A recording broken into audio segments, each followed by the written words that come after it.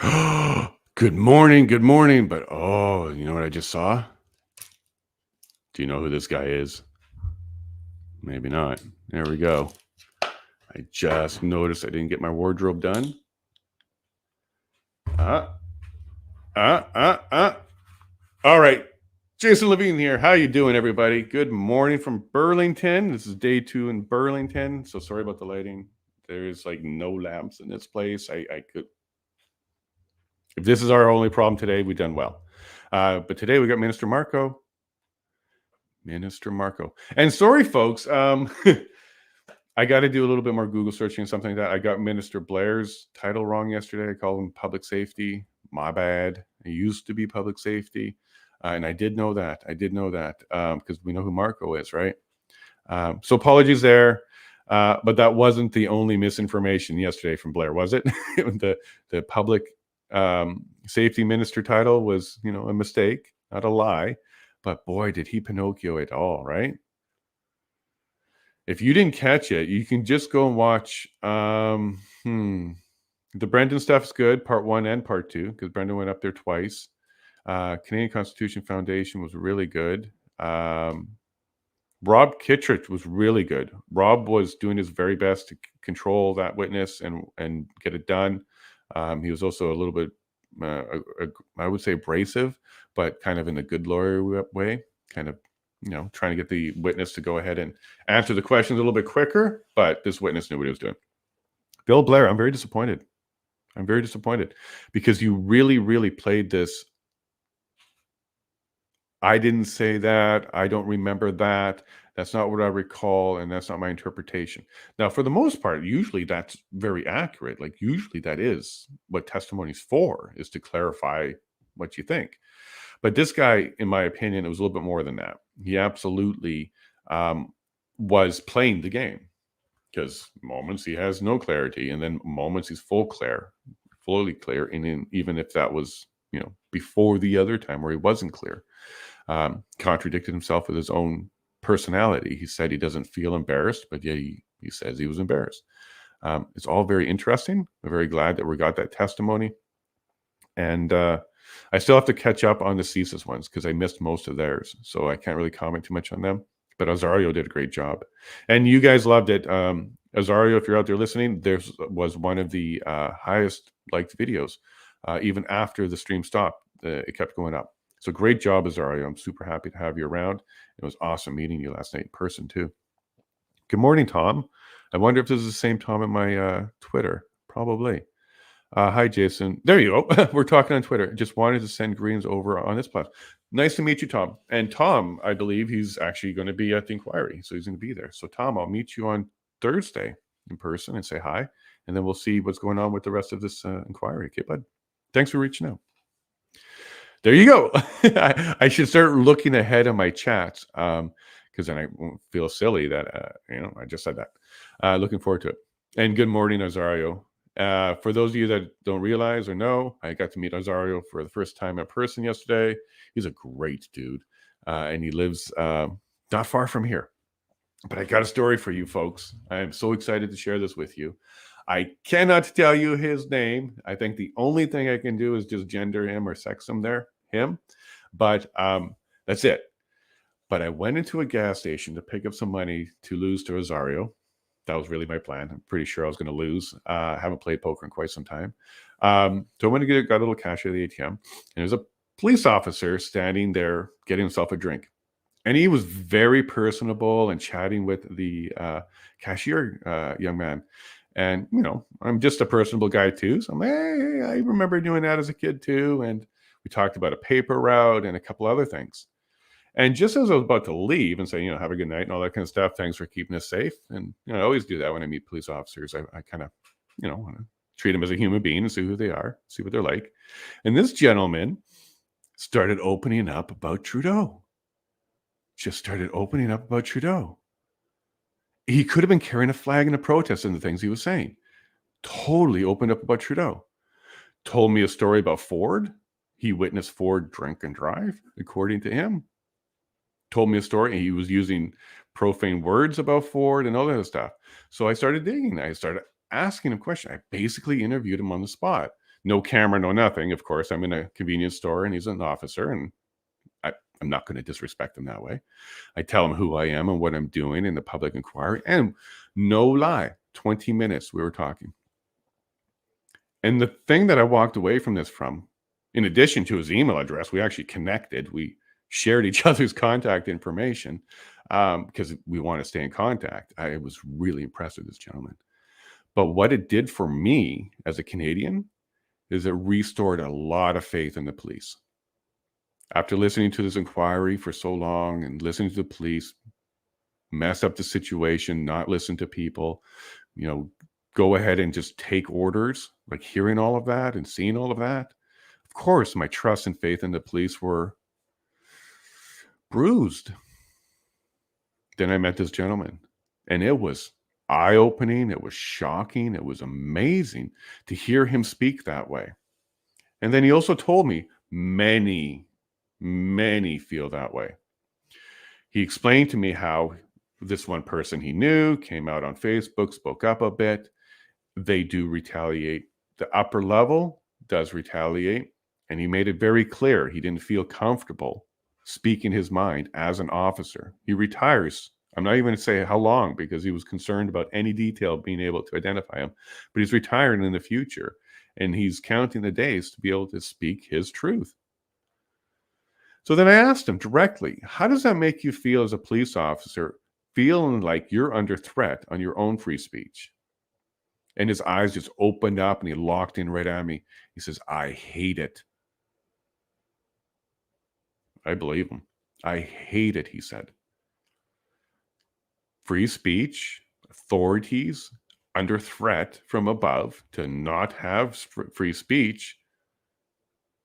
That's not Canada. It's not Canada. Even our police officers fear for their own retaliation. His comment was, I am blah, blah, blah years away from retirement. I'm going to stay low. But when I'm done, I'm coming out.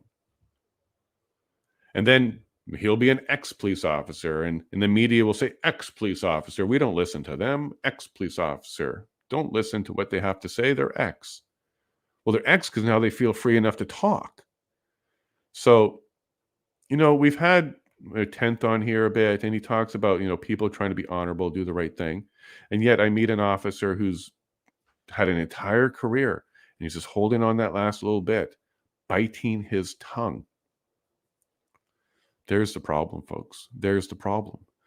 And I shook the man's hand a couple times. He was definitely honest with me. There's no question that he felt that way.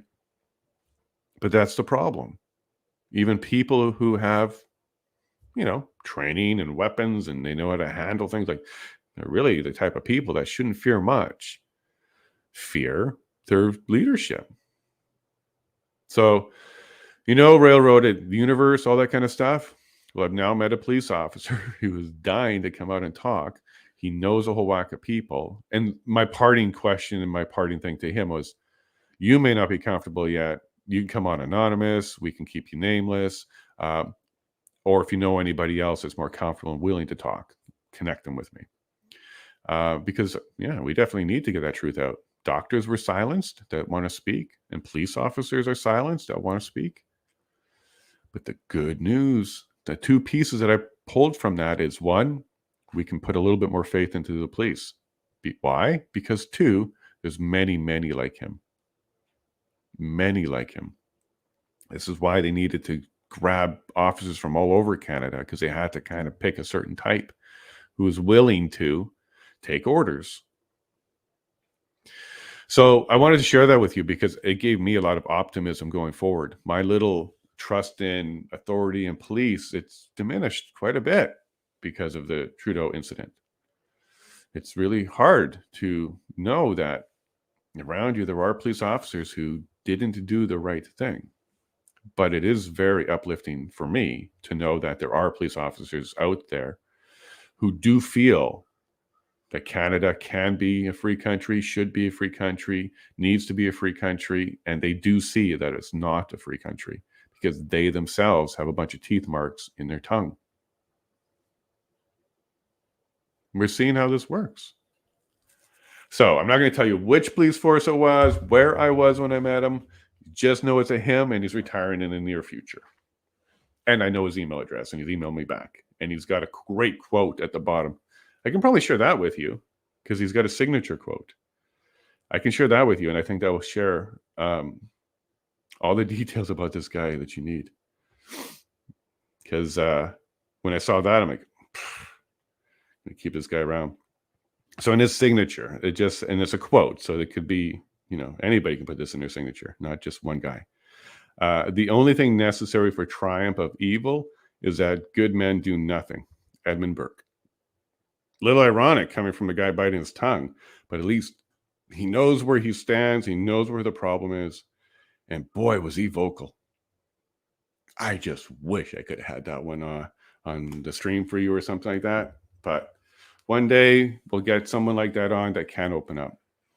And maybe it does for you what it did for me, is it adds just, I'm not saying I'm filled to the top, but it adds just a little bit more to the trust tank of authorities and police. Might be a crapshoot on which one you get, but he told me some good stories. He explained some things. There's some things he didn't like that he witnessed. Sometimes he did stand up. Sometimes where people got in trouble for standing up.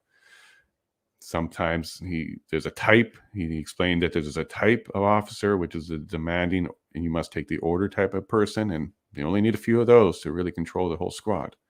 But it was uplifting to me to have met that person. And then I met Azario right after that. So double whammy of optimism in Canada, because I'm meeting, again, excellent Canadians. Good morning, Barbara. Good morning. I missed a few days because of work. That's okay. That's okay. You can do replay. You can do ×2. And I'll be catching up on my commentary videos. So you can just watch those if you want to. But thank you for coming back, Barbara, and sharing with us. We love you. So make sure you stick around. Good morning, Freedom Team. Goal! All right, World Cup time. You might be hearing that a lot. Good morning, Railroaded. Really, really great to see you. Kind of miss you. Even though we're always remote and stuff like that, I felt closer to you in Alberta because we were sharing weather and sharing a time zone. So yeah, in a weird way, I miss you, Railroaded. We're too distant right now. But I'm closer to Stunt. So, through Stunt, the universe, we're still all together. Barb, highlights from yesterday definitely were worth a watch, for sure. Miller questioning, as always, very insightful. And Barb, he went up twice for Bill Blair. So he went up his normal one, and they needed another 5-minute when some new evidence came out. So if you're looking for just Brendan, you'll search for 2. And if you want to, well, don't wait. Like, go and do it that way. But in the near future, I'll also do the Freedom Convoy ones as a single video. So if you don't do it, you'll catch up on that one. But if you can get to it, it's a good one. Morning Railroaded from Azario. And by the way, Azario's a good poker player. No, my buddy won. But yeah, he's a good poker player. Really good dude. If you're in his neighborhood and you know him, you know what I'm talking about. He's a good guy. I do enjoy listening to Miller. Yeah, Miller time. He was good, Barbara, as always. And also Rob Kittrick yesterday was, I thought, really, really good. He kind of got more aggressive and strong as a lawyer than he normally is, because he's pretty nice, and he likes to work the witness in the you get more bees with honey type of attitude. But yesterday he was far more aggressive because he needed to be. This particular witness needed to be handled, or he would just talk for the entire time and answer nothing, which he's an expert at. Jay's still in court today. Nope, railroaded. Today I'm here. Today all day I'm here. You got me. Sorry. I know Azario is awesome, but you got me. Azario will be around, I'm sure. And if he's got time, we can do some more chatting, because there's some great commentary from him as well. But no, you got me today. And then Azario tomorrow. And I might even be on the train for the end of the video tomorrow, because it runs late in the Eastern time zone. So I actually might be doing part of that from the train tomorrow. Barb, here's one that will help. This guy's garage, Brendan, yesterday. Cool. Thanks, Railroad, for sharing. There you go. And lots of love. and lots of nice. Oh my God, what's that too railroaded? Something I said? That would have been maybe the police officer conversation. Zara, you need to watch Stu Peters died suddenly documentary. Oh, okay. Thanks for sharing that, Zara. Okay. It's on Rumble. So is this a doctor? I think there was something I just got a tweet about. Stu Peters. Radio personality. Oh, died suddenly. Peter, born, Minnesota, USA. I don't know who this is. Spotify booted him. Okay. Okay. So somebody's speaking the truth and he's gone. Anybody know what happened? I don't know the details about this gentleman. I haven't even known about this gentleman. Okay, here we go. Basketball player highlight. He's a basketball player? What's this? Okay, I don't know enough about this. If you guys want to share something, I don't know enough. I'm just Googling right now, and I don't feel comfortable sharing that info until I know more. But SADS, right? Sudden adult death syndrome. SADS. We're getting a lot of those. A lot. The cuffs feeling about the corruption. Yeah. Railroad, you would have loved every moment of it. And he was just right out. I got to interview you. I got to get you on. I got to hear this again in front of Canada. But it's great, Railroaded. I was very uplifted by hearing it. It's on Rumble, okay. And very sad, Barbara, okay. I worked for a court for 13 years. I would fire people for saying anything publicly about the company. It didn't matter if it was positive or negative. They have publicity people and they wanted to SDFU. Yeah, because they just want to also control completely all the narrative. And something you might think is positive may not be positive to them. So that's why no positive, no negative, just STFU, right? Lots of gagging going on. Lots of gagging of people through employment because that's your livelihood. Thank you for sharing that, Barbara. Did you already spill on how you did in poker? I came in second of 3 people. Azario was a gracious host, and he went out first, and then my buddy took it. It was only 3 of us. But we did a lot more talking than poker. It was great. And at one point, Azario and I talking in real life, in person, was similar to what you see on here. So, yeah, we're just a couple dudes that chat away. We're very interested in this stuff, and we care about Canada to spend our time on it. And it showed camera. It all was the same. Talking with Zaro. It's pretty neat. But yeah, I didn't win. I did one good hand where I bluffed Azario, but I wasn't getting any cards. And my mind was everywhere else other than actually playing the game. I had some good company and a fun week looking up for me, and lots on my mind. Good morning, Green. Nice to see you. Welcome back. And hey, Dave, welcome back, bud. Hi, all. We've got anyone all today who actually knows. Dave, I would be surprised if we're getting a lot of good information. I don't know if you're hearing it. You might be hearing it. Yeah, we're getting some check, so I'll mute that. But it's distracting me. But today we got Marco. Okay, we got Marco. And it looks like we start with Marco. So Marco right out of the gate. And one of the 2 biggest things for this one is he didn't declare it unlawful. That was his position to be able to do that. And he initiated stuff with Windsor, circumventing the OPP. So there's lots that we want to talk to this guy about. And I'm sure Brendan's got a bunch of questions. So looking forward to Brendan. I'm looking for the whole class today. Even Chump, if he is out there going up the juggler for everybody again, great. But I understand that he got put in his place yesterday. Maybe rightfully so. Anyone who actually knows the law on today? No, probably not. I think, Dave, you know. We get the I'm not a lawyer so many times. And as somebody that went to the training, there isn't some magic button or magic pill or magic session where all of a sudden you can understand legal. It's all English. It's all written. The only things that they really teach us is like shall and may and the difference and the order. Other than that, that's really all the legal tough stuff that they teach us. So when people say, I'm not a lawyer, I can't read words, you don't want to accept what it says. That's your quick answer for that, isn't it? Hey, good morning, Ellie. Facebook, we know who you are. Here's a link to Died Suddenly. Okay. So it's a movie. Okay. Thanks so much. Railroad, I'm going to grab that and go check that out. Because, yeah, this is the next wave of waking up, which is going to be the results of people's reaction to the experiment, right? Hopefully those words were well enough to keep me online. But that's going to be the next wave that we're seeing here, is the trend will be more and more people are waking up via that information, because there's just so many around and so close to them now. It's just hard to ignore. That's going to be the next wave. So unfortunately, this is a very sad time, but this could lead to a much quicker turnaround in the support for, I would say, blissful ignorance on whether or not they're paying attention. So I actually interviewed one of my friends, my buddy yesterday, who loves sports and is very active in his life and hard worker, has not followed anything. And he actually has what I would call a neutral opinion on the convoy. He actually has no opinion. He doesn't care either way.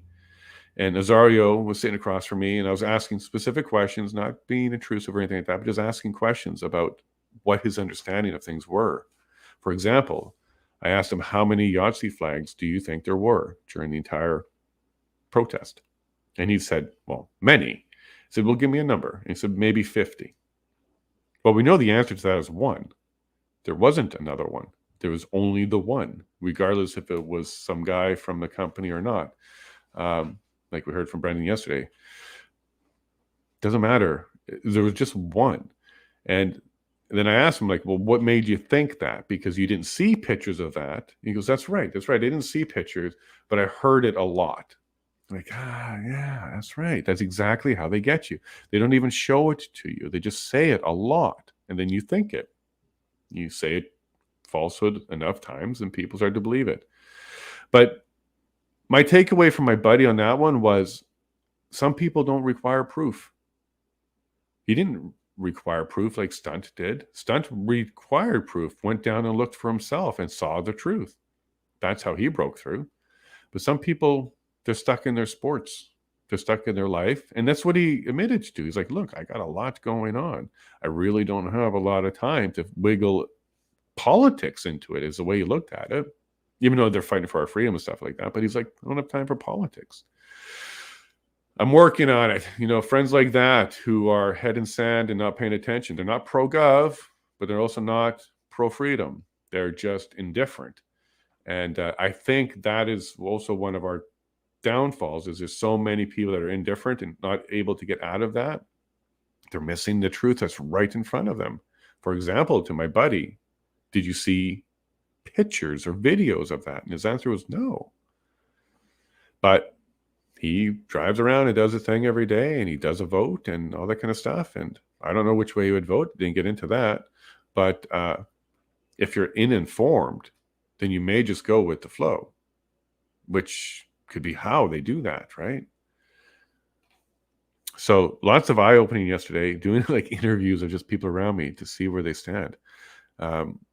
I understood a little bit more about the indifferent people, and really got excited about there's some good cops out there.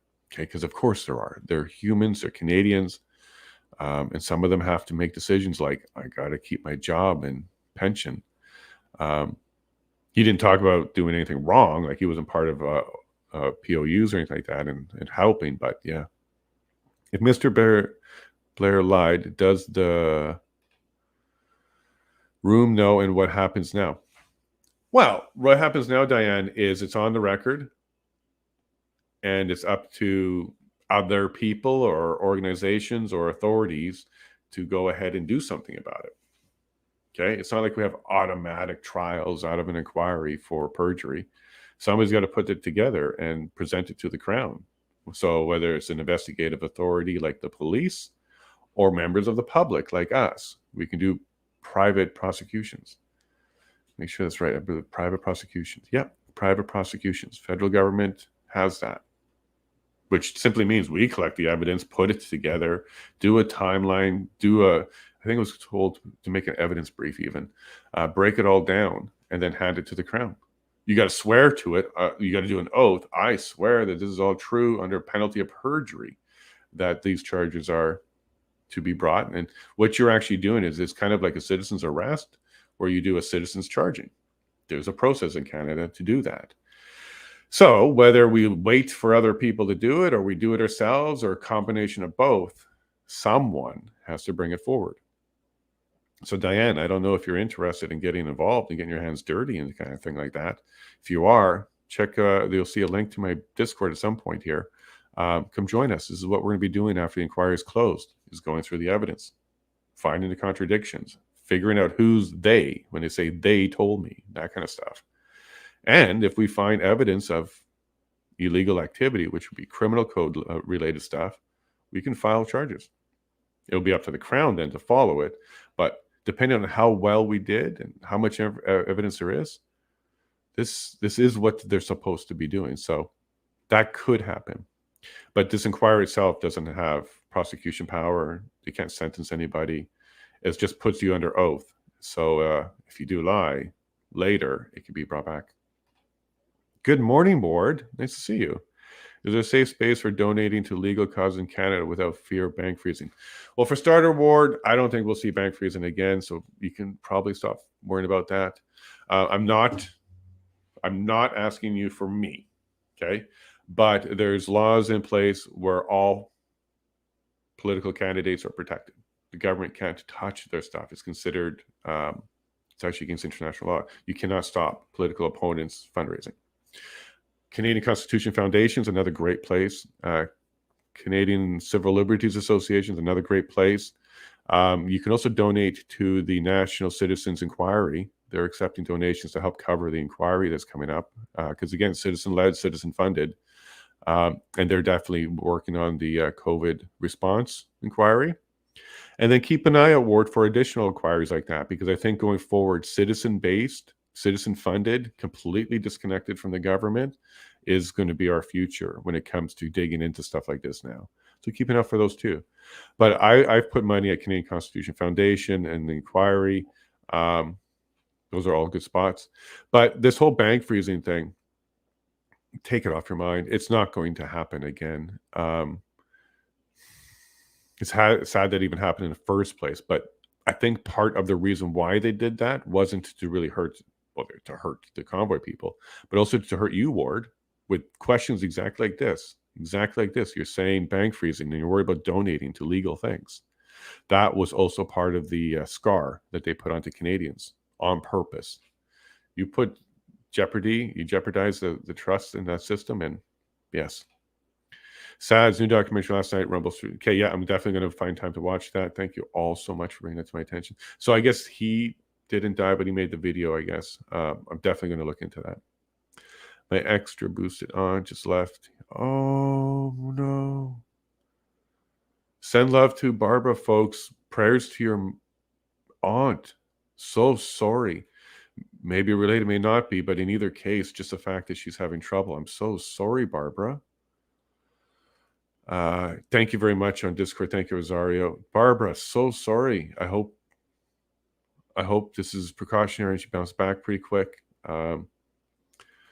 Great. Everybody's talking about that. Thanks, Railroaded. Here's a link. Yes, I'm going to certainly watch it. Phil, good morning. Good morning, everyone. Let's go, go, go. Let's go. Okay, this inquiry should be starting any moment now. Good morning, Diane. Diane. Oh, I think we've chatted a little bit. Yeah, there you are. You got some good answers there. Jay, our Discord links expires every 7 days unless you change it to not change. Yeah, I thought that was an option there. Might be a good idea. So the link is in your chat from past. Don't go stagnant. We'll update chat after.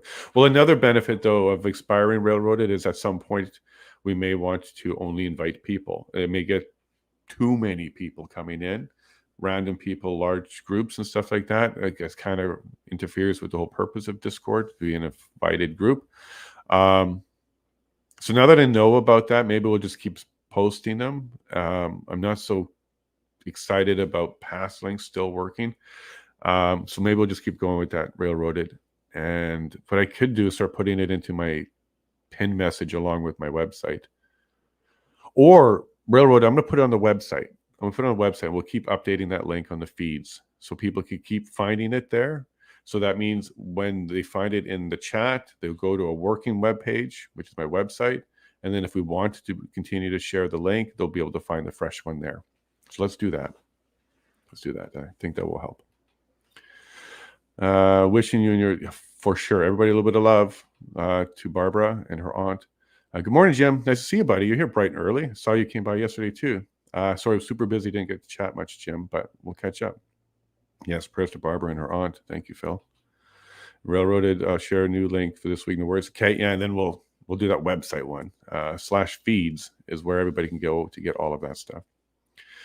Thanks, Railroaded and Phil. Yeah, for sure. Barbara, we're thinking about you. Thank you very much. There's a Discord. Good for 7 days, folks. Good for 7 days. You're hearing it now. So if you're on day 8 of watching Order this, à l'autre. no go. Perfect timing. Okay, folks. Looks like we're good. We're go. The Public Order Emergency Commission is now in session. La commission sur l'état d'urgence est maintenant ouverte. And have a good Good morning. morning, bonjour. Okay, Commission Council, we're ready to go. Alors, Antoine Chaudry pour la commission. Le prochain témoin, c'est le ministre Marco Mendicino.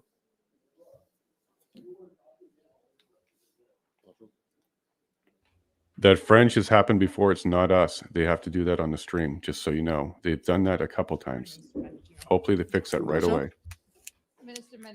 Ministre Mendicino, voulez-vous jurer sur un document religieux? S'il vous plaît. Bible, le Coran ou la Torah? La Bible.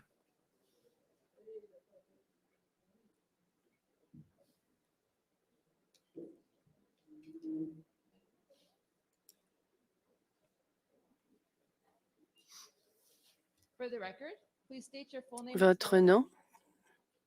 Marco Mendicino. M-A-R-C-O. M-E-N-D-I-C-I-N-O.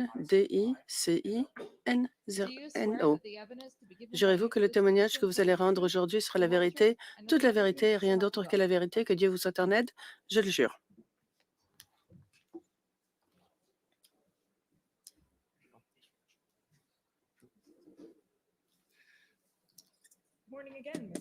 Alors,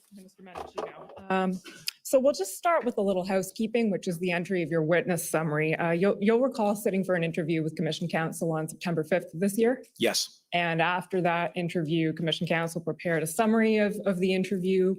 Have you seen and reviewed that summary? I have, Okay. yes. And can you confirm that it's accurate to the best of your knowledge and belief? Yes. Okay. For the record, Mr. Clerk, that's WTS 5054. No need to pull it up.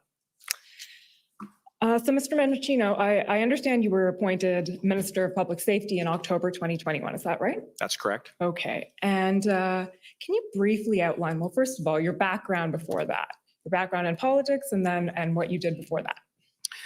I was first elected in 2015 and have been serving as the Member of Parliament for Eglinton Lawrence, which is a constituency in North Toronto. Have been re-elected twice, both in 2019 and in 2021. And prior to getting into politics, I was a practicing lawyer in Ontario, where I served for about a decade as a federal prosecutor, and then subsequently as a private practitioner, as well as counsel at the Law Society of Ontario. Okay. So can you briefly outline, and I really do mean briefly, we have a lot to get through in these 2 and a bit hours, so we'll do our best to do so. Your responsibilities as Minister of Public Safety. Well, this is a position where the job description is in the title. So my paramount responsibility is to ensure that we maintain public safety. And the only way that you can do that is to ensure that laws are upheld.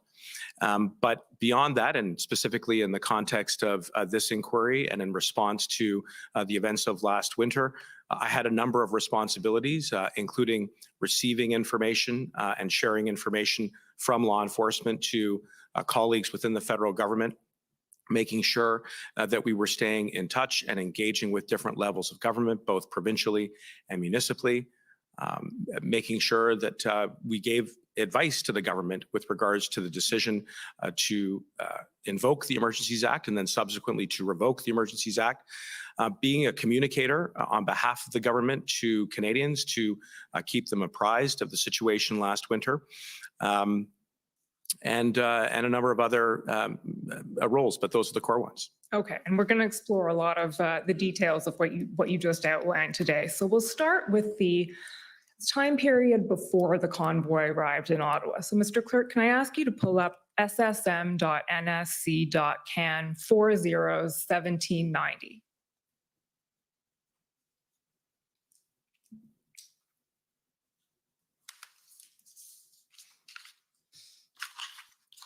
So, Mr. Mendicino, to situate you, this is just on January 26th, I believe. Oh, I'm sorry, if you just scroll down a little bit.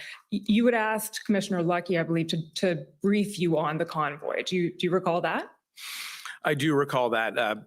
By the end of January, there were reports about a massive protest that was mobilizing from across the country. And so to be sure that we were again, kept aware of how police were going to respond to that protest, we asked for briefings.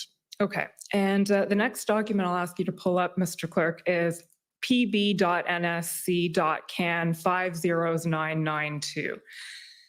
So these, to situate you again, as the documents being pulled up, Minister, are talking points for the briefing on January 26th. I believe they're Commissioner Lucky's talking points. So they're not yours, but I'm going to take you through them and you can confirm to us whether this was the sort of information that was being provided to you that day. So 26th before the convoy arrives. You scroll down, Mr. Clerk, to where you see the goal of, there we go. So the goal of the nationwide protest is to disrupt traffic flow and general business of government in the hope that the Canadian government will lift all COVID-19 related restrictions. Below that, although the majority of information indicates organizers are planning a peaceful event, many social media posts suggest some participants may attempt to disrupt government buildings and further cause disruptions throughout the city. Was that information conveyed to you? Yes, it was. Okay, scrolling down again to page 2, please. It is unknown how long the protesters plan to stay in Ottawa. However, the RCMP has located social media posts indicating some participants may stay around the downtown core until January 31st in hopes to disrupt the House of Commons sitting that day. So was that information conveyed to you? And more broadly, can you tell us what your expectation was before the convoy arrived of how long it would or might stay? That information was conveyed to me and a number of other colleagues at cabinet level. And my immediate reaction was to question the quality of the intelligence about the duration with which this protest was going to occur. One of the things that struck me was that there were reports about a significant number of vehicles that were coming from across the country. And it certainly seemed to me that just given the amount of time that it would take to get to Ottawa and other locations in the country where these demonstrations would occur, that there may very well be an intention to stay longer than the short period of time that some of those initial briefings had suggested that they would stay there. Combined with some of the public statements around the original manifesto, which in my opinion was the spark for the so-called Freedom Convoy, the stated political and ideological objectives within that document to force the government to reverse course on pandemic policies or else to see the government overthrown or resign, suggested to me that there may be an entrenchment. And as time went on, we certainly started to probe those questions more once they arrived at the end of January. Okay, so just to sum that up and to make sure I have it right, when you say question the intelligence, you sort of, do you mean question the assessment in the end of the conclusion that this is likely going to be gone by the end of the weekend? And you were concerned that it would stay longer than that? That's correct. Okay. Scrolling down to page 3, please, Mr. Clerk. We see, there we go, perfect. With respect to the threat picture, there has been an increase in online narratives supportive of the convoy among both ideologically motivated networks. We've heard a lot about ideologically motivated networks in IMVU over the past week or so, as well as in general public discourse. And then scrolling down a little bit more, the convoy is attracting individuals who are not aligned with any specific ideology or group, but who have experienced personal hardships such as job loss due to COVID-19 and are upset with provincial or federal government responses as COVID continues to impact daily life. Open source monitoring has identified associated posts advocating violence, and there's potential for anti-government groups to join the demo with violent intentions. Then it talks about online posts feeding the conspiracy narrative with misinformation and disinformation, raising tensions. Scrolling down a little bit more, please, Mr. Clerk. Open source reports also suggest that police are setting up roadblocks, and such reports seem to fuel, no pun intended, some truckers' agitation. A post to the event Facebook group asked for known MPs' addresses in Ottawa, including the PM's residence and cottage, and this suggests that the convoy should break apart to these locations. Is that all information that was conveyed to you? Yes, and if I could just be permitted to expand Absolutely. briefly, because you touched on a few important points, and if I could just ask for the technicians to scroll back up. So right under the words on January 22nd, 2022, there's a number of bullet points that I just want to shed some additional light on.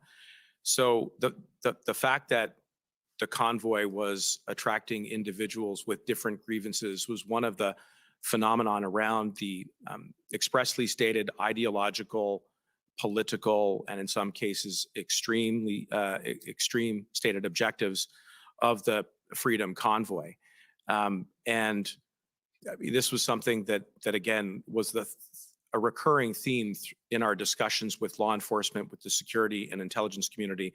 The fact that it was pulling in people with different grievances, not just in relationship to the pandemic, but grievances regarding the government and other democratic institutions.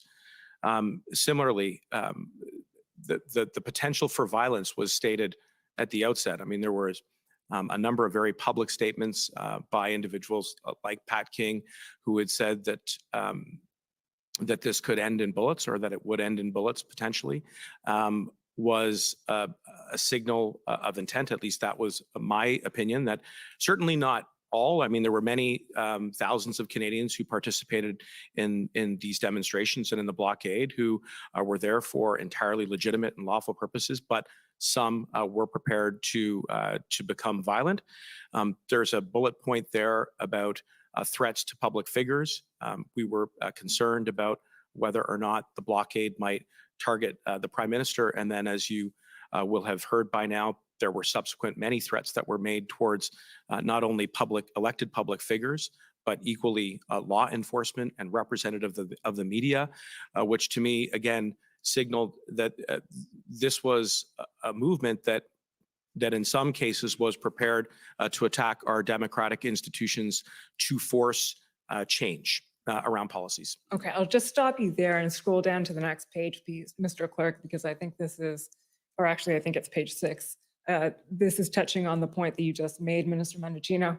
So at the top of that page, it says effective January 11th, something, for announcements and public functions has been put in place for 8 individuals, and it lists off Minister Joly, Freeland, yourself, a few other ministers, and Dr. Tam. And without obviously getting into what's behind that Section 37 redaction, is it fair to assume that that means that there was a security risk identified?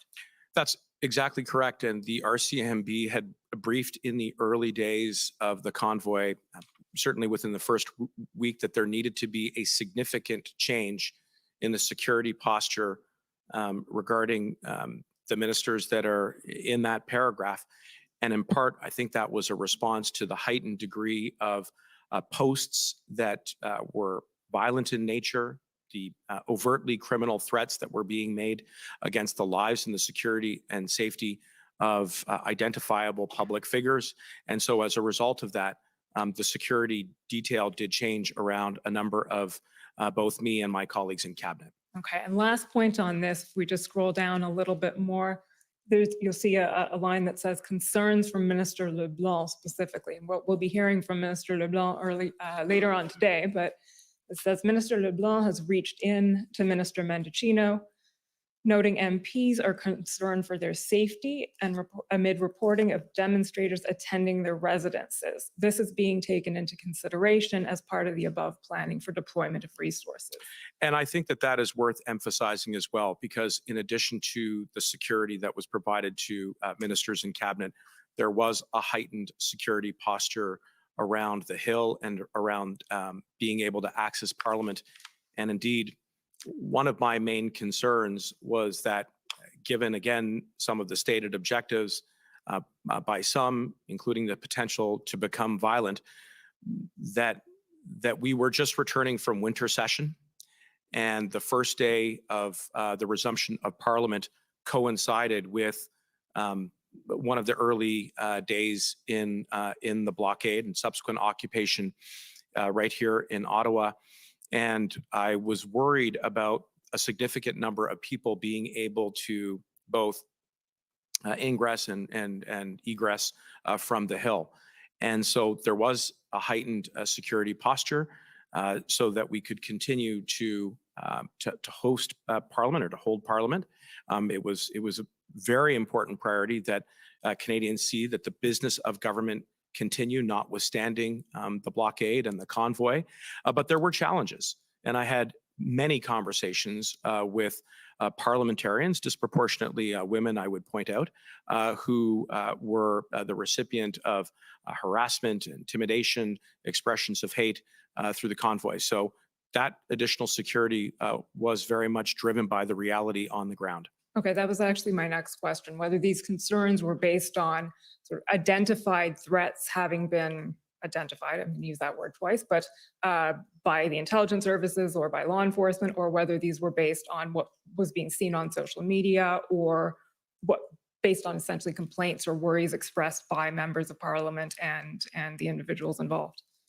All of the above. And so it was a combination of what we were seeing on the ground in the activities of the convoy. And probably the most aggressive demonstration of their presence was the parking of ultimately hundreds of trucks on Wellington Street, which is one of the main arteries that runs through the parliamentary precinct.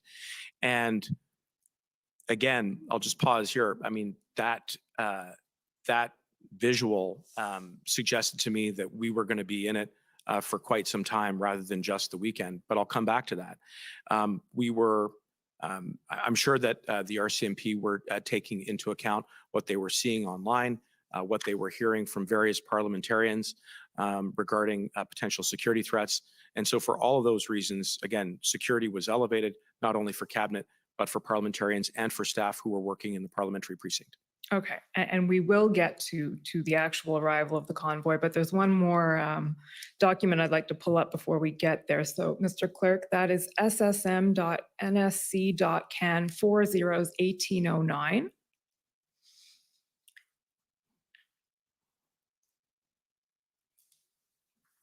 And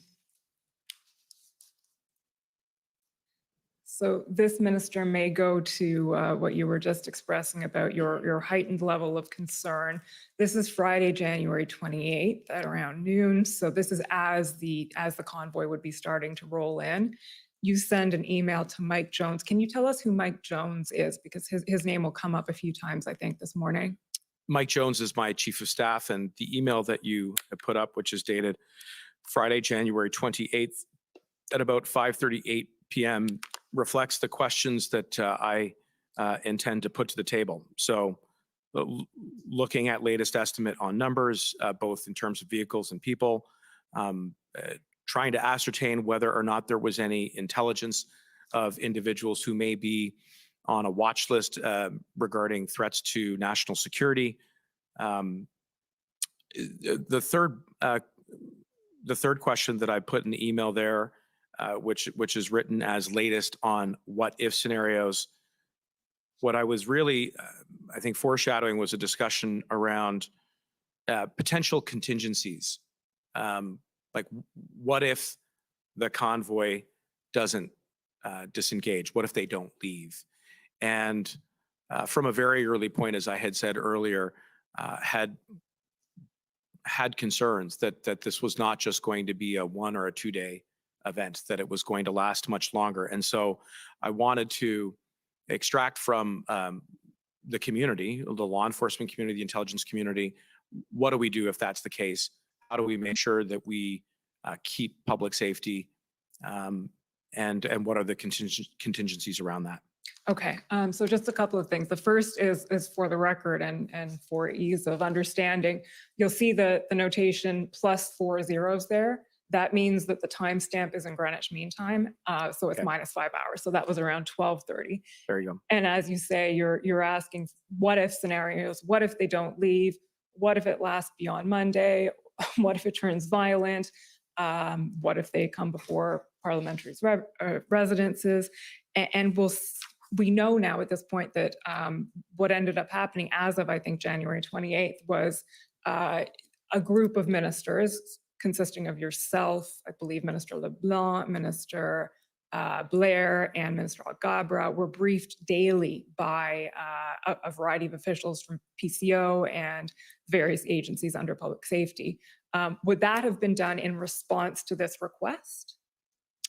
I think it was understood early on that we were going to need to take a whole of government approach responding to the convoy. So the initial group that you just highlighted of ministers was eventually expanded, and then ultimately, as I'm sure we'll get into, the Prime Minister convened a meeting of the incident response group, which included a number of others. But I should highlight the two last points which are in the email to Mike Jones, which suggests that at the time I was also concerned about making sure that we were staying up on threat assessments as well to senators, as well as the Governor General, in addition to elected parliamentarians. And finally, I wanted to get a sense of what outreach was being done to the organizers. And my thinking there was, let's try to allow for the space for a lawful protest, keep it within the boundaries of the law, because it is a hallmark of our democracy that people can take opposing different views. And so I wanted to make sure that there was some lines of communication with the organizers of the convoy from the early days. Okay, so we'll just skip a little bit ahead now. So the convoy arrives, it doesn't leave on Sunday or Monday as expected, and then we're into the first week of the protests. So I'll ask you a few questions about what that first week was like from your perspective, and with the assistance right now of the following document, PB.Can 401870, please.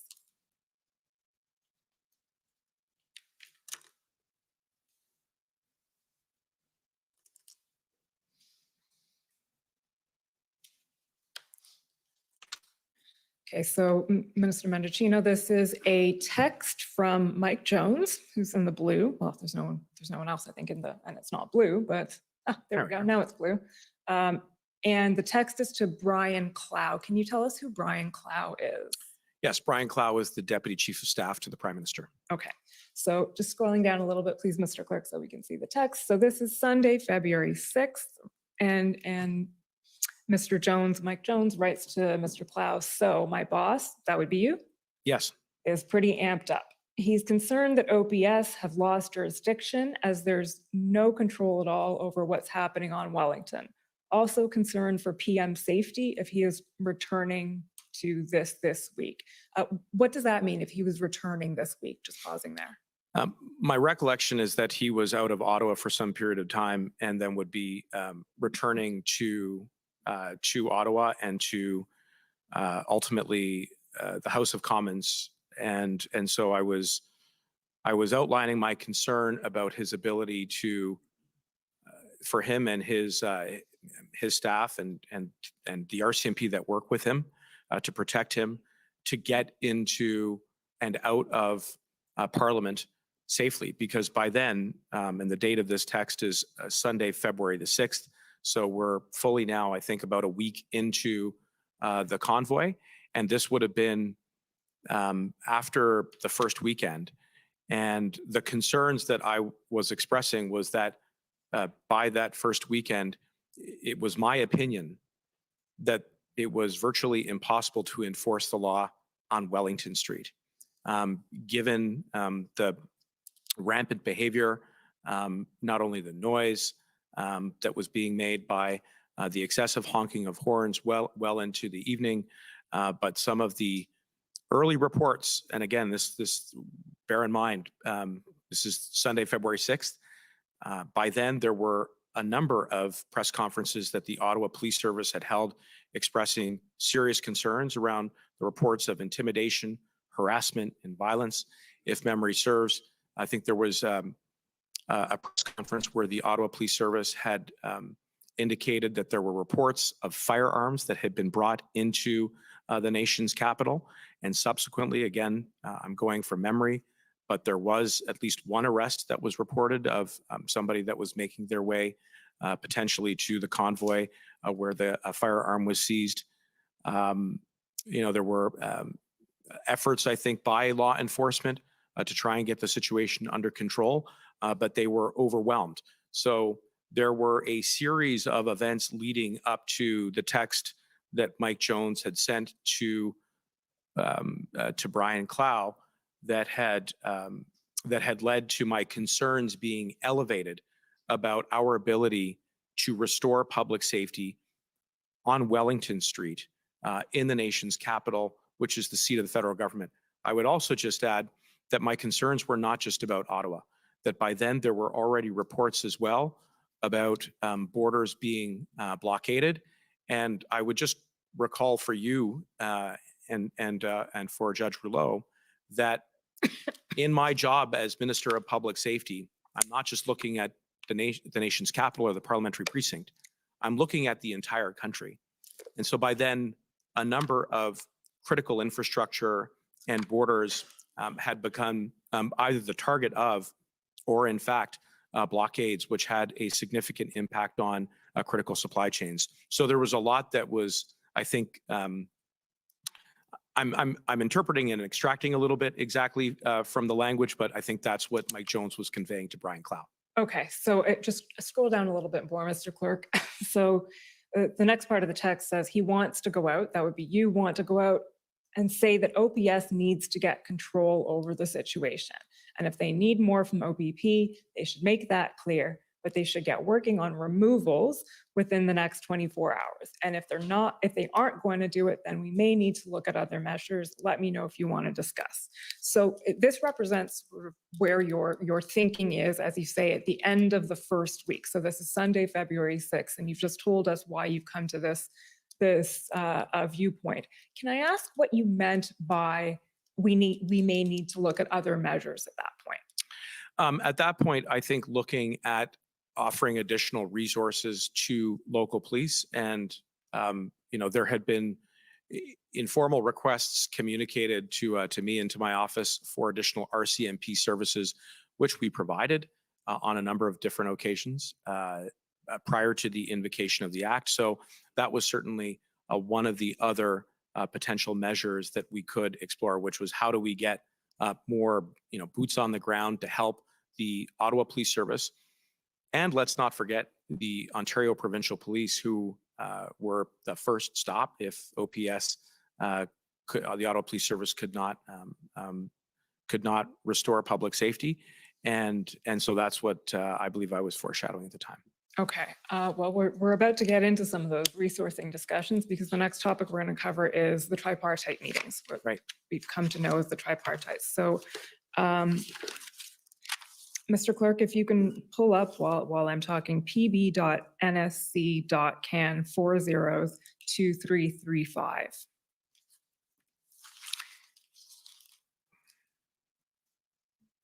So you mentioned, Minister Mendicino, that at this point there'd been a number of requests made from the Ottawa Police, from various I think, provinces at this point even. There'd been an approach from Alberta, but we're not really getting into Alberta right now. But in any event, around the 7th or 8th of February, I believe it was the 7th, a decision was made that it would be a good idea to convene the federal, provincial, and municipal governments to discuss the situation in Ottawa and the way forward from there, including the provision of resources, as you mentioned. There are a lot of issues to cover that come out of the tripartites. We're going to focus on a few. A few of those issues are the RCMP resources, there's the lack of the OPS plan, and there's what seems to be expressed as a lack of engagement from the province of Ontario. So I'm going to take you through a few extracts that focus on some of those topics. So the document in front of us now is a readout of the February 7th tripartite, and that was the first tripartite meeting. Is that right? Yes. Okay. Scrolling down, Mr. Clerk, to when you see the initials MM. Okay, MM is Marco Mendicino. That's you? Yeah. Yes. Okay, Minister Mendicino or Marco Mendicino, one of the two. So, call last week with Watson was productive. It is a stressful period for you and Chief. Feels like things have turned around a bit today. We have confirmed 250 Mounties have been deputized, supporting local law enforcement. We have been timely and responsive in putting our response together.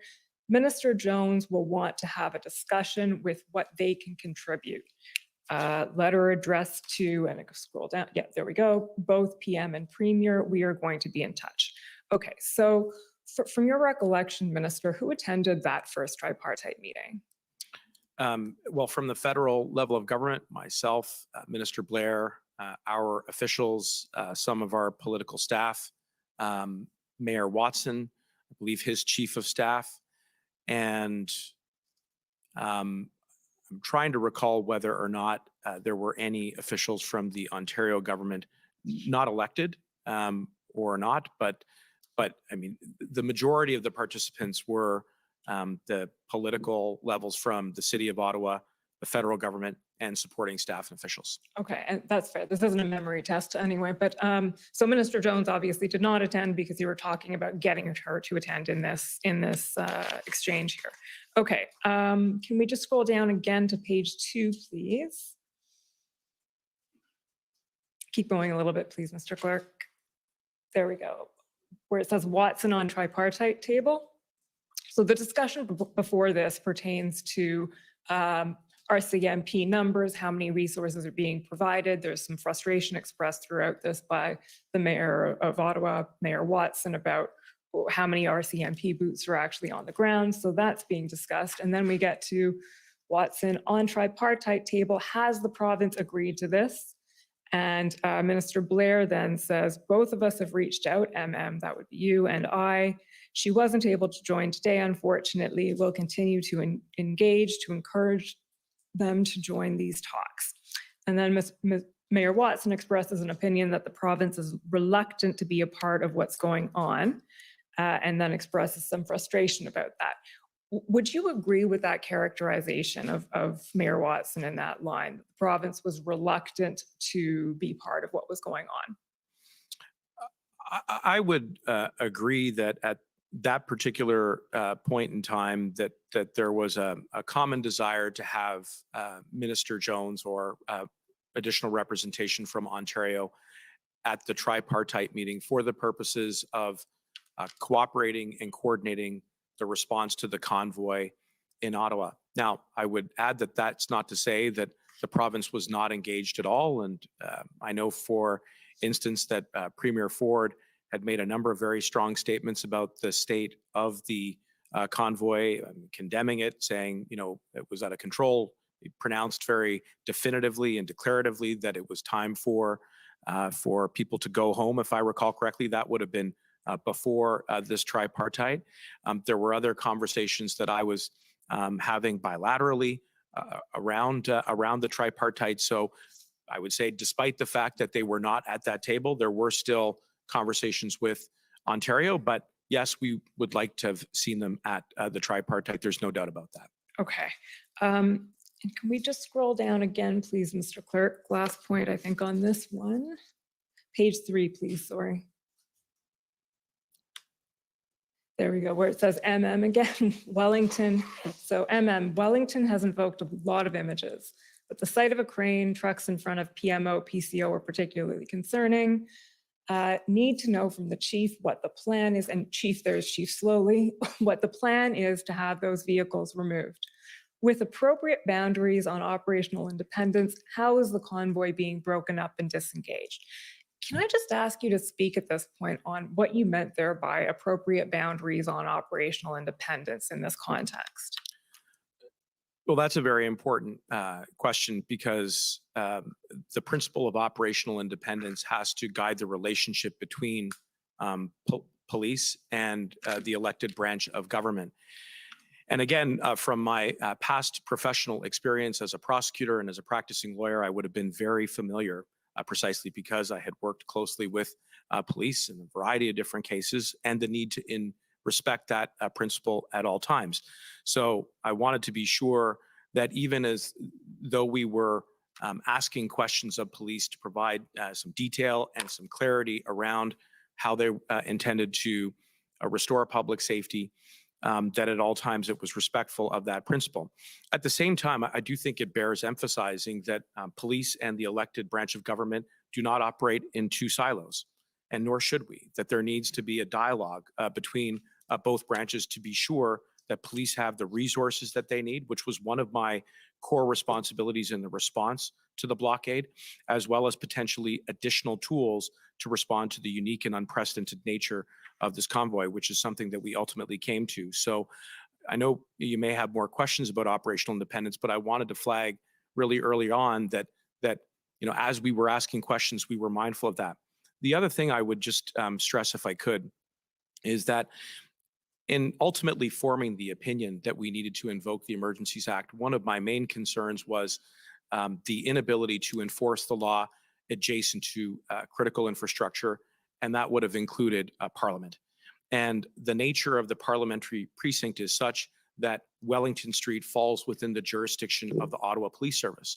So I was certainly trying to reconcile in my mind that these are federal democratic institutions, but we did not have total jurisdiction over that space. In other words, it wasn't at the sole or exclusive discretion of the RCMP, which is the federal police service, to go and assert itself on Wellington Street to bring the situation back into control. So we had to navigate different levels of government, including municipal and provincial, because Ottawa Police Service has that jurisdiction as of this moment. And if they did not have the resources to respond to the occupation at that point, including the ability to remove hundreds of large vehicles on Wellington Street, including the ability to remove a crane, which had been parked right adjacent to the Prime Minister's office and the Privy Council office, including the ability to simply enforce the law. Then they could then next go to, they then statutorily, under the Ontario Police Services Act, could go to the Ontario government to ask for the Ontario Provincial Police Service to backstop any gaps there. But I would point out that there is no statutory link beyond that to go from the Ontario Police Service Act to the Emergencies Act. And I know that's something we're going to come to. Okay, there's a lot you've said there, and we'll unpack that slowly but surely. But for the purposes of the discussion we're having right now about the tripartites, would it be fair to say that part of the idea in holding the tripartites would be to sort out the jurisdictional issue? All of that. It was really to make sure that all of the key players at all three levels of government were able to navigate around the jurisdictional challenges and complexities, but beyond that, the situation on the ground, which, you know, by then, as you pointed out in an earlier exhibit and text, was on the it was on the brink of being completely ungovernable, if not already by then. Okay. We'll go now to the next tripartite, which is the following day, February 8th. Mr. Clerk, that's ssm.nsc.can 402052.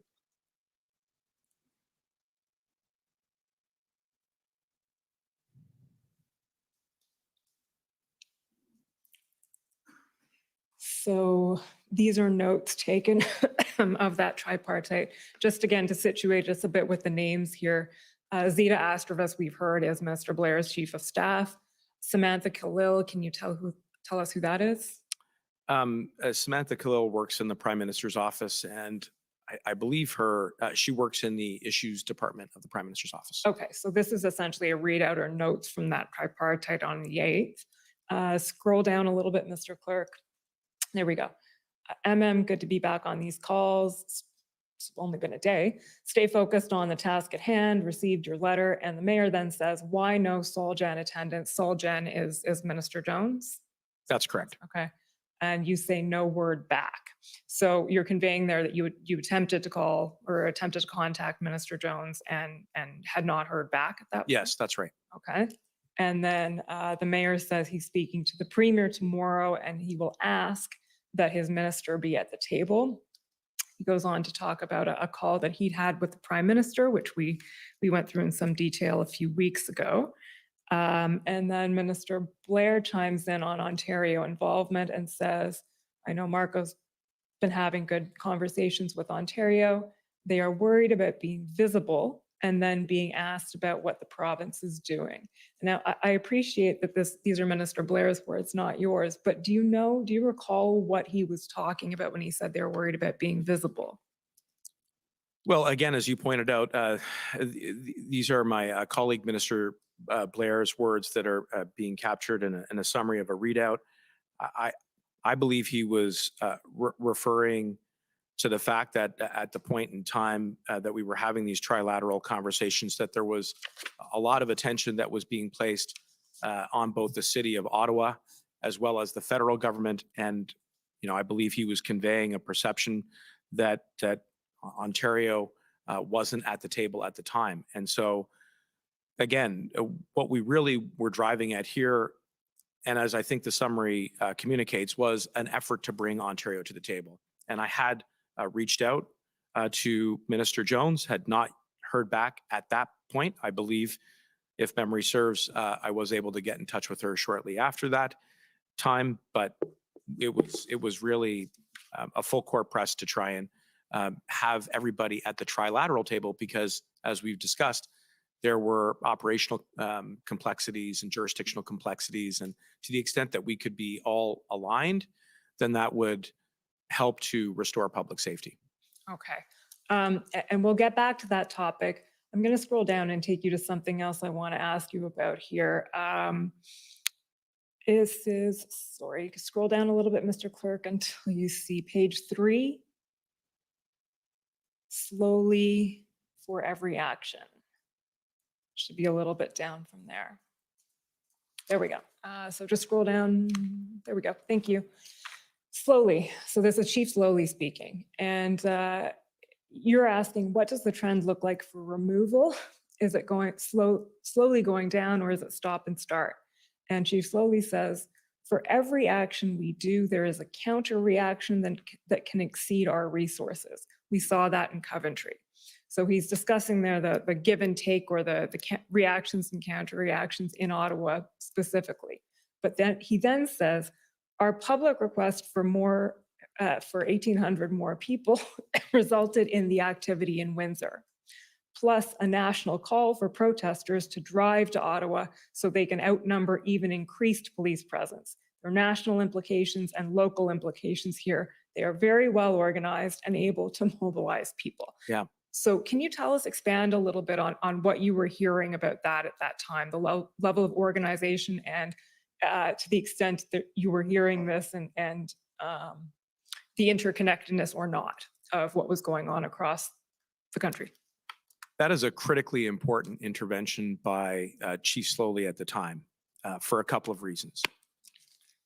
First, he's flagging as a very serious concern that locally they are outnumbered. And he says that it is exceeding or he suggests that it is very close to exceeding their current resources, which is why they had asked for some additional help, including from the RCMP, which by then we would have responded to.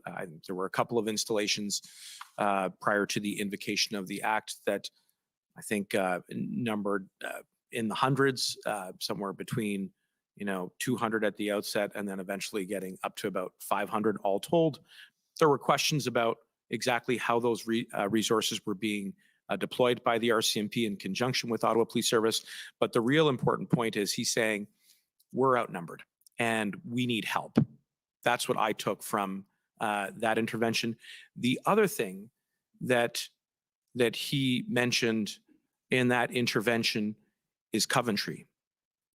And through a number of briefings in the lead up to the invocation of the Emergencies Act, there was a discussion of two different groups that were at play in the blockades. There was a large group, again, of Canadians who were exercising their lawful right to protest against certain policies by the government. But then there was another group that had other more extreme objectives that was much more sophisticated and organized. And it's my recollection that that latter group was interspersed in a number of different locations very tactically, but that there was a concentration of that latter group at Coventry Road that was made up potentially of individuals who had previously served in either the military or in law enforcement. And that to me raised a concern, a very serious concern, about some of the counter operations that could be run by that group to overwhelm legitimate law enforcement. And that, I think, is exactly what Chief Slowly is getting at. When, if numbers are being reported publicly about how many additional reinforcements are being sent in, then the word could go out to call for more protesters to descend into the nation's capital, or, again, quite frankly, to deploy across the country. And we did, and again, I would hasten to add, this was not just about Ottawa. This was about the entire country, where we would see the levels of protest go up and go down. And the time that I thought was most dangerous were typically the weekends. And that's when there was a surge of people who came and descended into the parliamentary precinct. And that if I read Chief Slowly right, was in part a tactical decision that was being informed by some within the group who had the skills and the experience to overwhelm whatever police resources were available at the time. Okay, so going back to a few things you said there, the first one, you mentioned that there were some questions about boots on the ground and how many RCMP officers were being provided. And we've heard about that, but from your perspective as Minister of Public Safety, what was your understanding of what was going on there and why? Well, my understanding was that Ottawa Police Service did not have the resources to respond at the time. And therefore, they were putting out a request for assistance from different levels of government and different levels of law enforcement, including the RCMP. And that is and so my response as Minister of Public Safety is, let's get you what you need. Let's get you the additional boots on the ground. And in dialogue with the commissioner of the RCMP, we were responsive to that request on more than one occasion, deploying additional RCMP members to assist to restore public safety here in the nation's capital. There was also other requests, including in Alberta, but we can come back to that. Well, I was before we get to Alberta, when you say let's get you what you need, do you mean let's get you what you need from the RCMP, or let's get what you need from the OPP and then only then from the RCMP? I wouldn't say that there was necessarily that strict sequencing. My job as Minister of Public Safety was to be responsive to the requests that were coming in from the City of Ottawa, vis-a-vis the Ottawa Police Service. And so we facilitated those requests. They were not, they were not necessarily subject to the Ontario Provincial Police responding at the time. I wanted to be as supportive as I could. I was very much sympathetic to the plight of the residents in Ottawa. I was very concerned for their safety and their security. We were beginning to see counter protests manifesting because I think at that time residents felt that they had to take matters into their own hands.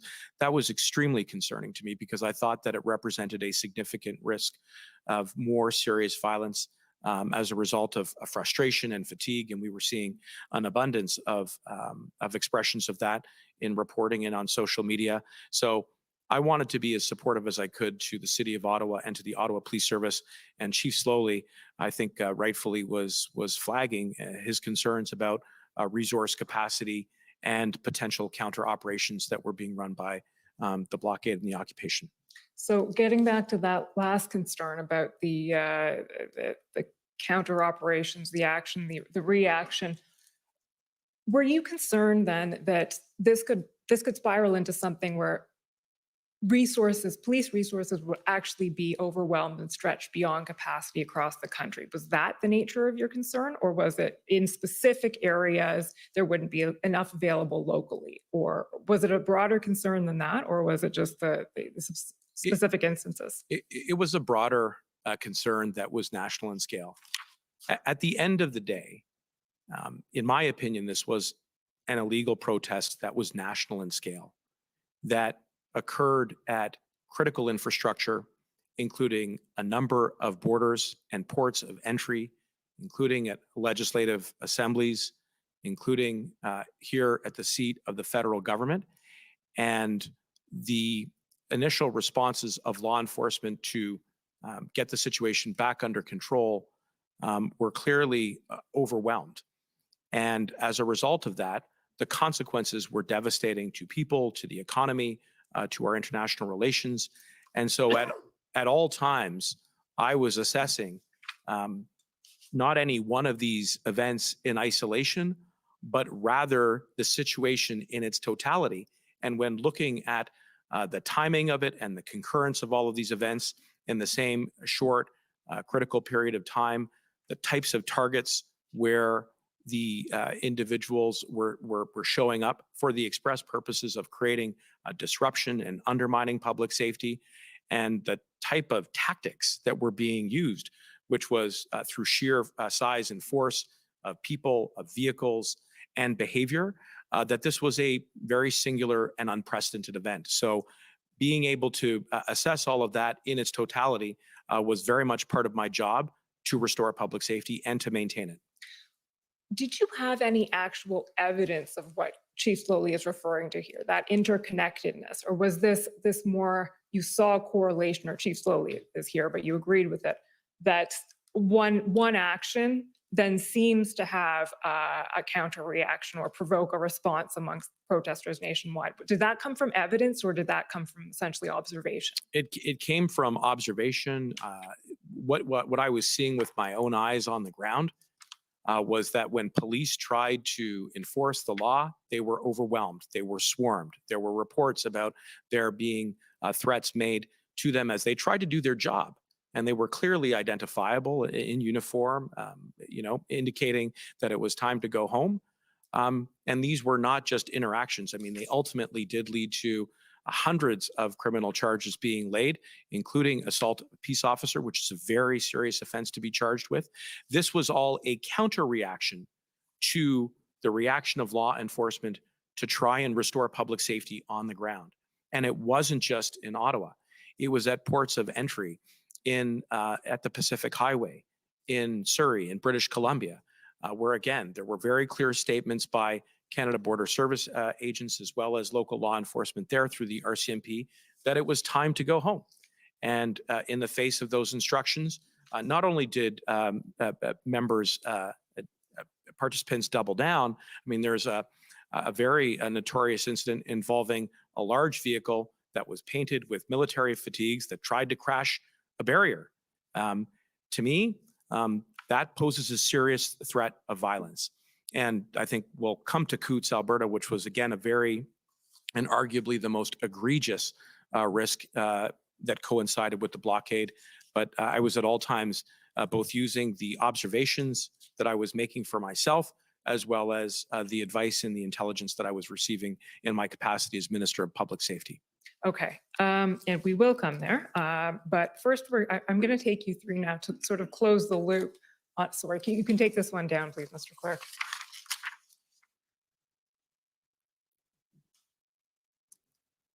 So can you just pull up quickly ssm.can.ns.C402676? This is the third and last tripartite, and there's just a couple of things I want to highlight here, Minister, ask you about, which is, sorry, here we go. Let's just scroll down a little bit more. Thanks, latest from RCMP. Okay. So towards the middle of that paragraph, you say, phase has moved beyond inconvenience or disruption. So this is now February 10th. They have moved to disrupting the economy.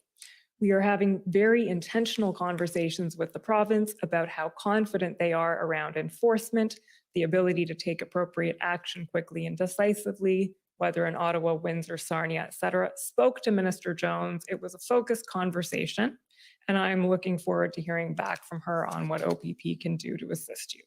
Okay, so I'll take it from that, and we'll get back to the conversation with Minister Jones, but Minister Jones was not at the third and last tripartite here. Is that correct? That's correct. Okay. So thank you, Mr. Clerk. So I'm just going to try and put together the chronology of what happened here. And I'll take you back to February 5th. SSM.can 407854.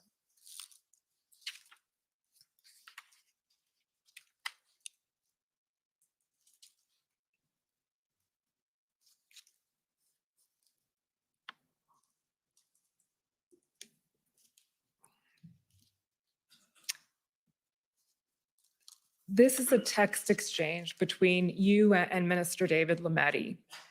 Just scroll down a little bit, please, Mr. Clerk. I'm not sure what you're referring to. You say, you were perfect today. Thanks. So were you, buddy. Then should I? So the blue is Minister. Little collegial support at a very stressful time. Slash bromance. Okay. I think he might resent that suggestion. So were you, buddy. Should I call Downey? You've spoken to Sylvia. Downey, there would be a reference to Doug Downey? That's correct. Okay. Can you tell us who, just for the record, can you tell us who Doug Downey is and why Minister Lametti might be calling him? He's the Attorney General of Ontario. He's Minister Lametti's provincial counterpart. Okay. And so you have spoken to Sylvia, he says, and you say, I have spoken with Sylvia. You should call Downey. We need them in the right space to respond to any RFA for OPP assistance. And then Minister Lametti replies, spoke to Doug Downey, needs slowly to be quick. Can you tell us why would Minister Lametti be calling Doug Downey about this? So you're speaking to your counterpart, he's speaking to his. And what capacity would that be? Well, again, I mean, you're asking me to interpret or infer why Minister Lametti has reached out to Doug Downey. The best answer that I can offer is I believe he is reaching out to a provincial counterpart to understand what Ontario's response is to the situation, not only in Ottawa, but elsewhere, including in Windsor at the Ambassador Bridge. And by then, the blockade was causing significant interruption to the economy. Again, thousands of people were temporarily laid off. Businesses were impacted in the auto manufacturing sector. So I think he's trying to gain some understanding from the Attorney General of Ontario about perhaps what advice he is offering to the Ontario government. Again, I'm drawing some inferences here, but I think it's a combination of that. But I think more broadly, just to keep lines of communication strong between the federal government and the government of Ontario. Okay, so you actually asked him to call Downey. So do you have a recollection of why, or is it essentially what you just told us? Yeah, no, actually, there it is right there. Yes, so I would say that was my thinking at the time, was to try and keep lines of communication open and to be sure that that we had some understanding about, what advice may be provided to the Ontario government. Okay, thank you. Mr. Clerk, next document is ONT 401141. So I understand that there was a call that took place between you and Minister Jones on the 7th. In that earlier text exchange, you seem to refer to an earlier call before the 5th. I don't know if do you have any recollection of that one? I'm sorry, I'm sorry. Which document am I looking at here? Sorry, yeah, that's my fault. The last document, the text exchange with Minister Lametti, you say, I have spoken with Sylvia, and that appears to be on the 5th. So do you remember a conversation prior to the 5th? In the context of the blockades, not off the top of my head Okay. at this moment. Well, we know that one happened on the 7th, and Yes. this document is Minister Jones's notation of that call. And she says, so she's talking to you, Marco Mendicino, Jim Watson wants an interlocutor. I think that may mean interlocutor, but I'm not sure. Wellington will be fast and jurisdiction FTP table to support the city, 1500 OBP 38 Kitchener. Can you tell, so the interlocutor, is that a reference to an interlocutor? Was that part of the discussion you were having? You know, again, if we could have the document just scroll back up to the top, I just want to. February the 7th, Jim Watson. I agree with you. I think that the word there may be misspelled and is referring to an interlocutor. And, you know, beyond that, I couldn't say much more about that particular note. But I did have a conversation with Minister Jones. Yes, you did. And around that time. Pardon me? Around that time or shortly thereafter. Okay, and we're going to get to a report of what was said in that conversation as well. But before we get there, I want to just go through a little bit the call you subsequently had with with Premier Ford, because at this point, so can you take us through that? Minister Jones doesn't, you have a conversation on the 7th. Actually, why don't we go there now? Yeah. So that conversation is reported in a text exchange. Can you pull up, Mr. Clerk, ssm.nsc.can 403127? So while that's getting pulled up, this is a text exchange on February 11th between Samantha Khalil, who you've told us is a PMO staffer, Mike Jones, your chief of staff, and Theda Astravas. And so Samantha says, thanks guys, long day. Okay, so writing here is Mike Jones, your chief of staff. And, oh no, I'm sorry, this is Sam Khalil, I think, writing here. She says, hey, so on trilateral meeting, got it wrong again, it's Zeta writing. So Ms. Astravas says, hey, so on trilateral meeting, Sam, I don't know what you think, but I really think we need Jones at the table. Perhaps your boss can push again. Your boss there, so Mike Jones, he's talking about you. He says, by Jones, I assume you mean Ontario, and can have my boss reach out again, but the last call got pretty frosty at the end when he was saying, we need the province to get back to us with their plan. Quote unquote, I don't take edicts from you, you're not my fucking boss. Scroll down again. Yes, obviously not you, she said that. Does that accord with your recollection of the conversation you had with Minister Jones? There was definitely some colorful vernacular towards the end of that call. I'm happy to say that both Minister Jones and I still enjoy a very productive and positive rapport. But the real thrust of the call was to engage Minister Jones to understand exactly where her thinking and where the government of Ontario's thinking was at in responding to the requests of Ottawa Police Service to get additional resources, and more broadly speaking, to restore public safety on the ground. And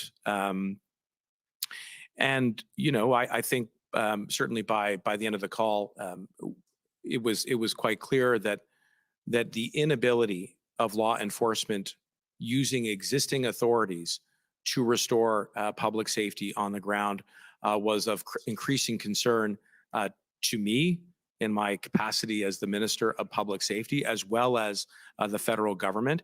And we wanted to be sure that Ontario was exercising all of its capacity to support not only Ottawa, but other communities as well in this province, including Windsor. So it was an important engagement. It was obviously a very stressful time, and you know, I think that we could all be forgiven for some rather blunt language. I'm sure you know we've all heard it in various interactions, but having those lines of communications open was critically important at that time. Okay, so regardless of the language, it's fair to say you were encountering some resistance in obviously coming to the tripartite table, and it was described as a call that didn't go well. And we know that on the 9th, you spoke directly with Premier Ford. So we can take that document down, please, and we'll pull up the readout of your call from Premier Ford, which is ssm.can.nsc 402832. How did that call arise? Did you call Premier Ford? Did he call you? Tell us how that happened. The Premier called me, and by then, again, it's important to place the timing and the chronology of this call into the broader context.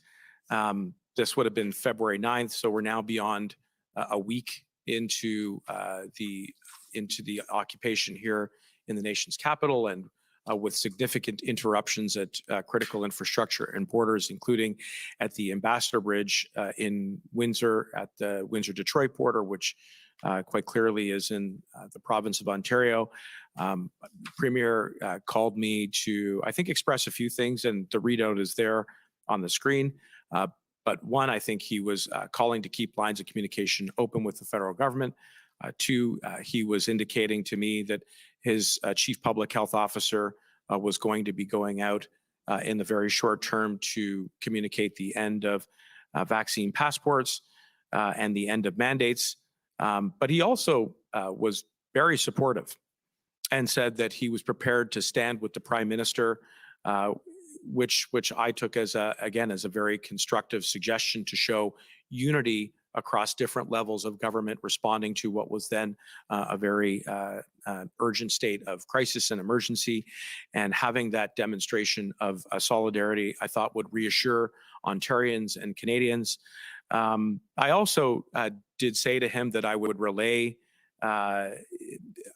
what I interpreted to be a bit of a nudge by Premier Ford around the federal government's posture around pandemic policy to the Prime Minister, more broadly, just the fact that the call had occurred. And I did take the opportunity to express to him two really important things. First, I was really concerned about restoring public safety at critical infrastructure, including the Ambassador Bridge. And I also said that I was concerned that even if there was an announcement around a change in pandemic policy, that they may not leave. I think in the end, that proved to be true. And then finally, I said that we needed Sylvia, and there I'm referring to Minister Jones at the table, and I'm referring to the tripart table, and I asked that the Premier instruct her to be there. Okay, so I think you've taken us through pretty much all of that. On the point of stand with the PM, we'll just pull up another document, which is ssm.nsc.can402952. So this is a text while it's being pulled up to Katie Telford, who's the Prime Minister Chief of Staff. You send her a text sort of reporting on this call with Premier Ford. And did I get the wrong document number? It appears that I did. Okay, you know what? I'll read it to you. We can look for the document number in a second. It says, just got call from Ford. They're pivoting. He will announce they're lifting passports, possibly more measures. Said he would stand with the PM, and then you said I would relay. I said the situation at Ambassador Bridge is serious. It's hurting working families, killing jobs. So by stand with the PM, you said, I didn't quite catch what you said you thought that meant. Stand beside the PM and? My interpretation from Premier Ford saying that to me directly was that he wanted to show solidarity with the federal government in responding to this emergency. And I thought that was a constructive suggestion because it would reassure Ontarians and Canadians more broadly that different levels of government were working together to restore public safety, to keep people safe, which was my job. And my request to him to have Minister Jones attend the tripartite was an effort to show that alignment at all levels of government, not only from Premier to the Prime Minister, but equally from at the ministerial level in the portfolio of public safety, because by being at the same table at the same time, we could really troubleshoot issues together, including, again, some of the operational challenges that police were having, again, not only in Ottawa, but right across the province, and equally some of the jurisdictional complexities, and whether or not there were any other measures or tools that we could offer from the elected side of the government to police if it were necessary. Okay. For the record, Mr. Clerk, the document number is ssm.nsc.can 402952.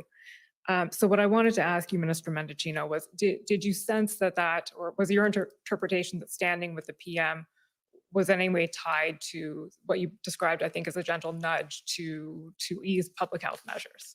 No, it wasn't. And again, I think we saw subsequently in the lead up to the invocation of the Emergencies Act that following the first ministers' meeting that the Prime Minister and Premier Ford were very much on the same page about the necessity of having to invoke the Emergencies Act. And at that point, the government had not yet taken a final decision with regards to pandemic policy in specific regards to vaccines. Okay. The last point I want to ask you about on all of this is to get your reaction to something we heard from Mr. Mario Di Tommaso when he testified, which was, and I'll paraphrase what he was saying, but essentially part of his thinking or his explanation of why Ontario was reluctant to participate in the tripartites is that insofar as these were a forum to discuss policing resources, Ontario, the governmental officials shouldn't be participating in that because that's a law enforcement matter. The question of deploying police resources is something for law enforcement, not for governmental officials. What's your take on that in the context of what we'd raised earlier about the lines of operational dependence of the police? Yeah, here again, this is a very important question. First, I can't speak for the Deputy Minister of Public Safety or the Solicitor General in Ontario, but from where I sat, the Premier of Ontario actually showed very important leadership in the early days of the blockade, going out publicly saying that this had no longer was a lawful protest and that people needed to go home. And that was a signal, I think, to any fair-minded individual who abides by the law that the situation was no longer safe. I would also point out that, you know, in the context of the discussion around operational independence, and I've obviously given this a fair bit of reflection since the occupation, and I did touch on it a little bit earlier, that there are important boundaries that should not be crossed by elected officials. And for good reason. We do want to safeguard against the politicization or making partisan important and independent decisions which are made by law enforcement and the prosecution services around the country so that we can preserve the integrity of the administration of justice. And at all times, we adhere to that principle in the federal government. That having been said, there does need to be a dialogue, and there is a dialogue between police and the elected branch of government when it comes to providing additional resources and tools. And I can offer a number of, you know, very concrete examples, not only in the general, but in the specific context of our response to the blockade. So if I could, when I received a call at the beginning of February from the Premier of Alberta, the then Premier of Alberta, Jason Kenney, one of the concerns that he'd expressed is that he and Alberta did not possess either the resources or the tools to clear the blockade at Coutts, which had mobilized pretty much since the end of January or beginning of February. And as part of the federal government's response to that situation, I authorized under Article 9.3 of the existing police services agreement between Canada and Alberta the deployment of additional police resources. That is a very concrete example of how we have customized through convention the relationship between the elected government and the authorities that are exercised through this office, the Minister of Public Safety, in response to the operational decisions that are taken by police to restore public safety. I would say more broadly, there are other important examples where elected representatives that occupy this office are responsive to the needs of police around tools, be it in, responding to either this situation or others. And obviously there are the priorities around the foreign deployment of RCMP in different countries, for example, in Ukraine, which are priorities which can be set by the elected branch of government where conventional police forces are deployed. So I guess my broader point is that both in the specific context of the blockade, but even beyond in the general, there does need to be a dialogue. And there was a dialogue between the elected branch of government and the police, who were exercising operational independence at every time to ensure that we could get them the additional resources that they need in the parts of the country where they needed it. And again, I emphasize and stress, this was not just an isolated incident, that these events were occurring across the country so that we could restore public safety. When the RCMP officials testified last week, so Deputy Commissioner Duhaime and Commissioner Brenda Leckie testified, there's a few things that came out of their evidence that I want your reaction on. One of them is that I believe Commissioner Leckie said that there were times, or I think it was Deputy Commissioner Duhaime, said that there were times where it may have felt to him like officials may have stepped a little over that line between church and state. Now, I think they did say specifically, I recall Commissioner Leckie saying that she never felt pressured by her ministers, you and Minister Blair. She did say that at some point you sort of had to educate or educated, and she didn't point to any sort of instance where it was necessary, but she said you educated, and it fell to you essentially to educate the rest of cabinet. I think it was the February 10th IRG Right. on where that line was and the importance of operational independence. Do you recall that? I do, and I wanted to be sure that as colleagues around the cabinet table were expressing the same concerns that I had, that others had about the ineffectiveness of existing authorities and resources to restore public safety up to that point, and we are approaching now 2 weeks into the blockade, that nevertheless, we should not violate the principle of operational independence. Because, again, just situate yourself in our shoes for just a moment. Our paramount concern is restoring public safety. And by then, there were countless reports of the very dire consequences that had been visited upon Canadians. But that could never be a license for assuming the roles and the responsibilities of police when it came to making the tactical and operational decisions around how to restore public safety. So it was important to strike a balance between respecting that principle, but also fulfilling my role specifically in holding the RCMP accountable for their role in restoring public safety, and more broadly, the government's role in understanding why it was that despite existing authorities and resources, we could not achieve the goal of getting a law and order back on the ground. And when I look back now, and I ask myself, and why it was in the perception of the commissioner that she felt that some, not all, were coming up to the line, it is because of the unique and singular nature of this public order emergency. It was the fact that the scale of this was national. It was the fact that what sparked this movement, in the opinion of the government, was an expressly stated political objective that at times was expressed in violent terms that led to the entrenchment of a significant number of individuals to ignore the direction of law enforcement at the risk and at the peril of Canadians. It was the challenges that we had in government around having the appropriate intelligence tools to understand how those initially stated objectives could pull in people from many different walks of life with different backgrounds and different grievances and coalesce them around something that so significantly and persistently caused significant interruption to public safety, to the economy, to our international relations.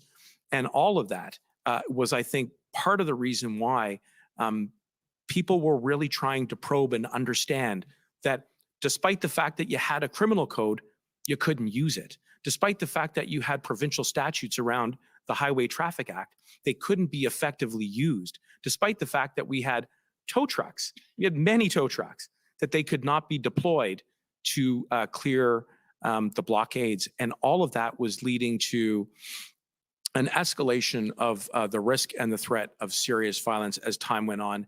And that is why I think that the commissioner both signaled her concern, but also appreciated my intervention, that we still had to be respectful of that principle of operational independence.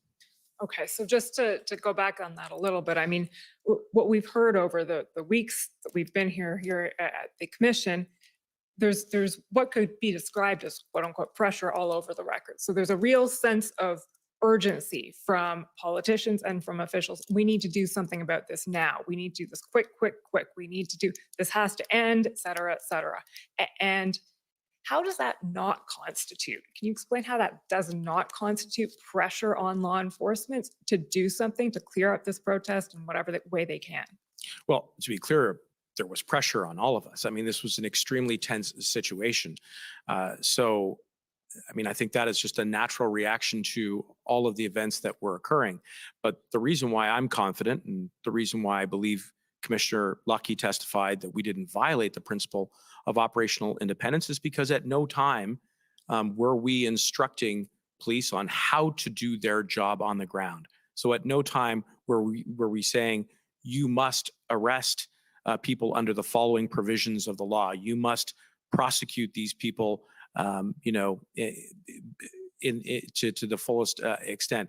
You must, you know, to the granularity of detail, deploy, you know, 5 people here and 100 people there, and to prioritize all of these operations. We, at all times, steered clear of that zone, which would have been a violation of the principle of operational independence.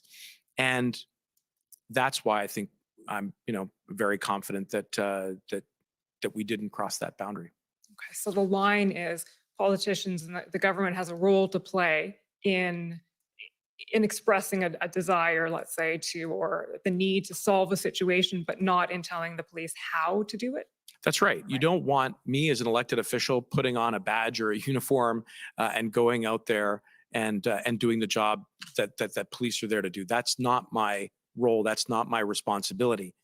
However, it is my responsibility as Minister of Public Safety to be accountable to Canadians when it comes to equipping police with the tools and the resources that they need to restore public safety.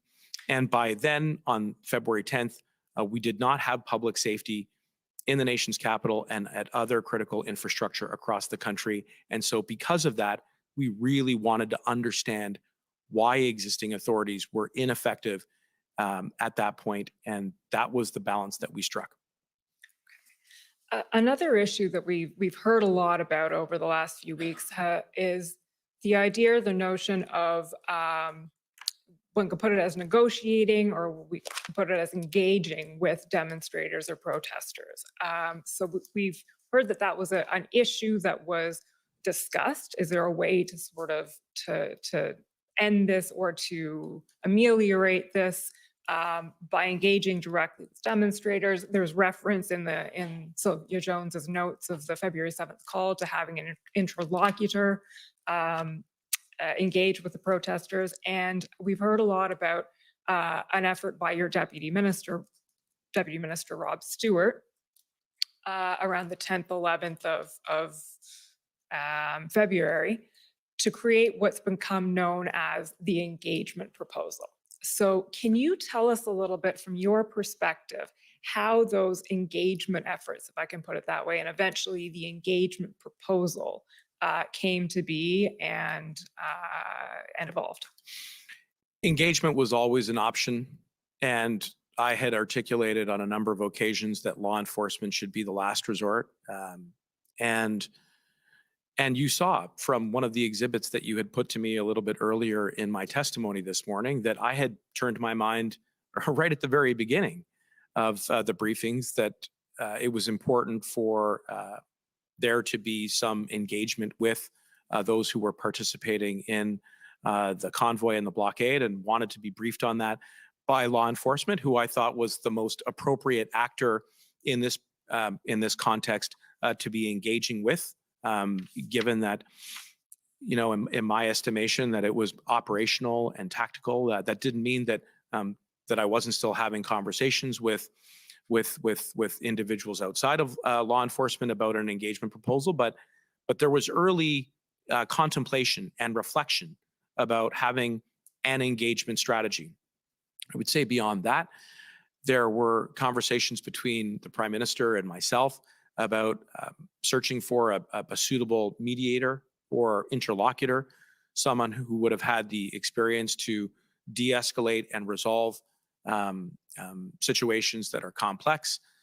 And beyond that, by the time we got to the ERG, there was a report that was given by Deputy Minister Stewart about information that he had gleaned from conversations that he was having with the Ontario government and the OPP around the intelligence of what the group was constituted of in terms of adherence to, you know, ideology, the desire to, you know, double down and hold the line, and et cetera, and all of that, versus everybody else who might have just been there to express another point of view.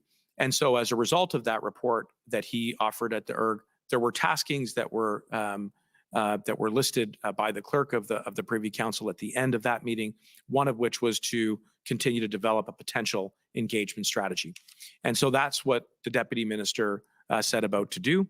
And I know that there, you know, was some additional work on that front. Okay, so this is, you knew that this was, you were aware that this was being worked on by your Deputy Minister? Yes. Okay. Mr. Clerk, can we pull up ssm.nsc.can 402958?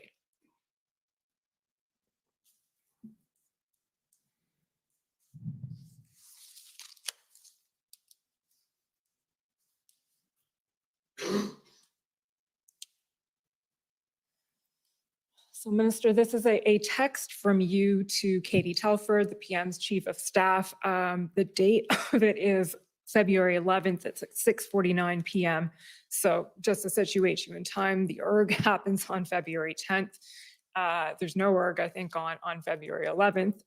So you write to Ms. Telford, hey there, we got some very last minute and thin paper tonight on an engagement strategy from my DM, who apparently socialized it with PCO, our CMP commissioner, and the Ontario government, and not me.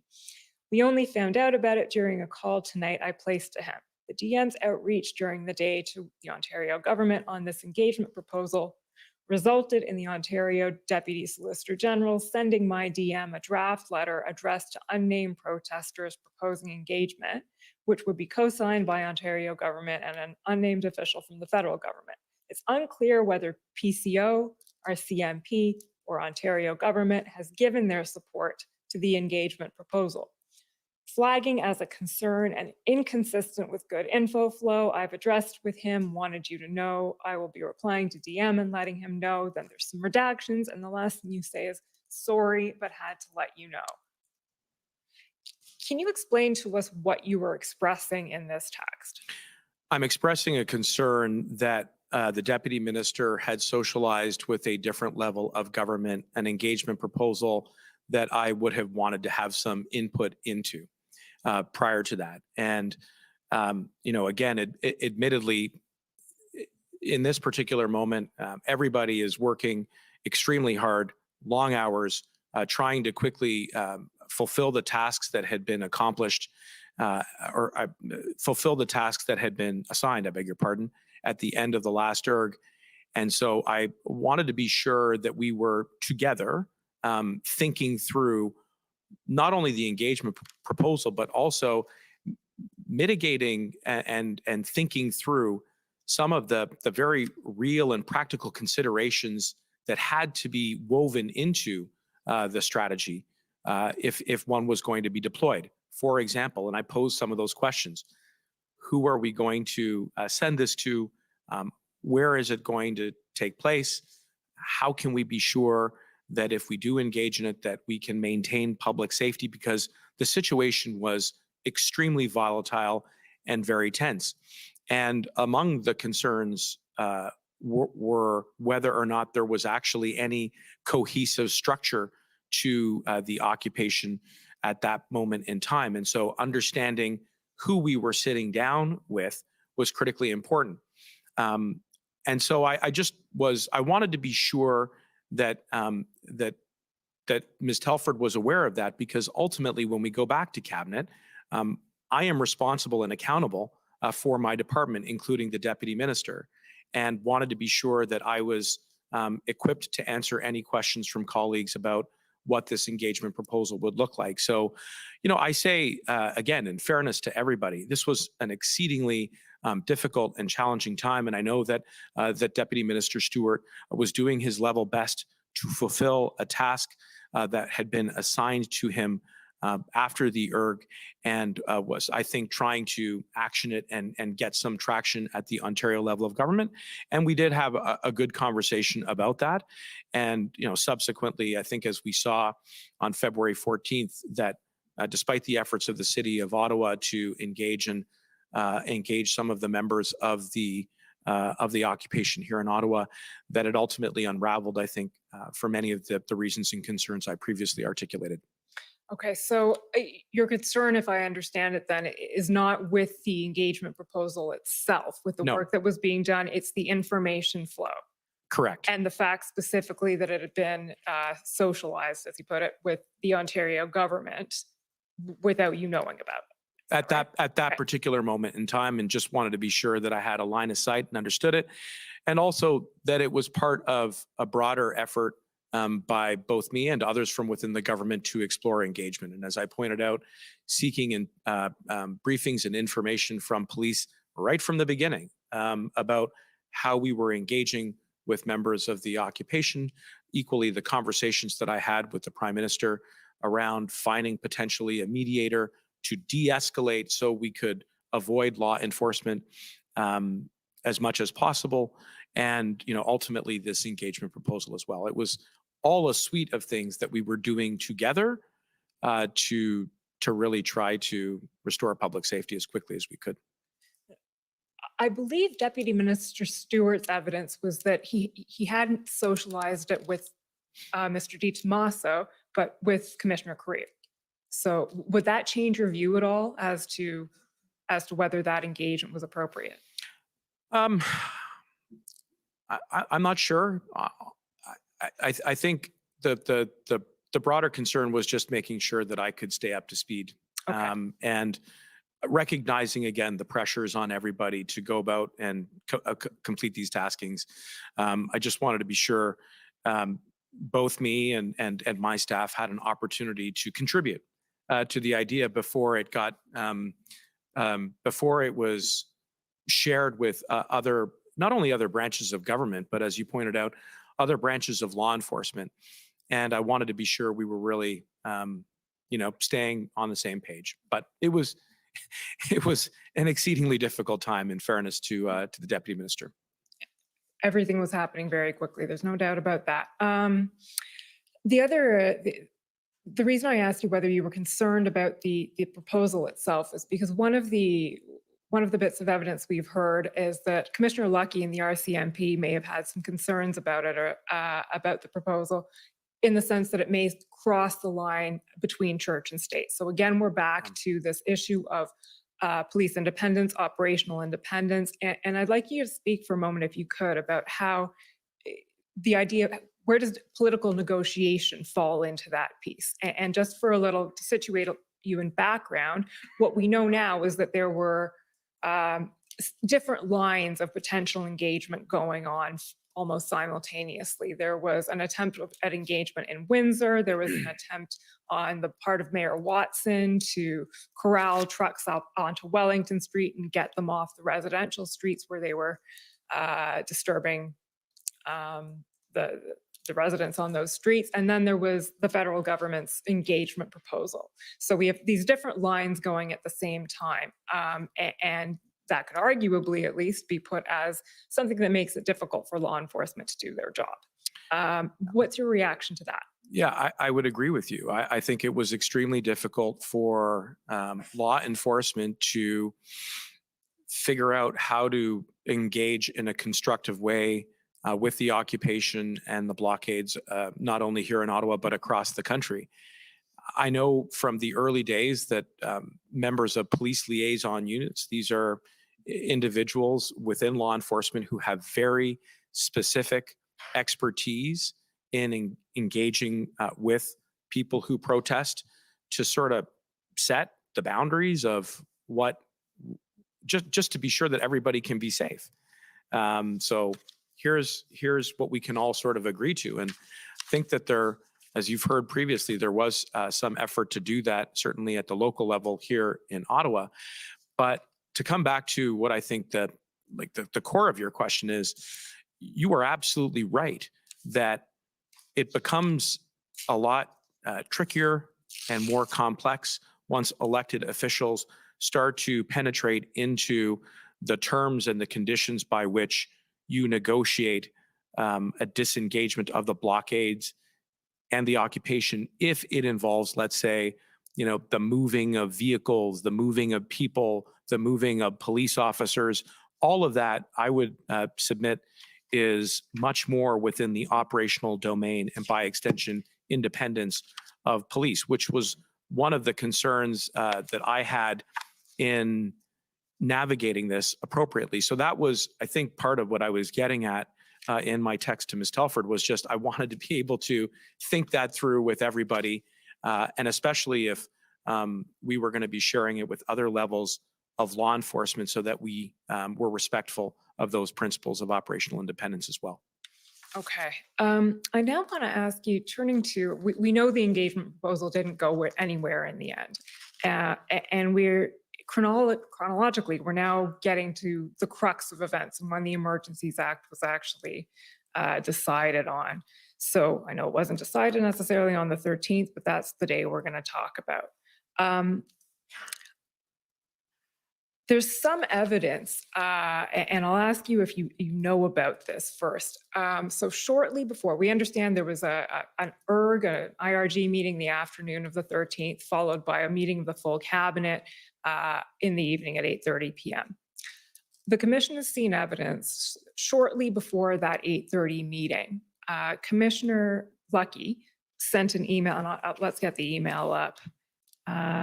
It is ssm.nsc.can 40s2280.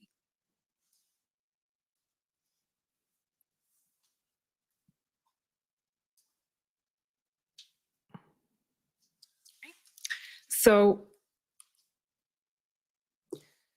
this is an email. The timestamp on it is it's just shortly before 8 o'clock. Once you do the Greenwich Mean Time adjustment, this is your Chief of Staff, Mike Jones, sending this to you and copied to Deputy Minister Stewart.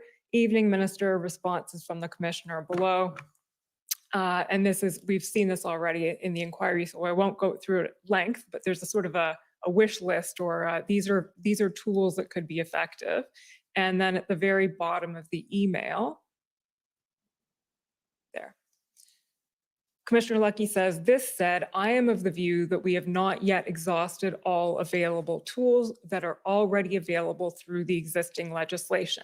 There are instances where charges could be laid under existing authorities for various criminal code offenses occurring right now in the context of the protest. The Ontario Provincial Emergencies Act, just enacted, skip that in the narrative, but we know that happened February 11th, will also help in providing additional deterrent tools to our existing toolbox. So my first question, Mr. Mendicino, is, did you see this before the cabinet meeting? I don't recall exactly when I would have seen it. this, as you pointed out, was sent just prior to the commencement of the cabinet meeting. I will say to you importantly that a couple things. First, the commissioner did not express that opinion to me at any time directly. And I actually spoke to the commissioner earlier that day on February 13th. And while she did not at all address that last point that you raised in the email, she did call me and only me. This was a conversation between just her and I, to be clear, to express her very grave concerns about the situation in Coutts. And she underlined for me that the situation in Coutts involved a hardened cell of individuals who were armed to the teeth with lethal firearms, who possessed a willingness to go down with the cause. And the reason why this was such a sensitive conversation was that we had RCMP undercover personnel deployed in the field. And she was justifiably concerned that there not be any leak of this information because lives literally hung in the balance. And for me, this represented far and away the most serious and urgent moment in the blockade to this point in time. And so it also spoke volumes to me about the commissioner's state of mind, which was that we were potentially seeing an escalation of serious violence with the situation in Coutts. And it certainly, I think, was in the broader context of the preponderance of the advice that we were getting from the commissioner at that time as a result of conversations not only in the ERGs about where there were gaps in authorities, in existing authorities to return public safety to the ground, could not have drawn any other inference that she was supportive, as she later expressed that she was, of the decision to invoke the Emergencies Act. This was a singular moment for me in my mind. And it was so urgent that I said to her, well, look, I can't just keep this information to myself. At a minimum, I have to be able to share it with the Prime Minister, which I then subsequently took steps to do. Shortly thereafter, I reached out to Ms. Telford. Sorry, just to be clear, which information are you talking about there? About Coutts and about the potential for gun violence and for the loss of life, and the fact that there were RCMP personnel that were in the field, and all of this occurring literally within hours, not even days, of the invocation to the Emergencies Act. I was extremely concerned that this had reached a new height of both urgency and emergency. And so I felt I had a responsibility to let, at a minimum, the Prime Minister know and his staff know, while respecting the operational sensitivity at the most delicate levels to protect the people on the ground. And so I did that. I spoke to Ms. Telford afterwards, where I conveyed to her both the best information that I had at the time around Coutts, and asked her to keep this, to respect, in effect, the commissioner's request that we treat this information with the utmost sensitivity so that we could ensure that we were keeping people safe. But this was a threshold moment for me. There's no doubt about it. And that was you had that conversation was on the the same day. afternoon of the 13th. That was the same day, yes. Okay, so just to recap a little bit, you didn't see this email from Commissioner Lucky before the cabinet meeting. Again, I'm trying very much to reconstruct the sequence of events. Things moved very, very quickly. It literally came in inside of a half hour of the commencement. So I don't want to say definitively I didn't see it. I was much more preoccupied with the actual direct conversation that I had with Commissioner Lucky earlier that day, where she had imparted to me perhaps the most urgent information to date with regards to the occupation and the blockades. And that was a threshold moment. Okay, fair enough. So if you did see it, it didn't register as much as what she'd said about Coutts, put it that way. In your recollection, was that information put before cabinet? So we know that Commissioner Lucky wasn't called on to speak. Do you recall this being expressed to cabinet that evening? No. Okay. And you certainly obviously, And I wasn't permitted to share, or I was asked not to share the information about Coots with anyone else except for the Prime Minister, which I did. okay. If you had known this information, and I appreciate you're not entirely sure on whether you saw this information or didn't, would it have changed your mind at all? I don't think so at that point. My interactions directly with the commissioner were actually going in the opposite direction. And certainly the fact that that we were on the precipice of engaging in an operation in Coots where people were armed with a significant number of lethal firearms, where they possessed body armor, where there was intelligence or information that they had ideologically extremist views and symbolism that was attached to the group, that they were prepared to go down with the cause, was a very strong signal to me that the commissioner was of a heightened concern around the state of affairs. And again, it was consistent with the advice that we were getting contemporaneous to the decision of the invocation of the Emergencies Act around tools to address the gaps that existed. So, you know, the need to deploy RCMP officers, the need to procure essential services, importantly, the need to declare no-go zones or prohibition of assemblies. Let me just say on that last point that I wasn't just hearing about that from the RCMP. The CBSA had briefed Cabinet on at least one occasion for sure, if not more, about their explicit concerns about the lack of their authority and jurisdiction to clear roads on the way to the border.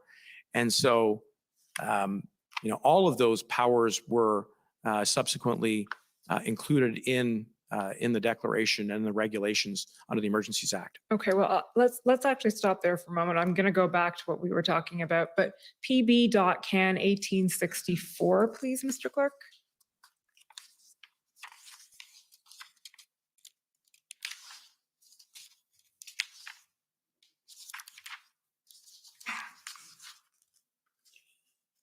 So this is a text from John Osofsky, president of the CBSA, the evening of February 13th.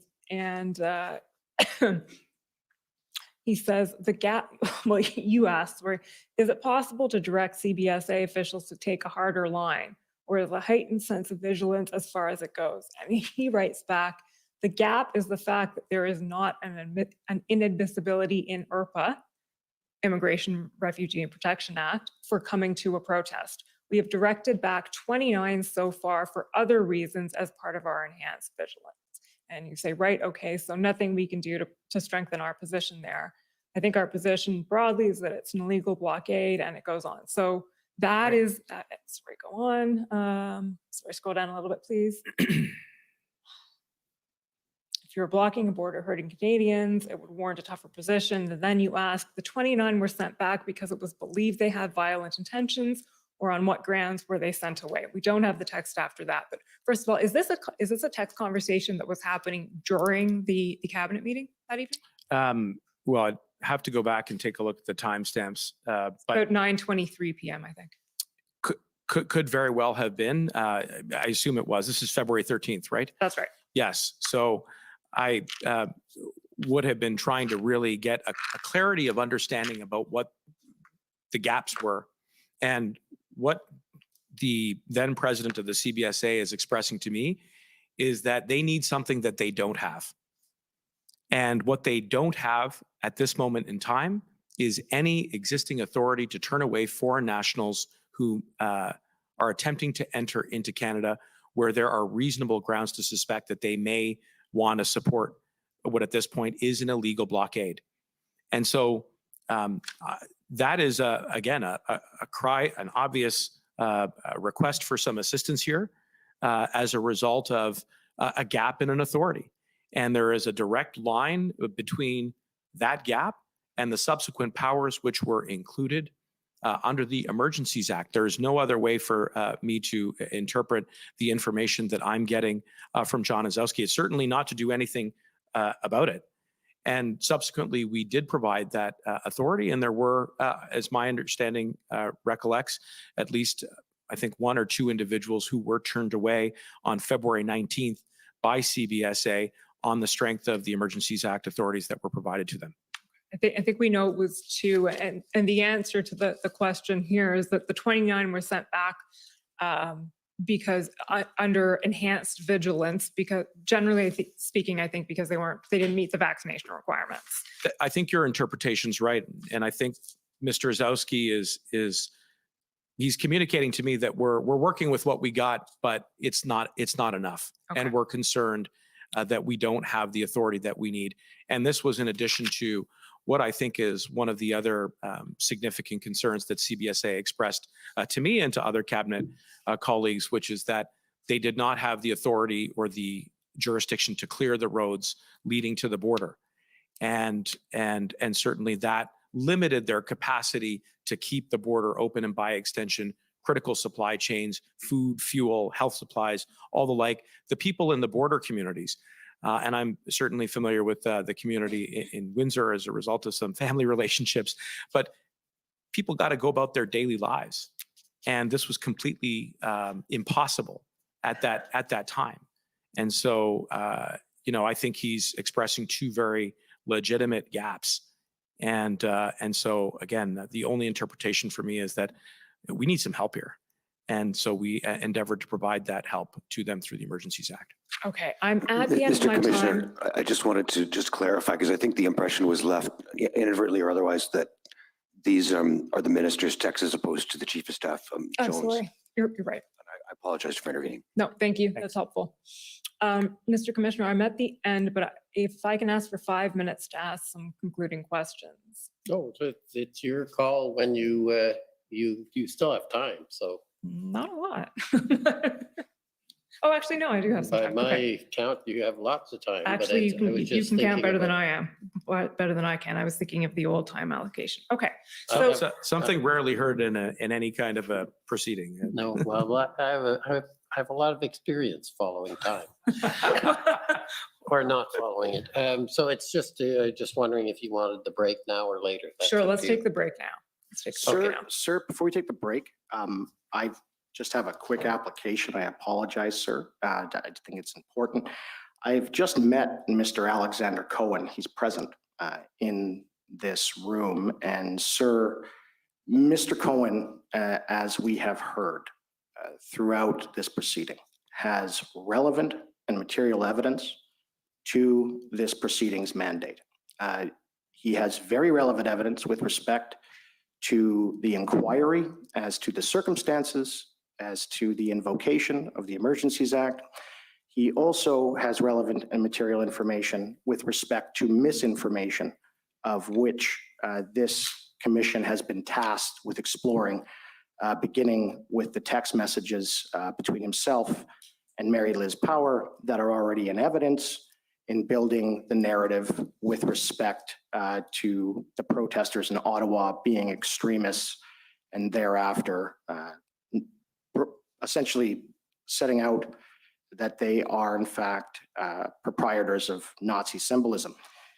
Sir, this commission has been hearing from various. I mean, can I just interrupt? Yeah. What's your application? I'd like to call him as a witness, sir. Well, have you written any, is there I didn't expect that we would have the opportunity. well, you haven't at the moment. There's well- no application. So. Well, this is my application, sir. I'm making it orally, and I'm asking for the commission to have him testify after the minister. He has relevant material information. I'm not going to do this orally right now. Well, sir, I- we're given 15 minutes to cross-examine, to That- elicit relevant and material evidence. And we have relevant and material witnesses here. The government of Canada has redacted without lawful authority all of these statements from these staffers and have suppressed records. I have have no right here, sir. idea at this point where this is going, so I'm going to take the break. And if you can speak to Commission Counsel, which I think I've repeated many times, is the way to at least raise the issue. Yes. And then we'll see if they can resolve it or Yes. not. But we have a schedule, and Sir, the This is the schedule is not problem. as important as getting to the so truth. there's no question we want to get at the truth. But you know what? It's a very complex issue, and it's not all about what you want. It's about what the commission needs to do, what the Yes, sir, and parties want to do. and I think it's what Canadians are entitled to, sir. I'm trying to control a process. And we have witnesses, we have a schedule. It's been going for a while. Please speak to Commission Council. We'll see where we go. And we'll take the morning break. Sir, I understand, but I just asked for a ruling after the morning break. Thank you. So we'll take 15 minutes.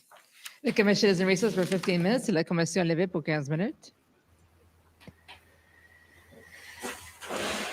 That was pretty aggressive. Sorry about the lighting. It's bothering me a bit, but sorry about the lighting. That was pretty aggressive by Brendan at the end there. Look, I'm for that. I'm for getting what's there in. He does maybe need to go to the council first. Wow, that light is bad. Here, does that help any? Sorry about that. He does need to go through committee council, though. He's been told a couple of times. Who's this witness, and what does he have to say? He can clear up some misinformation. He can clear up everything or a bunch of stuff. Let me just, I'll deal with that after the break. I want to hear this guy for sure, Prairie. I want to hear this guy too. And Brendan is brave for sure. That's right, Ellen. He is brave. And yes, railroaded, push. This is something that's hard to do. But if you feel it's necessary, you do it. I don't know if he's going to be successful. Schedule, stuff like that. I don't know if he's going to be successful getting this person in, because everybody there, commission, council, and all have the right to then talk to the witness. I do want him to be successful, but I don't know if this is going to be one that will be successful. He might have to submit something like in writing, not just orally, and push for it. But this is the last week. Anyways, I'm on pro-freedom, but I don't think this was a good approach right now, other than to maybe make those statements and put it out there so that we all heard it. But maybe we won't get to see this witness. I did like the commissioner's response, so sorry if it does seem like I took commissioner's side on this one over Brendan, but I kind of am, because Brendan can use the process, and if that fails him, then do what he did. But the commissioner also, I think, handled that well to try and remind everybody that we are trying to do it. And he didn't comment on Brendan's. I'm expecting a response at the end of the break. So we're going to see what comes back.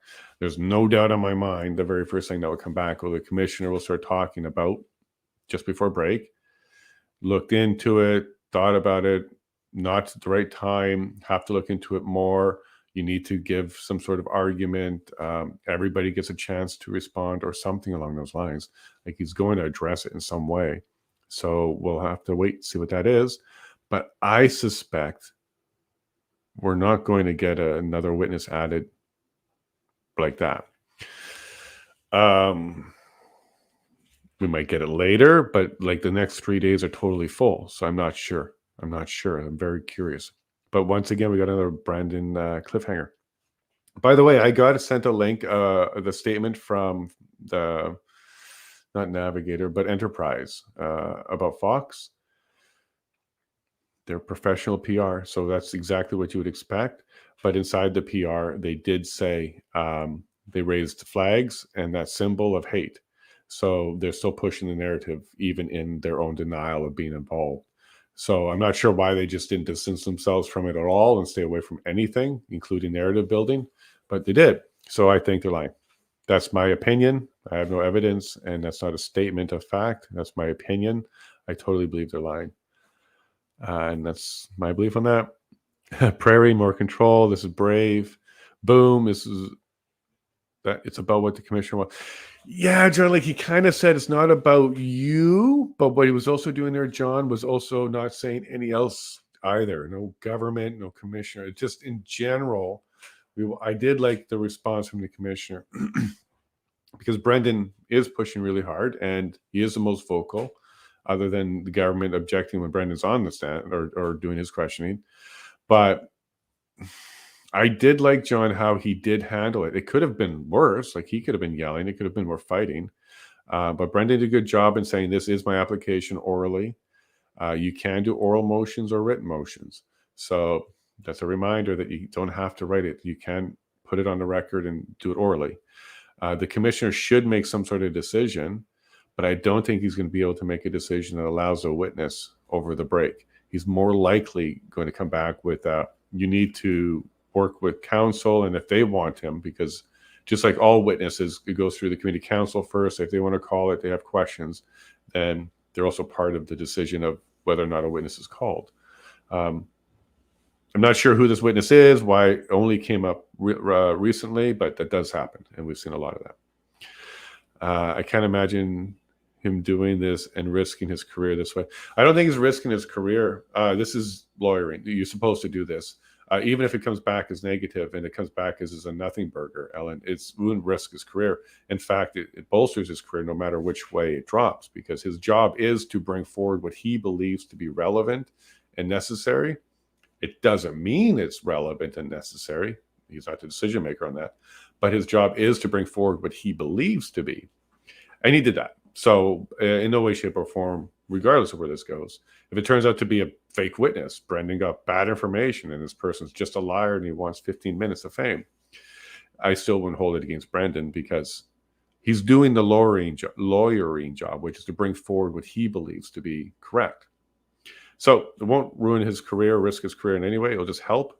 Now, if it comes out to be a hidden witness from the shadows who breaks it all open, well, you know, we're going to live in the collective colonies of Brendan land, because he will be our new king, because that's exactly what you want. But we'll see, Ellen. So I don't think he risked anything there, and that's why he also worked super hard and pushed the commissioner further than you would expect. And by the way, I did that yesterday in court too. I got yelled at and I had to push back hard. It's very similar to what Brendan did there, and it helped because some people, even the judges out there, preform opinions, and it's not right. Thank you very much for sharing Railroaded. He's talking about, okay. We'll go check him out. I don't know much about Alexander Cohen right now, Railroaded, but if we don't get to see him, I'll certainly be looking into him. It's theater, Twitter. Yeah, let's go to Twitter. There's a lot of good stuff there in Twitter. Some scene pressure into it. Yeah, it's a good cliffhanger. He's doing more and more of those, but he's also got a few more days left to get all the truth in there. And he may also be getting frustrated with his time allotments and how much time he can have. And lots of stuff's coming up late. It's frustrating to him because he's done a lot of prep to get there, but unfortunately, this stuff is coming up late. Now, the good news to Canada, again, this is not court. This is not court. This is an inquiry where we're meant to get a bunch of stuff out. So that means Brendan, even if he doesn't get it into the inquiry, it doesn't stop him from ever talking about Emergency Act again or anything like that. He most certainly can keep pursuing everything that he's aware of and more. So Brendan and us and you know, people working that way are going to continue.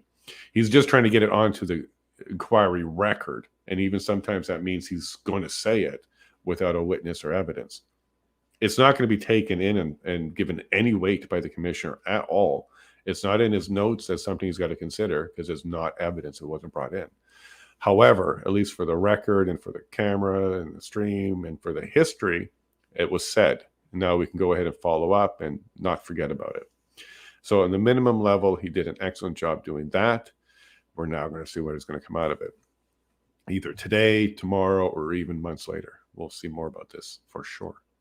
Hey, Greg, nice to meet you.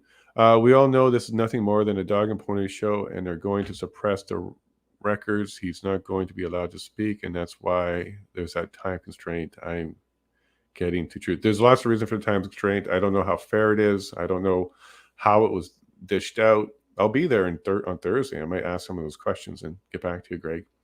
Dog and pony show, yeah, it's just an inquiry. At least a dog and pony show actually has, you know, decisions made on first, second, and third. This is an inquiry, so it's not even a dog and pony show. So don't expect much other than a lot of information, and it's okay that you hear stuff that contradicts itself. We'll get back to that stuff later. Okay, great. And meanwhile, we lost another. Oh, sorry to hear this, Greg. Thank you for sharing. Sorry, bud. It was a slip on the part of the commission. It alludes to the idea of predetermined set of the results. No, John, because what he did say it's not about you, referring to Brendan and just the trucker convoy litigants, right? You also got to remember that Freedom Corp that Brendan represents only represents about half the witnesses on the convoy week. So he doesn't even represent all the witnesses from the convoy, like Bridget is not one of them. So he definitely represents a certain group, and we are definitely for his representation. And he's one of the top 3 lawyers pulling out truth for sure, without a doubt. He's going to earn his name in the history books here. However, the commissioner telling him that's not about him is correct. We actually don't want it to be about anybody. And he would say the same thing to the government of Canada or anybody else, and that's what you would want to hear. I don't think it gives his predetermined mindset, because he actually is trained to take his mindset and his opinion away from his running of the inquiry itself. So I think what he signaled there, John, is he's definitely not giving anybody in preferable treatment or making it about them, and that includes convoy. Now, John, if he comes back and he says, sit down, and then government of Canada says something, he's like, yeah, I believe you guys, and it is about you, and he does something like that, and John, yeah, I'm 100% on you. So I kind of need the other one as well, because right now it seems like, yeah, I think he is being fair by telling even our guy, it's not only about you, there's more to it. And again, what if we don't get all the information? What if we lose time? And what if we don't have enough hours with all the witnesses to get that last piece of truth? I want them to all speak. I don't want interruptions or delays, but I do want the truth. So we're going to find out after the break what committee counsel and Brendan spoke about. If he can convince them that they want him as well as a witness, well, then it just goes up another notch. Because if committee counsel wants him and Brendan wants him, then it's not going to really matter who else does or doesn't want him. It'll be coming in, but I think I have to juggle. Is he going to get 2 hours and no more? All yet to be determined. But my gut says we're not going to see this witness today. It's going to come back saying, we need more info. Committee counsel wants to look into it more, or something along those lines. But it'd be really surprising to see a witnesses come in today. Because then what stops anybody else at the tables from doing that? Chump? What if he decides, I now have this guy and I'm going to interrupt Trudeau. I got this other one and we're going to interrupt Freeland, or et cetera, et cetera. City of Windsor, City of Ottawa. Like, there's so many standing parties there that this is not a precedence you want to set, especially if some of them have the motivation to kill time. Okay. So it's probably going to come back as no. Convince committee counsel that you need them.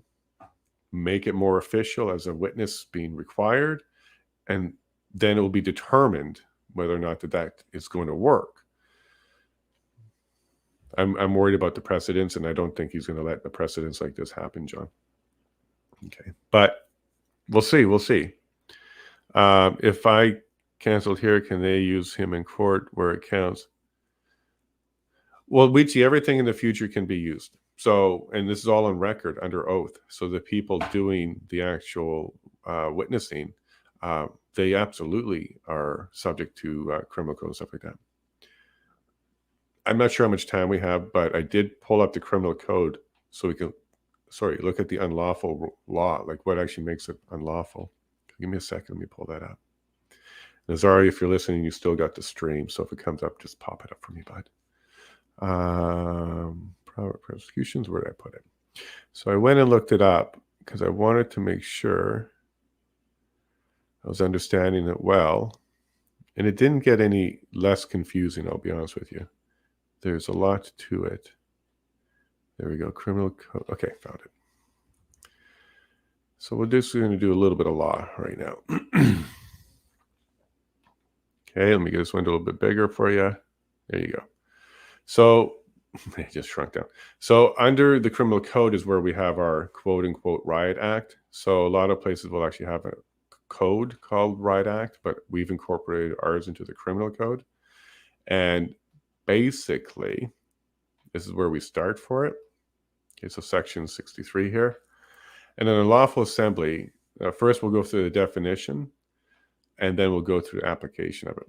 An unlawful assembly is an assembly of 3 or more persons who, with intent to carry out any common purpose, assembles in such a manner or so conducts themselves when they are assembled, they have to be together, 3 or more, as to cause persons in the neighborhood of the assembly to fear on reasonable grounds that they will disturb the peace tumultuously, so very, very high level of it, or they will assemble needlessly and without reasonable cause provoke other persons to disturb the peace tumultuously.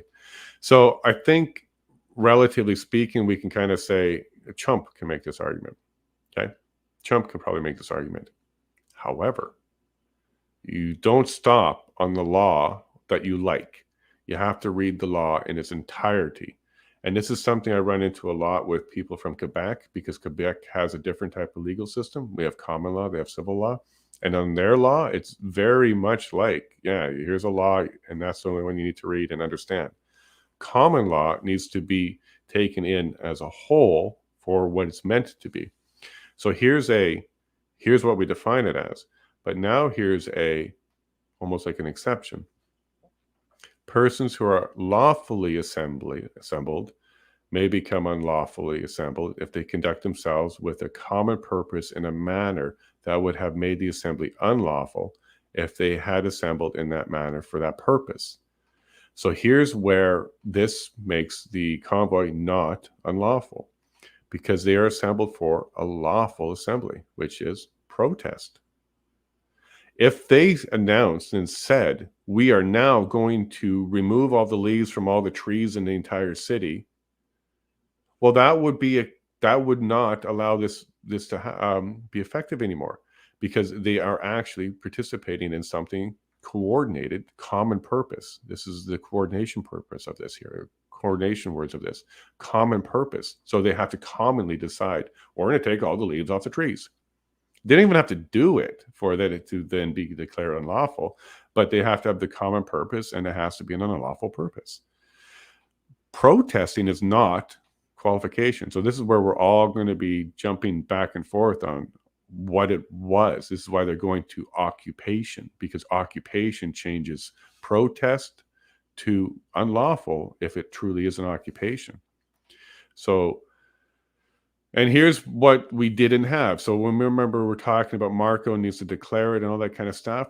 Yeah, we're getting there. He has some statutes that help him actually be very explicit on that. But using the riot provisions of the criminal code, first we can do this exception. Persons are not unlawfully assembled for by reason only that they are assembled to protect the dwelling of a house. So this is an interesting exception. It has nothing to do with what we need to worry about. But it looks like at some point there was a challenge to this, and I guess somebody were protecting a house and something, and now the law wants to be clear on that. Riot, this is where I believe Marco has the power to declare it a riot. He can declare that. Punishment of a rioter, indictable up to 2 years or summary. So that means it's the Crown's decision. It will be based on whatever they deem they're deciding on, like how severe was it, how long was it, what kind of things was it. But you can get up to 2 years for that. They don't want you to hide your identity. Mass mandates, but they don't want you to hide their identity. But what I want to get down to really here is right here. Reading a proclamation. So a judge, mayor, sheriff, deputy of a mayor or sheriff, a warden at a prison, because they can declare a riot, and then the institutional head of a penitentiary, so the prison warden or something like that. What this says is who receives notice that any place within their jurisdiction of 12 or more persons are unlawfully and riotously assembled together shall go to that place, and after approaching as near as is safe, they see the run-on sentences in law because they're trying to get everything in there. If the person is satisfied that the riot is in progress, shall command in silence and thereupon make a cause to be made in a loud, clear proclamation in the following words to the effect.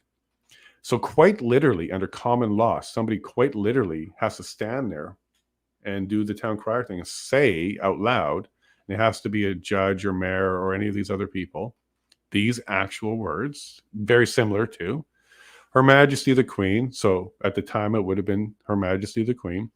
Charges and commands all persons being assembled immediately to disperse and peacefully to depart to their habitations or to their lawful business on the pain of being guilty of an offense for which, on conviction, they may be sentenced to imprisonment for life. God save the Queen. This is actually incredibly, incredibly important. If there's no video of a proclamation, ceremonial, traditional, or whatever you want to call this, of this actually happening, have CBC, Global, everybody, have the guy come out and do this. It's not. It's not an unlawful assembly. It's not a riot. You didn't even use the reading of a proclamation. Oh, sorry, I got that word so bad. You didn't even do it. You didn't even proclaim it. So the reading of the proclamation. Sorry, folks, that word just got me. But here's the law, okay? And then you get into offenses related to it. You can't try and stop them. Okay, you can't try and stop them, and they have to be able to make it. And once they make it, boom, it's now lawful. We didn't have that, did we? We don't have that. So even under the criminal code, this is not a riot. Even under the criminal code, it's not unlawful. It's not an unlawful assembly. We're in the clear here, I think, folks. Do they have a video of this? Is somebody going to bring this up? Where was it? And is Marco the one to ask that question to? I do think so. I do think so. I think Marco's exactly the right person. Whether Okay, we're if back. you had seen and absorbed, let's put it that way, Commissioner Lucky's statement that they had not yet exhausted all available tools. Law enforcement still had tools available. I asked you whether that would have changed your mind as to the necessity of the Emergencies Act, and you answered no, and you explained that you're concerned about coots. How do you reconcile that position with the notion that the Emergencies Act is a measure of a last resort? Well, first I would say that the absence of having a direct conversation with Commissioner Lucky, and I pointed out the call that we had earlier today, but that wasn't the only one. There were other meetings at ERGs and daily briefings. Really was an impediment at that point to have the kind of back and forth exploration of that advice, which she had included in an email to my chief of staff, Mike Jones. I think the other thing, the other reason why I don't believe it would have substantially changed my views at that point are twofold. One, it didn't really expand at all on how she had come to that point of view. So when she talked about a plan, there was no elaboration on it. And I would point out that for the better part of the 2 weeks leading up to to February 13th, that there were times where the commissioner and others at those daily calls that we were having were expressing concerns about the absence of a plan with existing authorities. So at that particular moment in time, it seemed to me as a conclusory statement that was not substantiated with any kind of particular detail. And the second reason why I don't believe it would have changed, where my thinking was at that particular moment in time was predominantly because of the call earlier that day, which was top of mind. And as I explained before the morning break, I beg your pardon, it just it spoke volumes about what her state of mind was, which was that this was potentially an escalation of violence that could result in there being gun violence and potentially serious injuries or even fatalities to members of law enforcement and Canadians. One thing I didn't mention was that my worry, my real fear was that had that operation not gone down peacefully, that it might have sparked other gun violence across the country. And I recall early reports from the Ottawa Police Service that guns had been brought into the National Capital Region and into the potentially into the parliamentary precinct. And there wasn't a lot of detail around that, I want to be clear, but we were operating with the best information that we had available to us. So that elevated my concerns. And so that was where my state of mind was, as opposed to the one bullet point that she had sent to my chief of staff shortly before the cabinet meeting on February 13th. Okay, so you're expressing here a concern that what was going on in Coutts might be going on in other places. Not evidence of that, but you were nevertheless concerned about it. On the basis of both previous information and reports publicly available from Ottawa Police Service that firearms had made their way into the capital, and as well, again, a report about an arrest involving someone who was participating in the convoy here that ultimately resulted in the seizure of a firearm. So I was worried about the potential chain reaction, that if the operation did not go flawlessly, that it might actually escalate in more violence.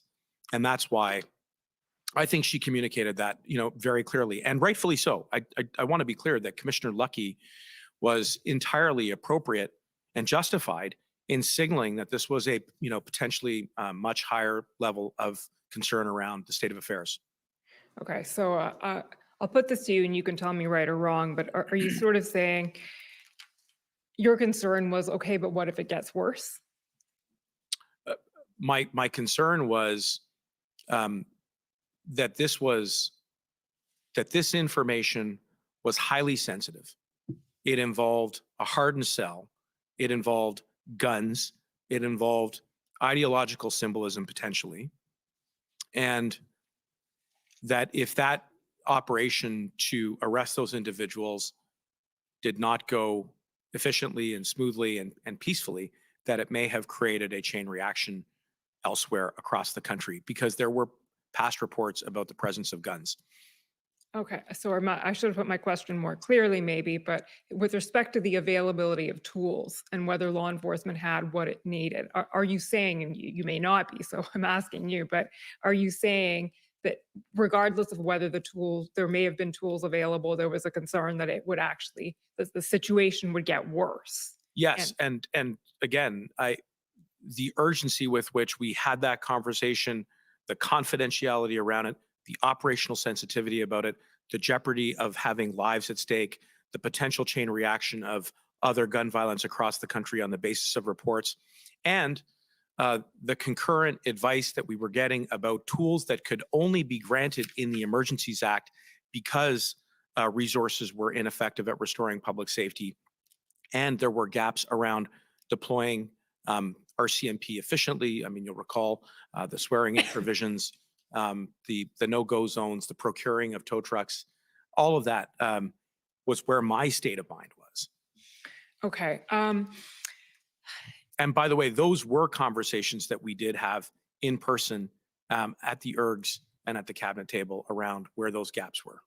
Where the gaps were. Yes. So we have heard evidence about gaps that have been identified. We also heard from a number of officials, and we saw in documentation a lot of hesitancy around the idea of using the Emergencies Act and the possibility that it may inflame tensions, it may make things worse.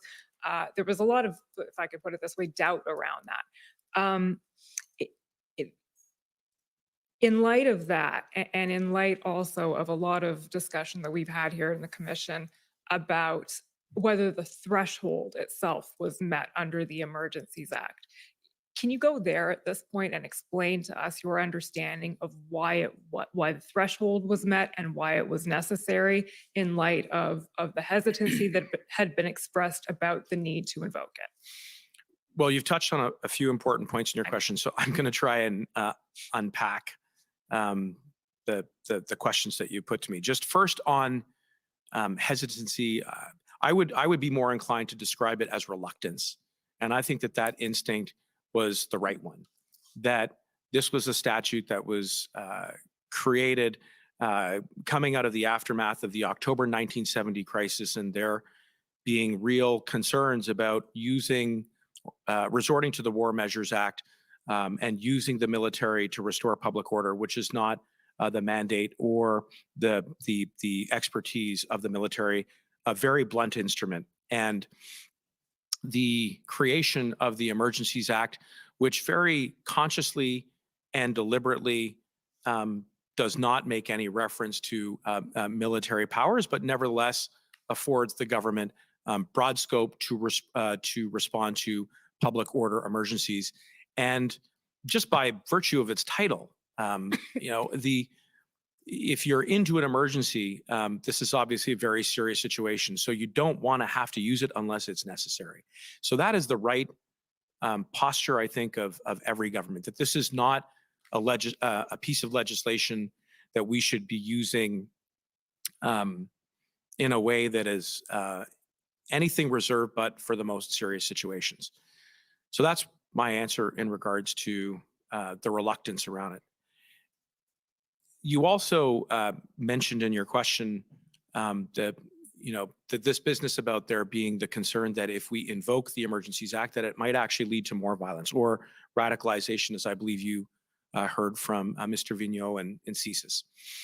I was very mindful of that, but I also, and colleagues at the cabinet table also had to weigh the risks of not invoking the Emergencies Act because there were the materialization of counter protests from individuals, specifically in Ottawa, because they were so frustrated at their inability to go to their jobs, take their kids to daycare, get access to emergency medical services, their prescriptions and the like. I mean, it was utter and total mayhem. I mean, let's call a spade a spade. And so that frustration was boiling over. And my concern in my capacity as the Minister for Public Safety is that if we don't equip police with the additional tools and the authorities that they need to specifically address the gaps that they had been consistently briefing us on, then that might lead to more violence. And so we also had to weigh the risks of not taking the decision to invoke. And so that we weighed in the potential concerns around radicalization, but ultimately we came down on the side of invoking. Okay. On this point then, Mr. Clerk, can you pull up ssm.nsc.can 50290?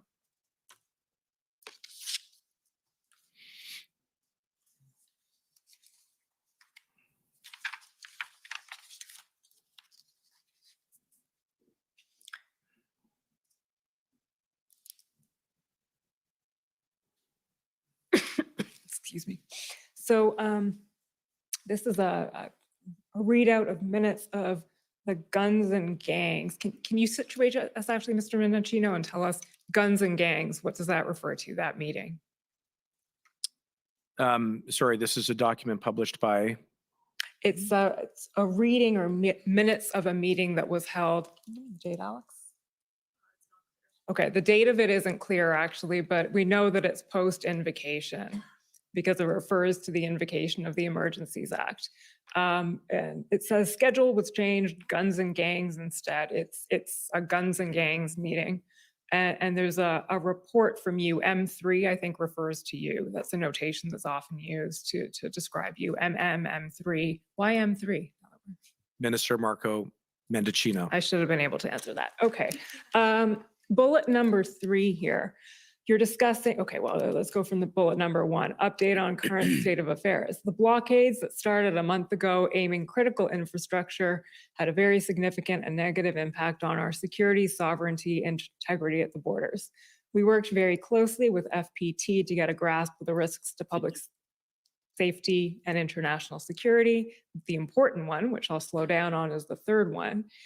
We took unprecedented decision to invoke Emergencies Act on the advice we received from many branches of enforcement on every level. Right. What I want to ask you about here is the advice you received from branches of enforcement, was that advice to invoke the Emergencies Act specifically? The advice that we received was around tools that could only be granted through the Emergencies Act. And the reason why I say that is that there's an express element of the test that says that you don't get to the threshold unless you've exhausted authorities, or if you unless it can be established that existing authorities are ineffective at restoring public safety. And for me, that is the operative word, because there were authorities that were on the books. But the fact is that on the basis of what I was seeing and what I was hearing, that those existing authorities were not sufficiently effective to restore public safety. And that is consistent with the advice that we were getting from various partners within the public safety community, including law enforcement, including CBSA, and other officials, as you've heard. Okay, so just to recap then, the advice you're talking about is the advice that's identifying gaps in tools, not specifically advice to invoke the Emergencies Act, but advice that goes to identifying gaps or tools. And tools, as you actually saw in the email from Commissioner Lucky on February 13th, that would be invoked in the Emergencies Act. She used that language in her email to me. Okay. Then the very last question, I think I actually am now out of time. So the last question I want to ask you, Minister Mendicino, and your legal background shows and how you unpacked my triple-barreled question last time around. So this is the last barrel, the third barrel that you didn't get to in your answer, which is the threshold for invoking a public order emergency, as you know, depends on identifying a threat to the security of Canada with reference to the CSIS Act. We've heard a lot of discussion at the Commission about how that threshold may or may not have been met, and we know that there was no specific threat to the security of Canada assessed by CSIS. Nevertheless, the government concluded that the threshold was met, presumably because the Act was invoked. How, in your view, was that threshold met?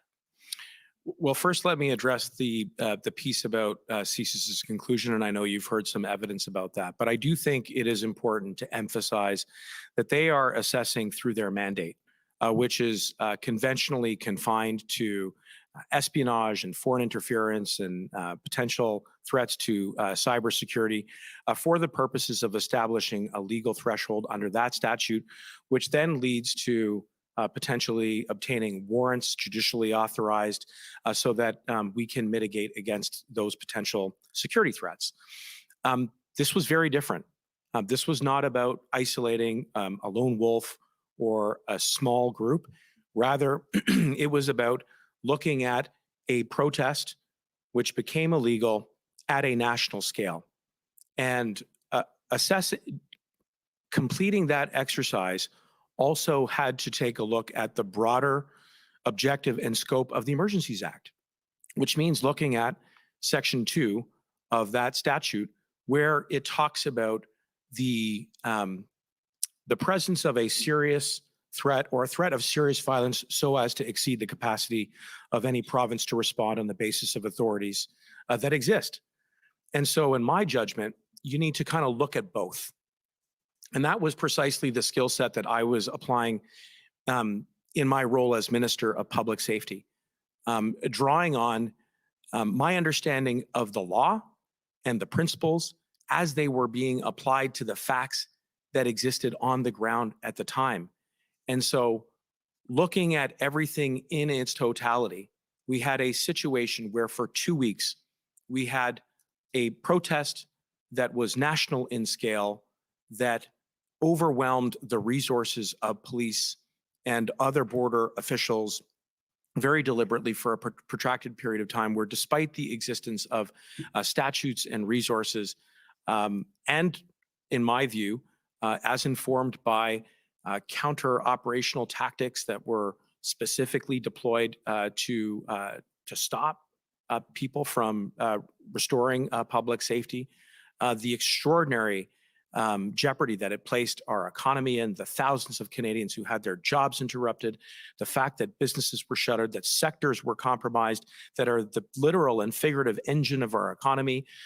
The fact that all of this was tied to a politically stated objective to overthrow the government if it refused to reverse course on pandemic policy, and the challenges that were presented to the security and intelligence community and the broader law enforcement community in understanding what the nature of this protest was and why it was so difficult and challenging to restore public safety, all drew me to the conclusion that we met the threshold. And ultimately, for me, at the end of the day, it worked. I'm not saying that the Emergencies Act is a perfect instrument, and my sincere hope to the Commission is that there will be some reflection about that.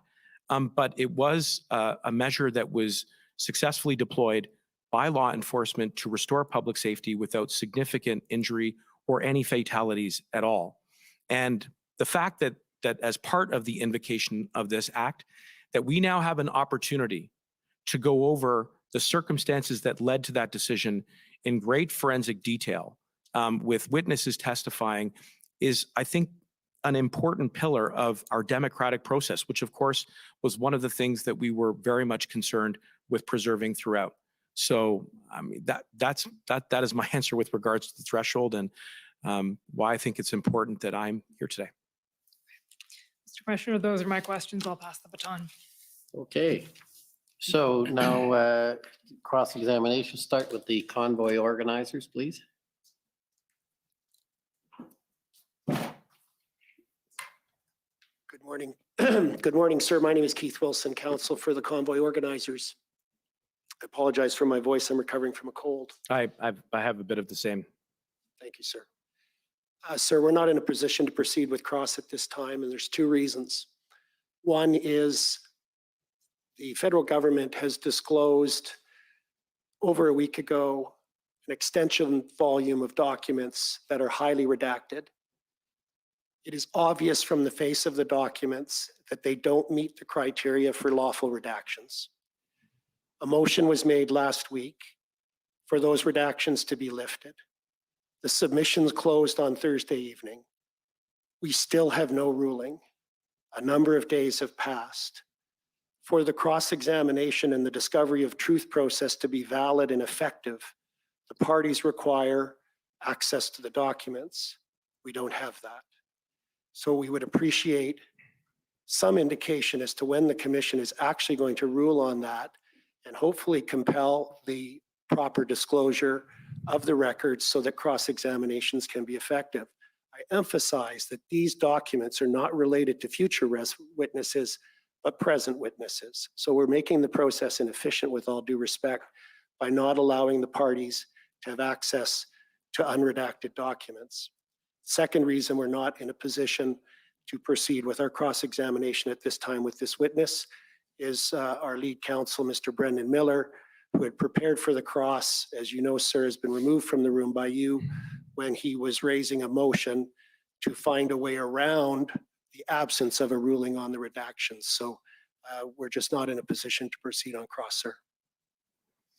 Okay, well, just on your first question, it is expected that the ruling will come out at during the lunch hour. There have been a fair amount of back and forth without going into detail. There's some, let's say, innovative type of issues that had to be dealt with. So that should come out at the lunchtime, which I'm happy to, yeah, I will do my utmost. It's going to come out, unfortunately, probably and not on the record, the website, because it won't be translated, which is one of the issues we have to deal with. But we will, in light of what you say, we'll issue it in English only for the moment, and it will be posted when it's bilingual. But I understand that submission. So that should enable you, so we can put off the cross-examinations till after the lunchtime. In terms of the other problem, that's not something I can deal with. I'm trying to deal the best I can with the situation. And quite frankly, if the issue had been raised the way you have now, I would have given the answer I'm giving now. So what I propose then, since this witness will be here after lunch, we simply delay till after lunch. If you could endeavor, because I see you have, Mr. Will, you have a co-counsel, so can sort out how that can be done, that would be appreciated. Thank you, sir. Okay, so the next I'll call on the OPP, please.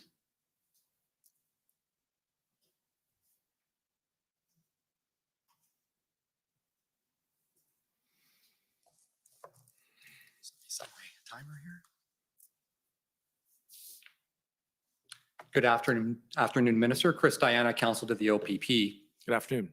We received some documents last night that we're all frantically trying to review. Some of them are quite interesting. And one of the ones I'd like to start with, Mr. Clerk, is PB.CAN.401849. And this appears to be a text exchange with you and an unidentified person who I'm hoping you'll be able to help us identify. And if we can go to page 26.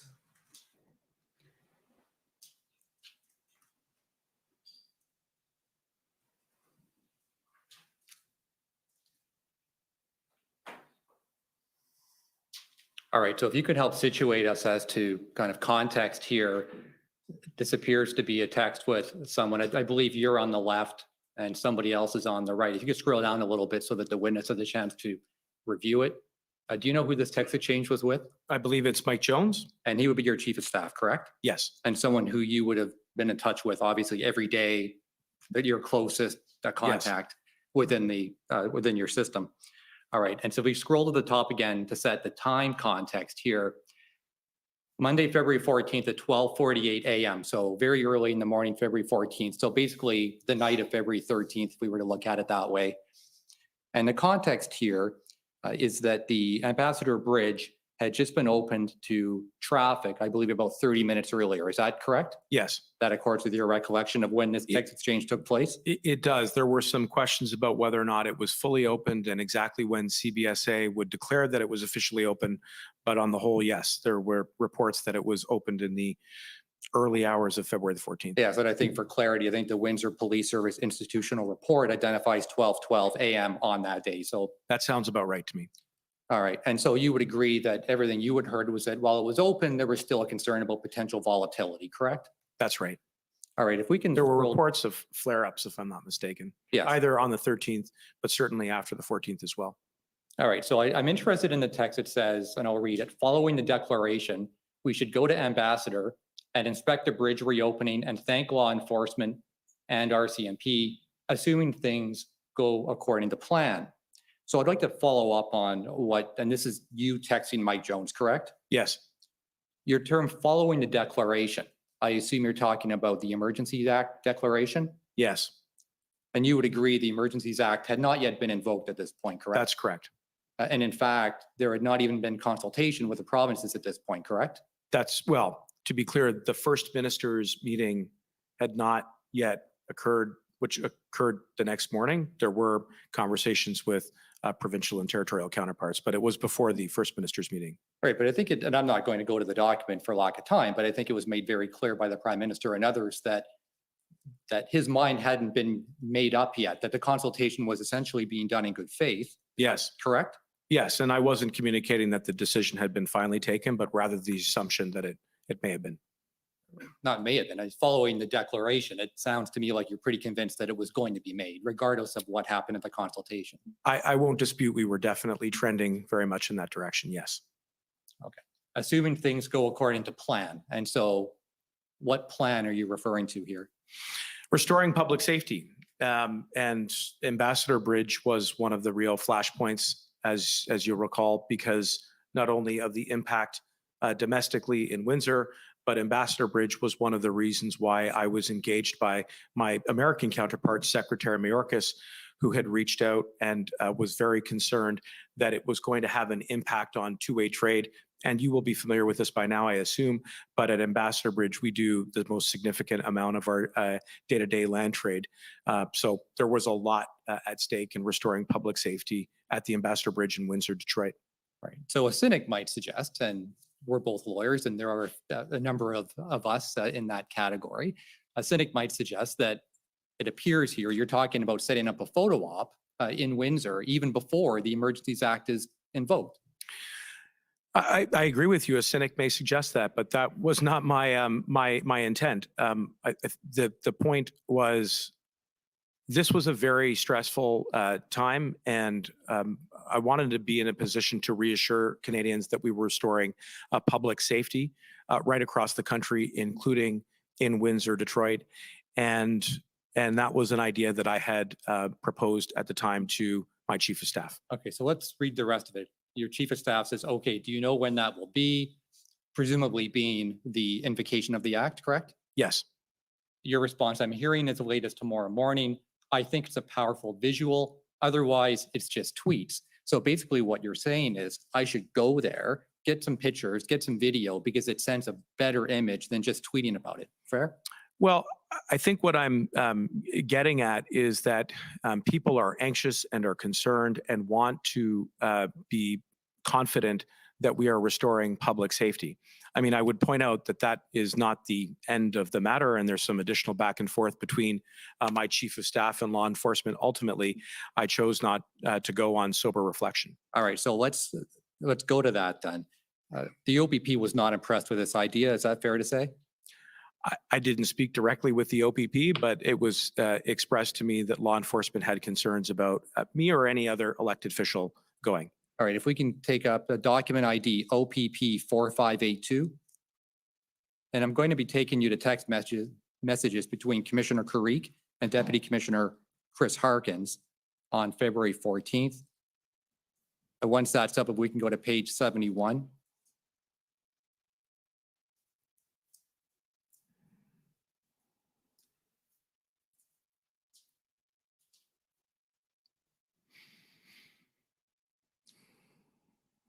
All right, so you can see at the top, it says Dana called, and that would be a reference to Dana Early, as you know. And this is from Chris Harkins. Dana called, she is not happy. The RCMP called, and the federal public safety minister, and that would be you, correct? Yes. Is coming tomorrow for a photo op, tour the command post, etc. Not appropriate. Optics are terrible. Can we stop it? Commissioner Carrique responds a little while later saying visit is being postponed. So you can see here that obviously the OPP was not happy with the idea and described it as a photo op. Yeah, their advice changed my mind.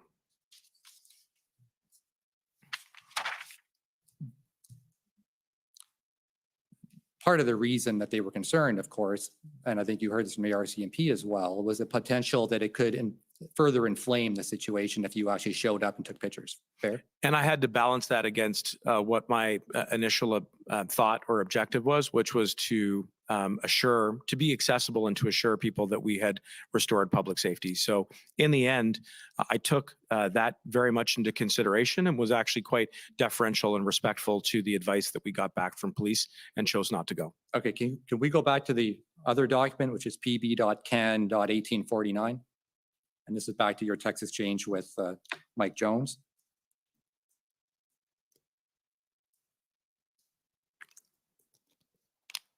And page 32. Here it says RCMP, and this is, I believe, Mike Jones saying, RCMP commissioner also strongly advising against a trip to Windsor, concerned that it's still quite volatile and things have been inflamed by today's announcement. Someone drove at an officer again. I want the visual as well, but with two levels of forces asking us not to, my 2 cents is that it's not worth the risk of going and something happening in response. Delaying gives us more time to plan, etc. Scroll down. Okay, I hear you. Let's discuss. So essentially, it was your chief of staff that was saying, look, we've heard from 2 police services. Let's not do this. Yeah, solid advice, and I took it.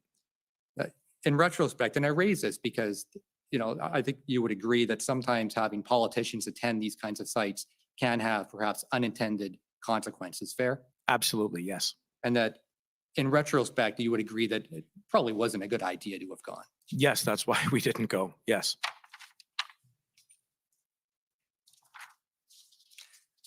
And in my last minute, I'm going to ask you about consultation. And I've put these questions to other witnesses, but I'm just simply going to ask you or put to you the proposition about consultation with the law enforcement. And the suggestion that I'll put to you is that it's a good idea that when there is consultation with law enforcement on tools, that be done in writing for purposes of accountability, so we can go back and check exactly who said what to whom. Right. Would you agree that's a good idea? Totally. And you would have heard my my evidence a little bit earlier this morning where I talked about navigating the principle of operational independence. I referred to Article 9.3 under police service agreements, which we reach with provinces, which actually do set out a mechanism and a protocol by which additional resources are requested from the Office of the Federal Minister of Public Safety, as well as the Office of the Provincial Ministers of Public Safety. One thing I didn't mention, but I do think is really relevant, is that in those police service agreements, it is expressly contemplated under either 9.1 or 9.2 of those agreements that prior to the deployment of intra-provincial RCMP resources, it is the elected provincial minister of public safety who has to form the opinion that there is a state of emergency before they can be deployed. And it is only if existing RCMP resources within the province are overwhelmed or insufficient to deal with that emergency that you then take the next step of requesting for the deployment of RCMP resources outside of the province to deal with the situation, which is Article 9.3. And that is a request that comes to this office. My point is, I agree with you that there is a protocol there. The Emergencies Act, unfortunately, does not prescribe that process. So what we did instead was we did the best that we could, having various meetings daily, ultimately in the ERG and the cabinet meetings where we were soliciting inputs, including, as you saw in the email that I received from Commissioner Lucky the day before, where she very specifically and thoughtfully prescribes tools that could only be granted under the Emergencies Act. But I agree that maybe some additional thought ought to be given to this protocol. Right. And I am out of time. So as I'm leaving, I'm just going to say that we've heard evidence, that some ambiguous evidence about conversations within the RCMP, perhaps with others, that haven't been written down. And I think you would agree that it'd be helpful to have everything clear and ambiguous so there's no room for doubt. Yes. Thank you, Minister. Thank you. Okay, next call on the Ottawa Police Service, please.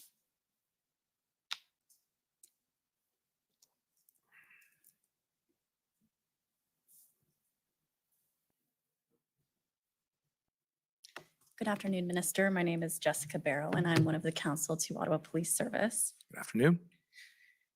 Prior to the arrival of the convoy, would you agree with me that there was conflicting information about how many protesters may participate in Ottawa, as well as how long they may stay? I do agree. And by the way, the range was very broad. Right. I mean, I'd heard something in the low thousands, and then it quickly escalated as we got closer to the weekend, upwards of 7,000 or 8,000. So yes. And so that was a real difficulty from a planning perspective at all levels of government and law enforcement. Is that fair? Yes. And in fact, you testified earlier that you were concerned that even the intelligence you were receiving from your team maybe didn't fully capture all of what you were seeing in terms of public narrative. Is that fair? I recall that, yes. And Deputy Minister Stewart testified last week that there was a difficulty amongst the intelligence community at that time in assessing the information that was being received, because much of that evidence was open source and there was difficulty ascertaining the credibility of that information. Would you agree with that? I would agree with that. And so again, that's something that all levels of law enforcement would have been grappling with at that time. I agree.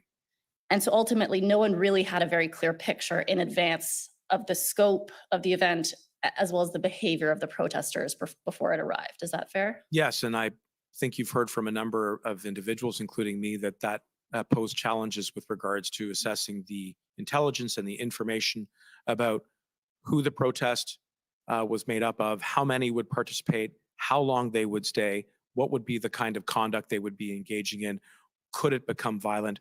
There was a lot of information to have to sift through and assess, and it was, as you pointed out, at times varying and conflicting, and so that definitely posed some challenges. And ultimately, what we did see here in Ottawa, as well as elsewhere in the country, was entirely unprecedented, both in terms of the scope as well as the behavior we ultimately saw from protesters. Is that correct? Yes, it is. I want to move on to the police response once the protesters arrived here in Ottawa. And we've heard considerable evidence to the effect that when OPS and its partners engaged in ad hoc enforcement actions or ticketing, bylaw enforcement, things like that, it could create dangerous situations for officers. We heard about swarming, harassment, I think you spoke to earlier. So you would agree that that type of thing was occurring in Ottawa, correct? It was, and I was worried, as I said earlier, that it was the function of some counter operational advice that was being provided to the blockade and the occupation. And it was, in addition to police officers, it was public figures. And we've heard many reports about serious criminal violent threats, including death threats. I received a death threat. My family received a death threat throughout the convoy. It was members of the press who were trying to report on the facts that were occurring on the ground. There were many, I think, efforts to try to crowd out legitimate law enforcement here. Right, and so that was a real difficulty for law enforcement on the ground, particularly OPS, since that was the bulk of the officers, obviously, at that time, that to be able to engage in any real enforcement was a real challenge as a result of what they were facing in response. Yes. And that remained the case until they had sufficient resources, correct? That's right. And at that time, they did not have the sufficient resources to really engage in meaningful enforcement in a way that people could maybe see it as meaningful. Is that fair? And I would say both Chief Slowly and then Interim Chief Bell both expressed concerns about having sufficient resources in the ground, which is why in my capacity as Minister of Public Safety, I was facilitating additional help with the assistance of the Commissioner of the RCMP by providing those resources. And when that didn't work, looking at other tools leading up to the Emergencies Act. So specifically with respect to the resources, you would obviously agree that that messaging coming from both OPS and Chief Slowly was from the very beginning, essentially. Once it became apparent that these protesters were not leaving, it became equally apparent that there was insufficient resources. Is that fair? That came very early on, yes. And would it be fair to say that any concerns in relation to operational plans or the level of enforcement should not be taken as some kind of suggestion that OPS should have engaged in enforcement action without the resources they needed? Well, that was certainly the subject of discussion that was going on between the RCMP, the OPP, and the OPS as it was reported to me. It was about making sure that we understood what the plan was and what was needed by the Ottawa Police Service to restore public safety. And from where I sat, one way in which we could support the formulation and the ultimate implementation of a plan would be to offer additional RCMP resources, and that we did. Right, and so none of the sort of, like we could call it criticisms about the lack of enforcement or the lack of a plan should be perceived as a suggestion that that OPS should have been engaging in enforcement, notwithstanding the fact that they didn't have the resources to do that safely. I would agree that we shouldn't be sending out any police officer into the field if they can't be safe. Right. And so this particular event was singular and unprecedented, as you pointed out earlier, and therefore it did require sufficient and significant resources to restore public safety. And something you said earlier, and I just want to expand on it if I can, you indicated that it was essentially impossible to police those on Wellington Street. Do you recall making a statement to that effect? Yes, I held that view throughout the entirety of the blockade and the occupation until we invoked the Emergencies Act. And that's because if you compare the sort of lawlessness of the behavior of the protesters as compared to the resources that were there to deal with that situation, there was a disconnect. Is that fair? It was disproportionately skewed towards those who were participating in the occupation. And I believe at times that was a tactical decision. And when police tried to enforce, they were crowded out, they were swarmed, they were intimidated in some cases, reports of assaults. So yes, they were overwhelmed. And so when we talk about the operational plans, and you've touched on it a couple of times, would it be fair to say that the reason the plans were required was to ensure that if the resources were provided, there was an understanding by those agencies about how they would be used to safely and productively contribute to an end of the event? Yes. And so it wasn't a question of undermining the actions of OPS. It was about ensuring collaboration. Is that fair? Yes. And there was never any suggestion that OPS should have engaged in an overall operation to end the event before it had the resources to do that safely. I think that makes sense. Okay. I want to move on and quickly discuss a couple of points referenced in your witness statement in relation to the engagement proposal. I don't think I need to bring up your witness statement, but I'm happy to if that's necessary. Deputy Minister Stewart testified that the purpose of the draft engagement proposal was to give protesters in Ottawa a potential exit strategy. Do you agree with that statement? To the best of my recollection, yes, that sounds right. And that view came from Deputy Minister Stewart's conversations with Inspector Bowden, who you may or may not know is an expert from OPP on protester engagement through his PLT work. Are you aware of that? Yes, I have some recollection of that. And he also testified, he being Deputy Minister Stewart, that the proposal had buy-in from both OPP and OPS. Were you aware of that? I believe so, yes. And you testified earlier that you saw it to be your job during this time, or perhaps the job of your department, to ensure that law enforcement had both the resources and the tools they required. That's correct. And so in your witness statement, you indicated that there were two issues with respect to why the engagement proposal didn't come to fruition. The first was questions that were left unanswered about the convoy organizers, who they are and who was in charge. And the second related to safety concerns about the person engaged in the proposal. Do you recall saying that? Yes, and in addition to that, the logistics of where engagement would occur. Okay, so I just want to pull up a couple documents in relation to that. The first is OTT 405318.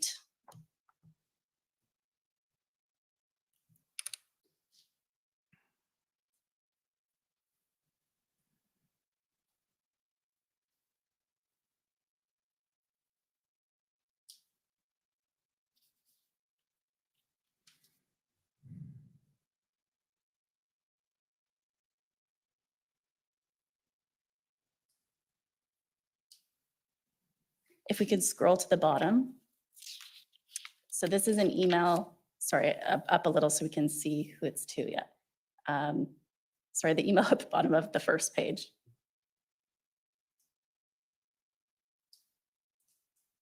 Yes, there. So this is an email from someone at Ottawa Police named Vicky Nelson to a number of people, including Deputy Minister Stewart.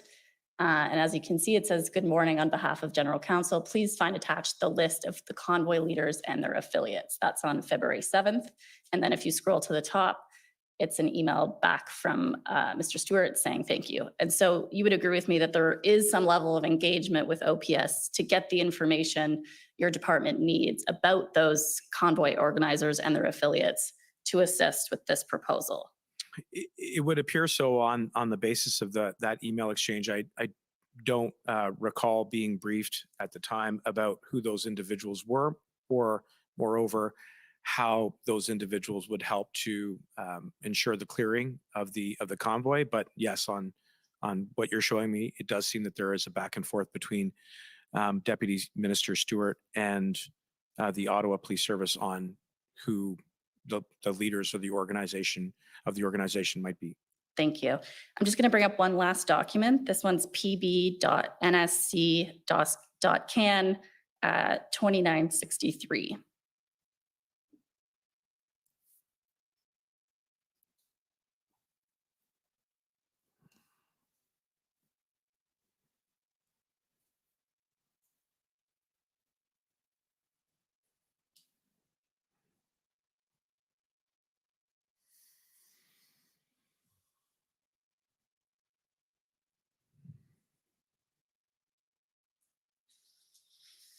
If we go to the second page, right there, we see the first bullet. Would the signatory of the letter or the person who goes to the meeting be putting themselves at risk? Is that a big concern? And this is an email exchange between yourself and Mr. Stewart, amongst various other people. Does this reflect the concern that you're referencing in relation to whether there would be a risk to the person engaging with this proposal? Sorry, can we just go back up to the top of that document from Rob to, right, sorry. Scroll down a bit. And again.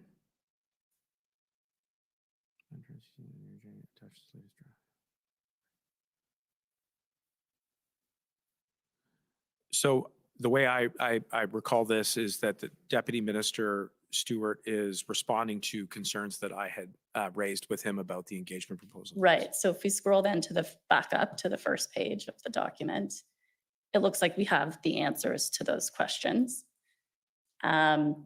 And if we look at the last or the second bullet, we see the risk to the signatory and government rep at a later date meeting is low, assuming the meeting is virtual.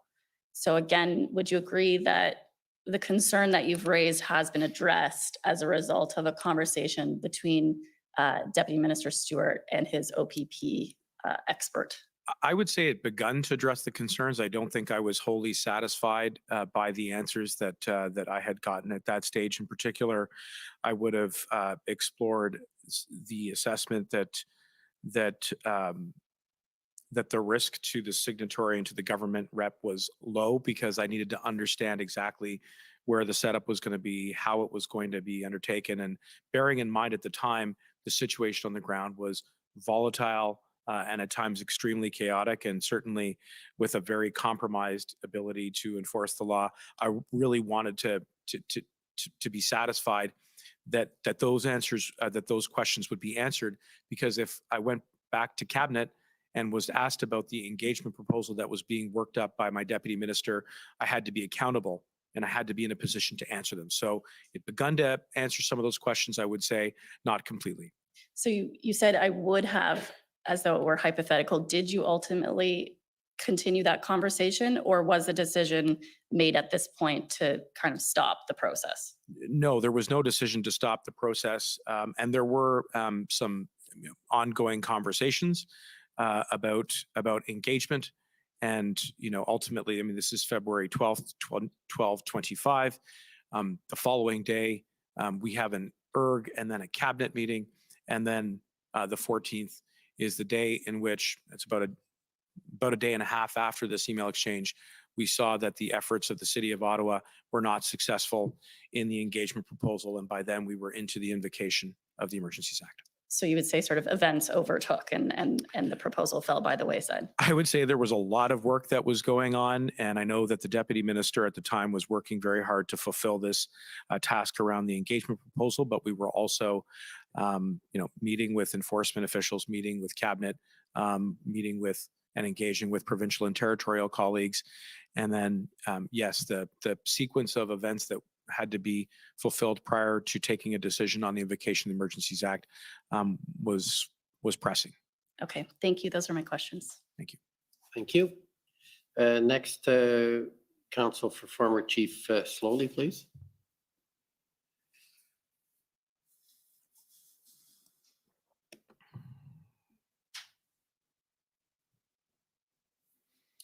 Thank you, Minister. Tom Curry for the former chief. Good afternoon. Just on the point that was last raised, were you briefed on the outcome of the effort to try to engage protesters in Windsor by Minister Jones, or by the OPP, and the letter from Minister Jones? I recall some information coming to me about that engagement and it being similarly unsuccessful. I recall there being a report about a letter being circulated to individuals who were part of the blockade in Windsor, and that my recollection is that it did not gain any traction with them.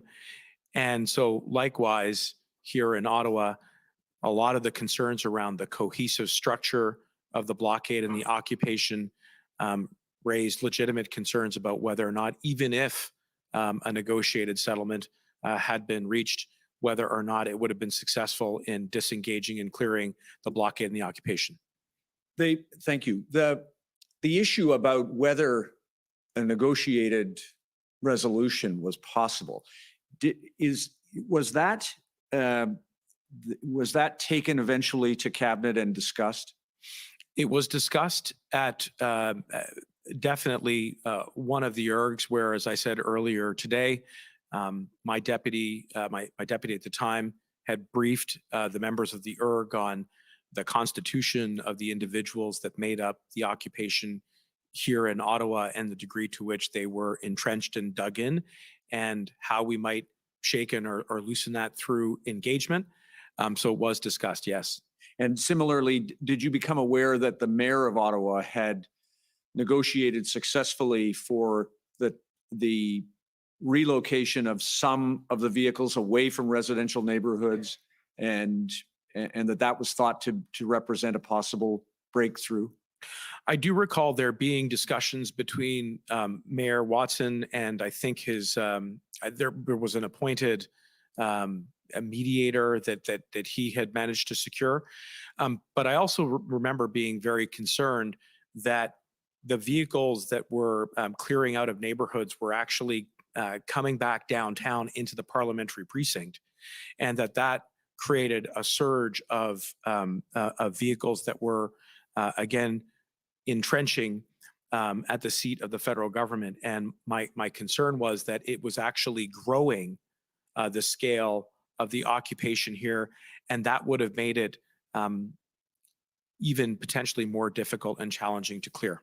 Right. A couple of things, if I could, just about the resources. The information that you received about resources came principally from Commissioner Luckey. That's correct. Yes. And did you become aware that the information that you were receiving from the commissioner did not accord with the provision of resources to the OPS? Yes, in trilateral meetings with Mayor Watson and in discussions with some of his officials, I think he articulated a concern that perhaps there was a need to look more carefully at the number of RCMP that were actually deployed, and two, what their taskings were. And I know that he sort of underlined that latter part on a couple of occasions, that it wasn't just the numbers, it was what were the RCMP going to be dispatched to do. And in fairness, those were questions that we did put to Commissioner Luckey at the time, and I think she did her best to answer them. Right, understood. And you relied in making, I won't take you to them in the time I have, but you made various public statements in response to questions from the media about what you were doing, what the federal government was doing to help the Ottawa Police Service. And in reliance on the information you had from Commissioner Luckey, you made those statements, including naming the numbers of officers, I think at one time 250 or 275, something in that like range. that.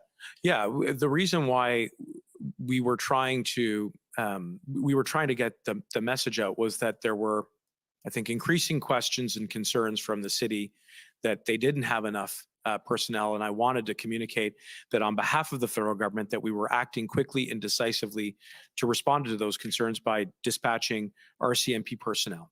And the idea that all you can do in your position, I presume, is rely on those, in this case, the commissioner, to provide you with information to the best of her ability, and then you can rely on that and convey it. As it turns out, in this case, you learned that the information that you had and conveyed was not accurate.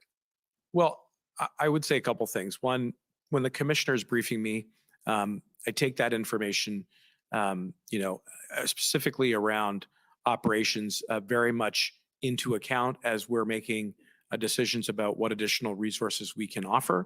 I was nevertheless interested to know whether or not we needed to do more to coordinate, because the mayor and certain officials were saying it wasn't just about numbers, it was about tasking. So there was a free-flowing dialogue there. The numbers was the issue of whether or not to be public about the numbers was also a concern, because the commissioner said that she was concerned that if we posted numbers or we published numbers, that might actually lead to a surge. And so we had to try to find a balance. Right. Just and just for the, I'm not going to take it up, but in one of the statements that you made, it's captured at OPS 8365 at page 5. That's just for the record. I don't need it, Mr. Registrar. You described, again, based on information that you had from the commissioner, that the RCMP had added 275 Mounties in the Ottawa deployment. And as you pointed out, we learned later, and the commissioner and the deputy commissioner, I think, described it essentially as a mix-up about the numbers, that it wasn't actually that many Mounties. It was a way of accounting for them that added up shifts and the like. Did you subsequently become aware that that's how the numbers became, as they said, mixed up? I was aware that there was an ongoing conversation between the RCMP and the OPS about exactly how many RCMP had been deployed to respond to the occupation and the blockade. I will say, ultimately, in the lead up to the invocation, my recollection is we did dispatch about 1,000 RCMP officers. Yeah, in the end, it was a massive deployment, which gets to the point you've already touched on. Chief Slowly has described this as unprecedented and representing a paradigm shift in the way we think about policing public protest. Do you agree with that? Yes. And in terms of the circumstances in which every one of you found yourselves in, all of the participants, and I include the convoy organizers who seem not also to have appreciated how many people were going to attend and maybe the nature of their sense of protest. This resulted in great frustration at all levels, as you've expressed. You were frustrated about the pace at which this was being resolved. Fair? I was concerned about the fact that for 2 weeks we could not enforce the law and maintain public safety in the capital and at border communities across the country. Yes. And in your communications and the communications of some of your ministerial colleagues, do you agree that in hindsight, some of the language that was used even internally was unhelpful to the cause because it added concerns and doubt about the effectiveness of, for example, the Ottawa Police Service or the chief in being able to deal with a problem that had overwhelmed their service? I think with the benefit of reflection, you always look back and ask yourself, could you have expressed a sentiment with more diplomacy? I mean, we've heard earlier today that there were some rather tense and terse exchanges. I think it is completely understandable in the moment, and it wasn't just government and police who were concerned and frustrated. The people that I was most worried about were Canadians. And the materialization of counter protests and just the ability to be able to go about daily lives was my paramount concern. And the only way we could get life back to normal is if we could uphold the law. Right. And although you were expressing, and Minister Blair expressed, I think yesterday, and no doubt this has appeared in media because it was found in some of the documents, that he expressed his embarrassment about his former profession of law enforcement because of these circumstances.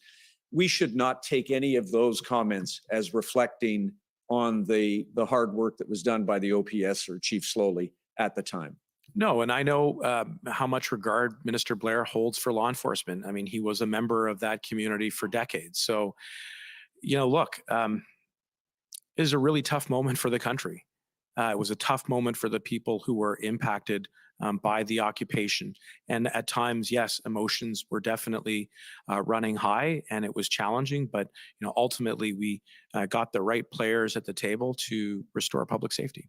Can I just ask then one last thing, get your help with this, please, Minister? The issue that you've been asked about in terms of the difference between setting priorities in your role as Minister of Public Safety and interfering with operations. Do you agree with me that describing for the Commissioner the importance of, for example, the circumstances that the country found itself in with border blockades, having that discussion with the Commissioner doesn't interfere with operational autonomy? No, I don't think so. And I think, again, this is an area that is really important to this inquiry, which is to understand where those boundaries are within the context of an emergency. So it is important that in my job as the Minister of Public Safety, that I am holding the RCMP and other line agencies in the public safety portfolio accountable for doing the job of finding ways to restore public safety, exhausting every effort, using statutory authorities which exist, using authorities and resources that exist, and failing that to look and scan at what's left. And so that is what took us to the Emergencies Act. But throughout, finding that, that right balance of ensuring accountability without crossing the boundary is an extremely important part of this exercise. I agree with that. At the level both of the federal and provincial ministry, because the commissioner has seen expressions of priorities by the provincial and federal government as to, for example, the blockade at the Ambassador Bridge. That's appropriate in your judgment. Yeah, that's right. And, I do think that there are some existing conventions that we can look to have an important conversation about what those principles are. And I mentioned one under the Police Services Agreement, where there is the relationship between the elected branch of government and police when it comes to forming the opinion that an emergency exists, and then the elected government responding to requests from police to deploy resources and additional tools which may not exist in any other statute. Right. Including the commissioner might think about recommendations for how those priorities can be set so that, for instance, if this occurs again, an entity or a police service like the Ottawa Police Service isn't caught between the federal and provincial government deciding which is the first port of call, for example. I think that's a very important question, because right now the linkages between municipal to provincial police services is clear through provincial statute, through the respective provincial police services acts. But there is no direct link following that to federal law enforcement resources.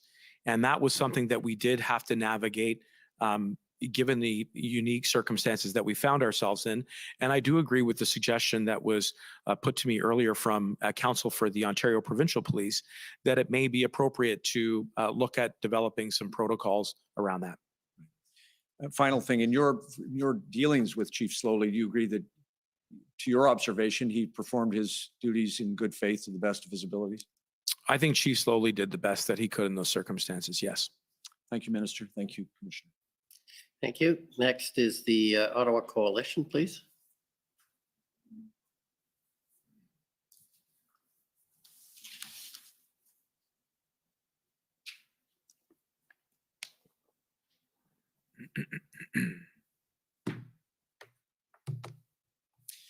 Good morning, Minister. My name is Paul Champ, and I'm counsel for the Ottawa Coalition of Residents and Businesses. Hello. Hi. I just have some questions for you today. I'm going to cover just two issues, the time that I have.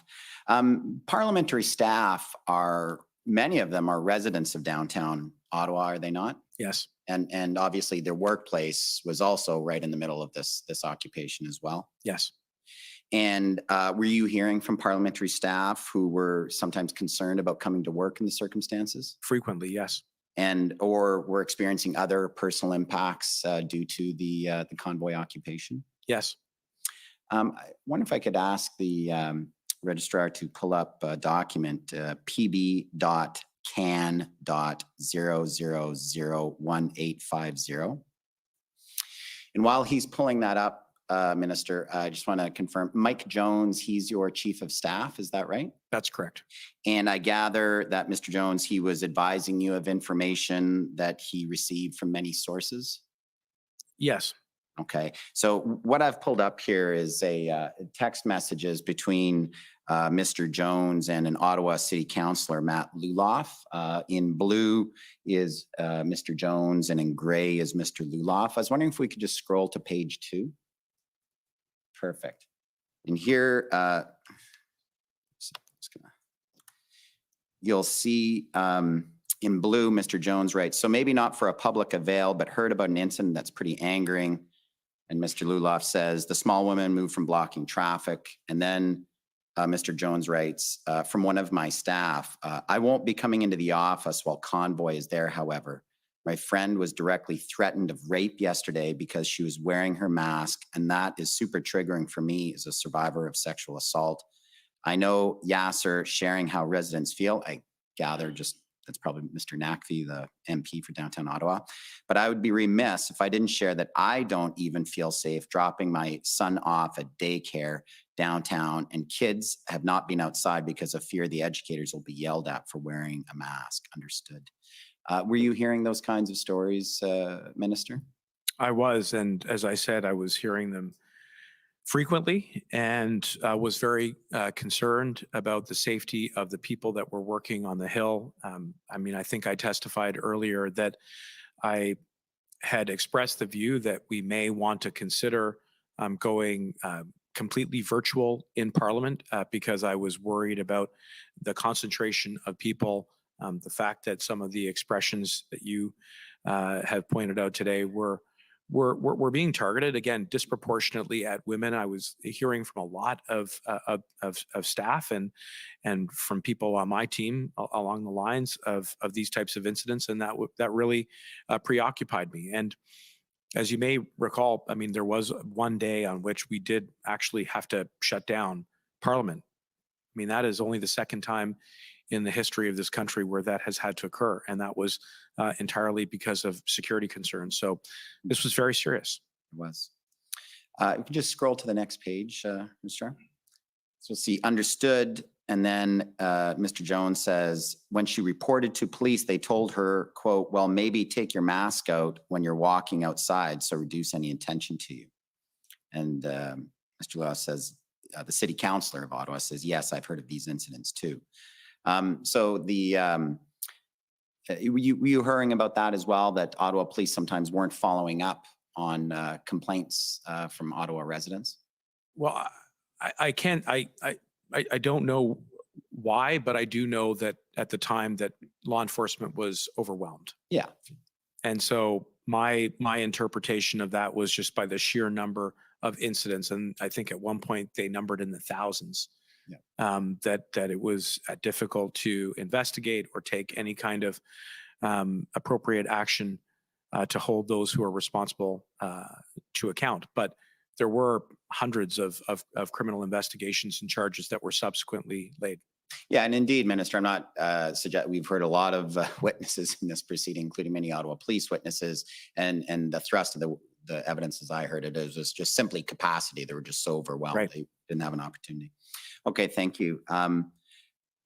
Just the second issue I wanted to speak to you about, thank you for that, is, of course, as Minister of Public Safety, the RCMP and CSIS both report to you, is that right? Yes. And Minister, you were receiving a range of information about the risks and threats from those agencies that were being posed by the Ottawa occupation? Yes. And we understand, we've heard other evidence, that there were former military and law enforcement members who were participating in and assisting the convoy. You were hearing that information? I'd heard those reports, yes. And I gather that was a concern for public safety because those types of individuals would have certain skills and expertise that could, present some logistical or greater threats? Yes, that's correct. And now, have you also heard information that former CSIS officers were participating in the protests? I don't recall off the top of my head, but I, as you pointed out, had the concern generally about individuals who had previously served in the military and law enforcement for sure, and would really need to jig my memory about whether or not that also included members from the service. And were you also hearing information that current members of law enforcement or military might be participating in the protests? Well, there were reports about leaks of information during operations and, involved or entailed some what appeared to be snapshots of texts. And so I do recall there being some concerns about active members being potentially sympathetic. And are you aware, Mr., are there any investigations of those issues internally within RCMP or any of the other agencies? I know that the RCMP certainly wanted to be sure that they were getting to the bottom of any potential security lapses and that those investigations were conducted. Okay. Thank you very much, Minister. Those are my questions. Thank you. I know I've still got some time. Maybe I'll try to roll it over to the next one. That's to be encouraged. I may even allow that. So I think we'll take the lunch break now and come back. Commissioner, if I may, just a couple of comments before lunch. Rob Kittredge for the Justice Center for Constitutional Freedoms. I just wanted to express regarding the removal of my friend Mr. Miller this morning. I wanted to express the Justice Center's position on asking that you make a decision about his return to the room during the lunch break, and express our support for his return to the room at the earliest convenience. I'm a big supporter of constructive communication, and I understand that may not have taken place this morning, but I think his clients have a right to representation here, and we'd like to support his ability to cross-examine Mr. Mendicino today. If you can make that decision at lunch, that would be very much appreciated on our part. I'm certainly a favor of communication. I believe that the convoy is still represented, so it's not a question of no representation. I'm not aware of a request that he return to the room, but if he's requests it, I will consider it. All right. Well, thank you very much. The commission is in recess until 2 o'clock. La commission est levée jusqu'à 14 heures. Hey, Rosario, bud, you can jump on if you want to come and join. Yeah, there you go. That was quick. Magic. I catch you in real time, so. Yeah, for sure. And I was just finishing up one last text. Tom Mazzaro responded, but I don't think he's going to join the stream. Let me see if you actually said no this time. Oh, wait. Sure, what time? Now. Now, right now, Tom, right now. Sure, what time, he says. Give you the link. Now was fine. Oh, that'd be pretty cool. Yeah, no doubt. Wow. This is, I didn't expect it to be like face melting hot today, but this is certainly spun up quite a bit. I wasn't expecting any of this today, but this is not the excitement. Yeah, this is not the excitement I was expecting. And by the way, I moved the table, so I hope that lighting's a little bit better. Yeah, you look good. So. Thank you. Not that way, but yeah. No. That way too, but no. Yeah, totally. We got something we didn't expect there. So shall we share the two clips with the stream? The actual incident and then his outside protest. And did you like Rob Kittredge there? Yeah, I thought that was a class act, him stepping up and asking for Brendan's return. But I mean, I guess Brendan's got to do a formal application to the council to request his return to chambers, or to the proceedings, I should say. So yeah, I love how I understand Brendan's frustration in that, and I'm just I'll say. Well, let's actually do that first because we got a little bit of time. Let's do that first quickly. What was your original take, and where are you at now with it? And then I'll do the same. I get his frustration. Like I holding back these documents, holding back these redactions is a huge issue. Like, I mean, because they've just been littered throughout the whole proceedings, and there's going to be nuggets of information in there that would change the outcome of the cross-examinations for sure. Just because this is like they knew it was sensitive enough that they wanted to redact it. So, right. But they certainly didn't have that leg to stand on insofar as cabinet privilege to have that redaction. That's right. Like, you can redact if you want, but you can't. Like, it has to have some sort of ground, privilege somewhere, client, solicitor, or other. You're right. So, did you watch the interview of him outside? Yeah, I caught that too. Okay. And what do you think he's doing? Is he just upset over this issue, or is this a 4D thing where he's trying to do a bunch of things at once? Because there's a lot of comments about him losing his cool, and that wasn't appreciated. But some people don't understand that maybe that is the only way for him to be heard. So you might misunderstand it as losing cool, where he's actually trying to accomplish a bunch of things and there's no other way to do it. Go ahead. I can appreciate that. The frustration. Tom Mazzaro. Hello, Tom. Thank you How very are much for joining us. Yeah, no problem. No problem at all. Sorry. It's just, I've got a few minutes, but Yes, they're we'll going to take break it. for lunch and then we'll see how things go. Well, thank you for joining us. That's a great surprise. So yeah, we were just talking about Brendan leaving, and we were discussing whether or not it was 4D chess, because we have a bunch of reasons for doing it. But let's go ahead and throw it to you, Tom. Yeah, so, Brendan has been working very tirelessly for, I'd say, the last week, over a week now, and he submitted a couple of motions to the commission. And Justice Rouleau hasn't actually given a ruling on that. And so just out of pure frustration today, what you saw was him orally asking for rulings. And there was, people that were in the room, in the commission audience that were important to the result or the truth that Brendan wanted to get out. And it also related to the previous motions that Brendan had submitted. But the commission, Justice Rouleau or the commissioner hadn't ruled on these things, and it had been over a week. And like Brendan said, if you had actually done it when it was submitted or in a timely fashion as it related to the specific witnesses that were on the stand, he wouldn't have to have asked for an oral submission for these motions. Sorry, just got a bit of a cough today. But so that's really what the crux of the issue was, is that they were asking, and they have been asking for these rulings, and they're getting nowhere. And even yesterday, Brendan had asked the commission counsel, when are we going to get a ruling on these things? And the answer from the commission counselor was, you'll get a decision when you get a decision. Oh, wow.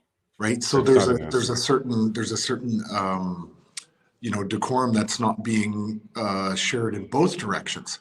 And another issue is that the government of Canada keeps dropping these massive data dumps. Like, we're talking thousands of pages every day. And the commission or the commissioner himself has not been calling this out. He's not been publicly admonishing, the government of Canada for dropping all of this data on there. It's impossible for us to go through it. So when we do get stuff that we want put into the commission, it's not making it in there. And I mean, we're a big frustration for all of us is that, it seems like the process is becoming more important than the truth. Right. And when the process isn't being respected, that's doubly frustrating for people like Brendan and Bathsheba and the others that are trying to get this done. So what's even more interesting is, of all people, Paul Champ has sent an email to the commission counsel, as well as Tom Curry from Peter Slawley's legal team have actually sent an email to the council requesting that Brendan be allowed back into the commission. And we just heard Rob Kittredge ask that orally right now too. Exactly. So this is a good thing to see. I mean, these are good steps. But at the end of the day, honestly, from my perspective, I don't see this to be a bad thing at all. It has to, Brendan, unfortunately, I think has had to sacrifice himself to a certain extent to finally hold the commission to account for the fact that we are trying to follow the process as is laid out in the rules. And yet we're not getting respected or the same courtesy back. So for Brendan to have to go to those extremes to call out the commission, because remember, it's not a courtroom. Yes. It's right. And he's not technically a judge. He's a commissioner in this. So, Brendan is fighting for what is fair. Brendan's fighting for the truth. And when they're not respecting that, then I think Brendan was well within his right for calling it out in doing so in the way he did. And we've watched the recording of it a few times, and I don't think it was warranted that he be removed. And I don't think it was disrespectful. I think it was, you can't silence the fact that people on our team are asking to follow a fair process. That was definitely quite the take on the commissioner to have him removed. And then when Rob Kittredge asked to bring him back, his response was, I believe that they may be represented or have representation, kind of implying that maybe Brendan won't be back. And that would be a big surprise to us. We came up with a few comments around what we think may have happened with Brendan. 4D chess. So maybe he was also warning Marco, there may be a witness coming. There's more coming. So maybe watch what you're saying. Provide attention on the issue, like you stated here, because there's some problems with redaction and getting information in, and data dumps. It's also forcing the commissioner to provide an answer. So through Keith Wilson, during his question with the commissioner, he's now committed to giving an answer after the break. So that's a good win. And it also delays the questioning, the cross. So that's going to be a little bit later. So kind of, I don't know if it's intentionally buying time, but it's definitely allowing him to have a little bit more time to eventually get up on the cross. Yeah. So there's a lot of good things that came out of that. Absolutely. Yeah, a lot of people are saying, hey, this seems aggressive or out of line. But as a lawyer or as a paralegal or somebody in there, sometimes you have to stand up to the commissioner and just make it really loud. And it's not inappropriate. I do think that the commissioner having him removed was inappropriate. I think what he should have did was take a 5-minute break, adjourn, sure, but never have asked him to leave. Yeah, I think I think there should be Tom. I think there should be an apology from the commissioner and maybe even hat in hand with Brendan, but both sides kind of need to cool off right now. Yeah, I would agree with that. And I know there was some talk around the table about Brendan going in and apologizing to the commission. And I certainly did not share that point of view. Brendan will probably, or has already made an apology to the commission saying, look, I'm sorry I spoke over you. But he's certainly not wrong. And I certainly don't think that, you should apologize when you're not wrong. You can acknowledge that maybe, the way things were handled was, but I think that, to be perfectly honest about it, I think Brandon handled the situation based on how it was developing in real time. So look, obviously I'm biased about, my feelings about the commission and what a job I think Brandon is doing. But I certainly don't think that the conditions were set properly for Brendan to do anything other than what he already did. Yeah. There's what more could he have actually done inside the process? He has submitted the motions. He has queried the commission on when those things will be done because they relate specifically to the witnesses that are currently on the stand and were on the stand yesterday. And he's also, one of his motions, he's actually updated the motion and resubmitted it, and he still wasn't getting a ruling. So I don't know what more Brendan could have done other than to do what he already did. Now, your viewers comment about 4D chess, and I can tell you this from knowing Keith Wilson since last February. Keith Wilson is the best in the business. He plays 5D chess. He doesn't play 3 or 4. I can tell you without a shadow of a doubt, Keith is the best in the business at playing this kind of, he plays at a very, very high level. And so, I've gotten to know Keith very well. He's brilliant, just really knows what he's doing. And he came back to where we are. We're in the back of the commission library in these breakout rooms. And, from his perspective, it is what it is, and all is not lost. This has not been a body blow by any sense to our side. Yeah. I would suggest, me being a non-lawyer, that this is more of a body blow to the commission itself. It put a spotlight on them. They had to answer now. And it might have been, we might have added a good cop, bad cop. So Brendan was the bad cop. Keith came in with the good cop, cleaned up, got a commissioner commitment. Now we're going to get some answers after lunch. So I think it was a win. Yes, I absolutely agree with that as well. Because I saw Brendan right after and I said, hey, I don't see this as being a bad thing at all. And Brendan took a calculated risk. Well, I think his next step, which was to go into the street and protest the government from the streets of Ottawa, was also another great message, because that's why we're here today. Yeah, and I think every day I'm on social media. Obviously, it's one of the reasons I'm still here doing this, alternative media, social media. But at the end of the day, even yesterday, Rouleau himself, when Hattem was cross-examining the witness, even Rouleau said, you didn't have to read all 4 points of Section 2 of the CSIS Act. I think it's been well established. It's like, wait a minute, you're the commissioner, and you just acknowledged that they didn't actually meet that standard. But then you saw the witnesses move on to, but that's one way of looking at it. It's right. Like, okay, whatever. But here's the thing. Nobody ever seems to ask 2 big fundamental questions. One, why did so many Canadians come to Ottawa and have all these protests around the world? What was their grievance? 2, why did you never want to talk to people about their grievance? Why was your automatic default law enforcement, in removing the protests? You didn't want to talk. You didn't want to have dialogue. You wanted to give yourself extraordinary powers to get rid of people that disagreed with the problem that you guys created. So this is where we're at, right? The whole saying, you create the problem and then come up with the solution. Right. There's an actual thing for that, right? There's a term this for is that. classic. This is pure classic. So anyway, this is a situation that we're actually in right now. And I'm very confident Brendan will be allowed back in the room. Yes. And he'll do his cross-examination this afternoon on Mendicino.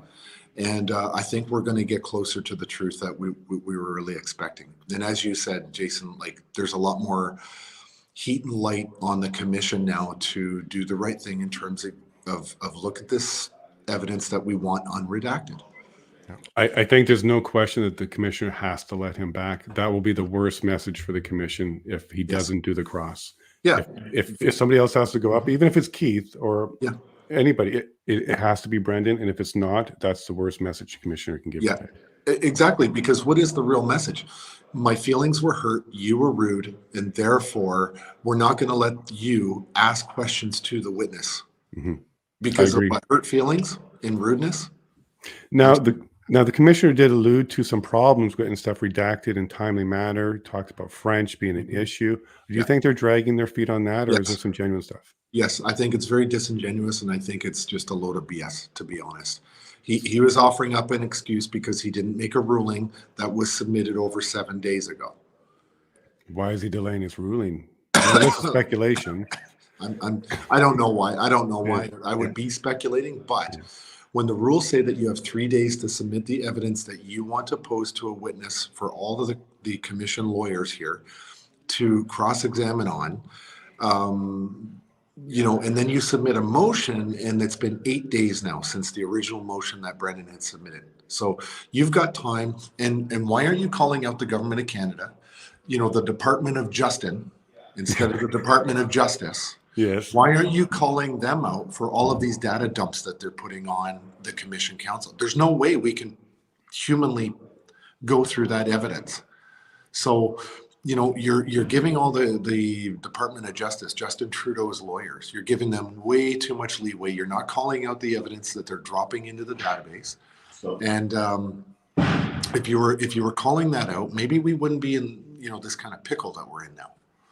Well, in my experience, sorry, 1 second. Sorry, next. My experience with that, Tom, is this is a pile of hay, and there is a needle in there. There's a needle. There absolutely is. And they know there's a needle. The more hay they throw on it, the bigger that needle is. Yes. Azario, you're going to say? Hey, Tom, nice to meet you. I know You too. we've never met, but good times. What was the mood like after, the commissioner kind of adjourned the session there and kicked Brendan out, like with the other counselors that were in the room? Like, was it shock, disbelief? Well, I'll be honest. I was pretty frustrated to see the smile on Mendicino's face. Yes, that was disturbing.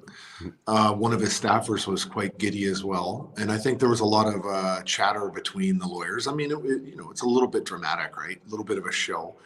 Rouleau was obviously or noticeably disturbed, but overall, it went back to business. I think they got over it really quickly in anticipating that there's still work to do.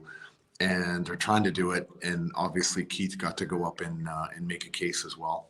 But I'm confident that Brendan will be back in the room, and he'll be perfectly, it'll be just like it's been so far throughout the whole time. So, and I think everyone expects that when Brendan comes back in the room, it'll be cordial. And I think it'd be in bad taste if the judge actually mentioned anything about it. Yeah, I think he might just let it happen and maybe not mention it. He might address the ruling of the issue with the redaction stuff, and then just basically say, in response to Rob Kittredge or Champ or whoever, we're going to continue with Brendan as well. Agreed. Yeah, and that would be the best thing, I think, for the commissioner, the commission, and everybody watching, because right now that really shaked us. Yesterday we had a nice encounter where Brendan wanted to go up a second time and ask some more questions after getting redacted information. Yeah. So we were kind of feeling comfortable with the commissioner there. But today I am definitely watching cautiously to see how he comes back from that one. Yes. Yeah. Well, Anyway, guys, so thank you, Tom. Gotta step up, but thanks for having me on. No, thanks for coming, and we'll see you on Thursday and Yes. dinner Saturday with me. All right, bud? Yes. All right. Perfect. Okay, you take care. Thanks, Tom. Thanks, guys. Thank you. Thanks. Well, that was a pleasant surprise. Yeah. He's been promising quite often that he can make it, and thank goodness he found a little bit of time today. So how about that, folks? We kind of heard it from the room, what was going on in there. And Azario, oddly enough, I contacted 3 Toms and 1 Keith to get the answers. Tom Curry, Tom Rosario, and a Tom who's a viewer who actually is there right now. He's in the back behind the lawyer benches. So there's 3 Toms and 1 Keith in there that had some answers for us.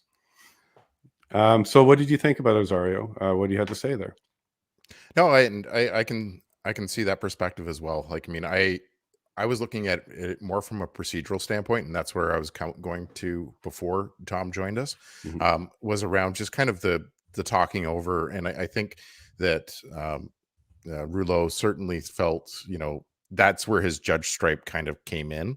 And, I don't know that he would tolerate that in court. And I think that was just kind of an extension of what he's used to in handling proceedings. So procedurally, I'm not sure I'm on the same fence as like Tom, where it was absolutely necessarily needed to be done that way. Whereas like the Freedom Corps Council approached it a slightly different way at one of the breaks there. And, the Rouleau even said, well, if, Miller had asked in this way, then we wouldn't be having that. So, I think it's, we can sit here and play armchair quarterback all day long. Well, that's what we do. That's our job. Yeah. It's, I think it was just Rouleau felt frustrated and decorum, and also that he probably got called out in that. And so I think tensions were high on both sides, and they elevated, and that's what you ended up with. Well, one of the comments that I really liked from Tom was don't ask for forgiveness or apologize when you don't deserve it or don't need to. And he didn't think that Brendan needs to apologize. I agree that Brendan doesn't need to apologize to the commissioner. I agree that Brendan doesn't need to apologize to the commission council. But I think he may want to make a comment to Canada saying something along the lines of, that was necessary. You guys need to see this. Basically what he said on the street. If he can find a way to Kevin Wilson it to the commissioner in a way that is delivered that the commissioner can eat, that might be a good message. Because if he maybe doesn't apologize to the commissioner or the commission's council, but he apologizes for his passion, and not even apologize, maybe just justify it, that his passion is because, like Tom said, 8 days ago, he's not getting the answer. They're getting the you will be told when we say so type of answer. I can see that working well. I also can see them saying nothing, and that's still working well as well. Yeah. Just going in there and just dealing with it now. I would think so. Like even just an acknowledgement from them, from Brendan to say, you know what, I don't know. It's kind of like being the bigger person in it and just saying, hey, you know what, it might not have been wrong what I did, but I'll apologize anyways. That's a Canadian thing to do. That's what we do. And just say, hey, let's move on from this and see if we can kind of resume operations. Well, here, let me just answer James here. Yeah, James, this wasn't the morning to sleep in, bud. Yeah, you're going to be rewinding and playing some stuff back.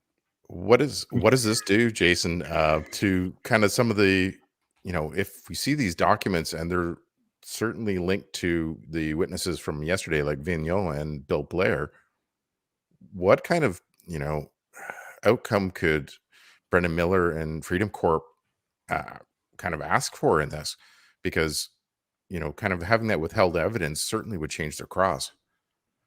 Well, those are all crimes. And as I'm learning the hard way, it's very difficult to get justice of the legal system through the legal system.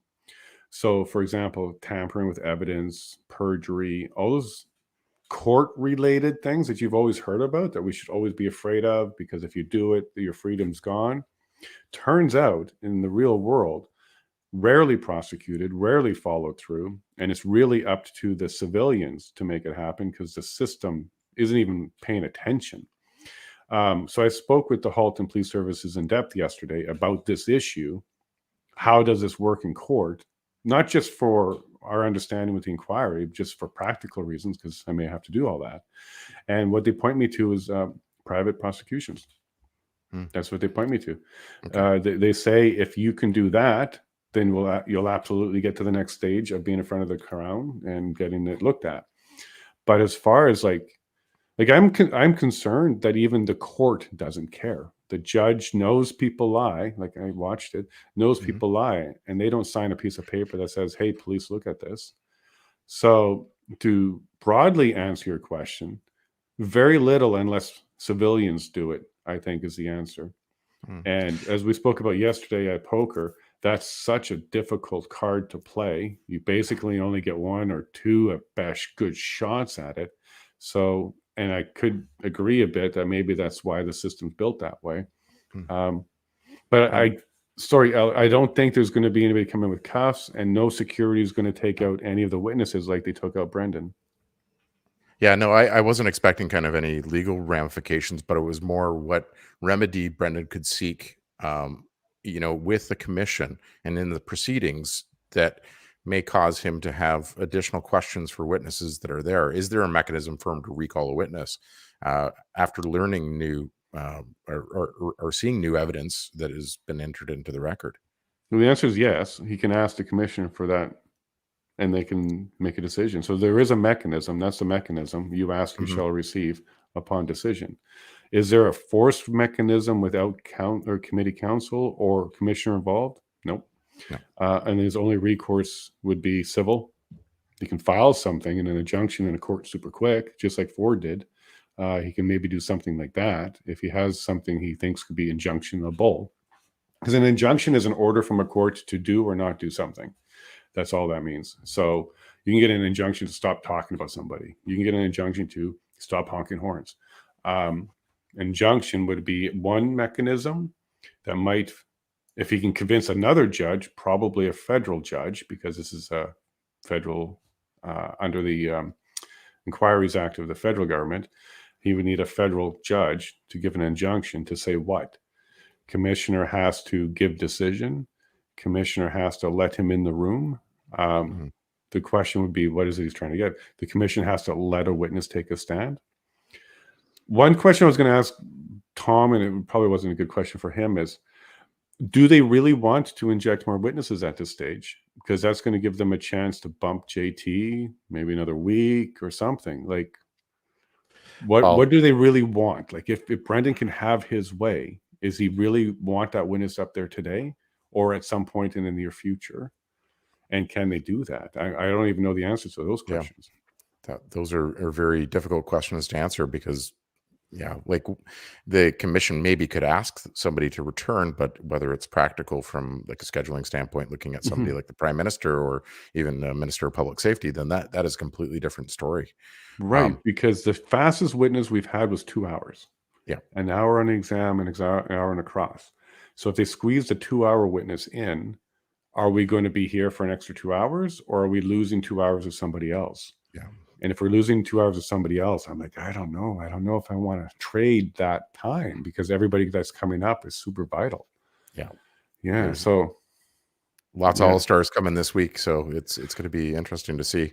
Now, thinking about it a bit, there was one option. The commissioner did say about 4 times throughout the entire inquiry, we may have to stay late and even do Saturdays. We haven't had a Saturday yet. So maybe Saturday after JT, we may have some cleanup witnesses and stuff that couldn't make it through. This could be when Brendan tries to get this next one in. Yeah. Because that would be like the last time. They would be closing the commission after that. Well, I think he's got the ability to extend it though too. Well, discretion from the commissioners, whatever. But whether we can force him or it's just his decision, there's only his decision. We're going to learn that after lunch, right? Like that's going to be what it is. Do you think, like, and I think you talked about this with Tom a little bit about the strategy of the government of Canada actually throwing these documents out, redacting them in the first place, but then also the dumping of documents. All those documents that have come into submission, like from the DOJ last week, where there was like the 1,300, is that just a kind of overwhelming strategy? I think, yeah, and Yeah. you just plug up the system. Yeah. So day one of law school, they teach you how to blow up your head and be big-headed. Day two, they teach you how to overwhelm the other side. Okay. The first two lessons. Yeah. And that's exactly what it is. But you only overwhelm the other side when you're hiding something. You never overwhelm with nothing. They would rather give you nothing, if there's nothing, than a whole bunch of something you can turn into something. But when you see a big dump, there is something. And the bigger the dump, the bigger that thing is, because they're hiding. Yep. So then what's the outcome here? You know, the Rouleau comes back after lunch and says, okay, I ordered the government to remove the redactions from these documents and provide the unredacted documents. That evidence then goes to the rest of the council that is present, that have standing. Then they've got to review that at some point, which is probably just going to be a cram session, like midnight tonight, kind of going through all the details of those documents. It's going to be worse than that, because I think this is for this witness. Yeah, well, it's germane to this witness as well, but or does he say no? These documents stay in play the way that they are. I think so. There's really three issues that we're dealing with here. One, redacted documents. Two, surprise witness. Three, Brendan allowed back in. I'll tackle the easiest one. I think Brendan is going to be allowed back in. Okay. That decision is going to happen. It's just way too much bad image and optics. It's almost as bad as a Yahtzee flag. That's way too bad image and optics for the commissioner to not to do that. Twitter blew up like mad right after that. Like all the clips came out, and so yeah, I saw it too. It might make mainstream like today. Well, it's going to make mainstream only that convoy lawyer kicked out. That'll be the end of the headline. Commissioner uses security commit inappropriate responses or something along those lines. That's all you're going to hear. You won't hear that he came back. You won't hear what the result was. So we already know that headline. That was pretty obvious. But back to the other two questions, redacted evidence and surprise witness. So the redacted evidence is coming in. I think what we've seen is a long process of people kind of sort of making sure this is the last go back to fix the redaction. In other words, the government of Canada has now been told to fix it. And if they come back with more problems, that's not going to be cool. So they may be trying to make sure, dotting some I's, crossing some T's, and then unblacking where it's appropriate to make sure that they're not pushed back again. That could be part of the delay. Another part of the delay could be the commissioner himself is getting the information, and he's sitting here with us all day long. So when is he doing that? He's doing that on breaks and other times too. So it also could be a mountain for him to go through. And then he reiterated an issue that he was dealing with, which was translations. French and English is some issue with translation. So is the French one being more redacted or less redacted than the English or whatever?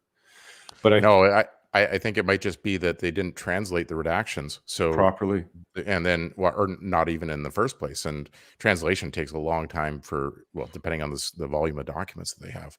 So that could be his concern, is just that that backlog of work that needs to be completed. Yeah, and I guess so. So once you redact the English, we need to get it in French and then make it available. And you think that's part of the delay as well?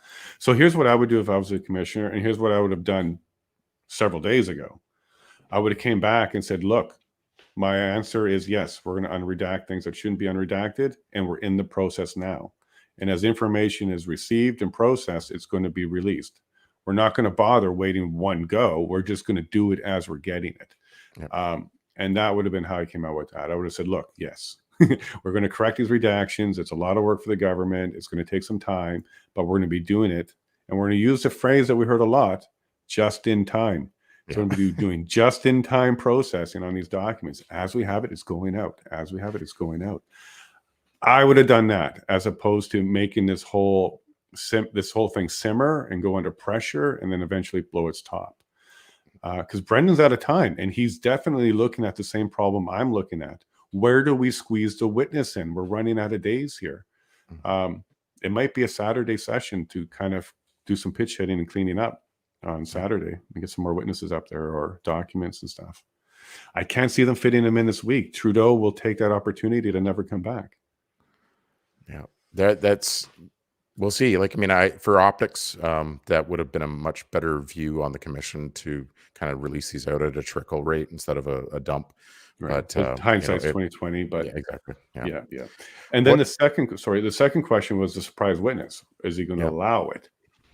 I don't think so. I would be very surprised to see anybody but Marco and the other scheduled witness today. I'd be surprised. The one exception might be is if everybody agrees that after the witness today, they all stay for 2 more hours and do the third witness. That might be a concession that's done today, but I don't know if the commissioner is going to feel like doing many concessions today, other than letting Brendan back in. He might leave this other concession to Saturday. Now, I've got a lot of links from Railroaded here. Brendan Miller outside the EA. Yeah, I got this clip. 5 minutes. Let me go grab this clip from Railroaded, and let's go ahead and play it because we do have some time, and we do want to cover the actual clip. Sounds good. I'm actually gonna jet out of here. I got to get back to work and do some stuff. So, well, thank you so much, and thanks for sticking around for Tom. That was a nice surprise. Problem. That was awesome. So, nice surprise. All right, we'll catch you guys later. Okay, thanks, Azario. Everybody, give him some love in the chat. We're going to see you around. We're going to push a button or two today, or I can take care of it. I'll be around. So yeah, but I might not be there exactly on time. So breaks and stuff, just keep an eye on it because I got it. Yeah, you got it. All right, thanks, Azario. All right, cheers. All right, folks, let's go ahead and take a look at this video from Railroaded. There you go, Bright Wheel. You're awesome. So Railroaded sent me a 5-minute long video. Brendan outside. So I haven't seen this one. I saw the clip of him giving his 2-minute chat, but let's share this one. You can come outside. Oh, he's heated. He's heated. He's walking fast. Yeah, I will. Don't have your boss sticks. Chris, microphone. Right there. The commission consistently directs that we are to make motions in writing. So we do so. We currently have 2 outstanding. The first is dealing with all of these redactions that the government of Canada has put on all of the staffers' correspondence, as well as the notes of Ms. Katie Telford, the Chief of Staff to the Prime Minister. They have redacted these documents claiming they are irrelevant or that they are in fact subject to a cabinet confidence, despite the fact that the law is abundantly clear and undeniably clear that cabinet confidence does not apply to political staffers.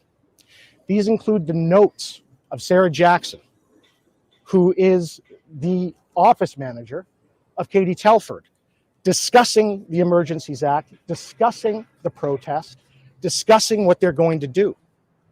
These include the email responses from Minister Blair to his own chief of staff about why he did not accept the advice of law enforcement to carry out the plan that was before the IRG. The government of Canada has continuously and every day dropped hundreds of documents on the parties, and the parties are frustrated. It is not just myself. They have tried to turn this entire proceeding into an inquiry about the failures of Chief Slawley, as opposed to actually about the invocation of the Emergencies Act. And my duty to my clients and my duty as a lawyer is to uncover the truth. We have also applied, and we applied before I asked the questions with respect to Mr. Brian Fox, to have him compelled as a witness. And we did that in writing. We applied to also now have Mr., I believe it's David Chan, who we found out was the individual who actually took the photos of the gentleman carrying the Confederate flag, of which he is also the photographer for the Prime Minister. David Chan's not the right. Well, I would disagree with you if you have, I know you it's have an true. official, you have an official photographer. Well, I understand there's an official photographer. And there's a Brian freelance. Fox. That's not him. So Explain to us why you've named Brian Fox. Because we have a witness in our application who had met the person with the flag, all right, on the day he was running around with it, and can identify him as Mr. Fox. Who's that person? It's in the application, and I'm not allowed to say yet because they won't release it to you. Our applications that we have made, Brendan, applications that we have made have still not been released by the commission. Are you worried about getting sued, sir? No, I'm not. Because guess what? Truth is a full defense, and we also have privileges for things of which we say in a courtroom. And the reason that that exists is so that lawyers can do their job and witnesses can tell the truth. I don't care about Enterprise's little announcement yesterday. I could care less. If they want to bring that, I would be happy to do so and defend it and get discovery and get their records. What are your odds of getting at the truth on this sidewalk? Well, I can tell you the odds of getting at the truth, and a commissioner who has no compulsion powers at law directing that I leave a building, a government building where I am counsel, to a client whose rights to counsel are constitutionally protected. Well, you're challenging his authority. Well, I understand that. And I'm challenging the lawfulness of what's going on. How would you Thank you. describe? How would you describe your attitude there? Canadians are entitled to the truth, and you can't hide behind unlawful redactions in a public inquiry, claiming baseless redactions on staffer correspondence because it may hurt you. And that, in my view, is what the government of Canada is doing. And it needs to stop. And had we had a timely ruling on these redactions, this application made orally today would have been entirely unnecessary. Is it your expectation to continue? Sorry, in the which the proceedings? application for Alex Cohen would have been entirely unnecessary? you said? Correct. Is it your expectation to continue in the proceedings today? Yes. Well, it's my client's constitutional right to have legal representation of their choice. Is there another lawyer as part of the team that could step in for you if you're not allowed back in? Client's choice is to have me. And with respect to being thrown out of the building at the direction of the commissioner, there is no jurisdiction to do that either. So it is what it is. We'll wait and we'll see. Is that your next steps then? You're just going to wait for some response from the commissioner now? Response more so from security. It's up to security whether or not I'm allowed in the building, and it's up to the commissioner whether or not he'll abide by my client's constitutional right to have the lawyer of their choice and the procedural fairness and constitutional right to be heard before the tribunal. Thank you. Okay, that was pretty excellent. I'll comment on it in a second here. Here's the actual incident. Order allowed.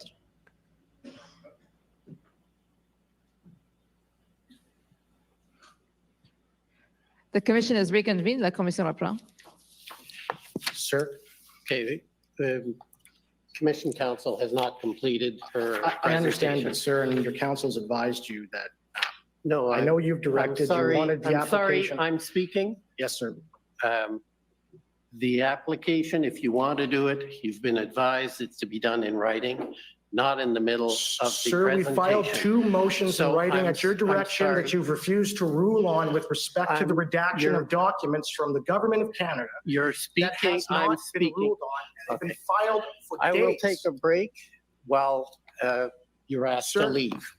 I will return in 5 minutes if security could deal with the council. Commission de recess. La commission est levée. Then there's security with the mask there, and another guy comes from the back. But at this point, he's escorted out. And then here's another interview on the street. Decisions are not made on procedural issues. When decisions are not made on procedural issues of this importance without undue delay, procedural fairness of not just my clients, but everyone's is violated. Canadians are entitled to the truth, and you can't hide behind unlawful redactions in a public inquiry, claiming baseless redactions on staffer correspondence because it may hurt you. And that, in my view, is what the government of Canada is doing. And it needs to stop. And had we had a timely ruling on these redactions, this application made orally today would have been entirely unnecessary. Is it your expectation? All right, so folks, so there's a couple things he brought up that we do need to address. One, he mentioned how lawyers have some protections in the court privilege. You're probably wondering, what is he talking about? Well, as we've heard from the Commission Council, they would be talking about the narrative and be asking questions. And I keep telling you guys that the narrative question sounding stuff is because they have to ask everything. They have to put the information forward. They have to bring it all out. And in that process, a lawyer may say something that's technically factually incorrect. So for example, if you were trying to ask a witness, is the color of the sky black during the day? Well, that's an incorrect statement. It's not black during the day, it's black during the night. But the question itself, someone can say that's misinformation. That's not true. That's a lie. That's a lie. Well, that's why the lawyers are not under oath, because they actually have a privilege to ask anything, factual or not, because they're actually seeking the truth. So that actually means that lawyers, and parliamentary too, like once you have privilege inside of the House, you can say lies. You can outright say lies. Now, the reason for it is to give you that protection to go ahead and seek the truth. But some people abuse and they totally take advantage of it. So you hear a lot of people in the parliament just straight up saying lies, and nobody can hold them accountable because of that privilege. So that was number one. What he was talking about there was that. So he's allowed to say whatever he wants in the court, and he can't be sued for it. So Enterprise, I'm not sure if you're aware of their threat yesterday, but their threat says, yeah, we're going to go after him. That's a common threat that all of them will say. And Brendan, again, was correct when he said truth is an absolute defense to defamation. So for you to understand what that means is you can say whatever you want as long as it's truthful about a person. You're not restricted from speaking about truthful statements about a person. So, and if they're not truthful, then it's defamation.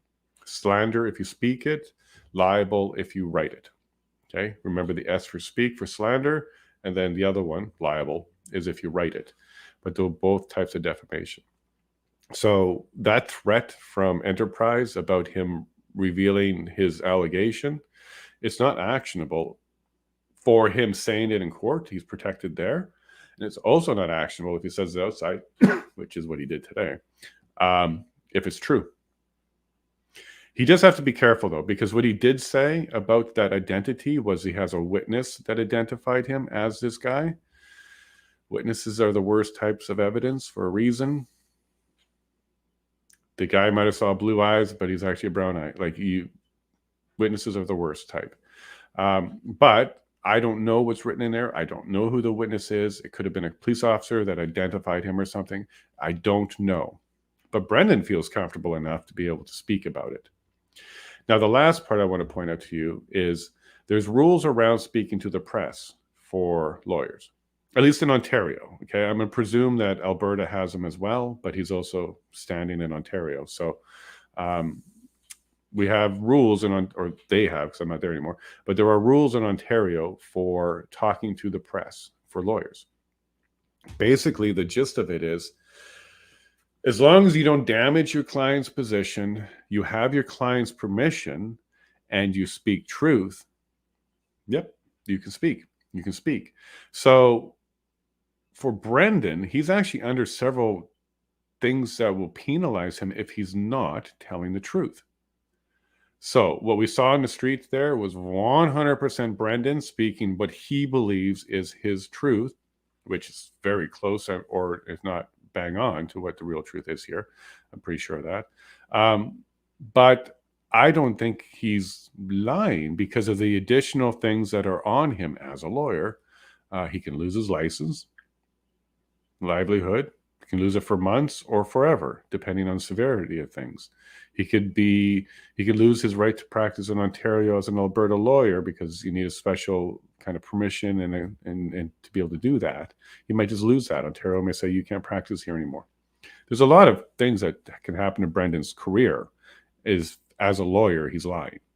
As a civilian who's lying, that's also civil stuff. So the defamation stuff we just spoke about. So he's actually under lots of penalties for not telling the truth.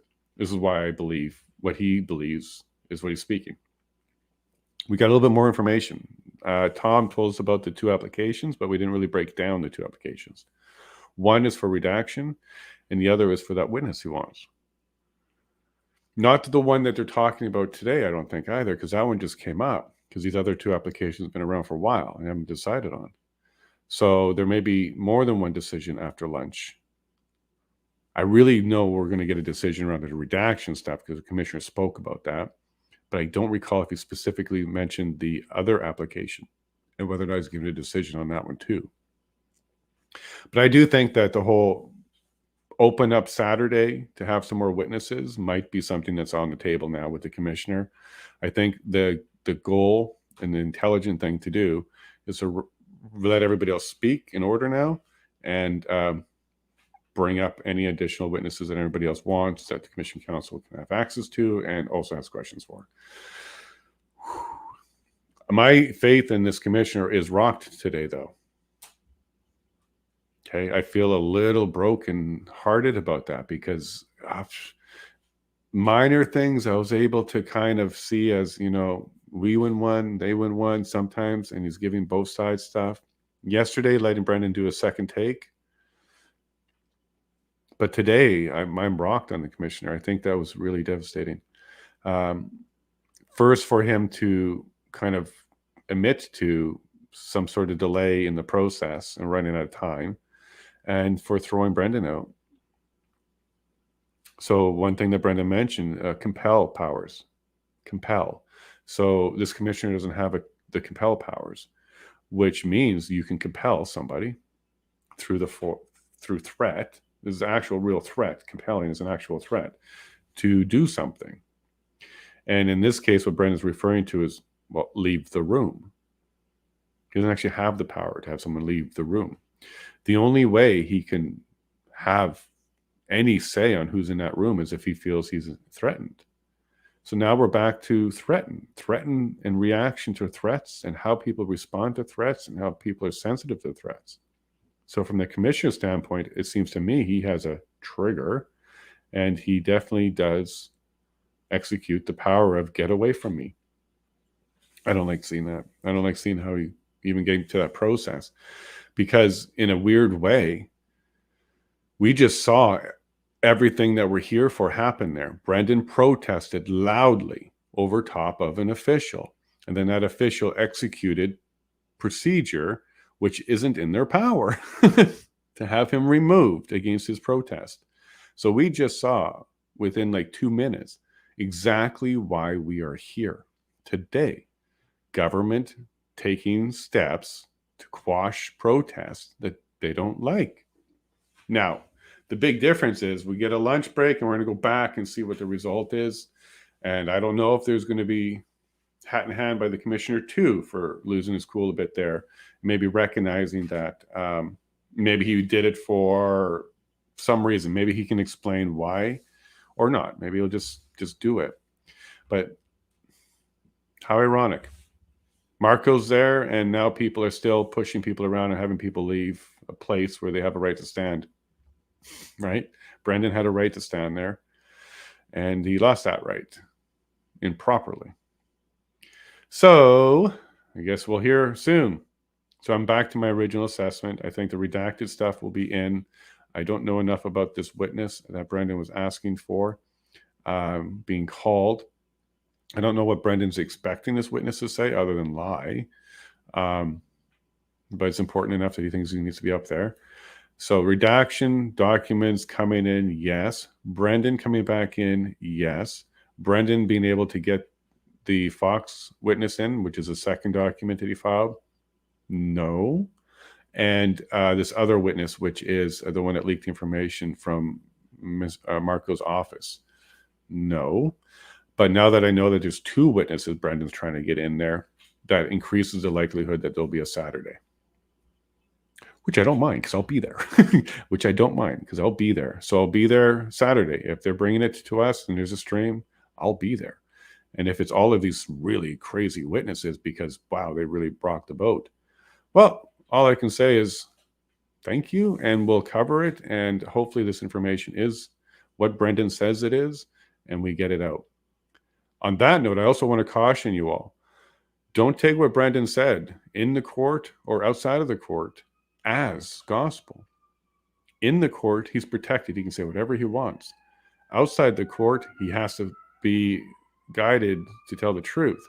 But it doesn't mean he did. And I'm sorry if you guys hear that alarm. I'm now in city somewhere, and they have these alarms. It'll be gone. So I think Brendan, I don't think he had any choice. I kind of agree with Tom on this one. I think what he's done here is also helped bring attention to there's a problem. Now, did you hear some of the reporter questions that Brendan receives? Why are reporters not asking about substance and stuff? They're the ones threatening him. So aren't you afraid to be sued? That's not a reporter question. That's a direct threat. That's not a reporter question. And then fighting over who took the picture and a specific name. Well, Brendan has it in an application. And if this other reporter has got other information, go and report it. But fighting with Brendan while he's trying to give a statement is a type of silence. It's a distraction, and it's definitely meant to make him sound worse in some way. And was that Tamara that came and got him at the end of that? Was that Tamara? Could have been. Okay, well, we have 5 minutes, and we are definitely, here's what I'm going to do today, because we're definitely not missing a single piece of that. There we go. Okay, audio's on. We got it. We're not going to miss another moment of that because it was my bad. That wasn't Azario. That was my bad. I had the screen in the bottom, but I was focused on the legal things. Proclamation. Hey, Ellen, proclamation. Getting there. Proclamation. They didn't properly do a proclamation. Getting there, Ellen. I really appreciate your heart. You're a sweet person, giving me all the assistance I can. Thank you. So I don't think anybody ate lunch today over at the inquiry. You know, Tom gave a quick little interview. Thank you for that, Tom. If you're catching this, I really appreciate that. And we'll be seeing you soon. And rest of the team as well. Just to let some of you know, my Discord knows this, but we're doing dinner Saturday, trying to get the groups together. We're going to have a little chat about Canada's future. Okay, I'm very keen to hear what they have in mind and Stunt and others have in mind for Canada's future. It's going to be exciting. So as we saw, Tom was doing an interview. I'm sure other people were doing interviews. I'm sure the commissioner is going through stuff. Commission council is going through stuff. Everybody, including security, is now all dealing with an issue and not having lunch. So you may actually have a lot more outbursts this afternoon as blood sugar goes low and people are starting to get frustrated. Because I assure you, they were quite busy. Do we want to give Paul Champ a little bit of applause there for being one of the first to jump on the have him back bandwagon? Tom Curry, I get. Tom Curry's a good dude. Actually, I reached out to him too, and let's see if he responded.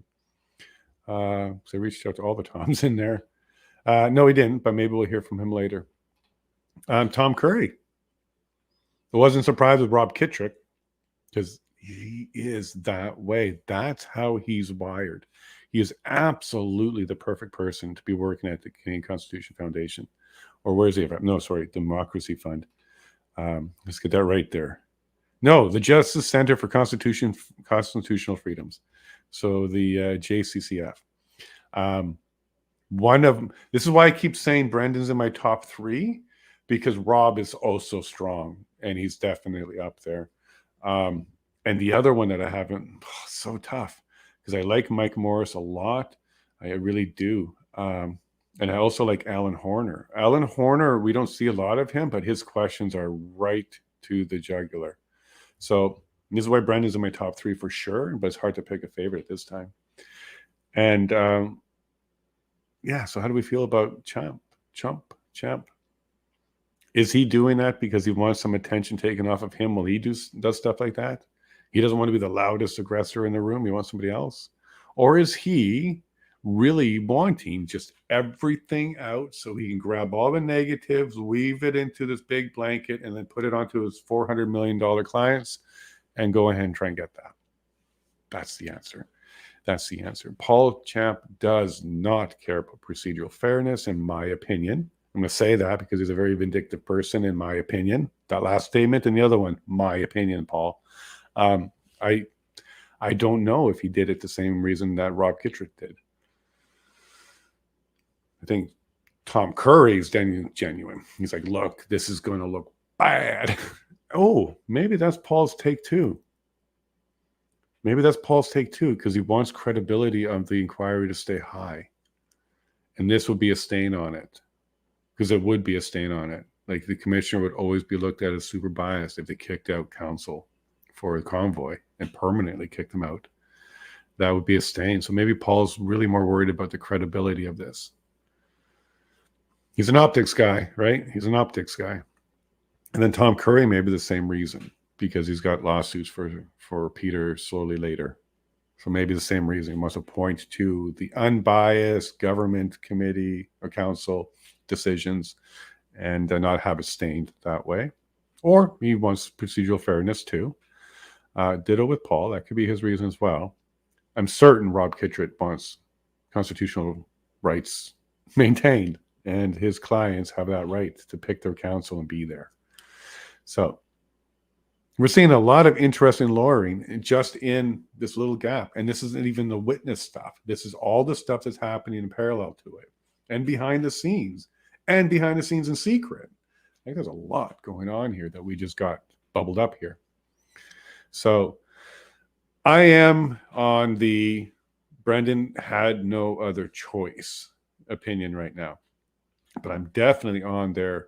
There's a bunch of reasons why he did it, and he went through the cost analysis of it, pros and cons. It was a go. And also was very intrigued with the Tom's comments on Keith Wilson. These are comments that I would typically ask or not bring forward. Comments admitting to how manipulative someone is and how smart they are. 4D, 5D, 6D. But he is King's Counsel.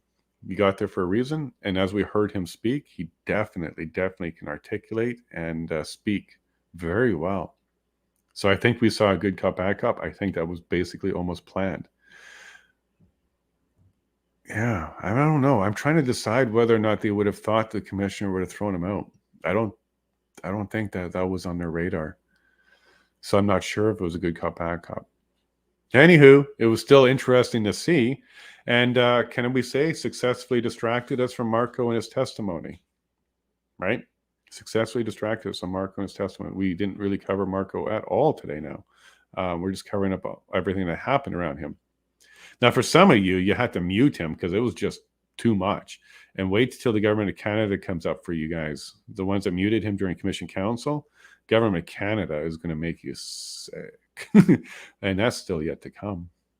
So there's still going to be some more Marco. We're going to still have some more fireworks after lunch. We're going to still see what happens. Paul Champ, man.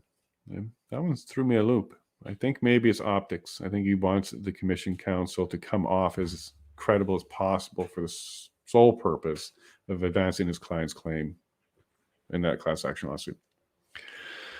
Well, they're a little bit late, so that's a neat sign, right? That's a neat sign. They're usually pretty punctual. They're at least a minute late now. Let me go see what's over here. Cool. Let's get some comments going. What's this? Got my gravel for these sunny days. Yeah. And if you have problems with motion sickness on airplanes, one of the best things you can do is go on a full stomach with rest. You'll do better. Spins and spirals in an airplane is something we have to do, and that literally spins the airplane. So if you have a weak stomach and you can't regain control of the airplane, you ain't getting a license. So the tricks of the trade is full stomach and lots of rest. And then you can focus and things usually stay put as you're moving around. Sorry for that kind of conversation, but I saw gravel and that jogged my memory on that. Hey, John, nicely done on Miller's part. Effectively well played. I think so. It's rare to see a lawyer actually work for their paycheck. Miller is smart enough not to soapbox debate a bunch of wannabe journalists. He got out of it quick, John. Yep, he got out of it quick, but he did engage. He got out, but no, Miller is also working on some emotion there, John, too. There's actually, and if anything, this just makes me happier with him because he's a human. I prefer imperfect, fallible people because they're honest, because we're all imperfect and fallible. Proclamation. See, we're all infallible, but we work hard. Yeah, Ellen, those are the right. What about the license plate? Haven't heard about that again. There's just so much to get out, Ellen. There's just so much, and I guess that's why they want him on the stand. That's what I'm guessing about that one, Ellen. Brendan Miller is not lying. He already said not scared of being sued because the truth is a full defense. Completely. Sue only counts if it's a lie. Well, you can look at it the other way. Truth is an absolute defense. Simple as that. You can't be sued for the truth. So if it's the truth, see, here's what will happen. Enterprise will file a lawsuit, make a bunch of claims. It is up to, let's try to remember this, because I know that the UK and the US differ on this, the reverse onus. I think, okay, so it's either up to the lie teller to prove it's true, or it's up to the person who has a lie against them to prove it's true. I can't remember Canada. It's one of those. I want to say that you're innocent until proven guilty. Therefore, it's up to the truth the lie teller to prove that it's not a lie. I'm going to look into that because it does differ in where you are. Because the other reverse onus, which makes it harder, is a person has to defend their truth. So if someone says something about me, I have to prove they're lying. And that puts an onus on me, and I'm considered the innocent person in that scenario. But the lie teller also has a presumption of innocence until proven that it was a lie. So this is why UK and it might be Canada is the same as the US, but it does switch. There's a weird thing about slander and defamation and onus and who has to prove what. There's difference between the UK and the US and Canada. I'll have to look into that again. That came up during the Johnny Depp stuff. So Johnny Depp did some suing in the UK and the US. In the UK, he wasn't successful. In the US, he was. And that's because the onus was swapped. So she was the defendant. Right. So I guess in the US, the defendant has to prove it. Maybe that's a reverse onus. In the UK, the plaintiff has to prove it's true. Or they're saying a lie, which is difficult because it's hard to prove a lie. It's difficult. Anyways, we'll have some clarification of that, but they're definitely 6 minutes late now, folks. Okay, they're 6 minutes late. We haven't seen this late before. So whether they extended their lunch because nobody ate or whatnot, and they didn't tell us yet, whatnot, but yeah, they're pretty late. They're normally a lot more punctual than that. What's this, Alan? I hate that, Jason. No pressure, but I was relying on you to keep me positive. I'm keeping you positive, Helen, okay? Because the positiveness is we're still going to find out what happens. And again, the commissioner is fallible. We do like humans. And he still has a chance to say, I lost my cool. Brendan's back in. I didn't have the right to do that or something along those lines. Like, Ellen, keep that positive spin going. I don't even want to say spin. Keep that positive look on the world going, because we still have procedure and we still have some stuff to go through before we really start to get worried there. Ego could be ego for Brendan or for the commissioner, because quite frankly, Perry, both. A lot less on Brendan because I don't think he's doing that for him. I think he's doing that for his client and his frustration for the procedures that shouldn't be so difficult. Commissioner, sure. Maybe this is in response to Paul Champ, why he's doing it. Ego? his name got mentioned in a positive light by a side, so maybe. And I think you're not talking about Curry, because Curry's kind of, non-playable character almost in this conversation. In all of this, do you think that the Raleigh is under coercion? Really? Who's Raleigh? Do you think that Raleigh is under coercion? Really? Sorry, Eleanor, please hit me back with that. I would like to kind of know what you're talking about there. Don't worry, Ellen. 1 step back, 2 steps forward. Well, I actually think it's tough. It's tough. There's so much information I don't Order have. allowed. Let's watch. Let's watch. The commission is reconvened. La commission reprend.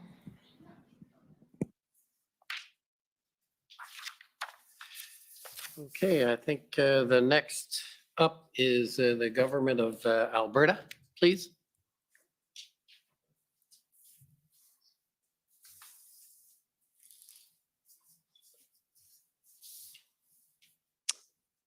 Good afternoon. Sorry, I'm having an issue. I'm unable to start my video.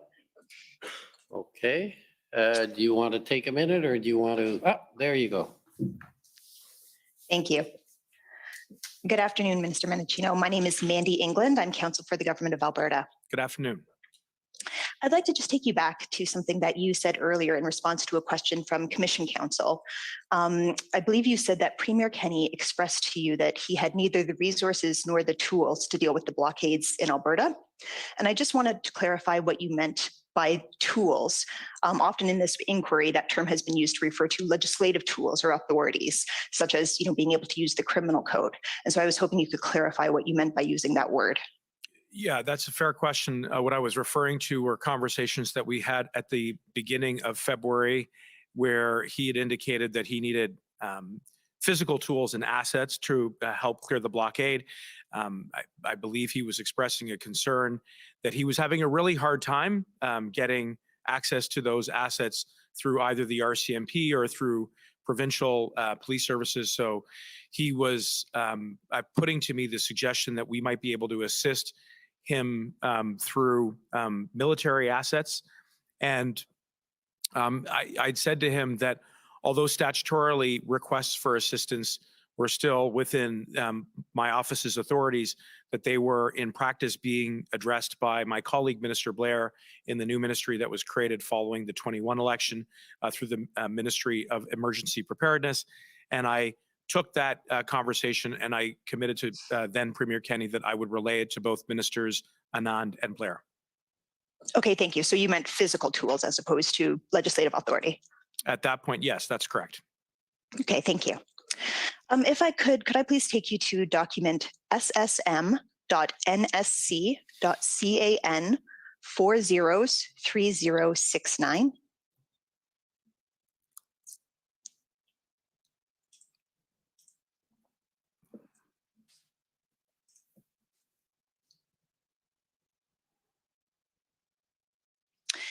And this is a text. The portion that I will be reading will be a text between Zita Estravas, Minister Blair's Chief of Staff, with Mike Jones, your Chief of Staff. And you can see the date as we're scrolling is February the 6th at 8:49 p.m. And in this text, Ms. Estravas says, your DM Mike said the following: heads up, I have spoken to my Alberta counterpart and flagged that we are likely to decline the RFA, so request for assistance, as you were just mentioning, for CAF equipment and optics and precedent and provincial authorities not fully explored reasons. She was not surprised, but said Minister McIver would want to call Minister Blair, and Mr. Jones says thanks. And so I'd just like to break down this text. The reference to your DM would have been a reference to Deputy Minister Stewart, is that correct? That's how I read it. Can I just clarify, though, that you said Zita Estravas? I note at the top of that text chain that the initials are MJ and SK, and previously we've read text exchanges where SK was Sam Khalil. So I just thought I would offer that clarification. I'm not sure if that makes any sense to you. It makes sense. And I should have clarified at the beginning myself. I believe it's a group chat in which all three of them were present. And so the indication with the document is that this is taken from Mrs. Stravis's phone, and then it indicates at the top of her screen the other two individuals that she's texting with. Okay. Does that help clarify? Yes. Okay, thank you. And so would you understand the reference here to Deputy Minister Stewart? What do you understand here in terms of what that means of the reference to Deputy Minister Stewart, having said that your ministry was likely to decline the request for assistance because of optics? Well, I'm not privy to this exchange, but it seems on the text that what's being indicated is that your DM, and so I agree with you. I infer that that is DM Stewart said the following, and a heads up that DM Stewart has spoken to, as I interpret it, his Alberta counterpart and flagged that we, as in the federal government, are likely to decline the request for assistance for CAF equipment and optics and precedent, and provincial authorities not fully explored reasons. Of all those itemized reasons, the one that I have the least insight to is the optics. And to be clear, following my conversation with Premier Kenney, I really did delegate that task to Minister Blair and his office. And just so that we are clear on the dates here, though, this text does predate that conversation with Premier Kenney. Would that be correct? This is Sunday, February 6th, the day after the request for assistance was sent. I have to, again, try to jig my memory. There may have been a conversation with Premier Kenney before the 6th. It was certainly at the very beginning of February. In any case, it actually seems to me to make sense that, given the sequence of events as we've been discussing them this morning, that I spoke to Premier Kenney, indicated that Minister Blair would be the lead on processing the request for assistance.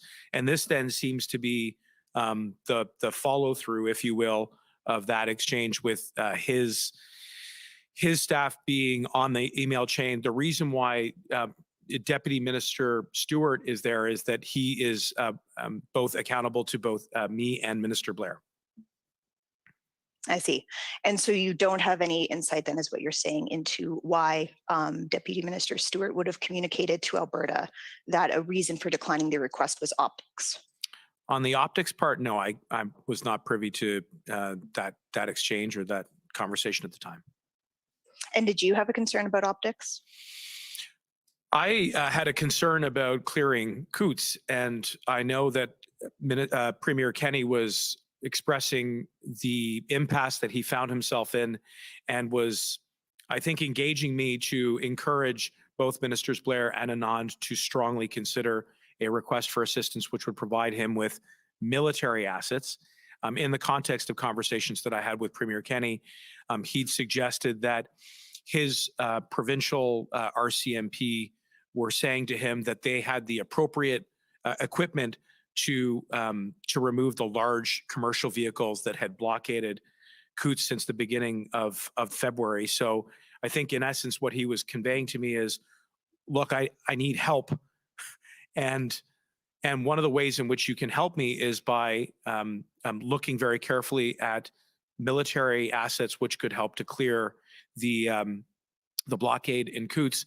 And he said he had a really hard time getting access to tow trucks that were large enough to accomplish that job. Okay, thank you. And in terms of the next reason that's given for declining the request, do you have any insight into why Deputy Minister Stewart might have said it was due to precedent?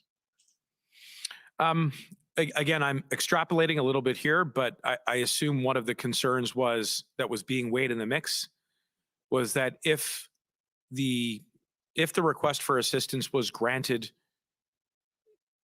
in the case of Alberta, that potentially others would. And again, I'm inferring a bit here, but the use of military assets is something that is done on a very exceptional basis. So I think there was a concern about potentially opening up the door to other requests to insert the military, and as you've heard, there was a lot of reluctance and restraint around resorting to military resources and authorities in the context of the blockade and the convoy.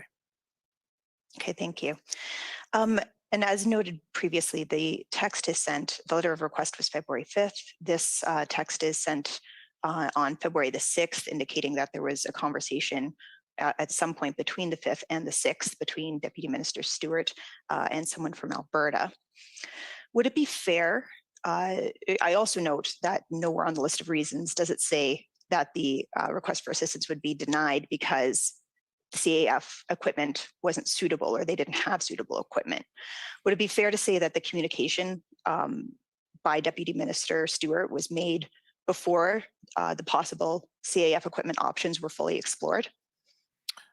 I'm afraid I couldn't answer that. I don't know at that point exactly what Deputy Minister Stewart has said or not said to the province of Alberta. And again, owing to machinery, he would have been reporting the RFA to Minister Blair in conjunction with any dialogue that was going on to Minister Anand.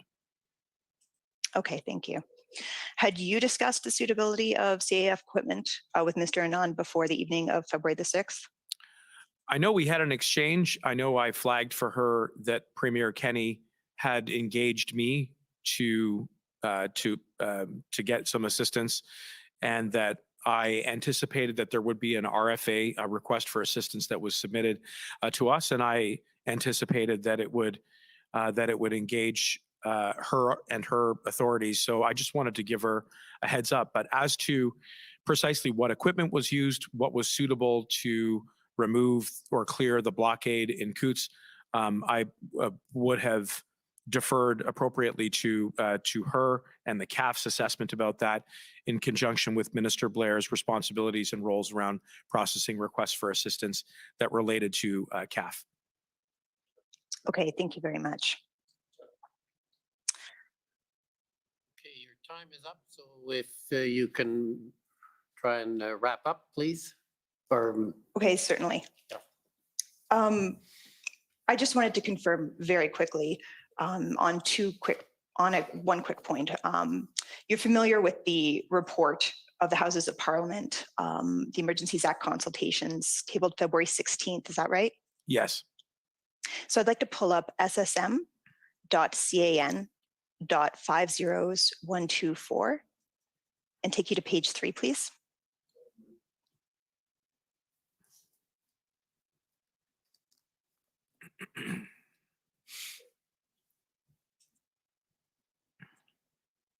And if we could scroll down to the bottom of that page. Yep, right there. So we can see that there's a discussion of engagement, and under the first sub-bullet point, the Minister of Public Safety engaged with the Premier of Alberta on February 2nd and 9th. And then with the Premier and the Acting Minister of Justice and Solicitor General on February the 7th. You also engaged with the Acting Minister of Justice and Solicitor General on February 1st, 5th, and 9th. Can I confirm with you that in none of those conversations did you discuss the potential invocation of the Federal Emergencies Act with either Premier Kenney or Acting Minister Savage? Certainly with Premier Kenney, I can confirm that. I would also note that it does confirm what I had mentioned earlier, which is that he and I had a conversation on February the 2nd, as I recalled it, which was prior to the February 6th exchange that you had pulled up earlier. So I do think that that does sit more neatly with the chronology and the sequencing of events as we described. I would say that my engagements with the then Minister of Justice and Solicitor General, Sonia Savage, very likely did not include any express references to the Emergencies Act, but I believe there would have been general references to whether or not existing tools and authorities beyond physical assets were going to be sufficient to restore public safety, and it would have been in the very general nature. So Minister Savage's evidence as summarized in our institutional report is that you did not discuss the Federal Emergencies Act. Would that be something that you would agree with, or would you Yes. dispute that? No, I agree with that. Yes. Okay, thank you. And I know I'm out of time, and so perhaps I don't have time to take you to this, but there are emails and text exchanges confirming that it was the conversation on February the 7th. There's a readout and text exchanges with yourself and Minister Blair that it was on that date that you had the conversation with Premier Kenny about the tow trucks with the agreement to relay it to Minister Blair and Minister Anand. Would that, jog perhaps your recollection on the chronology of when that conversation might have taken place? That sounds right. Okay, thank you very much. Those are my questions. Okay, thanks. Next, if I could call on the Union of British Columbia Indian Chiefs, please. Good afternoon, Minister. My name is Cheyenne Arnold Cunningham, and I'm counsel for the Union of BC Indian Chiefs. We've heard a lot today already on the topic of consultation. So we'd like to ask, did you consult or cooperate with local First Nations or Indigenous groups during the Freedom Convoy situation and or the decision to invoke the Emergencies Act? I would say that I've had broad and ongoing conversations with representatives and leadership within First Nations and Indigenous communities in my role and in my capacity as Minister of Public Safety. I know that, in the lead up to the invocation, that a number of colleagues that sit at the table, including Ministers Miller and Haidu, are in routine and constant engagement with First Nations and Indigenous peoples and the communities. So there's a broad range of ongoing dialogue that is undertaken by representatives of the cabinet. Okay, thank you. From a public safety viewpoint, do you think that it's important during a public order emergency event for Public Safety Canada and police services to engage with First Nations in the local territory? I do. So in your mandate letter dated December 2021, you were directed to implement the United Nations Declaration of the Rights of Indigenous Peoples, which is also known as UNDRIP. Are you familiar with Bill C-15, which came into force as federal legislation in June 2021 to adopt and implement UNDRIP? Yes, and I would just add to that we are leveraging UNDRIP to advance important reforms within the RCMP around First Nations and Indigenous policing. And so, for example, over the last number of weeks and months in my capacity as Minister of Public Safety, I have been deeply engaged with First Nations and Indigenous and Inuit communities for the purposes of ensuring that there are more Indigenous-led public safety initiatives, including the creation of Indigenous-led police services, which are independently created. We have also are in the process of co-developing legislation that expressly recognizes that Indigenous policing is an essential service, so that we can move away from the current First Nations and Indigenous policing program-based approach to one that is more structured and enduring and uses UNDRIP and the principles of reconciliation as the anchor for a relationship between the federal government and First Nations and Indigenous policing. And then the last thing I would point out is that we are currently debating Bill C-20, which is before Parliament, which is an act that would create a new Public Complaints and Review Commission, what we are referring to as the PCRC. And we are, again, very engaged with First Nations and Indigenous communities to ensure that there is representation on that commission so that there can be appropriate civilian review and accountability in the way that we police and uphold the law in Indigenous communities. Great, thank you so much. I'll jump off the last few points that you made there. So speaking of Bill C-20 and the work that you're doing there, would you agree then that ensuring Indigenous participation and presence on oversight bodies of the RCMP as either decision makers or complaints investigators would assist in that acceleration of RCMP reform moving forward? I agree it's essential, and that's one of the things that we talk about in our engagements, and it's one of the reasons why we are co-developing the legislation around the recognition that Indigenous policing is an essential service. And in order to give life and breath to that principle, it means being at the table together, starting from the premise that there needs to be a recognition of the inherent right of Indigenous peoples to chart out their own courses to implement their own priorities as it relates to public safety, including and leading up to Indigenous police services, which are self-governed. So both in that co-development exercise, as well as in Bill C-20, we are very much engaged with First Nations and Indigenous people so that they are reflected in our institutions, including when it comes to public safety. What about the CSIS Act? Are there any plans to ensure modernization of this legislation in alignment with UNDRIP? Well, the reforms that I'm carrying out in my capacity as Minister of Public Safety has, as part of the overarching mandate given to me by the Prime Minister, the need to adhere to the principles of reconciliation. And part of that is addressing long, enduring, systemic, structural challenges in the relationship between the federal government and Indigenous peoples that go back to the origins of colonialism. And that would apply not only to RCMP and CBSA, but right across all of my line agencies, including CSIS. So we are really trying to get at some of those inherent biases which have led to the overrepresentation of Indigenous peoples interacting with the justice system, and using UNDRIP as well to make sure that we reduce and ultimately eliminate those barriers. Okay, thank you. So in considering all the work that you're doing to implement UNDRIP and your mandate and Bill C-15, and another piece of your mandate, which is to work in partnership with Indigenous peoples to advance their rights.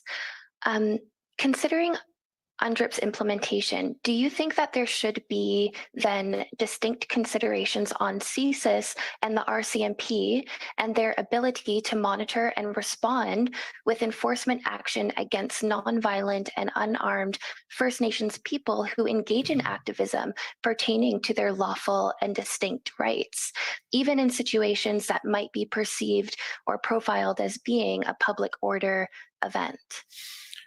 I do, and that's one of the reasons why it's really important as we implement these reforms that we modernize training to be culturally sensitive of Indigenous language, of Indigenous culture and tradition and Indigenous laws, and that is something that we are actively doing right now. And the hope is that by doing so, that we will create a relationship that is based on respect, on the nation-to-nation principles and values that are informed by UNDRIP. And again, this is not just with regards to the line agencies in my portfolio. This is work that has to be done right across our government.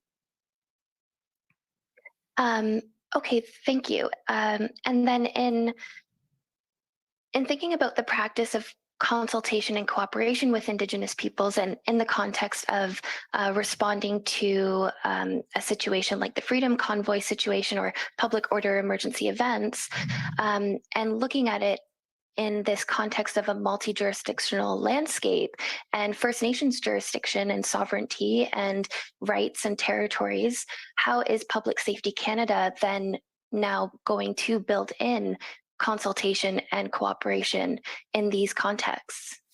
By listening, and that is one of the core principles that I feel very strongly about. And my department and my officials are in frequent contact, building the relationship on the ground. I am also traveling with increasing frequency to Indigenous communities across the country to meet in person with Indigenous leaders, with residents. I recently had the chance to visit with the James Smith Cree Nation following the mass casualty there at the beginning or at the end of summer, I beg your pardon. And so that direct personal experience is meant to foster a relationship so that we can move forward with the kinds of reforms that are inspired and governed by UNDRIP and by the principles of reconciliation, which have been documented in the Truth and Reconciliation Calls to Action, the MMIWG Calls to Justice. It's a full court press from the federal government to really move forward with those reforms, but you have to meet with people, and you have to respect that inherent right of self-government and that inherent right of self-determination. And that includes when it comes to public safety initiatives. And I think by doing so, we can break that intergenerational trauma, that endless cycle that has seen a disproportionate number of Indigenous peoples caught up in the criminal justice system, for example. And so that is work that I am deeply committed to.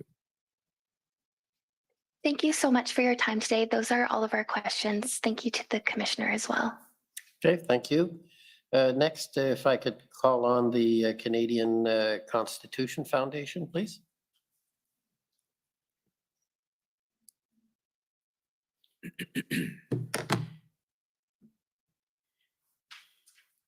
Commissioner, Minister, my name is Sujit Chaudhary. I'm counsel for the CCF. Minister, I'd like to begin by picking up on a comment you made, I believe, during your examination in chief, where you said there's a dialogue between civilian leadership and law enforcement professionals. And so I want to pick up on that idea in the context of your relationship with Commissioner Loki. And in the context of the convoy, I'm wondering if you could just answer, a few questions. I mean, were you getting daily briefings? Were you in frequent communication with her? If you could just give us, and I have limited time, so if you could just give us a bit of a window into what your interactions were like with her. The short answer is yes and yes. And to give you a little bit of detail, we would have been meeting daily, on some days, multiple times through different briefings. The purpose of those interactions was to have a dialogue so that I could understand from her exactly what law enforcement was doing to restore public safety, and then ultimately in the lead up to the invocation to seek some advice so that I could then impart some advice to the government around the invocation. So these were daily and frequent conversations that I was having with the commissioner. So when the February 7th letter came to you and the Prime Minister from Mayor Watson and Chair Deans requesting a deployment of RCMP officers, I suppose you would have delivered that letter to the commissioner then? We certainly were in constant contact. Just to be clear, it wouldn't have necessarily been my personal responsibility to transfer it, but there was a very clear line of communication about the pressures that the Ottawa Police Service was under to muster the resources that were necessary to restore public safety.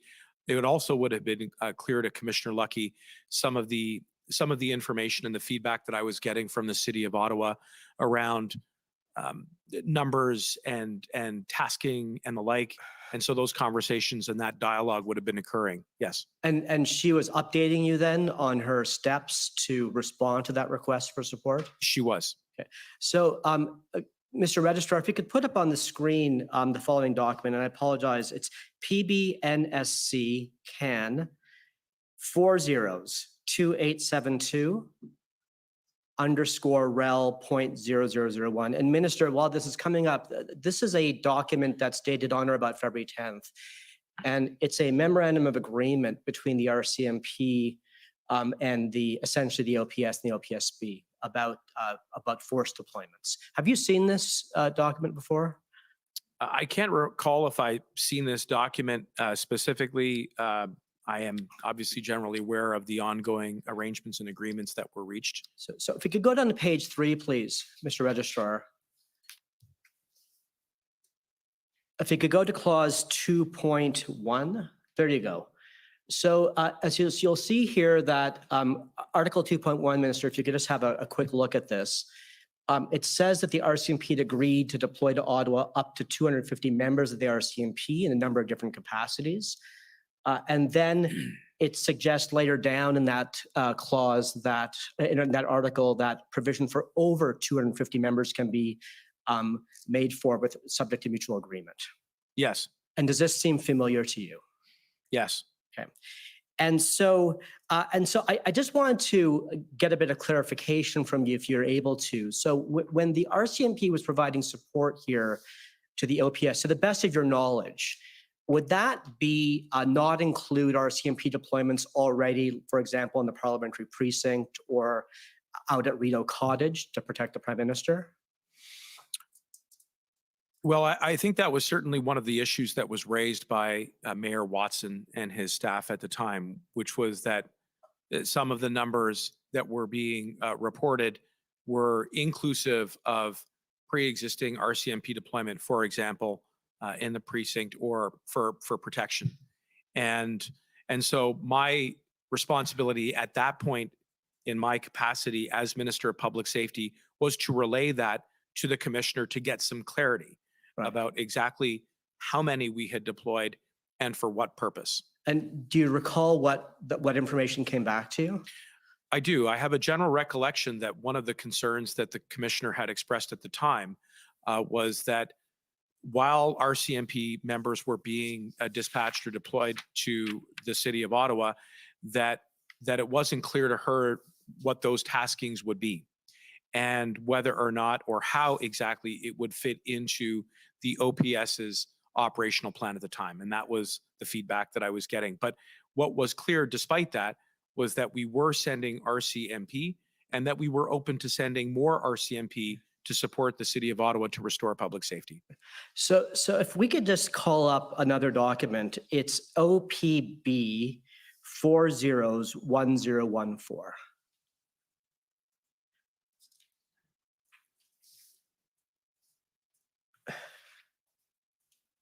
And so, Minister Mendicino, I'm not sure if you've seen this. It's a chart of deployments by different police or law enforcement entities in Ottawa, up to and including the 12th of February. Have you seen this chart before or something similar to it? I've not seen this chart. Sorry, who is the author of this document? So this is a production by the Ottawa Police Board. So I'm afraid I can't give you more details about who put this together, but this is an evidence before the committee. This is a City of Ottawa publication, is what you're saying. It might be. It's something that was put into evidence by the Ottawa Police Board. I can't speak to them, sir, about how they generated it. Okay, I don't recognize this document. Okay, well then look. Let's soldier on. So if you look under regular members, federal RCMP, yes, Mr. Registrar, thank you. It sort of says at the end of this line that 167 officers were deployed. And so that, I mean, were you aware of that figure on that day? Well, setting aside the exact time frame, I am familiar with the initial figure of about 150. In that range. And again, you've heard previously that there was some ongoing back and forth on exactly how many and when, but that was one figure that had came to me early on in that range. In that range. And so, I mean, you'd agree that on its face, it does appear that these numbers are lower than the 250 that are in the agreement I showed you. Well, I agree that on the face of this document that is lower than 250, but again, without knowing more about the authorship or the origins of this document, it is very difficult for me to testify as to its accuracy. And you're not able to say, and I think I know the answer, sir, but I have to do it for the record. You're not able to say of that 167, how many were at Rideau Cottage and on the parliamentary precinct? I am not.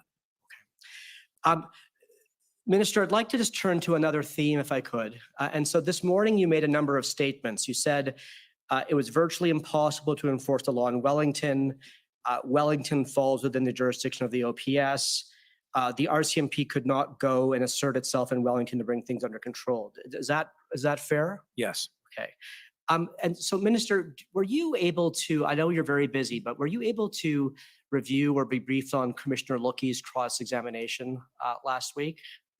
I don't know that I was briefed. I may have read some general reports about it in the media. So my co-counsel went through some issues in respect of those themes with Commissioner Lookey, and I just want to take you to what she said.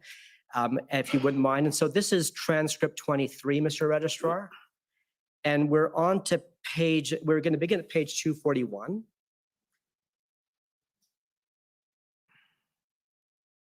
And Minister Mendicino, I know you're a member of the Law Society of Ontario, so this will be there'll be a bit of legal questioning here. Okay.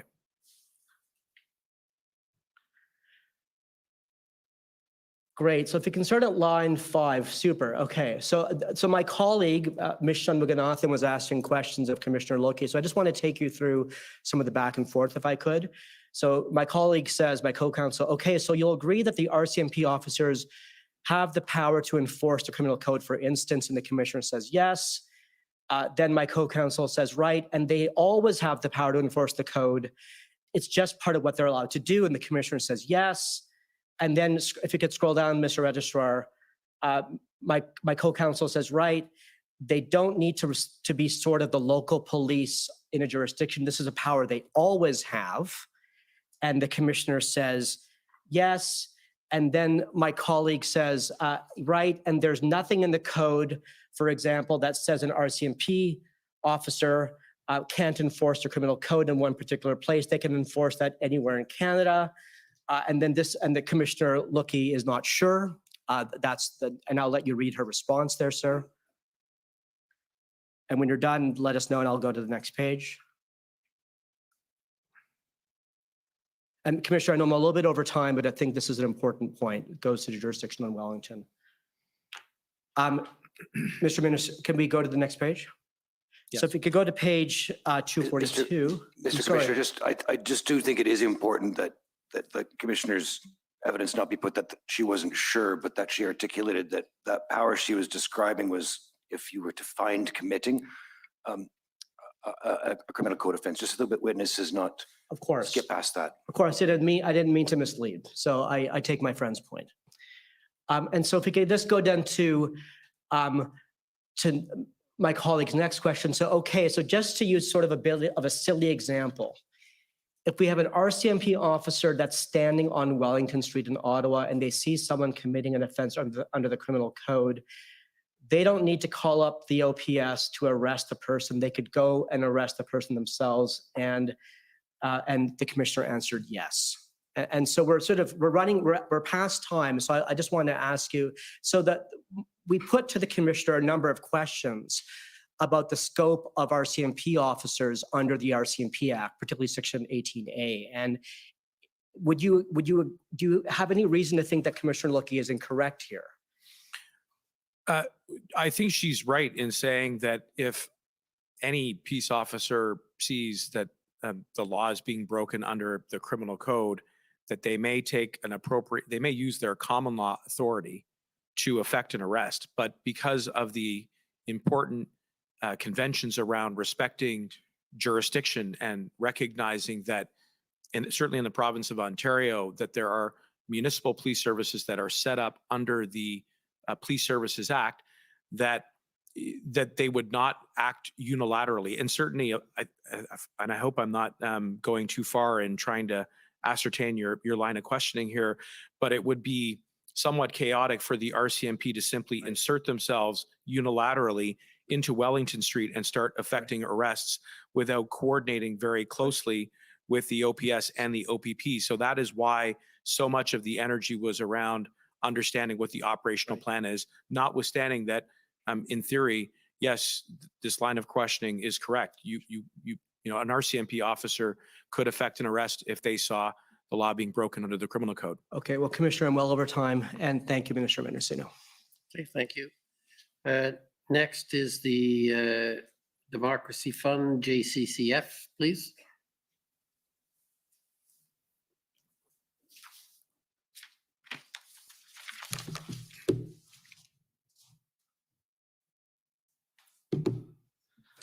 Good afternoon, Mr. Commissioner. Good afternoon, Minister Mendicino. My name is Antoine Dailly. I'm counsel to Citizens for Freedom, representing the protesters in Windsor, Ontario. Just like to take you through two aspects today. First, some of the considerations that were made by you, Mr. Minister, in considering some of the legal alternatives other than invoking the Emergencies Act to deal with the protest, and also some specific questions about your communications with the Windsor governance structure. Just for the record, do you remember the mandate letter JCF.000000189?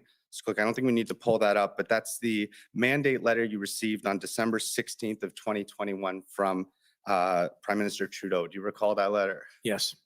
And I think on the fourth page, fifth bullet from the bottom, it mandates you to continue working with the Minister of Health and the Minister of Transport to protect the health and safety of Canadians through safe, responsible, and compassionate management of the border with the United States and other ports of entry into Canada. Do you recall that portion of your mandate? Yes. And so I take it that the Minister of Health and Minister of Transport, you work closely together, and that would be Minister Duclos and Minister Al-Gabrak. Is that correct? Yes. And is it also your understanding that Minister Duclos is an economist by formal educational training? Yes, with an academic background, yes. And then you are obviously a lawyer by background and former Crown prosecutor. So with respect to the Freedom Convoy and the protest, would it be fair to say that a trucker protesting about health mandates with concerns about public safety and border concerns, that this group between the three of you as part of your mandate, you were the key ministers involved in dealing with some of the concerns raised by the convoy. Is that correct? Well, I would say there were a number of ministries that were engaged by the convoy and the blockade. Not only my colleague ministers Al-Gabra and Haidu, but equally, as you heard previously, Minister Blair under emergency preparedness, Monsieur le Ministre Leblanc under intergovernmental affairs, and many Understood, others. Minister. Sorry, just got limited time here. Yes and no answers where we can and where we need to elaborate just as concisely as possible, please. If we could pull up a document ID pb.can.00001868. And this is from the emails that were received last night. Do you recall hearing Jason Kenney's position that the trucker vax policy is obviously just dumb political theater? Was that ever brought to your attention? Well, I'll wait to see what the document says to refresh my memory.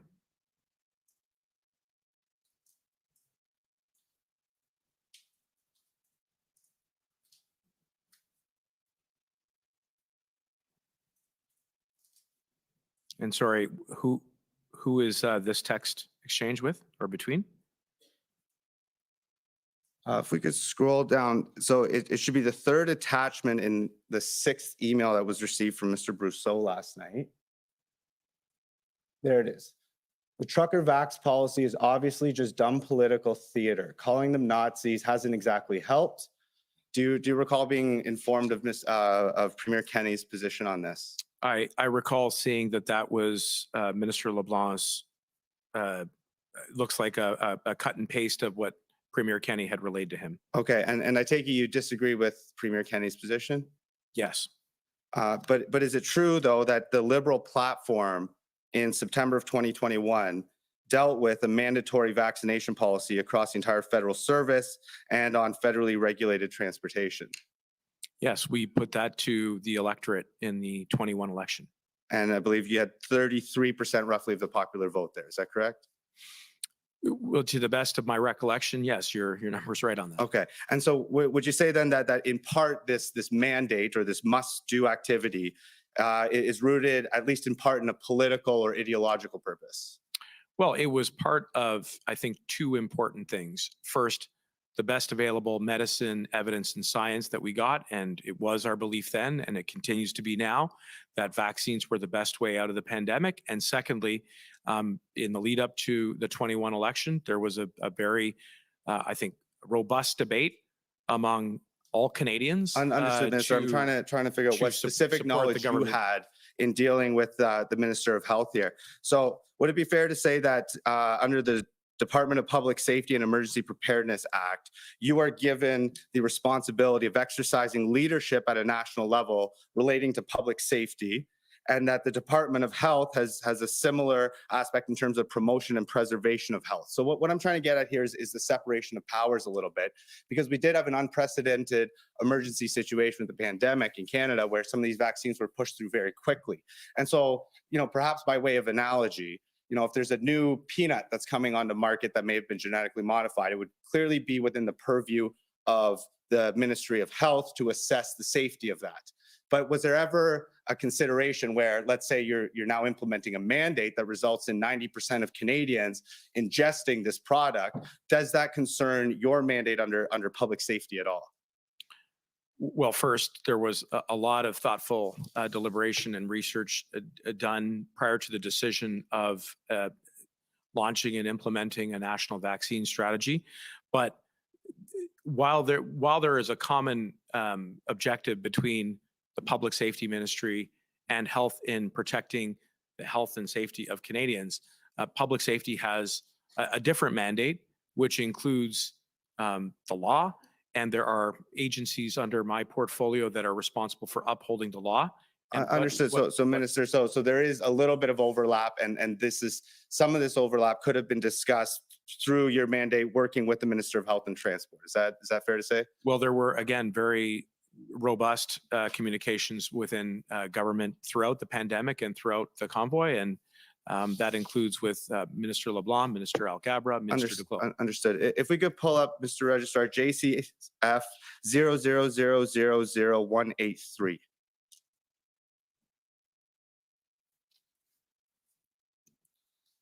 So this here's the regulatory decision summary published by Health Canada on September 16th of 2021. I believe this was the second, the purpose of this document was to transition the approval of some of these vaccines from being authorized under an interim order to being authorized under, I believe it is Schedule Division 8 of the Foods and Drugs Act. So if we could go to page 6 at the first paragraph there. It states that an important limitation of the data is the lack of information on the long-term safety and effectiveness of the vaccine. Were you made aware of this concern? I recall being privy to conversations where there were discussions about the efficacy of vaccinations, and also how there were other considerations around the administration of them as part of an overarching health policy to deal with the pandemic. Right, and would you also agree with me that because of the time constraints, because of the emergency situation that this rollout had to occur within, that it did not go through the regular rigorous testing that it otherwise would have? And if we could scroll to the last sentence of... Sorry, just before you go on, I just want to be clear, I actually don't agree with that. Which part? The last part that you said in your question, where you asked me if I agree that it was sped up and rushed, okay. And you linked it, I think, to the events of the blockade and the convoy, and I disagree with that. There was a lot of work that was done in the lead up to the rollout of the national vaccination strategy that predated the convoy. So if we could look at page 4 of 8, was ever brought to your attention that in terms of the safety evaluation for adolescents, only 660 adolescents has aged between 12 to 15. Only 660 adolescents that had been followed for 2 months formed the basis of Health Canada's conclusion that this was safe or effective for this particular age group. And were you aware that this is one of the concerns that was being brought by the convoy? I know that in my conversations with Minister Duclos and other colleagues who participated both at the COVID committee as well as broader cabinet, that those conversations were informed by the best available science and data in the lead up to the national vaccination strategy. Okay, and if we can, one more document here quickly, JCF 000008187. Were you aware that at least our counterparts in the United States, that when they approved the Pfizer-BioNTech vaccine, they stated that they determined that an analysis of spontaneous post-marketing adverse events reported under the FDCA would not be sufficient to assess known serious risks of myocarditis and pericarditis and identify an unexpected serious risk of subclinical myocarditis, and that in fact they ordered a battery of tests requiring Pfizer to study adverse effects until at least May 31st of 2027. The question I'm trying to get at, well, were you aware of that, first of all? I've not seen this document before. Okay, and so my question to you is, if you're exercising leadership within the realm of public safety. And you have the statutory power to establish strategic priorities and exercise powers to initiate, recommend, coordinate, implement, or promote policy programs or projects relating to public safety. Was there ever any consideration of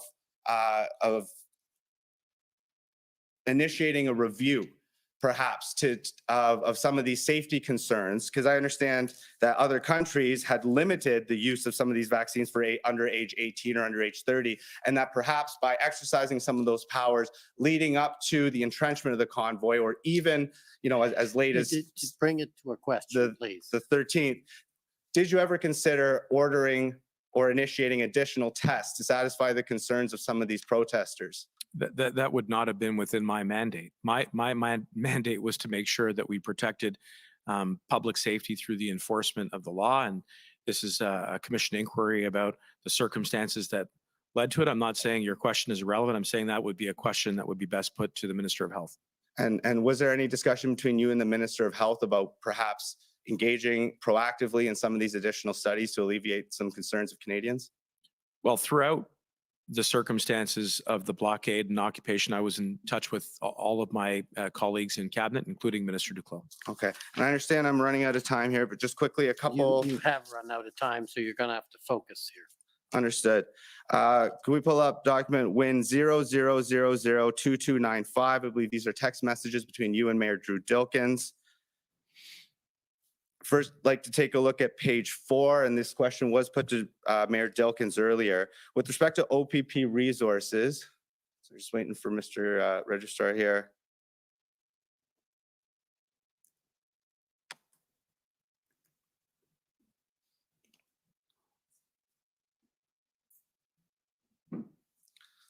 Page 4, so is it your it appears that it's your understanding on February 9th at 7:35 p.m. that Chief Mendicino had not requested any additional police officers from the OPP. Was that your understanding? And if so, where did you attain that understanding? This exchange is about trying to clear up what I think is a miscommunication or a misunderstanding between different levels of enforcement and the city of Windsor. And so what I'm really trying to get to the bottom of there is whether or not additional help had been turned down by the city of Windsor. But it says apparently your police chief just told. So the question is, where did you ascertain that belief or that understanding? I am trying to recall whether or not that was information that I got either directly from Commissioner Lucky or from other sources. Off the top of my head, I can't say. Okay, and lastly, just on page 20 here, last question here, Mr. Commissioner. So on February 14th at 11:57 a.m. says that to the extent you, so here being Mr. Dilkens, you can be supportive of any additional authorities that gets Windsor the resources you need to keep the bridge open, people safe, that would be great. Is it your understanding that Drew Dilkens, Mayor Drew Dilkens, invoked the citywide emergency before or after this text message? Off the top of my head, can't recall. But I know first that the Ontario government had declared a state of emergency on the Friday before, which would have been, I'm just doing. So I think on the 14th, the city of Windsor declared an emergency by order Same of the mayor, day. correct? Yeah, that sounds about right. But Don't recall. But yeah, the Ontario government had declared the Friday before. Okay, and last one here, where you reference resources. Do these resources include money? He and I and other representatives of the government have had a conversation around potential compensation for losses suffered to businesses and residents arising out of the blockade. Yes. Understood. Okay. And I'm out of time, so thank you for the indulgence. Those are my questions. Thank you. Thanks. Next, the CCLA, please.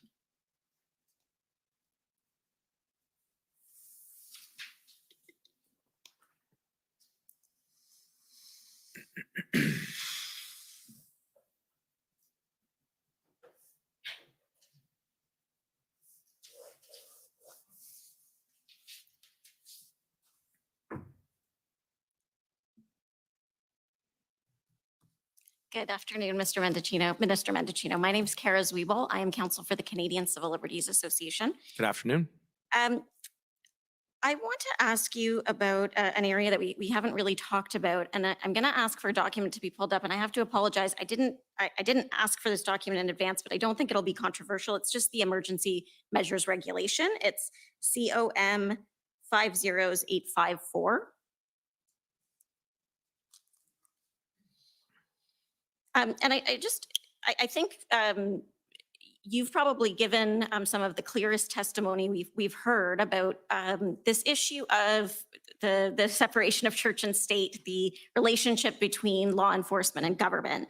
And I think what you've said is that there needs to be good lines of communication open, but that it's not government's role to direct the police and what to do in an operational sense. Is that accurate? Yes.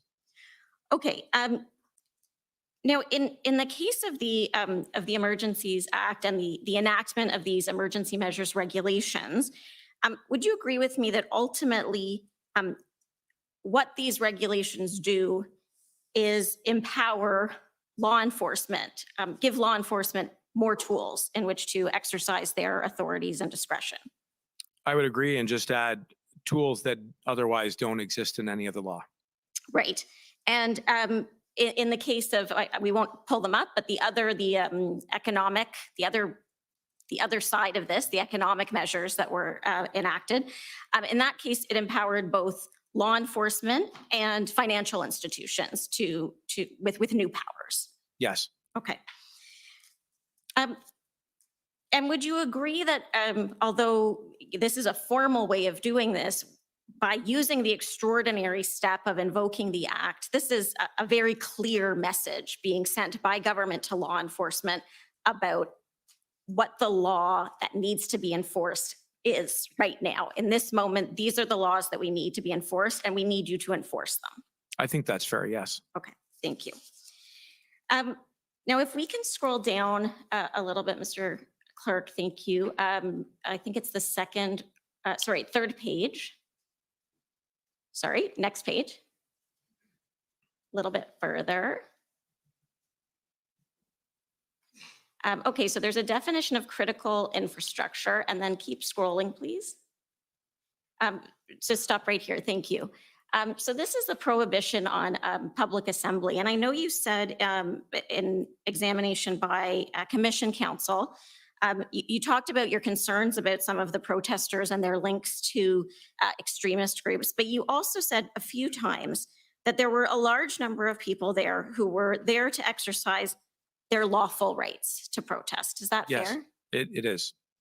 And that, in fact, I think you said there were thousands who were there for legitimate and lawful purposes. I mean, that was my lay estimation, but I believe that there were many Canadians who were commingled with other elements of the occupation and the blockade, who were there to express legitimate differences of opinions and views as it related to federal government policy.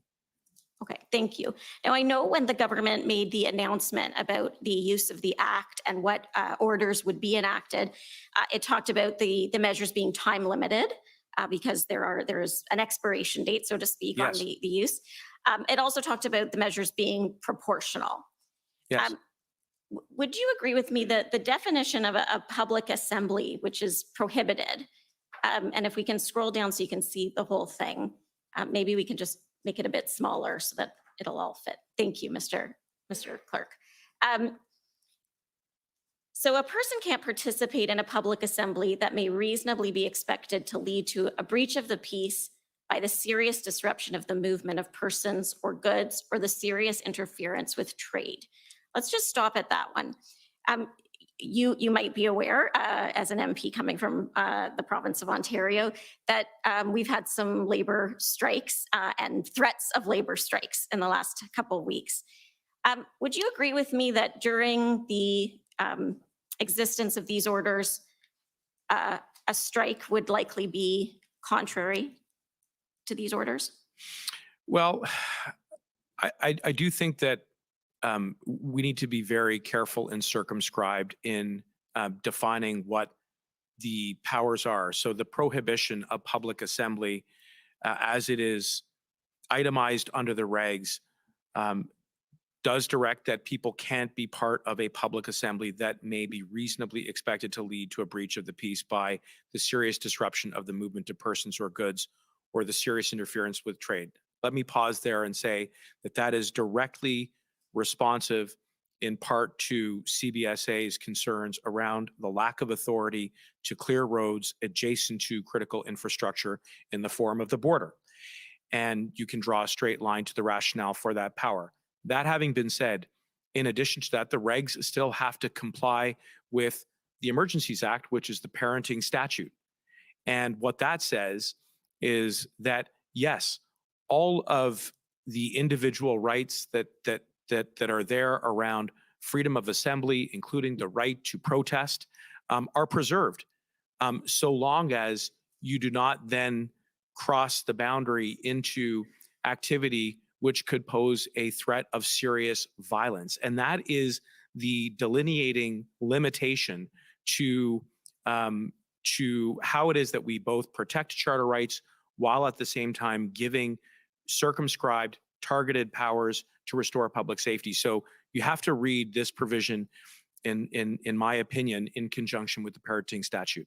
Okay, but I mean, this definition is what law enforcement is going to use when they go out and decide whether someone is in violation of the order. And this is the document that perhaps a very diligent citizen would look to find out what is permitted. Is that fair? It is, but we count on law enforcement to interpret the law correctly. And as part of the rolling out of these regulations and these circumscribed powers, it would have been part of the plan to implement that there is a respect for the right to lawful assembly. In any event, by the time these regs had come into force, certainly it was clear to those who were still there that law enforcement had directed, government officials had directed that this was no longer lawful because it was no longer safe. Understood. So I'm not so concerned about whether there was a question that this applied to, for example, Wellington Street. I'm concerned about whether there was a question about where else this might have applied and the potential that it might have applied to a range of other places. Would you agree with me that there's nothing in these orders that geographically restricts their scope? There's nothing that says they're confined to Ontario or they're confined to border crossings? I think by inference, you could say that certainly under sub 2(1) and the subparagraph A, that there are, geographic, there is some geographic circumscription there, and that there are a limited number of places where you can seriously disrupt the movement of persons or goods or the serious interference with trade. And I think the border would be one. Okay. I want to just move to one other area. You mentioned in your testimony when you were being questioned by Commission Counsel, and I think this is the first that we've heard about this, that, and I think you said it was on the 13th. This was when Commission Counsel took you to the email from Commissioner Lucky that laid out sort of the current status of things. You talked about a private conversation that you had with Commissioner Lucky where she told you about the situation in Coots and shared her concerns. And I think you said that was a threshold moment for you. And I appreciate that that would be a frightening set of circumstances to hear about. The timeline of events is that we have the IRG on the 13th in the afternoon. And then the cabinet meeting the evening of the 13th. And then on the morning of the 14th, the First Minister's meeting, and then the act is invoked. First of all, there's no cabinet meeting between the First Minister's meeting and the invocation of the act. Is that correct? That's right. Okay. The morning of the 14th, I think you would have learned that the Ambassador Bridge blockade had been cleared and that arrests had been made and that the police had executed a safe operation in Coots leading to arrests. That was true, but I would add that there were reports of flare-ups. There was an exchange between the mayor and I. There were also public reports following that and some information that we had received in subsequent briefings about the threat of the blockade coming back to the Ambassador Bridge.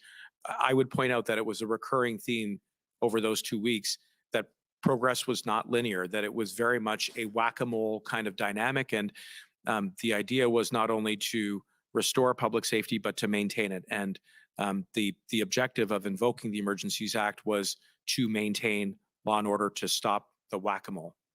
Understood. I know you said in your testimony to Commission Council that one of the concerns about Coots was that it could lead to a chain reaction.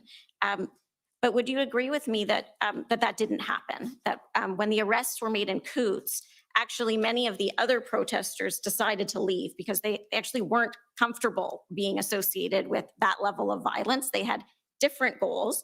And once they learned that that's what was going on, they decided to voluntarily leave.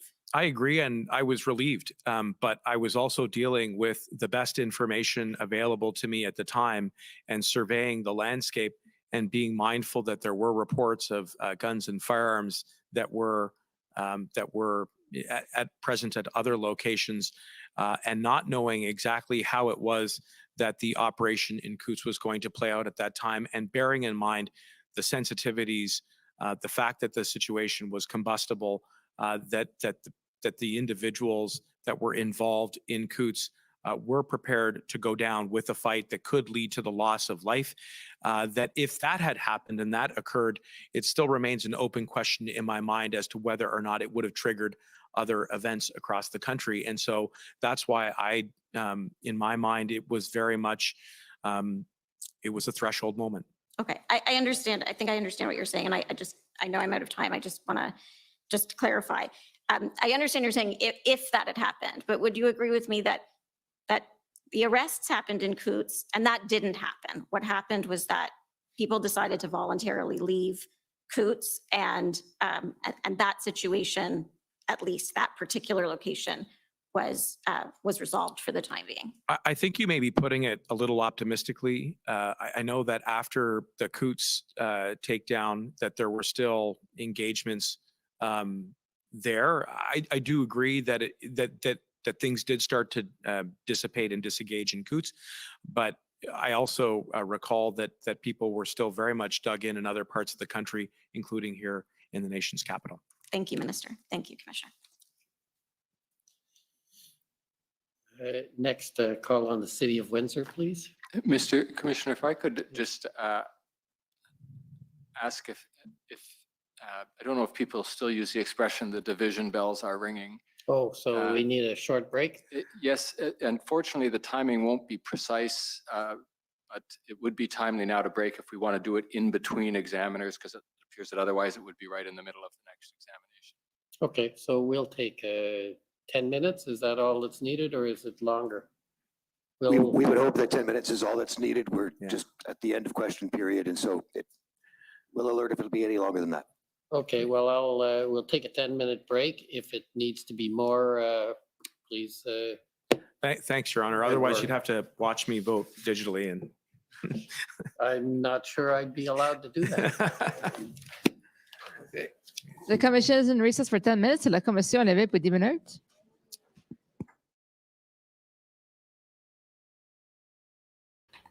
Did you guys just catch that little piece at the end?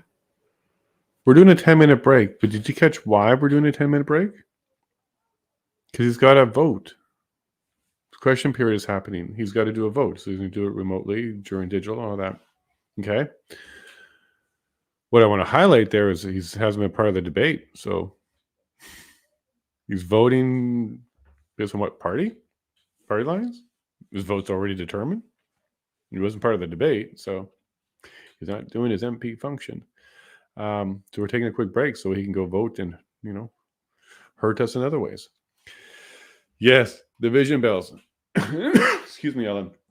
He meant it in a different format, but yeah, that was a great word. Whack-a-mole? Whack-a-mole? Yeah, we got whack-a-mole today. We keep getting, we got connect the dots once, whack-a-mole.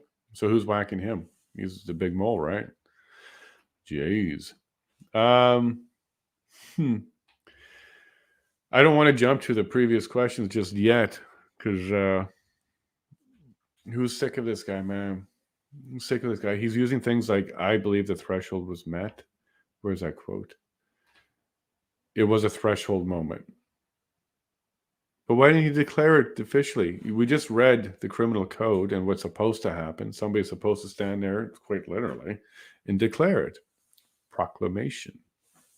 Right, Ellen? A proclamation. Proclamation. And I also believe I was saying Tom's name wrong. Kind of got a little hint. Let me go make sure. I believe I was saying Tom's name wrong. So I was suggested. Oh, where'd it go? Azario, I lost your message. Tom Mazzaro. Hold on a second. Where'd you go, buddy? Anyways, I really appreciate that people are helping me pronounce properly. It does help me a lot. I do practice. Yeah, Mazzaro. Okay, cool. So let's get back to the show here. Stunt, first of all, good morning. We didn't do the break or into the chat. So good morning, bud. I hope you're still around and you're kind of enjoying what we're seeing here. We're getting some truth, right? Good morning, Tammy. Nice to see you as well. Welcome back. It's awesome to see you. You too, Dave. And Flavor, nice to see you back again. Welcome, Diane. Good to see you. And yeah, you're right. Threat to public figures every day. Yep, you get threats, you get trolls, you get, I think the biggest threat to public figures, Diane, is the threat of the media running with BS stories just to hurt you. That's a massive threat. And sorry about the late, guys. It's kind of moving. The sun moves. Hello, Greg. Nice to meet you. I think you're pretty new. Let me just click up here. They couldn't wait to label peace-loving people as terrorists. They did it before they moved. They did it before the protesters even thought about protesting. This was the script, Greg. There definitely was a script. And we're hearing all the right words from Marco today that indicate that not only was this a planned thing, it almost went according to plan.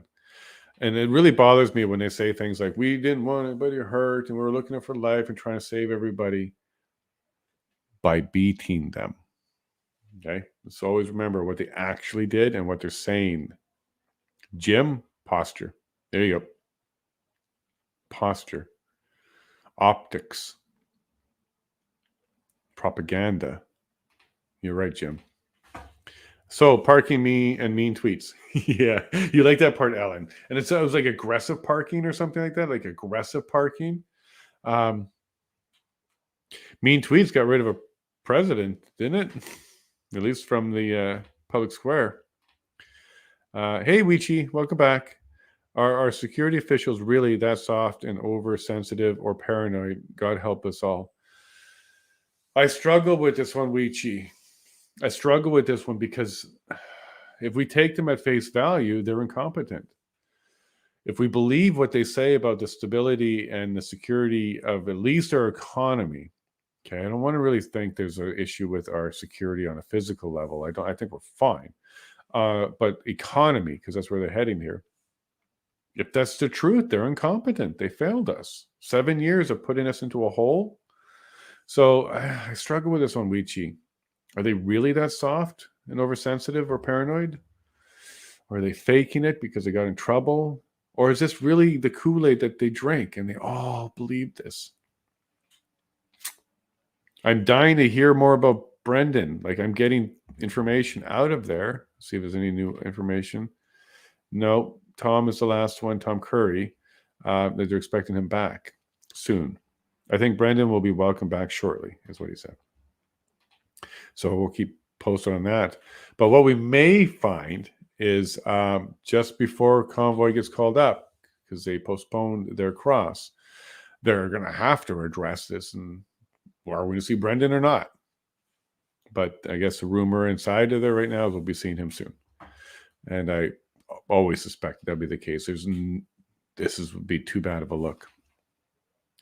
What if those caught effing around, leaders, public workers, got fired for lying or corruption? That's an if worth talking about. Most definitely, and that's a tough one because we also want to support due process, right? So just because we heard something we don't agree with and we think is a lie, we do want due process. So due process gives them the opportunity to defend themselves, test the evidence, check out the arguments, make a decision. But if you've done due process, railroaded, absolutely. Go next to the sentencing stage. We do have a lot of laws.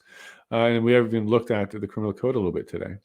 And if you guys like that, looking at the code like that and going over it, hearing me struggle through certain words, if you don't mind that, I'll keep doing it. I've got no real shame. I've always had the lisp. So something I got used to, but I'm here to, get the information to you, not to sound perfect, but I'll still try, but don't expect perfection from me. I'll get as close as I can without being silly about it. He might be embarrassed to come back to this, maybe, like Blair was. And I love how you're bringing in embarrassed. He's never embarrassed, right? No, Ellen, I don't think these people feel that. And it's not that they're not capable of feeling embarrassed, like the actual feeling. I don't think they've put themselves in their mindset as needing to be embarrassed. So, no. And Marco is quite a bit more certain in his confidence than even I think Bill Blair was. Bill Blair was confident, but he had a lot of I don't remember moments, a lot of those convenient memory loss moments. Marco, not so much. He seems to have answers for everything, and he believes his answers all the way. So it's a different dynamic, still not a truth teller, but he seems a little bit more confident. Now, is that because he knows he's untouchable? And maybe there is nothing railroaded that he knows. Maybe he knows that he's got, Crown attorney support already. Good morning, Phyllis. Welcome back from Facebook. You and Phil, and there's a couple others on Facebook that are pretty regular now, Phyllis. So I really appreciate that. Thank you very much. Do keep in mind it ends at 8 hours on Facebook. So if you want to catch the rest of it, please jump over to Rumble or YouTube. If you come to YouTube and continue with your chatting, you're going to join a large group of very, very active chatters. I would love to actually, directly message you. Phyllis, you don't see their messages, but at the 8 hour mark, if you want to jump over and join us, I will be happy to have you. Hey, Jeremy Budd. She is getting him to establish his narrative. Yes. This was good. This was commission counsel still, too. Setting up to have to defend it from her question and those of the other lawyers. Jeremy, you're really paying close attention here. Commission counsel did do that. This was the coughing one, the one that struggled a little bit. Again, back to the commission counsel. They do good work sometimes. And she is one of the ones I like, except when she has hard candy or something in her mouth. And she gets annoying to listen to. But yeah, no, I don't think she's like cahooting it. Like, hey, Brendan, I'm going to throw this one in there for you later type of thing. But you're definitely recognizing she's pulling out all pieces of the narrative, both sides. And yes, she's doing some exposing him to other attacks later, possibly.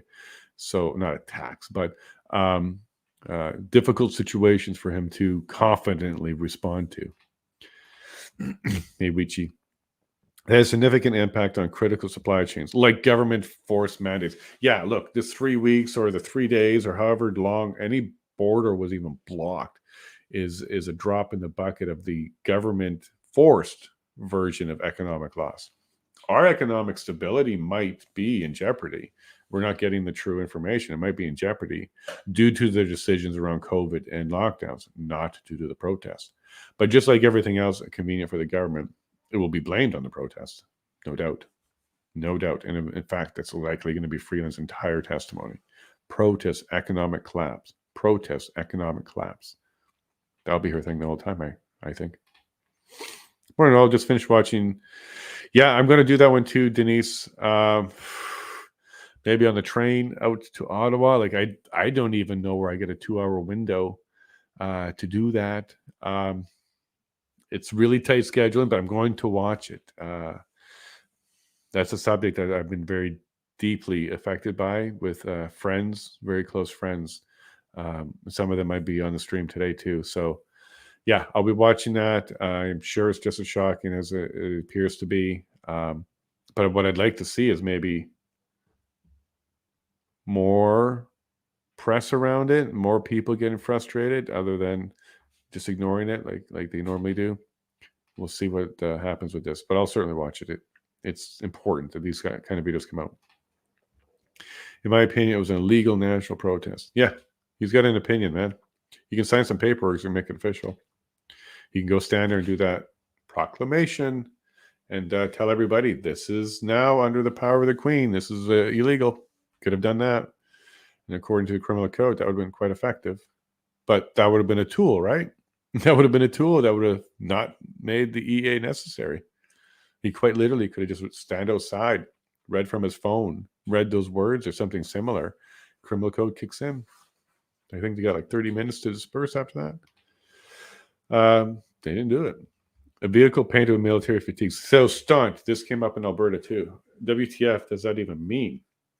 Well, in Alberta, what it meant their stunt, and we got the testimony, because it was one of the, it wasn't Brendan, but it was one of the Democracy Fund or somebody like that asked. It was a car, I believe, that was almost hit by a police officer running a stop sign. And that car had camo. Now it's a military style vehicle, or, you know, like everything, every gun that's black is all of a sudden AK-47s, right? Yeah. They're trying to make it sound scary. So when people are listening and not watching, they can hear that and go, ooh, they got these big Hummers with the gun torrent and all armored and stuff like that. They're trying to paint that picture. Little sedan with camo paint. I don't like his words, of course, right? There's all about your mindset. What are you pulling out of your mind, and what words are you using? And are you using negative words? Are you using positive words? Are you using aggressive words? Are you using passive words? He's using very violent words. Killing jobs? Okay, killing jobs? When you're talking about a disruption in supplies. So what is he saying? These employees would lose their job permanently? Not even temporary, not even a hiccup or anything like that, or they have to do overtime. He's trying to paint the picture that an interruption in service will have people unemployed forever. Because that's what killing would be, right? Killing means that job is dead. It's no longer alive for you. That's the choice of words.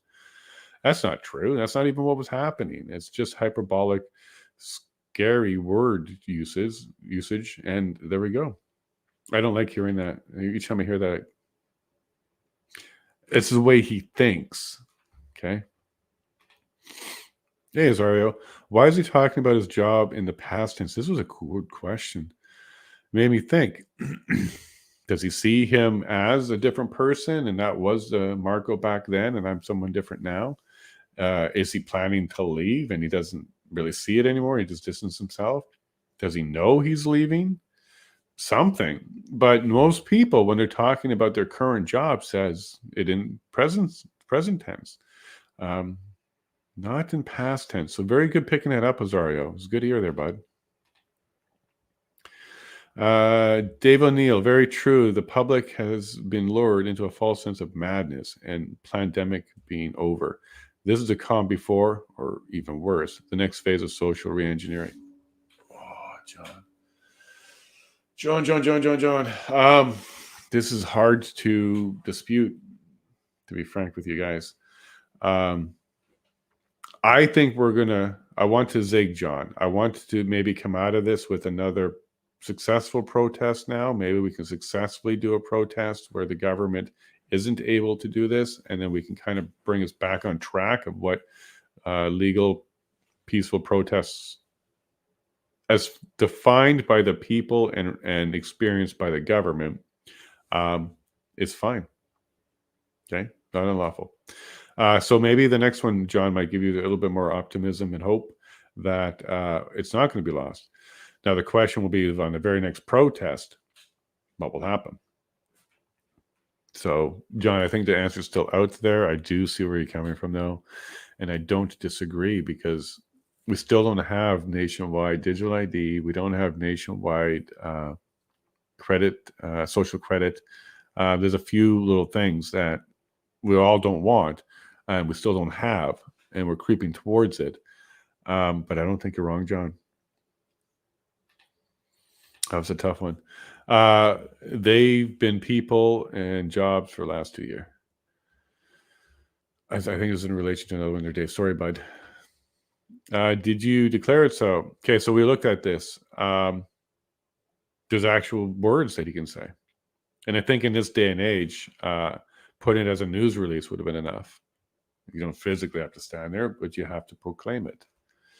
And in this day and age, proclaiming. It can be Twitter and otherwise, I think at this stage, press release attached to it, but you could have sent it out through Twitter. Anybody see a copy of that? The Queen's proclamation about unlawfulness? Did we see that anywhere? You got a video? I don't even care who did it. It just has to be an official that's a mayor and falls, one of those judge as a justice. We didn't do it. Mendicino knows his tenure is as a failed minister is done. You think so, John? Okay. He probably agrees to another backroom or cabinet post in return for being one of the fall guys in this dance of the living dead. Normally, they just go away. Like if somebody falls from grace as an elected position, I'm sure there's an example or two, but it's not common that they get into another part of the government. It's more of an ego thing. These guys want the spotlight. They like it, and they also like the power. So losing it and coming back in any way is not usually what they do. For example, some of my chat, it feels like forever now, when we're talking about this, thought that JT might just step down as PM and take a seat as an MP. Not a chance. There's not a chance he downgrades in his mind to MP. He would never show his face around there as an MP. JT will finish as PM. There is no coming back as something else or stepping down as to something else. It just doesn't work that way. There's no stepping down the ladder in their minds. Either you keep going up or you just fall off completely. Those are the risks that they gamble with, and sometimes they fall off completely. Church and state, they need to stop relabeling overreach. The problem here are officials crossing the line. Just like saying creative accounting, which means breaking the rules. Okay. They like to use terms, which we know what it means, like we're understanding the communication, but because it's a different word, it has a different feeling and meaning to it.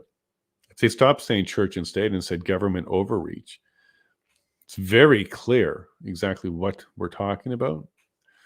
And they should do that.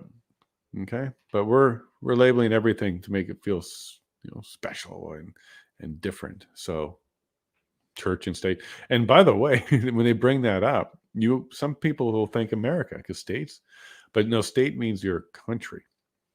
Okay. United States. So united with all the states makes them a country. But in this term, church and state is really separation between powers. And they were using this one about police and politicians' power. They're supposed to be separate. A politician is not supposed to influence the police. I don't think Marco knows how to do anything but. He keeps peeking at the commissioner looking for that, are you buying this reassurance? If you watch the Amber Heard trial, and I watch almost all of it too, she did it all the time. She would look over to her right at the jury. And as we found, he was found to be uncredible. And they did come out and say stuff like she would creep them out by staring at them and stuff like that. If you are playing to an audience, you keep checking to see how it's going. So if you're a comedian on stage, you're looking at the crowd. If you're doing a speech, you look at individual people and try to make eye contact with them and see how it's going. Eye contact back, or are they all wandering? This is what's like kind of known as reassurance, validation while you're speaking. He's doing the same thing. So basically every time he thinks he's got a point, he will look over to the commissioner, make quick eye contact or see if there's eye contact. And the commissioner either is going to make eye contact, looking down at the paper, looking everywhere else, breaks eye contact. He's looking for all of those kind of signs to see where he's at. And it happens in a split second, a little microsecond. So likely that's, he's looking for that, keep going, maybe a smile type of thing. But I don't know. I can't see the commissioner. I'm really looking forward to Thursday so I can see a witness or listen to a witness and look at the commissioner and see what his face is saying and stuff like that. So I'm really looking forward to being able to be there in person to kind of analyze that a bit more. Because right now we're at the whim of the producers, whoever is deciding when the evidence goes up, when the witnesses, well, the witness is always on, but when the lawyer or the commissioner or the evidence is being shown, somebody else producing that. So it'll be great to be there and not see what's produced and just see what's happening. Sorry, yeah, that's the second half of a message. In order for a Order politician... allowed. Oh, they're back. Sorry, John, we'll come back to that. I'll keep it started. The commission is reconvened. La commission reprend. Okay.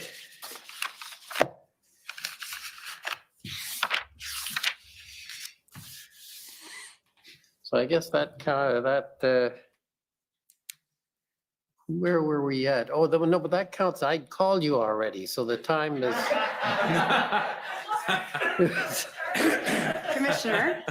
Commissioner Alyssa Tompkins for the city of Ottawa. I'm very sad because the witness, in fact, once taught me cross-examination for a week at intensive trial advocacy, and I was desperately hoping to try out an impeachment on him, but my areas of questioning have all been canvassed, so I'm going to cede my time to the city of Windsor, and I just wanted to let her know before she starts.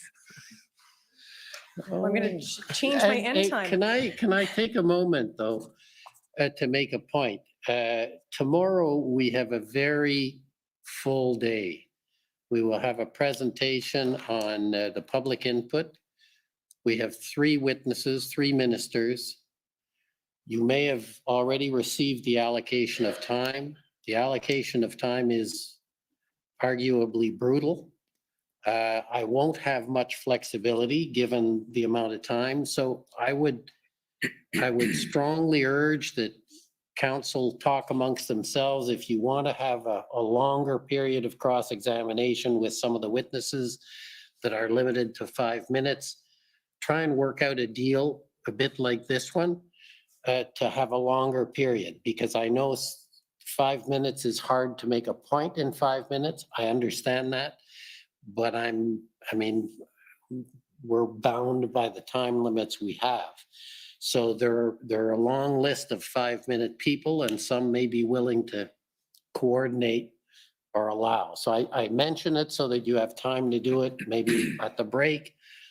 Obviously, totally up to you. I've had to allocate for essentially everyone who asked, but the allocation is I recognize small, and I'm simply signaling that given tomorrow's schedule, it's going to be hard to be flexible. So thanks for giving me that opportunity, but I think it's important, and I'd like you to think about it. Again, it's up to you, obviously, but my interest is that people who want to get at an important point with any one of the 3 witnesses have the time. Okay, with that, you have fresh time. We'll start from 0. Okay. Thank you, Commissioner. Good afternoon. It's still afternoon, Minister. My name is Jennifer King. I am legal counsel to the City of Windsor. Good afternoon. Hi. So yesterday, Minister Blair testified about the responsibility of all 3 orders of government to communicate and cooperate in responding to an event like the protests earlier this year. Do you agree with him that that's important? Yes. Yes. Minister, you and your staff had excellent communication with the City of Windsor, right? Yes. Mayor Dilkens texted you immediately after first learning of the potential of the slow roll, the potential of blocking the bridge when he learned that from the Chief of Police on February the 4th, right? Yes. And he kept in regular contact with you throughout. He did. And are you aware that once the blockade commenced, Mayor Dilkens' Chief of Staff was in contact with his counterparts at the federal government, including your Chief of Staff, Mike Jones? Yes. And for example, on February 8th, he told Mike Jones that Windsor Police had put in a request through policing channels for policing resources, right? That's right. And he specifically told your Chief of Staff that the Chief of Police had asked for public order personnel, right? I believe that's correct, yes. So early on, you were aware that Windsor Police Services required resources, specifically public order resources. Yes, that's my recollection. And in fact, you assisted in amplifying that message to Commissioner Lucky. I did. So Windsor provided you and your ministry with important and timely updates throughout, before, during, and after the blockades. Yes. And you use this information from Windsor in your work at the federal level to respond to the blockades? Yes. Did the protests this year then reinforce your view of the value of the importance of two-way communication and collaboration between the federal government and border municipalities with respect to the protection of border infrastructure? It really did, and especially because of the many unique aspects of this particular public order event. Minister Blair yesterday told us that the police operation in Windsor was a success. Do you agree? I think on the whole, yes.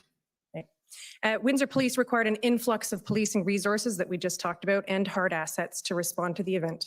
Yes. Last week, we heard evidence from Deputy Minister Keenan and Mr. Asovsky, the former president of the CBSA, regarding federal authority over the bridge. Were you able to listen to that testimony? I'm afraid I was not, sorry. Okay. Well, I reviewed a CBSA document with Mr. Asovsky, and he confirmed that CBSA officers are not designated to enforce criminal arrest provisions and cannot directly engage in enforcement operations at prohibited public assemblies, even if they're on the bridge. Do you agree with him? Well, there were definitely gaps, and there are very specific mandated powers that are afforded to CBSA officers for the purposes of administering other statutes, for example, customs and the like. But one of the main concerns, there were two main concerns in addition to the one that you mentioned that he raised with me and with other cabinet colleagues, that was preventing foreign nationals where there were grounds to believe that they may support the blockade or the occupation. And secondly, the lack of authority to clear the roads leading to the bridge, which I think is very much in relationship to the point that you made. Well, they didn't have that authority even on the bridge, did they? There are limitations as to how far they can go, and certainly if there are criminal charges or if there's criminal conduct that is occurring on the bridge itself, they would have peace officer authorities to facilitate restoring control. That's one of the reasons why CBSA officers were ultimately granted the right to hold firearms, but ultimately they would pass those investigations on to local police of jurisdiction. Right. So Mr. Asovsky told us that for any protest activity, even if it was occurring on the Ambassador Bridge or in the plaza, the CBSA would rely on the police of jurisdiction. There were limitations to the authorities, yes. Right. And so it would be Windsor Police that would respond. It depends on which side of the bridge.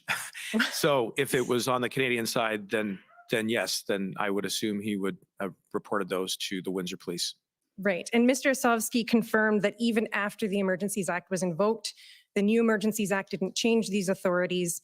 And in fact, CBSA officers were directed not to directly engage in enforcement operations at prohibited public assemblies, whether on or off the bridge. Were you aware of that? That sounds generally consistent with my recollection, although there were other powers that we did afford under the Emergencies Act that were responsive to the gaps that John Asowski, as the then president of the CBSA, had identified. Okay. So there is significant reliance on Windsor's police force to protect this piece of national infrastructure, right? Yes. And therefore, there's a significant reliance on Windsor and its taxpayers to protect this border crossing, since they're ultimately responsible to fund Windsor's police force. No question about it. And here on Church Road, which it begins where the 401 ends as you're driving west into town, takes you right to the entry to the port of entry that then crosses into Detroit. So yes, the people of Windsor very much, and the city administration, the police service, very much share the responsibility of maintaining public safety. Okay. So would you agree with me that the issue of what respective authorities are available to the police of jurisdiction and to federal authorities at a port of entry should be understood and planned in advance so as to avoid any confusion over jurisdiction and roles during an event like this? I think that's a fair statement. And indeed, during the course of my conversations with Mayor Dilkins at the time, I did foreshadow that we may have to consider how it is that we maintain jurisdiction in the roads leading into the borders, certainly immediately adjacent to, so that the federal government could properly play a role in maintaining those critical supply chains that were compromised and ultimately blocked for extended periods of time, not only in Windsor, but across the country. So yes, I do think that that is an issue that merits conversation. And this planning should include who's responsible for those resources, right? I think that it goes hand in glove. I think if you are going to talk about expanding the jurisdiction of the CBA to, let's say, roads which are otherwise provincial highways, that is a conversation that has to occur with other levels of government, municipal authorities, And then if you're going to make any recalibration there, you're going to have to make sure that CBSA have the resources to enforce as well, or at a minimum, engage in some kind of an understanding or an agreement with different levels of government and enforcement to make sure that we can protect our critical infrastructure, including our borders. And you'd agree that that plan should also include plans to protect the community that's around that critical infrastructure? Yes. So I'll have a couple more questions about planning, but as a bit of an aside, in Windsor, RCMP are not the police of jurisdiction, right? That's correct. We heard from Commissioner Lucky last week that the RCMP O Division has a detachment in Windsor. Are you aware of that? Yes. She wasn't sure how many officers are there in Windsor. Minister Mendicino, do you know how many RCMP officers are in Windsor? I know that my best recollection is that we deployed approximately 75, I believe, or 100 RCMP officers. That's my recollection off the top of my head. I don't know how many are permanently stationed there at O. So are you aware, Minister Mendicino, that shortly after the successful police operation, Windsor representatives, including Mayor Dilkens and others, started asking all three levels of government to sit down and develop a long-term sustainable framework to protect critical infrastructure? I don't actually have a specific recollection of that conversation being started, but I wholeheartly endorse the idea, and I think it's a good initiative. Okay, so I just want to take a little bit of time on that. Mr. Clerk, can you please pull up SSM CAN 406251 and scroll to page 4. Hopefully I have the right reference. Minister, this is a readout of a call that you had with Mayor Dilkens and MP Massey on February the 18th. I expect this was a busy time for you, as we've already heard. But you had a call with Mayor Dilkens and MP Massey. Do you recall this call? Yes. And so the readout, if you scroll up a little bit, Mr. Clerk, was sent to a number of recipients, including Katie Telford and Brian Clow, and they're of the Prime Minister's office? Yes. Okay. And you can see, you can't see the color on this, but the summary or the highlights at the top included that MP Massey highlighted the desire for a comprehensive plan with redundancies to prevent this from happening again. Yes. So here's an example of a Windsor representative saying right off the bat, we need a plan. And if you could scroll to page 5, in the middle of the page, you'll see some notes of Mayor Dilkens' comments. And he notes that the current set of Jersey barriers and police support is important, but is incredibly resource intensive and disruptive to the community, both small businesses and the University of Windsor.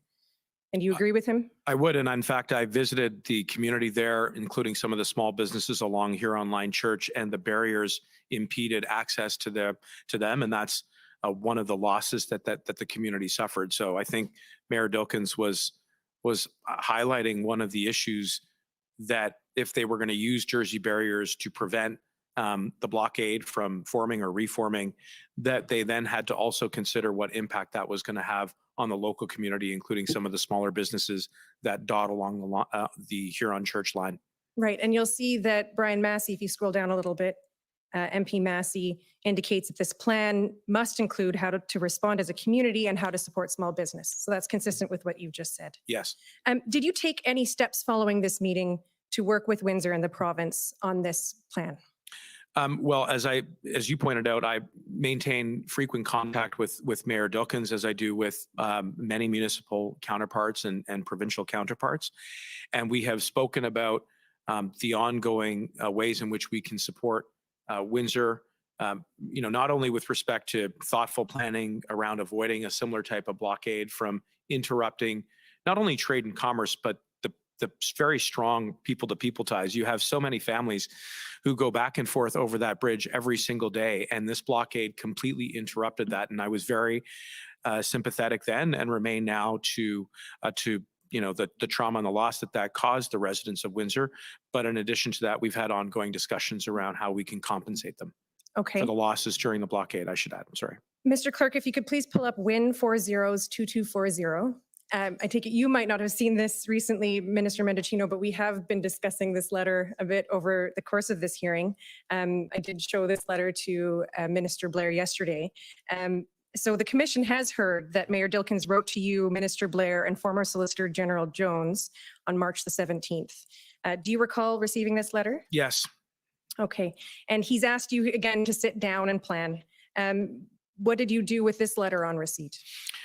Well, I would say informally, certainly, I keep strong lines of communication with Mayor Dookens. We've spoken on many numerous occasions since March 17, 22 by text. When I visit the community there, I make a point of trying to check in. And I would say, there remains a commitment from the federal level of government to action the letter. Okay, and so just taking a few moments to talk about the lessons that we've learned from the protests to better protect border infrastructure in the communities they're in, would you agree with me that planning processes to protect border infrastructure must include municipalities like Windsor? I think it must include every level of government. I think it must also include, and that is obviously inclusive of the city of Windsor and other border communities as well. I also think it should include obviously law enforcement and the CBSA, who play an essential role in maintaining the integrity and the security of our borders. And I think it should also include a number of the other residents and local businesses who are clearly impacted as a result of people and vehicular traffic flow. Okay, now we spoke earlier about the importance of two-way communications. What are you doing to ensure collaborative two-way communication between your ministry, which I understand is responsible for critical infrastructure, and municipalities with critical infrastructure in their borders? Well, one, maintaining direct bilateral contact with my municipal counterparts, including Mayor Dookens. I would say, secondly, making sure that as we discuss the lessons to be taken from this, that we get advice from law enforcement. So CBSA, as I said earlier, would play a very important role. And then, building as well into the discussion, essentially the provinces, including Ontario, so that we are all really focused on how it is that we can insulate ourselves from a similar type of event. And I think that this particular public order emergency demonstrated what's at stake, especially around a critical port of entry like Windsor, where you're talking about not only economic impacts, which have a huge knock-on effect, but just the critical supply chains around food, around fuel, around healthcare supplies. That is a vital artery, not only for Canada, but equally for the United States, which, as I described earlier, is one of the reasons why Secretary Mayorkas had engaged me in the height of the blockades. Thank you for your answers. Okay, next call on the convoy organizers, please. Thank you, sir. And just before I start, I apologize for talking over you earlier today.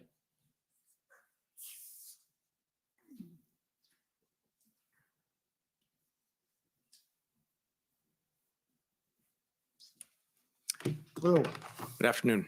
My name is Brendan Miller, and I'm counsel for Freedom Corp, which is the entity of that represents the protesters that were here in Ottawa in January and February of 2022. So, sir, you're a lawyer, correct? Yes. And before you were a politician, you were a Crown prosecutor, is that correct? Yes.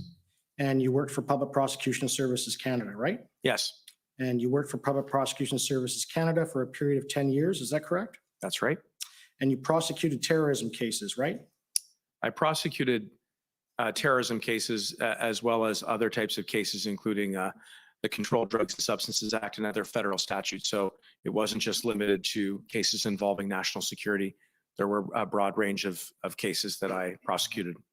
And you agree that in prosecuting the terrorism cases, you had to become intimately familiar with national security law, fair to say?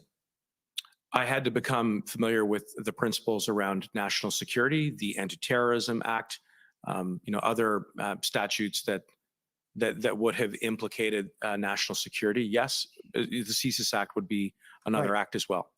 And so included in your knowledge would be the CSIS Act? Yes. Right.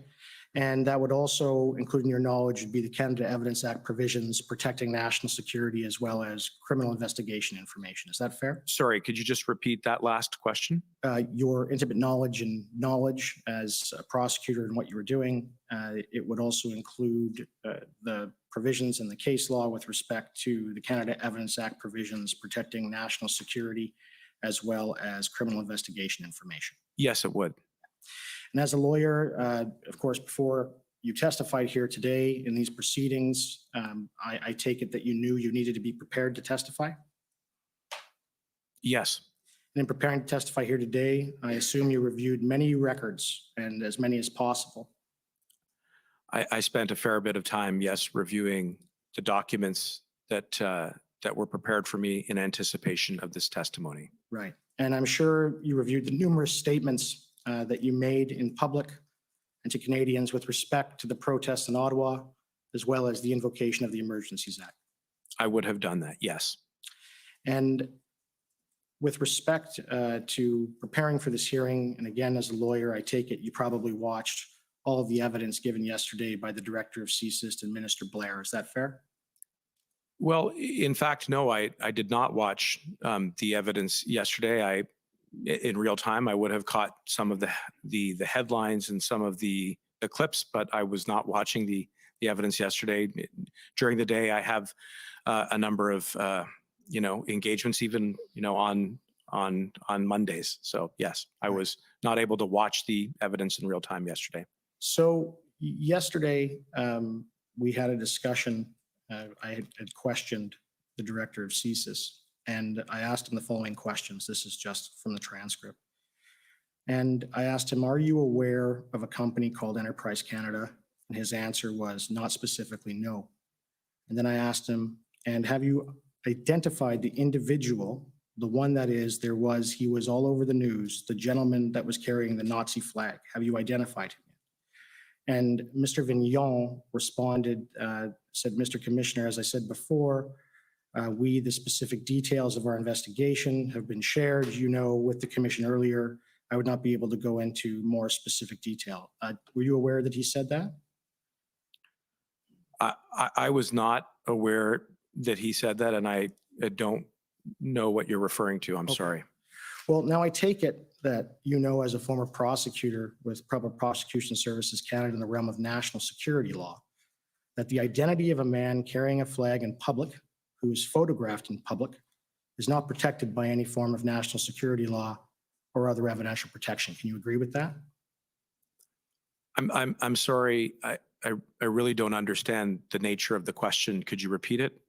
So I take it that as a former prosecutor with Public Prosecution Services Canada in the realm of national security law, that the identity of a man carrying a flag in public who's been photographed in public is not protected by any form of national security law or other evidential protection. You know that. You're suggesting that the identity of an individual is not protected by national security laws? This is what you're asking me? I'm saying that the identity of an individual whose picture has been taken carrying the Nazi flag in public by someone in the public and posted online, the identity of that person, who he is not protected by national security law, is it? I have no idea if you're talking about a hypothetical or if you're talking about a real example. I mean, this is a completely abstract question. Mr. Clerk, if you could bring up the one document, please. Yeah, just for record, it's POE HRF 18. I think so. Yeah. Okay, so this is the individual I'm talking about. It was all over the news. And we've been trying to figure out who he is, and we think we have. Now, again, in looking at this picture, it was posted online, it was in the news, everywhere. And when I asked the Director of CSIS about his identity, he didn't say he didn't know. He invoked national security law. But I take it, as a former prosecutor with the Public Prosecution Services Canada in the realm of national security law, that the identity of this man carrying the Nazi flag in public, who is photographed in public, is not protected by any form of national security law or other evidential protection. You know that. Mr. Commissioner, I have an objection to state with respect to the nature of this questioning. In my submission, the placing of this photograph again before the witness in light of the evidence given to date is an abuse of the process of the public hearing process, and that the purpose of my friend putting this document up on the screen is not a good faith purpose. It is apparently for the purpose of asserting claims in order to associate them with the credibility of this public hearing process and distract from the fact-finding process that the important work of this inquiry surrounds. In my submission, there needs to be a good faith basis for the questions put to the witnesses. And this is a further example of what my friend is seeking to do that is not directed to the fact-finding process of this inquiry respectfully, but to injecting this photograph and other documents into the public light so that they may be commented on, taking advantage of the privileged forum in which my friend is speaking and making assertions to which witnesses repeatedly have had no evidence to give, and there could be no reasonable expectation that they would have relevant And sir, evidence to give in of course, we response. filed an affidavit. I'd asked to finish my objection, which I'm almost complete. In my submission, the commission must respectfully insist that participation be conducted in good faith by those who have been given the right of audience in the form of full party standing and for whom public funding has been recommended for the purposes of enabling their participation to serve the objects of the commission and their clients' interests. I object to this line of questioning. Okay. Yes. Sir, as you know, we filed an affidavit from an individual who identified this man. And the man is Mr. Brian Fox, according to that affidavit. He met him when he was doing, that photo was taken around the same time. He talked to him. He's been identified. There's an application before this commission to call Mr. Fox, as well as to allow our witness, Mr. Sean Folks, to testify. And it is clear, frankly, from the lack of answer and from the objection, that the witness here needs to answer this question. And subject to any questions, sir, those are my submissions. Okay, well, just going back, I suspect you may be functioning under a misapprehension with respect to the testimony of Mr. Vigneault, but that's a different issue which we can get back to, because I think you've misunderstood his answer. So that's something which maybe could be cleared up. With respect to the question, I'll let you continue this. However, the outstanding motion that you've referred to has not been ruled on, and the evidence that you're proposing to tender is not in the public record. So that is not an appropriate, if you like, an appropriate representation at this stage. So, but I'll let you ask the question. I have, because of the outstanding motion at the moment. Right. So, sir, now again, I take it, you know, as a former prosecutor with Public Prosecution Services Canada in the realm of national security law, that the identity of that man. Can I just interrupt you? If you could just read what the question was to Mr. Vigneault again. Question, right. Are you aware of a company called Enterprise Canada? Mr. Vigneault, not specifically, no. Question, and have you identified the individual, the one that is there? He was all over the news, the gentleman that was carrying the Nazi flag. Have you identified him yet? Mr. Commissioner, as I said before, the specific details of our investigation have been shared, you know, with the commission earlier.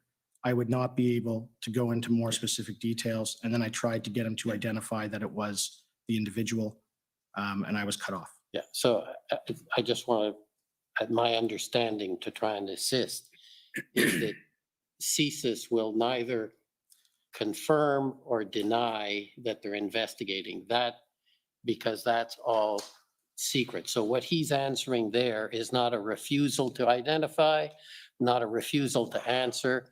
It's because their job is to do investigations.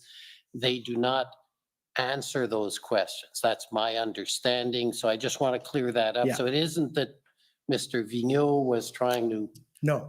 So, okay. So I think for the record, that's important and it may assist you. Now, I don't know if Commission Counsel wants to add or whether I've misstated it. Okay. To assist Mr. Miller, and as someone who's encountered over about 30 years similar refusals to answer questions on the basis of national security, I sympathize with his plight. But it is exactly as you described, Mr. Commissioner. The representative of CSIS or another national security officer is typically saying, I refuse to admit or deny, I refuse to acknowledge or disclaim, etc. They're not saying one way or another. They're just saying that as a matter of national security, they can't take a position on it. Okay.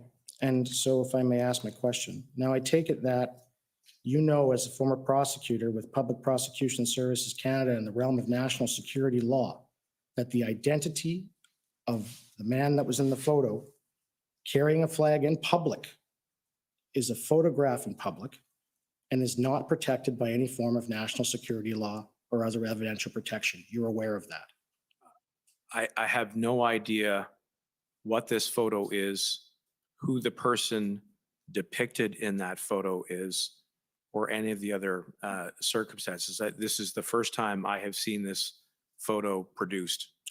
You're aware and you know that Mr. Brian Fox was the individual who was walking around in downtown Ottawa carrying a Nazi flag on January 29th, 2022, don't you? No. Now, are you aware that Freedom Corp, and you've already heard, has applied to have Mr. Fox testify? In the commission here? Is Yes. that where the application is? I am not aware of that. Okay. And you're aware of the company Enterprise Group, is that right? I believe I have heard of it. Enterprise Canada. Yes. And they do work for the Liberal Party of Canada, is that right? I do not know. You don't know? No. Weren't they working for the Liberal Party of Canada and political staffers and staff in January and February of 2022? I don't know. And I take it you know who local Ottawa freelance photographer David Chan is? No. You don't know that David Chan was the official photographer for the Prime Minister, Paul Martin? You didn't know that? No, I don't know this individual. And you didn't know that Paul Chan still does freelance work for the Prime Minister Trudeau? I'm Okay. And you're not aware that Mr. Chan was the individual who took the photos of the person with carrying the Confederate Yeah. flag? You put it as a question. Yes. You're trying Sure. to make all kinds of Okay. statements that are of no assistance to the Okay, commission so or I'll- to this witness. I will just ask, so are you aware that Katie Telford, the Chief of Staff for the Prime Minister, has a relationship with Enterprise Group and their staff? No, I am not aware. Okay. And I just want to talk to you then about your statements. You had said after and during the invocation, we are listening to law enforcement. According to law enforcement, we need the Emergencies Act. You said that, correct? Yes. Right, but law enforcement didn't advise you they needed the Emergencies Act, did they? Well, I think as you've heard me explain today, I had every reason to believe that law enforcement was supportive and requested the Emergencies Act through the tools that could only be granted through that statute. I've identified the briefings that we received from law enforcement where they identified the gaps in existing authorities and can draw a straight line between the tools that were proposed to us from the RCMP, from the CBSA, to the regulations which then prescribed them, which were then invoked and which were then used to restore public safety. And you agree that you stated that the Emergencies Act was instrumental in addressing the blockades at ports of entry. Do you remember saying that? Yes. But the Emergencies Act wasn't used to remove any of the protesters in the blocks of entry or ports of entry. You're aware? Well, I would just clarify, as I said earlier, that in fact, it's my understanding that CBSA did use the Emergencies Act powers to prevent 2 foreign nationals from entering into Canada. And that was exercised under the powers that were granted to them. And that was, again, a direct link to a gap that had been expressed to me and to my colleagues in cabinet. And by invoking the act, we were addressing a gap and what was necessary in the circumstances. Okay. And you also said that we got advice from our law enforcement that we met the threshold. That advice and the decision to invoke it informed by nonpartisan professionals. Can you agree that no law enforcement ever advised you that the threshold to invoke the Emergencies Act was met? That never happened, did it? Well, I'd say 2 things in response. One, we did receive advice from law enforcement very specifically with regards to the tools that were then invoked as part of the Emergencies Act. In fact, as I mentioned earlier today, in the February 13th email that my chief of staff received from Commissioner Lucky, that there was an express link that she drew between those tools, which were, again, we were getting briefed on consistently, and the language of the use of the Emergencies Act. The second thing that I would say is the commission has since heard that a number of our nonpartisan, professional, independent public servants, including those who operate in the security and intelligence sphere, did advise that the threshold had been met.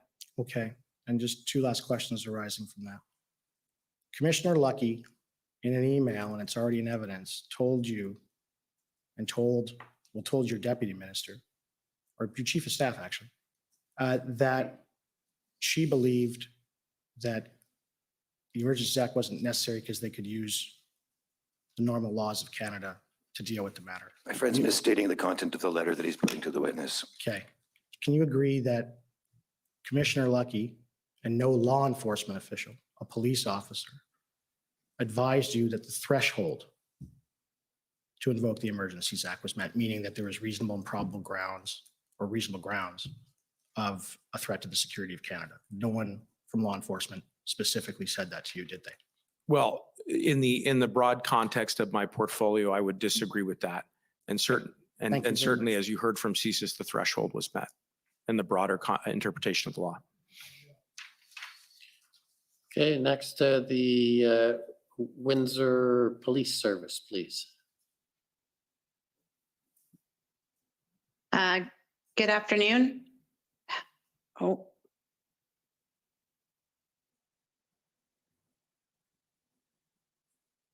Hi there, good afternoon. Heather Patterson for the Windsor Police Service. Our questions have already been canvassed by the City of Windsor, so we have nothing further. Okay, thank you. Thank you. Next is the Government of Saskatchewan, please. Good afternoon. My name is Mike Morris. I'm counsel for the Government of Saskatchewan. Minister, you've had a long day so far. I don't think you'll be too much longer with me. That's what you said yesterday. It didn't turn out that way.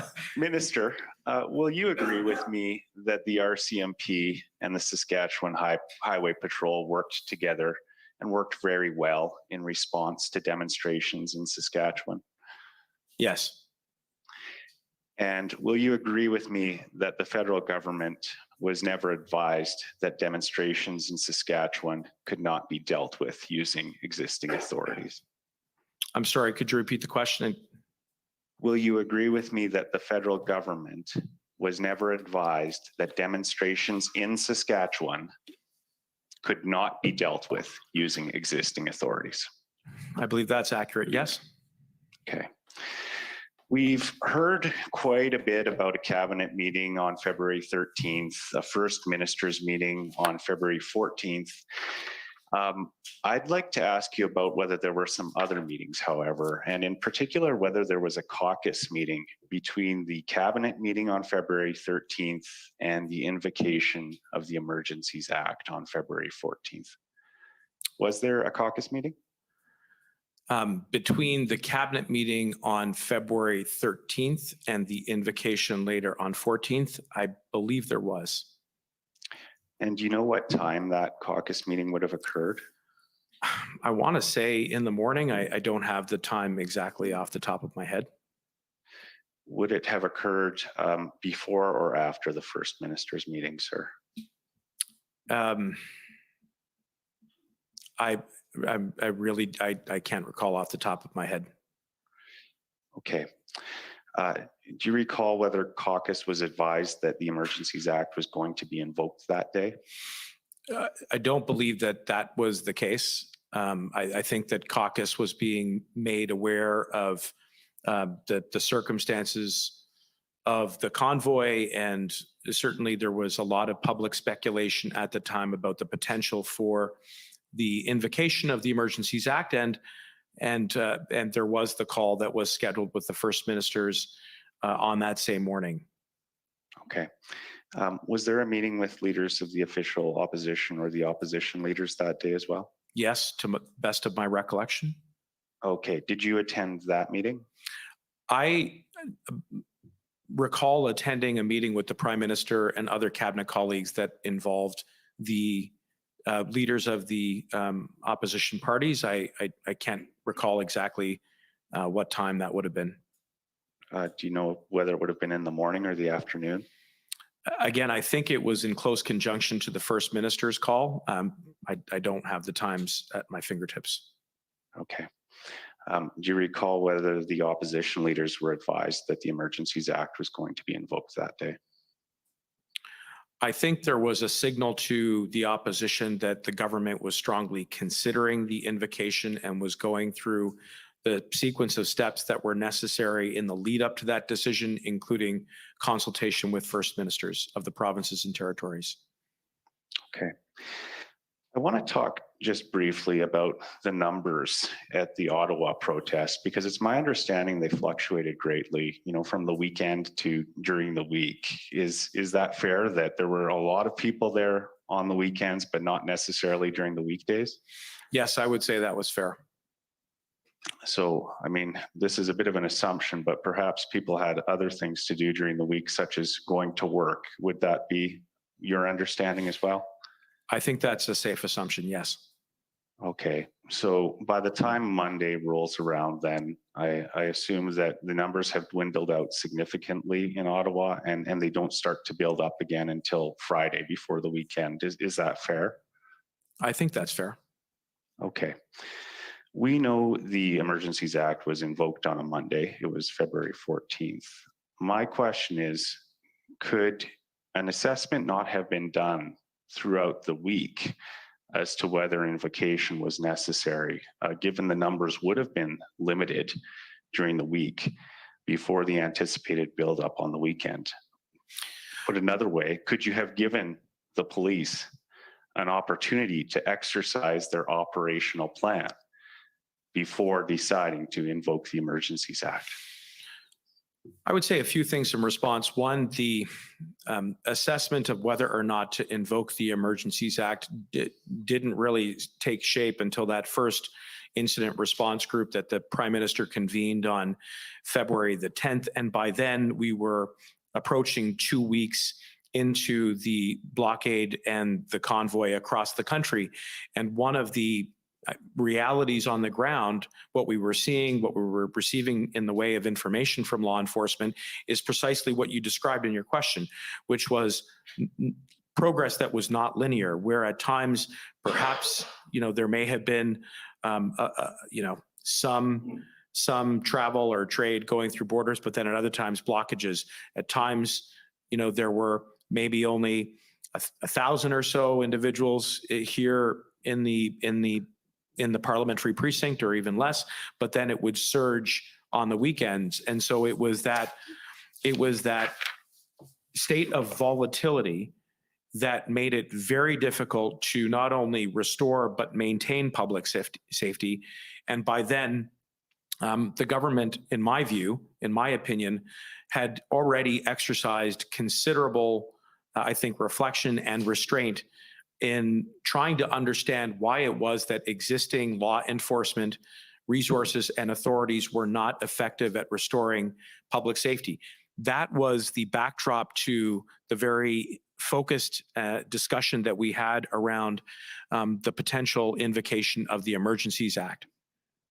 Thank you. Commissioner, I just have one more question. Am I still under time or over enough that I can ask that one?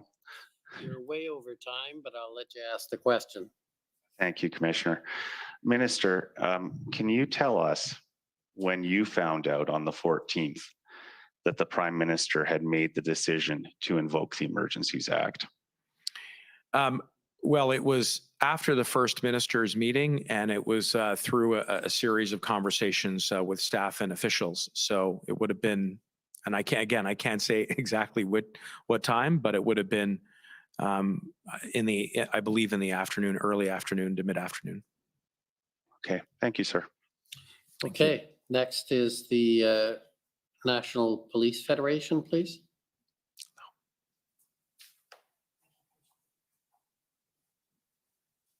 Hello, Minister. My name is Nini Jones. I'm counsel to the National Police Federation, which is, as I'm sure you well know, the union for RCMP officers employed under the auspices of your ministry. Good afternoon. I want to actually just I want to go back to policing a little bit in a bit more detail and pick up on a theme that you've explored a great deal in your evidence, and that's the sort of barriers to the surge capacity of police in responding to the convoy in various locations. And you know what I mean when I talk about surge capacity, right? Yes. Yeah. Okay. You agreed with counsel to Mr. Slowly that a recommendation around a protocol for requesting additional police resources was something that would be welcome in terms of that provincial, municipal, federal hierarchy or who to ask first question, right? Yes. And you were asked some questions about the barriers created, particularly by the Police Services Act in Ontario and swearing in RCMP officers as peace officers so they can function effectively inside Ontario in respect of enforcing the law in various jurisdictions. And that I think is a second barrier. You'd agree with me? I would agree that was a challenge when it came to deploying. It was seen as creating delay once additional RCMP were deployed to then have them sworn in individually in accordance with the local police of jurisdiction to carry out peace officer responsibilities on the ground. And so the Emergencies Act, again, was directly responsive to a challenge that had been pointed out to us in briefings.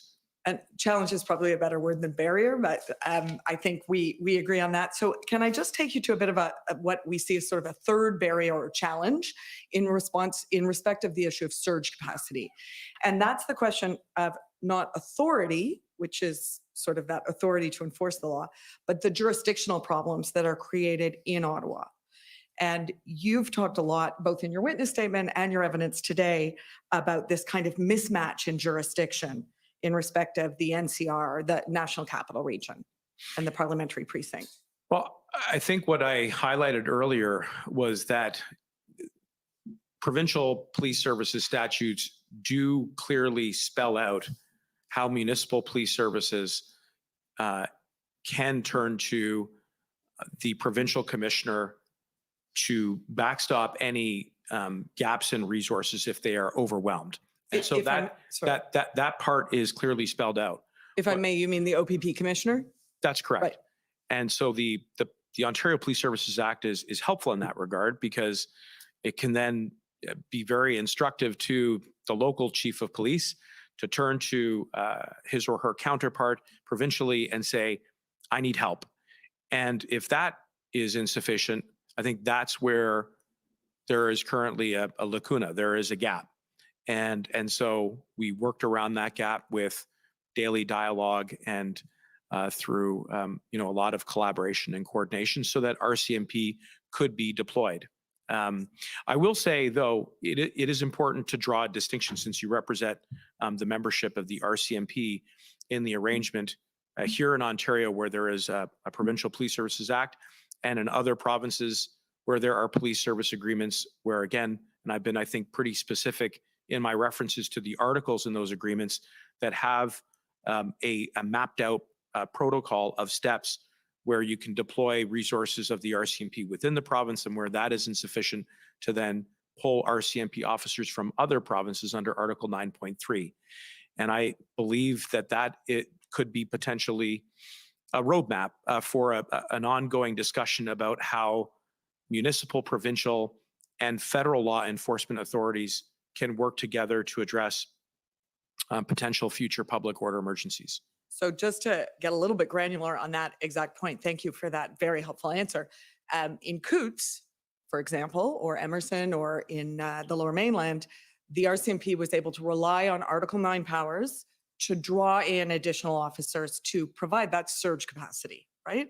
Yes, and in fact, again, I think it bears emphasizing that was an authority that was exercised by the office that I occupy.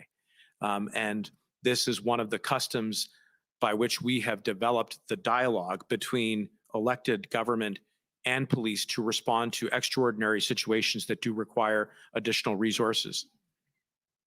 And so again, just to get a little bit more into the details in this, there are about 19,000 RCMP officers across the country. give or take. Sure. I mean, no one's looking for precise numbers on that front. We've heard evidence here that there's slightly less than about 1,500 Ottawa Police Service officers. I believe I recall hearing that evidence, yes. And we heard evidence from Commissioner Carrique that on any given day, he has about 3,000 uniform officers who are engaged in frontline policing out of his larger total complement.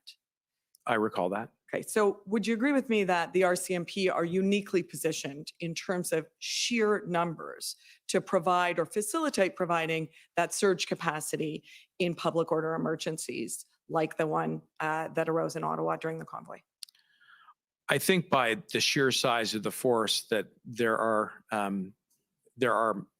many members that can be deployed, and we do that. So I would say yes, that as a result of the size of the RCMP, they are somewhat unique in their capacity to deploy across the country. Amazing. Thank you so much for, I think I am under time. I can't believe that.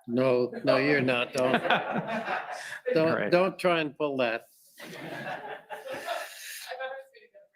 No, but you were close, to be fair. Okay, Government of Canada, please.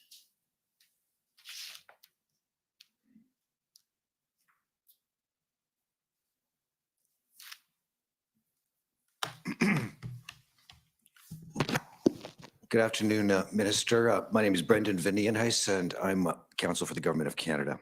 Good afternoon. Could we go, please, to document COM 50951?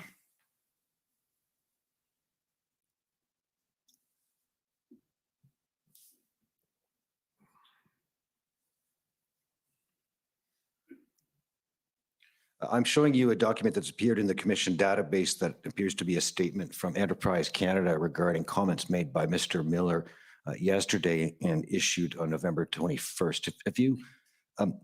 Have you seen a copy of this document before? I don't believe so. This is a statement from Enterprise Canada on comments from today's Emergencies Act hearing. No. Okay. You'll see that it indicates denial of what are called absurd and despicable accusations relating to that entity and a gentleman named Brian Fox.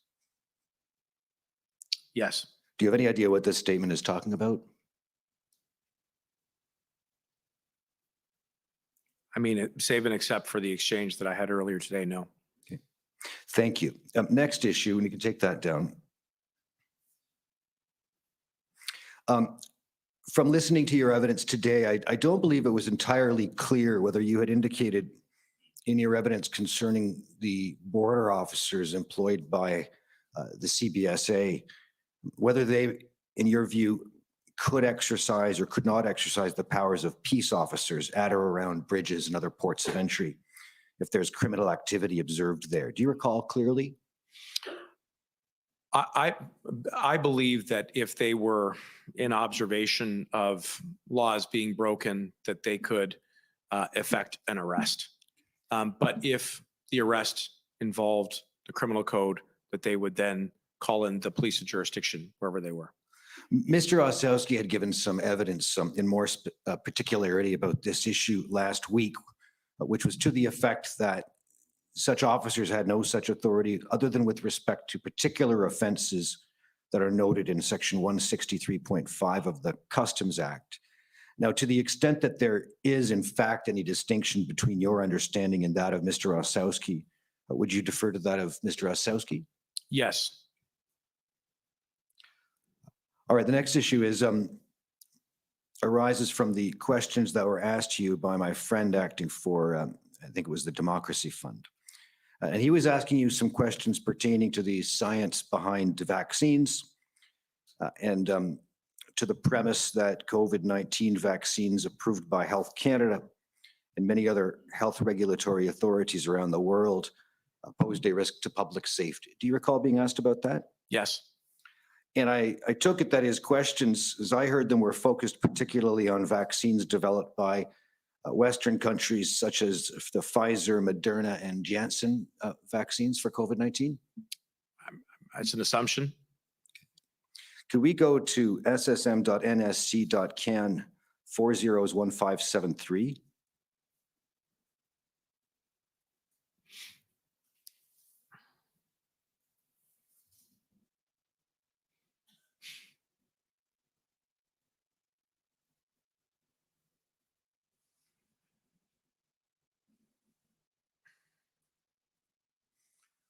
I'm showing you an analytical brief that appears to date to December of 2020 from the Canadian Security Intelligence Service. Do you see that?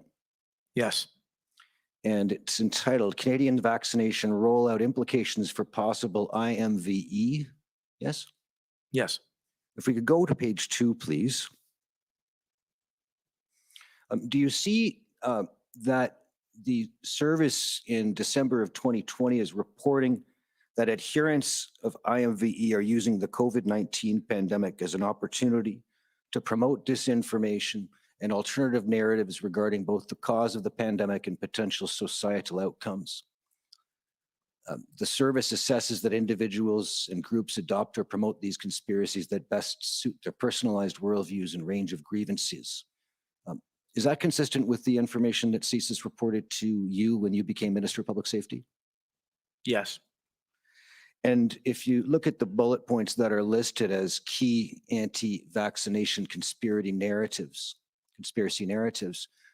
you see that one of them is threats to liberty and freedom, that mass vaccinations constitute government overreach and pose an increasing threat to individual rights. Vaccination will be mandatory and the government will establish internment camps for those who do not adhere to government rules. Is that information or information of that nature consistent with what was related to you by the intelligence service under your remit? Yes. And another key anti-vaccination narrative is that vaccine development, provision, and access, that vaccines have only been tested on animals. Russian and Chinese vaccines are safer and more effective. You see that? Yes. And did you receive information to that effect from the service?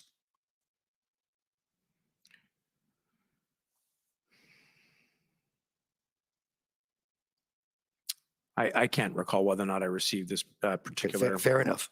particular point. The next key conspiracy narrative is that rejection of the existence of the pandemic and or its severity and the safety of the vaccination, that the vaccine is not needed and causes a multitude of health issues or will contain small microchips placed by the government. Did you receive that kind of information from CSIS about? Yes. Yeah. And lastly, amongst these key narratives is a lack of confidence in government and scientific advice, that governments are corrupt and puppets of big business, that the pandemic was man-made to the financial enrichment of politicians and international corporations. Were you briefed to similar effect by CSIS when you became Public Safety Minister? Yes. Could we go now, please, to pb.nsc.can 50527?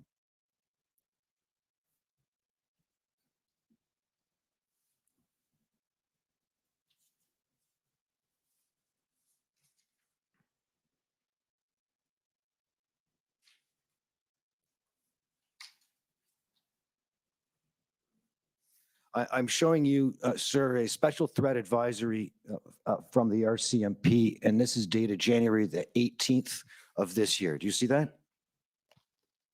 Yes. And it's a special threat advisory concerning anti-public health order escalation and online violent rhetoric. Correct. Would you go down the page to current status? You see under that heading, sir, the second sentence, that the IMCIT has observed an escalation in threatening rhetoric against public officials, including references to assassination, holding Nuremberg trials 2.0, and conducting civilian arrests of those perceived to be involved in imposing public health rules. Do you see that? Yes.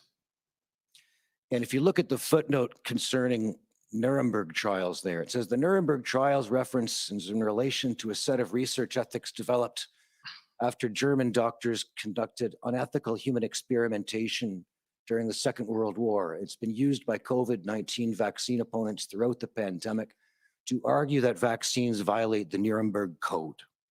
Do you recognize that? Yes. Did you see that particular idea of Nuremberg Code or Nuremberg trials in relation to the events of the convoy? Yes. Did you see that, for example, in the memorandum of understanding that was promulgated by some of the protesters, such as Mr. Bowder? I have recollection of that. If you go to the next page, please. Do you see at the third paragraph presently on the page that starts open source information? It has at the end of that paragraph, it says the following is a list of some of the demonstrations that have occurred outside the residences of public officials in recent months. Do you see that? Yes. And they include a number of municipal and other chief medical officers or health officials, I see that. as well as the Premier of Ontario and the Minister of Education. If you go further down the list. Yes.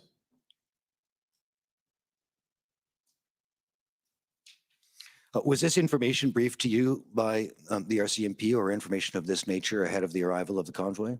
Definitely of this nature. And as you heard me say earlier today, there were significant alterations to security posture to public figures that is consistent with the report that you are referring to here as a result of the ideologically extremist rhetoric that was becoming more and is becoming more and more pervasive, and the concern that rhetoric can lead to violence and the threat of serious violence. Now, I would like to go, if we may, to ssm.can.nsc 402578. And this will be a readout of a briefing from January the 26th of this year. Bless you.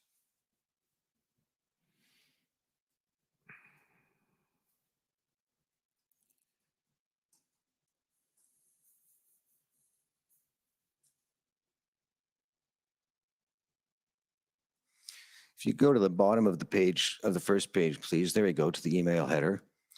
You see there this note at the bottom, it's from Mary Liz Power to Kitty Telford, Jeremy Broadhurst, and others, dated January the 26th. Yes. And it is a readout concerning trucker convoy and security concerns, right? Could you go over to the next page, please? Yes. All right. You see under key points, this is summarizing or discussing the upcoming at that point, as of January the 25th, the upcoming convoy expected to arrive in Ottawa. Yes, and I would just emphasize that the key points are all critical infrastructure within and around the parliamentary precinct, besides 24 Sussex, which is obviously very publicly known as the official residence of the Prime Minister. If you could go down the page, please, to the key points. Do you see that notes at the end of that paragraph, right under the redaction, in the second sentence, that the federal family has already been activated and since last year's insurrection conducted 3 readiness exercises in case a similar event were to occur here. Do you see that? I do. Was it a concern by January 25th already to look at the potential for the convoy to develop into something similar to what occurred in January 6th in the United States? I know that that question did surface in one of the early briefings that we were having with the law enforcement and public safety communities. I know one of my ministerial colleagues raised the concern that that the blockade and the convoy could potentially result in a January 6th type event, and much of that was connected to the foundation that you've already laid around the increase and the pervasiveness of ideologically extremist rhetoric, many of which included the dog whistles the examples that you've already provided. So that, I think, is one of the reasons why, at the same time, the RCMP were adjusting security posture for parliamentarians, and why there was enhanced security in the parliamentary precinct.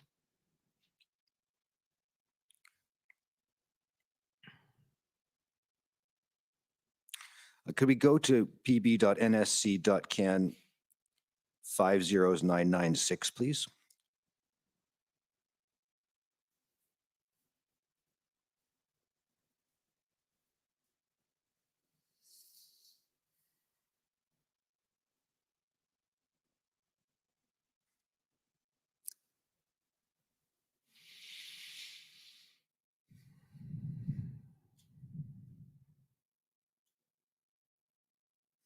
And sir, this is another RCMP special threat advisory, this one dating from January the 25th. So that'd be 3 days or so before the convoy was expected to arrive in Ottawa. 3 or 4 days. January 28th or 29th? Yes, that's the description of the convoy. If you look to the top right of the page, you'll see the date of the document. Yes, sorry, there it is. I see that now. Yes, that's about 3 or 4 days before the arrival. And if we could just go to the key points, please. The third key point indicates that the IMCIT assesses that there's been an increase in online narratives supportive of the convoy among both ideologically motivated networks as well as in general public discourse, correct? Yes. And it notes the significant amount of financial support that's occurring? Yes. Okay, can we go to page 2 to the heading convoy participants? And sir, it appears that the RCMP advised in the threat advisory that it's assessed that this convoy will include ideologically motivated individuals with grievances that are anti-government, anti-authority, and conspiratorial in nature. That individuals with racially motivated and ethno-nationalist views may also be attracted to this event, though the purpose of the event is not rooted in these specific grievances. Do you recall being briefed to that effect? There was definitely discussion about the intelligence around what the potential makeup of the convoy and the blockade would be. And as I discussed earlier in my testimony, those sentiments, anti-government, anti-authority, were definitely they were dynamics that we were alive to in trying to understand not only the objective, which was expressly stated at the outset in the manifesto, but the degree to which the blockade and the occupation would resist law enforcement and become entrenched. And just one more reference in this document, it says at the end of that paragraph, rhetoric observed online in various networks known for more extreme content have made references to the January 6, 2021 events at the US Capitol when discussing the convoy to Ottawa. Were you aware of those kinds of communications being on the radar of law enforcement? Yes. Right, thank you. I'd like to go now just to a couple of texts. The first being pb.can 401843. This will be an exchange with Brian Clow.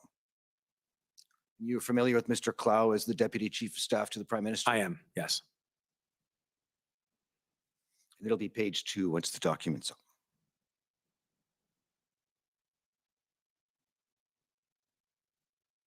I apologize that we'll need to zoom in to be able to make any sense of this image.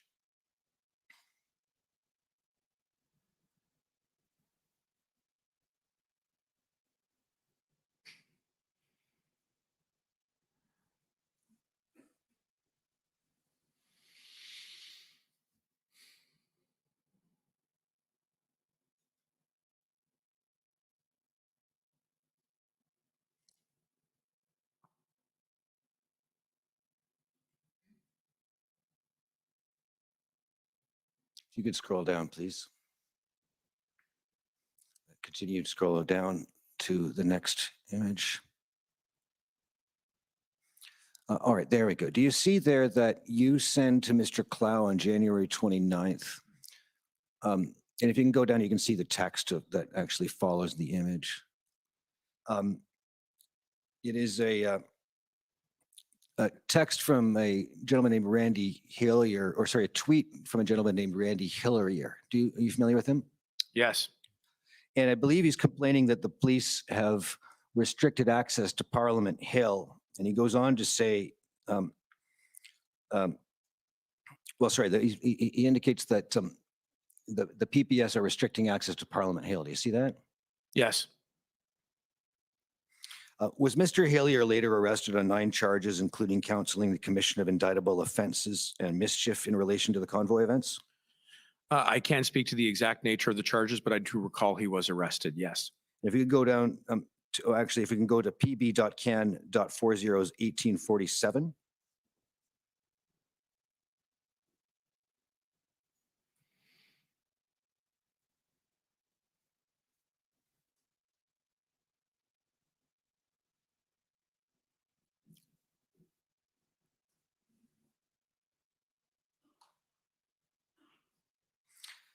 And on page 1, this is the same item here. Do you see Mr. Hillier here is calling publicly on the PPS to completely open Parliament Hill, or we might have to open it up for ourselves?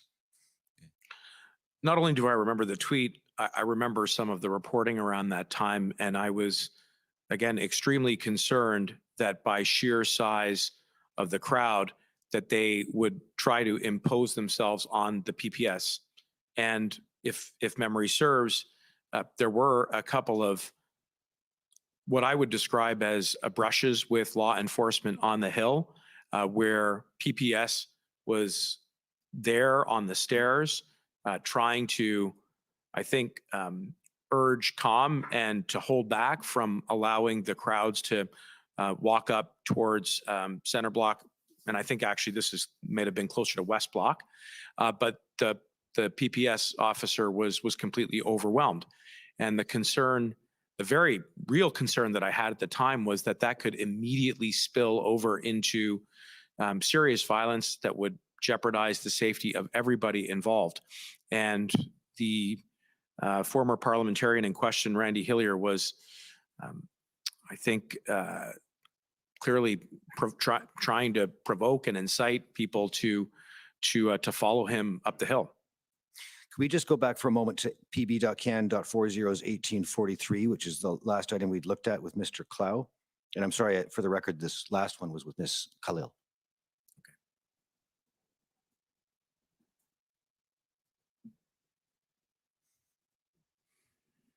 It'll be down to the 3rd page, please. There we go. You see there, this is on January the 29th, that you pass along to Mr. Clow a tweet from, or a tweet reporting on a statement by former President Donald Trump, indicating we want those Canadian truckers to know that we are with them all the way. Yes. Were you aware of that, those kinds of statements from U.S. former and current politicians in support of the convoy? Yes. Thank you. Could we, Your Honor, I just have really 2 more questions on a text about Commissioner Lucky, if I may have an indulgence for 2 more minutes. Okay. Can we go to pb.can.40's 1842?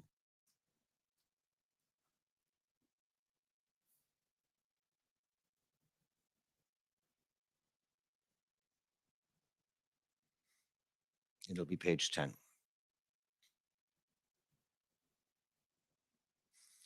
Is this an exchange of text between you and the clerk, Ms. Charette? Yes. Could we go to page 10, please? All right. I'm showing you a text from February 16th, and it appears that you indicate below the redaction, speaking with Brenda now. Is that referring to Commissioner Lucky? Yes. The most substantive brief on the Ottawa enforcement plan to date, she says she is confident this weekend will not look like the last few weekends, right? Yes. Were you encouraged by Commissioner Lucky's briefing after the invocation of the Emergencies Act? I was. There were more details forthcoming once the invocation of the Emergencies Act was invoked around exactly how a number of law enforcement were going to coordinate. There were details around soft tech and hard tech and how it was all going to be sequenced, and that information, I think, was reassuring that we were going to hopefully, with the skills of law enforcement, restore and maintain public safety. Was it evident to you that she may have been walking a very challenging line in reporting enough to you in cabinet to ensure you were fully informed without providing inappropriate operational detail? Yes. And lastly, I mean, just ask, you had indicated in your evidence, you weren't sure if it would have made a difference if you had seen, you couldn't recall, but if you had seen the note in her email that indicated that having been said, I am of the view we have not exhausted all available tools. Do you remember giving that evidence? Yes, I do. Was it possible in your view at that point in time, February the 14th, February the 13th, both to recognize that not every imaginable tool had been exhausted, but also recognize that there were insufficient police resources available to use those tools with the protests remaining at that size and number of locations across the country? I suppose that was possible, but I come back to and stress what I said earlier, which is that the most important conversation that I had that day was the call that I got from the Commissioner Lucky around the situation in Coutts. And the urgency and degree to which things really hung in the balance at that moment is what shed light on her state of mind, and it certainly informed the opinions and the advice that I shared with the government thereafter. Thank you, Minister. Those are my questions. Thank you. Any re-examination? No, Commissioner, no re-examination. Mr. Okay. Commissioner, it's Bathsheba Vandenberg, Yes. co-counsel for Freedom Corp and protesters. Yes. There's been an unredacted document shared to the parties by Council for Government of Canada at 4 p.m. Pursuant to your decision earlier today. It's the document ssm.can.407721. We advise that the Commission Council should look at it as it is relevant and material to this witness. In particular, Jody Thomas, the National Security and Intelligence Advisor, states in that document that there's no national security threat pursuant to Section 2 of the CSIS Act.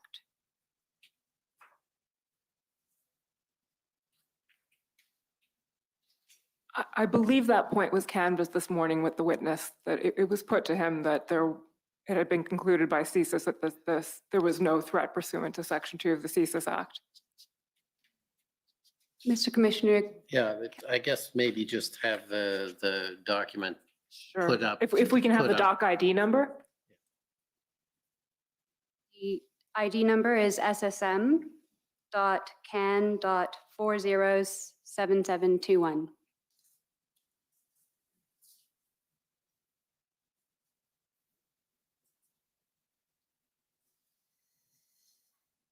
Mr. Commissioner, it's possible because of the timing of the disclosure, it's not available in the party database right now.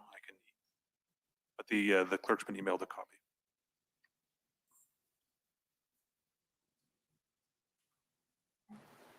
Yep, so I do have a copy and I'll put it up on the screen shortly. Okay, let's read this then. Can we scroll down a little bit, please? A little bit more, please. Okay, NES spoke with NSIA, it looks like, and Jody Thomas, but the NSIA is Jody Thomas. Section 2 of the CSIS Act, violence not met. Wonder if we need full 30 days if Ottawa cleared. I suppose the question would be, Minister, were you aware that it had been concluded that Section 2 of the CSIS Act was not met? Sorry, what is the date of this note? I'm afraid I don't know. Well, look, leaving that aside, yes, I was. It says it's before the speech Monday morning, which Okay. is the date that they announced the invocation. That might assist. Okay. Yes, I was aware that CSIS had concluded that Section 2 under the CSIS Act was not met. I was aware of that fact. Thank you. Okay, well, I only have one question, and it's probably already been answered, but I just want to explore it just a bit more. And this is about the it's been called the line between the police and the politicians or the board or whatever. And I try and ask you something more specific. us say that there were two protests, one going on in Ottawa and one at the border in Windsor. Would it be appropriate for either you in respect of the RCMP or the Solicitor General in Ontario to advise the superintendent, the commissioner rather, that the government's priority would be Windsor? However, it's totally up to them, obviously, to decide and to deploy resources in accordance with what they're prepared to do. Would that be? And I'll give you a spoiler alert. Minister Blair thought that would be inappropriate. And so, as I think you mentioned, this commission should be looking at that relationship. I want to hear your view. I appreciate the spoiler alert, given the witness who testified, who has an abundance of police experience under his belt. But I would say this is precisely the type of question that really ought to be explored through the ongoing deliberations of this commission. And I suppose, Your Honor, I would impart a few principles to you as you are trying to think through exactly where to delineate the boundaries. One is, as I said, we don't want elected politicians to go behind the veil and politicize the constituent elements of the traditional administration of justice. So exactly what kinds of investigations are being conducted, who lays charges, whether or not those charges proceed to trial, whether or not there are any sanctions or remedies that flow from that. That is all properly within either the independent discretion of police or the Crown. And I believe that those should be protected as sacrosanct as part of our democracy. On the other hand, police and the elected government do not operate as two solitudes. That there does have to be an ongoing channel of communication around how it is that we support one another in maintaining public safety. And there are some customs that have developed over time in how we strike that balance. One is, as I hope I've been able to demonstrate today, through the authorities that are exercised by the office that I occupy in ensuring accountability, in pressing for questions and obtaining information so that we can be sure that law enforcement have all of the tools that they need and the resources that they need to maintain public safety, and where they don't, to give those things that they don't have to them so that they can restore it and then maintain it. And that is something that I did in the course of the blockades and the occupation in the case of Alberta, where we've heard that. Yeah. So then I think that the question then becomes, how far can elected governments go in identifying priorities? And I think it will depend very much on the circumstances. But one, again, I think established threshold that already exists by convention under the police service agreements that we have is that provincial ministers of justice are able to form the opinion of where an emergency exists. And why is that important? Because once that opinion has been formed, then resources can be deployed.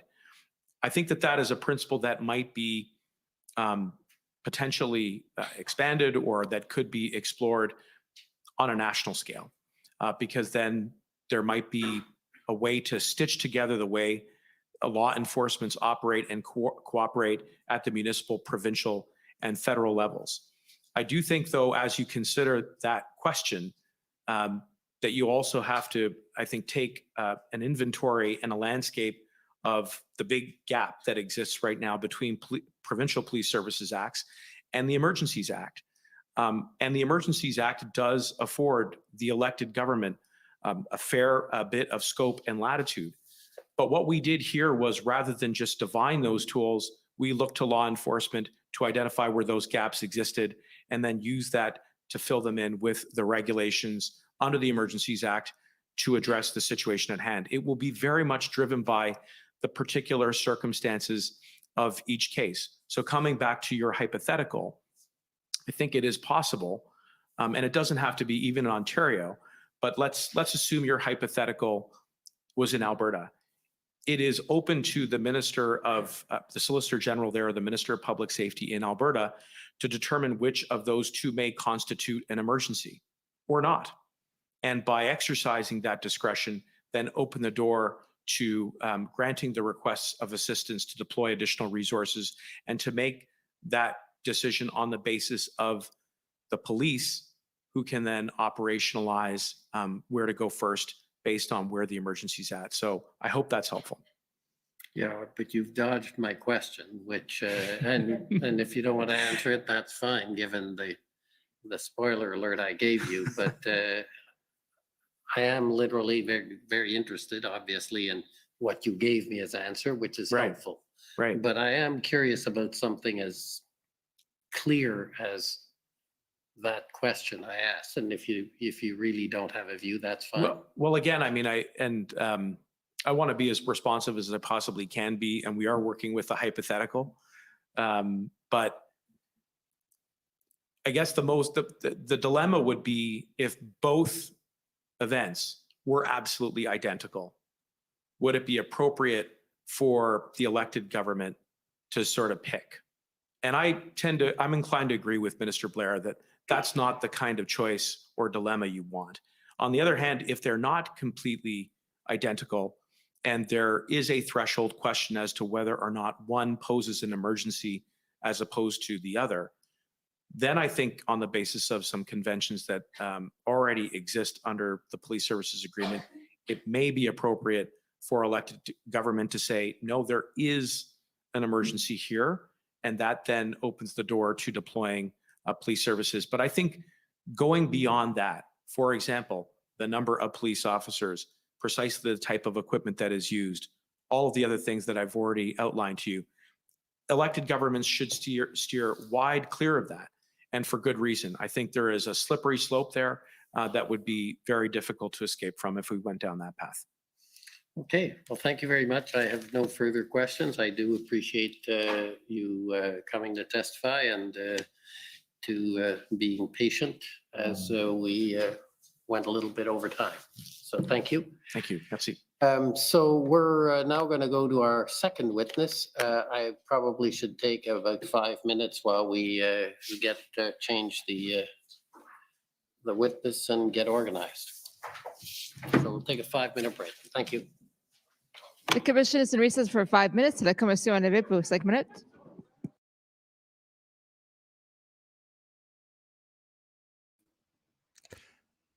Jay, you're muted right now, man. Yeah, I don't even have my mic. I was trying to do some magic handless stuff and get you in there. Oh, brother. Oh, my. All right. He's done. How many still left in our chat? Is everybody with us? Oh, he's right. Azario. Oh, the best part of my day so far.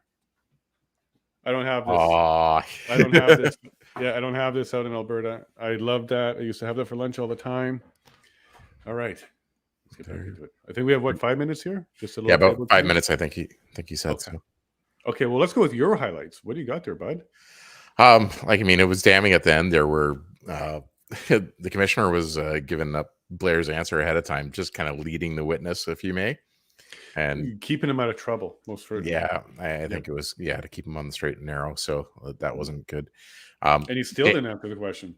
No, well, not the first time, at least. Yeah, I've never heard him answer a real question and that's been put to him. But I guess that's what's called an oxymoron, right? Could quite be. He answered a question, oxymoron. What did you think about the unredacted document that came in with the S2? Well, they've already been saying that. Yeah. Right. They really said that we don't care about the S2. S2. Like, the big question was 2C or not 2C. That is the question. And he doesn't care. And now that it came out, doesn't seem like it changes a thing in his head. Now, what about you? Like, this is really what we've been hearing for the last, I would say, week and a half now, that 2C was not broad enough and they kind of sidestepped it anyways. That's incredibly dangerous. Like, it's either go and tweak their legislation, and then I think that was brought up earlier, is that they could go through and hammer through a piece of legislation to get around that really quick if they needed to kind of adapt to the scenario that was at hand. And why they felt the invocation was necessary outside of S2. So, yeah, I'm not a fan. Yeah, no, I didn't like it. Well, I'm glad that that's documented and unredacted. And somebody may have to answer to why it was redacted in the first place. And that certainly bring up questions, basically every redaction they've made. So a lot of questions around that. But do you think it changes anything in the commissioner's mind, though? I'm on the fence today because I see Rouleau not necessarily being on the impartial side anymore. He's kind of that took a hit today, leaning over towards the government of Canada side. And once he starts down that path, I think he's going to have a hard time recovering and keeping more objective to the rest of the testimony that's going to come. I think it was easier for him with previous witnesses. But when you're getting into the higher profile witnesses that we're seeing now, this is kind of exposing where that narrative needs and that loyalty lies. And maybe that's not the right word, but that's kind of where my head is at. So I brought this up because I haven't pulled this up since like the beginning. And during the testimony, I think I got tricked into believing there's an or here. There's no or here. So a public order emergency means an emergency that arises from threats to the security of Canada, and that is so serious as to be a national security. And then the definition of threats to the security of Canada has the meaning assigned by Section 2. There's no or here. So they've just completely ignored this legislation. Well, let's see what this legislation, if the Emergencies Act is legislation that you're curious about, yeah. Well, I think we all are, aren't we? Yeah. So, yeah, I thought there was an or here. There is no or. The definition is pretty clear. It's only CSIS Section 2. And then, of course, when we go to well, right now, what they're saying is this doesn't matter to them. No. Now, what I did was I did a search of this inside of here, and it only shows up one other time. So this means it's a direct reference. So this is defining public order emergency. There is no or. It has to be a CSIS Section 2. Where are they reading the or?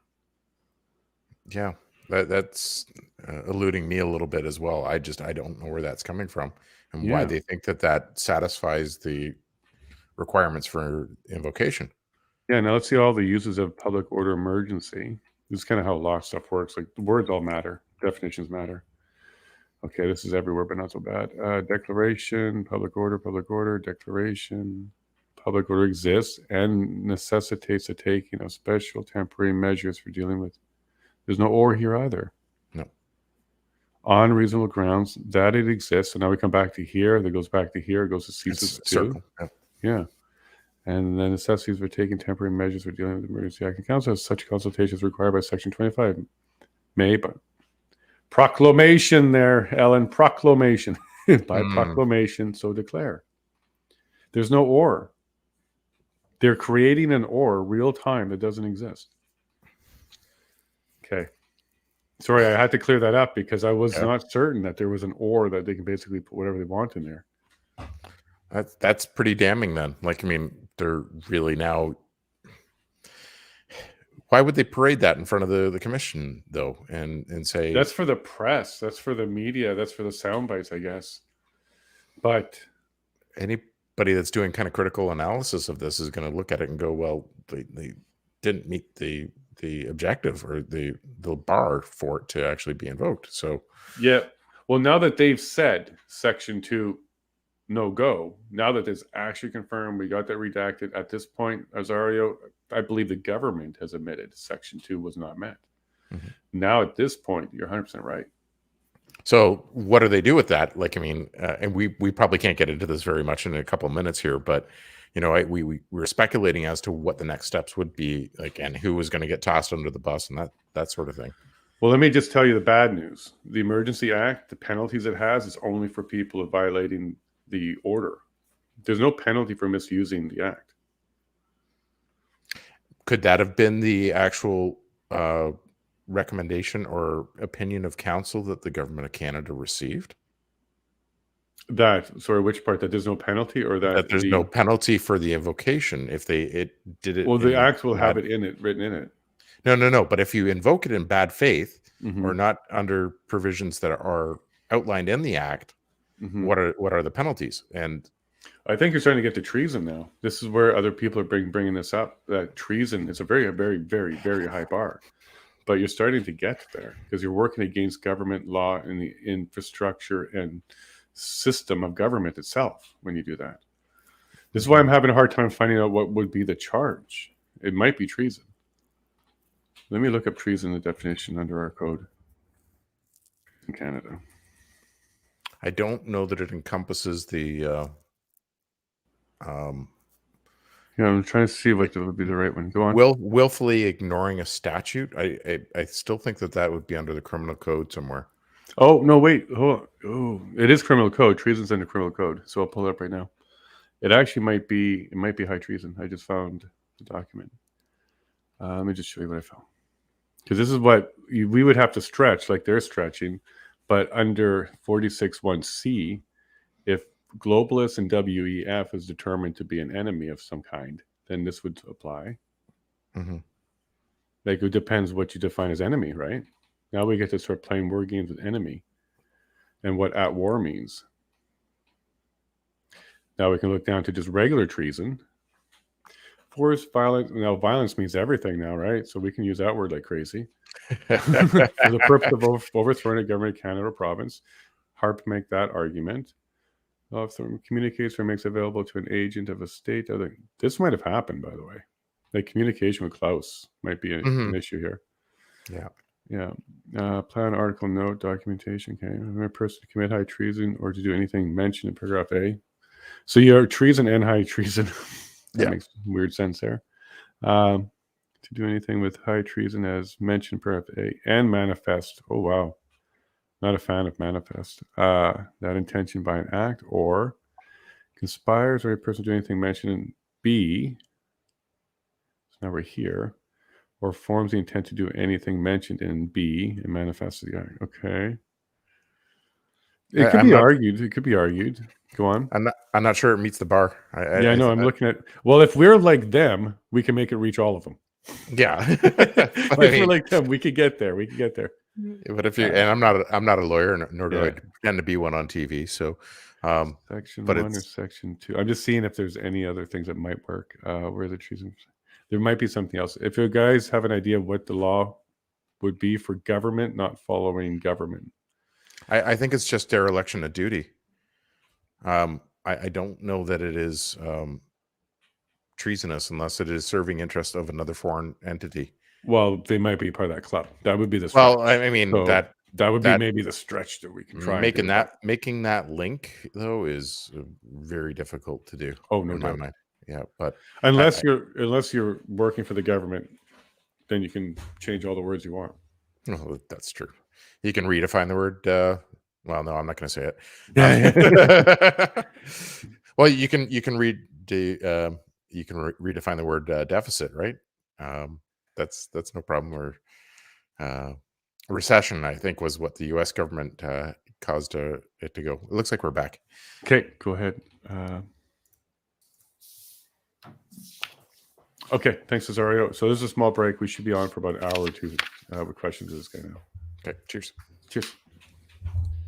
Minister LeBlanc, will you swear on a religious document or do you wish to affirm? J'aimerais jurer sur un document religieux, s'il vous plaît. On a la Bible, le Coran ou le Torah disponible? La Bible, s'il vous plaît.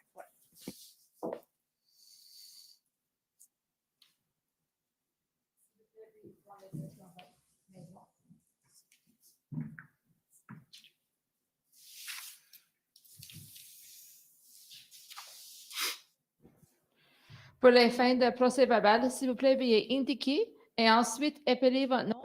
Please Spell out your name completely. Dominique Leblanc. Dominc LEB, capital BLANC. Do you swear that the testimony you will be giving before this commission will be the truth, the whole truth, and nothing but the truth? So help you God. I so swear.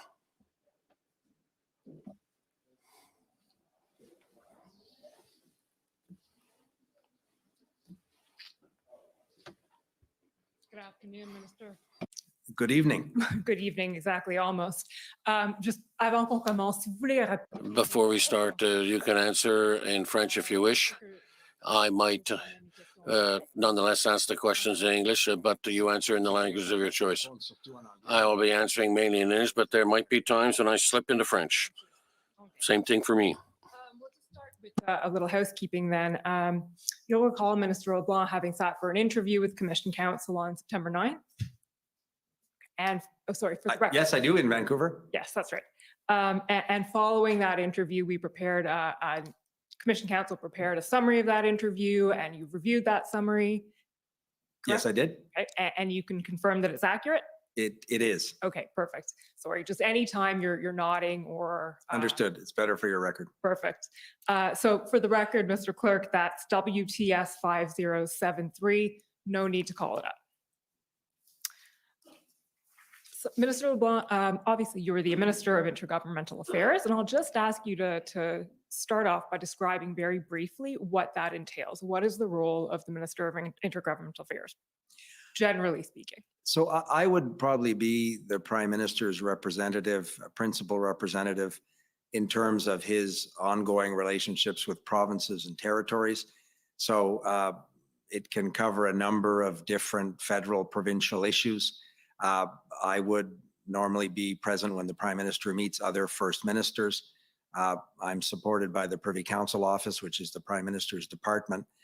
And we would attempt to coordinate across the government of Canada as best as is possible the federal government's relationship with provinces and territories. Many of the federal legislative measures or policy measures necessarily involve relationships with provinces, so that would be the principal function I would assume for the government. Okay, and the Commission hasn't called as witnesses anyone from the Intergovernmental Affairs Secretariat. So could you just spend a moment explaining how that works, how you're supported within PCO as opposed to by an external line department? That's right. So there's a Deputy Minister, Michael Vandergrift, who supports me in the intergovernmental affairs role at Privy Council. He has a small group of people that support him and me as well. And they would have ongoing relationships at the senior officials level with their counterparts in different provinces and territories.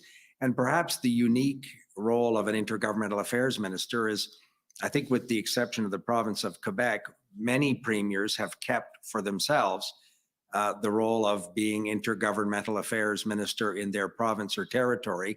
So my counterparts in many cases are the premiers, as I say, with the exception of the province of Quebec. So you're not dealing with another minister, you're dealing with the premier. Right, in his or her capacity as intergovernmental affairs minister. Okay, thank you, that's helpful.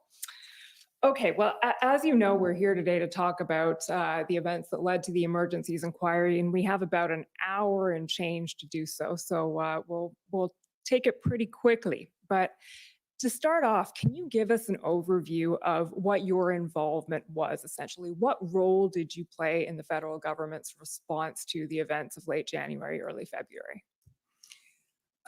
I was invited by the Privy Council Office to, I think, what was one of, if not the first meetings.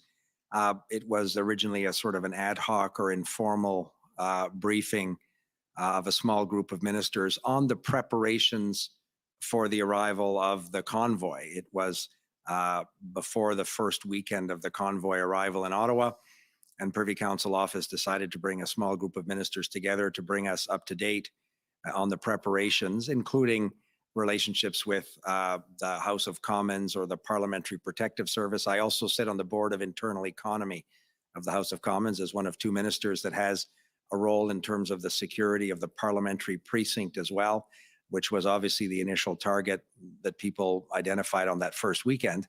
And then I was included in most of, if not all of the subsequent meetings of the Security and Safety and Emergencies Committee of Cabinet. And then ultimately it became the Incident Response Group chaired by the Prime Minister. So I was included in most, if not all of those briefings for ministers. And during that period, I would have ongoing discussions both with my cabinet colleagues that had line responsibilities for a number of these elements, Mr. Mendicino, who you saw earlier today, but the Transport Minister, for example, some cases the Justice Minister. So I would talk to my own cabinet colleagues, principally to ensure that they were engaging with their provincial or territorial counterparts as much as was appropriate in the particular context of whatever issue was before the cabinet. And in some cases, I spoke to premiers directly as well. Okay, so I think you probably answered this question then, but as you mentioned, that initial group of ministers consisted of, I think, public safety, so Mr. Mendicino, Minister Blair, emergency preparedness, Minister Alghabra, transport, and then you as in your capacity as intergovernmental affairs minister, or was your role sort of a within government coordination role, or? I wouldn't have described it as a sort of coordination within the government more generally, other than perhaps in terms of the relationship between our government and provinces and territories. The Privy Council Office, the Prime Minister's National Security and Intelligence Advisor were participating in those meetings. They have sort of horizontally across the government, because of their role at Privy Council Office, some of that responsibility with respect to other line departments. But I would often encourage my cabinet colleagues to ensure that they're maintaining active and open conversations with their provincial or territorial counterparts as the circumstances evolved into various parts of the country in the days that followed that initial weekend. Okay. Mr. Clerk, can I ask you to pull up SSM.can 50293? So Minister LeBlanc, this is a document that summarizes the engagements you had with various provincial counterparts. And you'll see it starts on February 10th. We're not going to go through it right now. We are going to go through it. We'll become very familiar with it by the end of this examination. But at this point, I'm just going to sort of highlight the fact that these engagements really started on February 10th. So the convoy arrives on January 28th, 29th, and your engagement specifically start on the 10th. So the role you were playing, if I understand it, prior to the 10th is essentially facilitating or encouraging these communications between your colleagues and their various counterparts in other provinces. That's accurate. I would not have been engaged in a very active way with first ministers before that date you see on February 10th. Okay. Thank you, Mr. Clerk. You can pull that one down and pull the following one up. SSM.can 406594.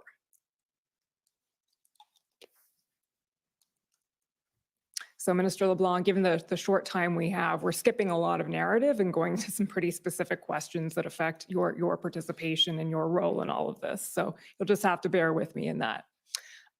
So this is an email, and just scroll down a little bit, Mr. Clerk, that you received from Ralph Goodale on February 6th. And I take it you're familiar and you recall this email?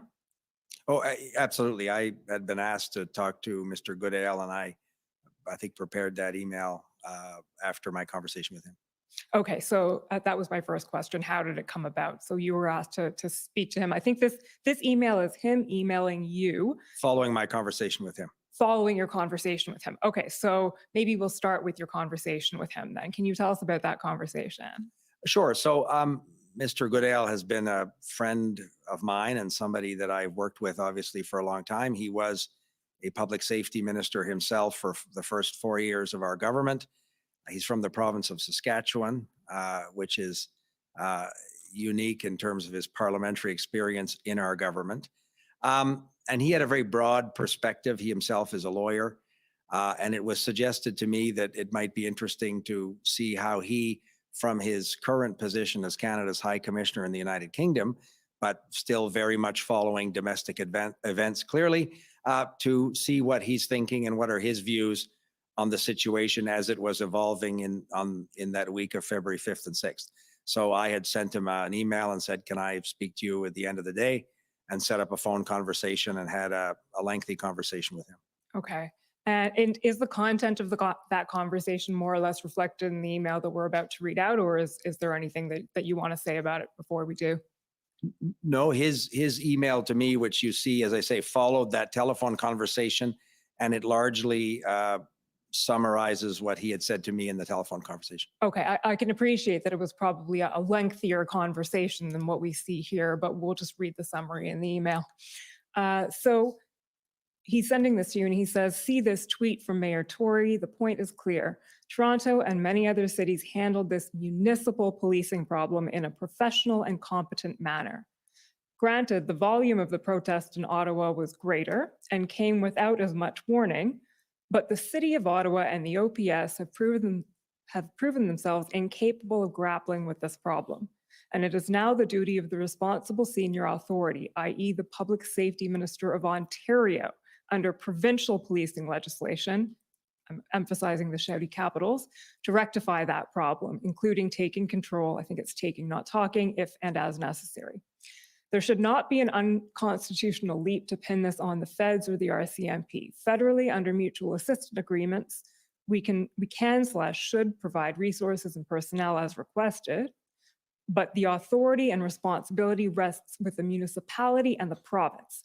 To this point, they've failed to deliver safety and security to the inhabitants of Ottawa, and those innocent inhabitants include many parts of the Government of Canada.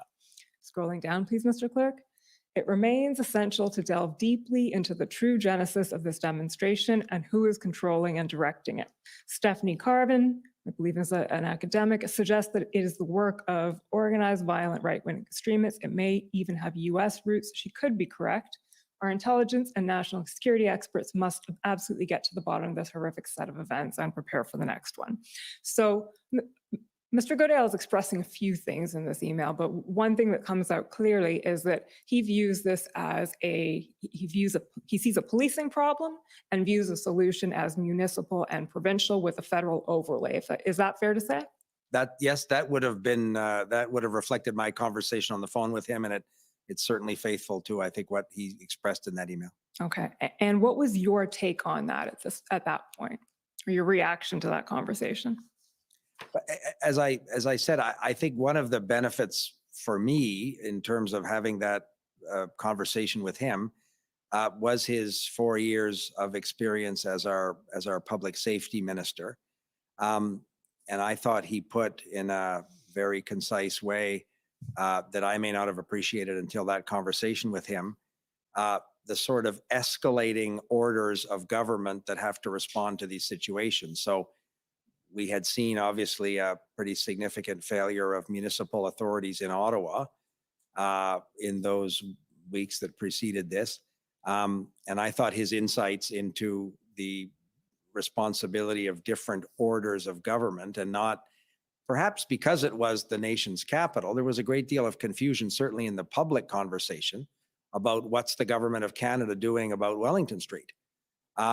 But after my conversation with him and having read his subsequent email, I thought he put in a rather concise way his view, his opinion as to the roles of different orders of government. Okay. Thank you, Mr. Clerk. You can take that one down now. So one thing we spent a lot of time talking about this morning with Minister Mendicino, so we won't spend a ton of time on it this afternoon or evening, but is engagement with Ontario and specifically and Ontario's role in responding to these events. So as I said, the Commission has heard a lot of evidence about Ontario's role over the past 5 weeks, and attempts to essentially draw Ontario into the conversation, into tripartite meetings, into being part of the solution.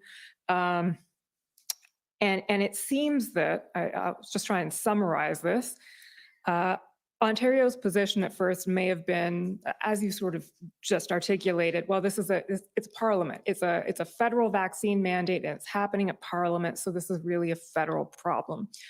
Is that a fair characterization, do you think, of what Ontario's initial attitude was? I'm not sure. I can't speak for the Government of Ontario or what Premier Ford or his ministers were thinking. But as I said, in the initial arrival of the convoy in Ottawa, the focus was on the nation's capital. As we know, it quickly spread to other cities and other parts of the country, not just in the province of Ontario. But we did as a national government, and my colleagues, I know the Transport Minister, Mr. Mendicino himself, and senior officials of our government, deputy ministers, were engaging in active and ongoing discussions with their Ontario counterparts as the situation in Ottawa was becoming more entrenched, to see if every possible provincial regulatory or legislative authority was being brought to bear to try and resolve ultimately not only Ottawa, of course, but Windsor and other places. So I think our government, and I remember those conversations from the incident response group meetings or the Cabinet Security and Safety Committee, there was an ongoing and active effort, both at the level of ministers, but senior officials supporting them, to reach out to provincial jurisdictions where they were seeing some of the sort of sympathy or knock-on effects of the Ottawa occupation, to make sure that every available authority was being brought to bear to bring these illegal events to a conclusion. And I suppose the response that the federal government would have gotten would be varying degrees of success, if we can put it that way. Yeah, I think that and obviously the inability across the country to use existing provincial and municipal authorities was one of the constant discussions before our government as we led up to the ultimate decision to invoke the Emergencies Act. But I remember from the very beginning an effort to educate ourselves as a government, and Mr. Goodale's email to some extent speaks to that, in terms of the different jurisdictional roles of orders of government. But we quickly understood the importance of collaborating and ensuring that municipal and provincial authorities were very much working with federal agencies that could provide support. And there are a number of federal agencies that were working with their counterparts, of course, but to really use every available remedy to bring these very damaging illegal occupations or blockades to an end. Okay. And we know that on February 10th, you had a call with Premier Ford. Can you tell us about that call, how it came about? And before you even start, I'll pull up the document for your benefit. There's a readout of it at ssm.nsc.can 50256.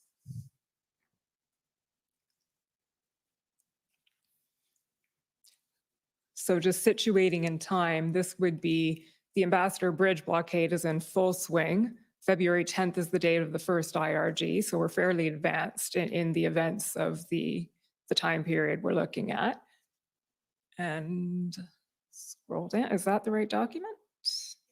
Okay, yeah, there we go. Readout of Minister LeBlanc's call with Doug Ford tonight. Okay, so what can you tell us about the call that you had with Premier Ford? So it was on the evening of February 10th. I remember, as you said, it was following that incident response group meeting. I left Ottawa to fly home to Moncton, New Brunswick, and I had been asked to talk to Premier Ford specifically around what we thought were some authorities the province had in the transportation sector around trucking licenses, permits, insurance certificates. I'm certainly not an expert on the precise regulatory authorities around provincial transportation sectors, but there was a belief that the province of Ontario may have a series of instruments or authorities that perhaps hadn't been brought to bear, whether it was in Windsor or in Ottawa. So it was suggested that I could perhaps reach out to Premier Ford. I have a very constructive and cordial relationship with the Premier of Ontario. I texted him to say I was leaving for New Brunswick and would like to chat to him that evening if possible, and would be at home in 2 hours in Moncton. And he told me to call him when I landed. And I remember being at home, it was about 10:30 or 11 in the evening in New Brunswick. He was still at his office at Queen's Park in Toronto. I said I was calling him to talk about what we thought were some additional authorities that the government of Ontario may have that could be brought to bear with a circumstance in Windsor. and obviously in Ottawa. And he immediately went to the process that his government was going through, which ultimately led to their declaration of an emergency order the following day. So the conversation quickly evolved into what Premier Ford was planning to do the following day. And frankly, it went well beyond what we were hoping in terms of some trucking or transportation regulatory authorities. He was very much focused on the economic damage to the province of Ontario and to the country. He talked to me about conversations he'd had with the governor of Michigan, the chief executives of some of the big auto companies, representatives of some of the big unions. He was extremely focused on the severe economic damage to Ontario and to the country. He was focused on the reputational damage that this means in terms of foreign investment into our country. And he was very focused on the public safety concerns and the threats of real violence that people were still continuing to advance in Ottawa and in Windsor. So the conversation, he was quite candid with me about his desire to have the Ontario Provincial Police take a greater role in the Windsor context and also in Ottawa. He talked about his frustration that the situation in Ottawa had not been resolved, and his government was very involved and committed to stepping up, including with the Government of Canada, to do what we needed to bring this to a conclusion across the province of Ontario.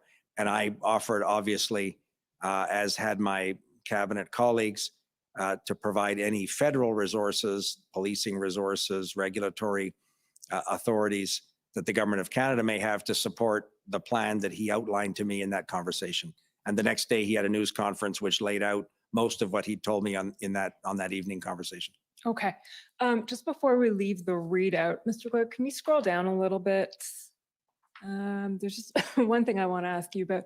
Minister LeBlanc informed Premier Ford that the Americans will make it clear that anyone convicted will be barred from entering the United States. Can you tell us what that was about and what did or did not happen with that?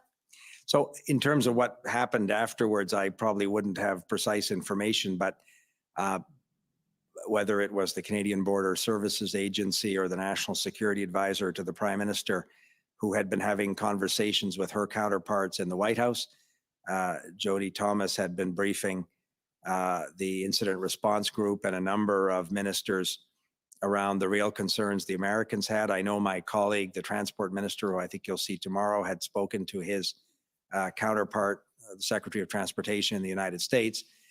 So in those meetings, the Americans, we were told by our colleagues or senior officials who had conversations with senior American authorities, including, as I say, our Transport Minister who spoke to his American counterpart, that they were prepared to do whatever they could to support our efforts to bring this illegal activity, these border blockades, to an end. And my understanding, and if I said that to the Premier, it's because somebody would have told us that the American authorities were prepared to help us if there were convictions of some of these truck drivers, for example. They would look at what authorities they had in the United States to bar them from entering the United States. Okay, and Minister, just taking you back, the Minister Algabra's counterpart would be Secretary Buttigieg? Exactly. Okay, and we'll hear about that tomorrow, I think. Thank you, Mr. Clerk. You can take that one down and pull up ssm.nsc.can 402947.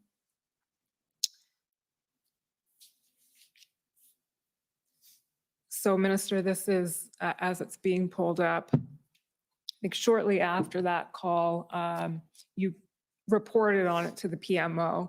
And so this is your text where you're conveying the Premier Ford's position and spoke to Ford. He's going gangbusters on truckers tomorrow, using emergency order, fines, seizing trucks, arrests, suspension of licenses. He's hot to hammer them at a presser tomorrow at 10 a.m.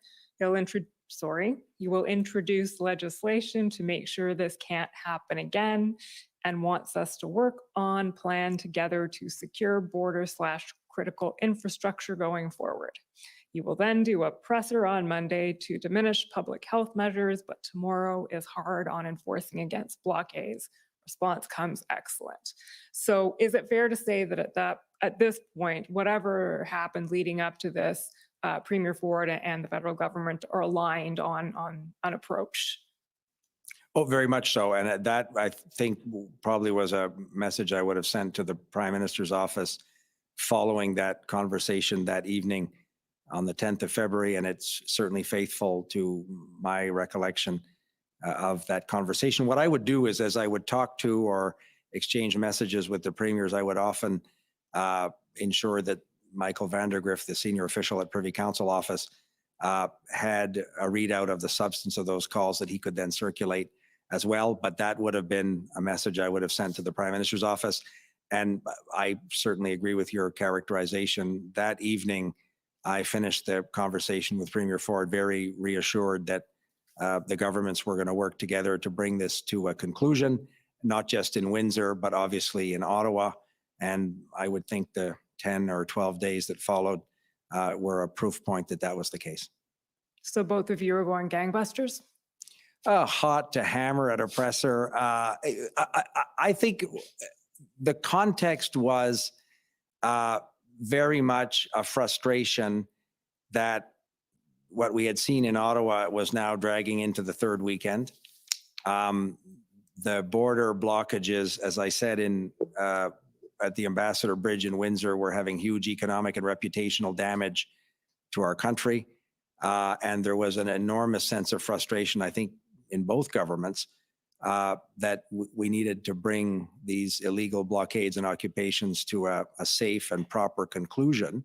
And the 2 weeks prior to this conversation weren't giving any of us a great deal of assurance that that was the outcome that we were going to quickly achieve. Fair enough. I was defining going gangbusters as being committed to finding a solution. And that was absolutely the case. Okay. Thank you, Mr. Clerk. Can you can you pull up SSM.can 50293? So we'll leave Ontario now and move to Alberta. So the next on the list here, February 11th, Premier Kenney communicated with Minister LeBlanc to express concerns that the provinces have been left with the enforcement challenge and that there has been no response to the request for the CAF, that's Canadian Armed Forces, to help with tow trucks. And in our interview, you clarified that that message was conveyed by text. And Mr. Clerk, now if you can pull up pb.can 401868.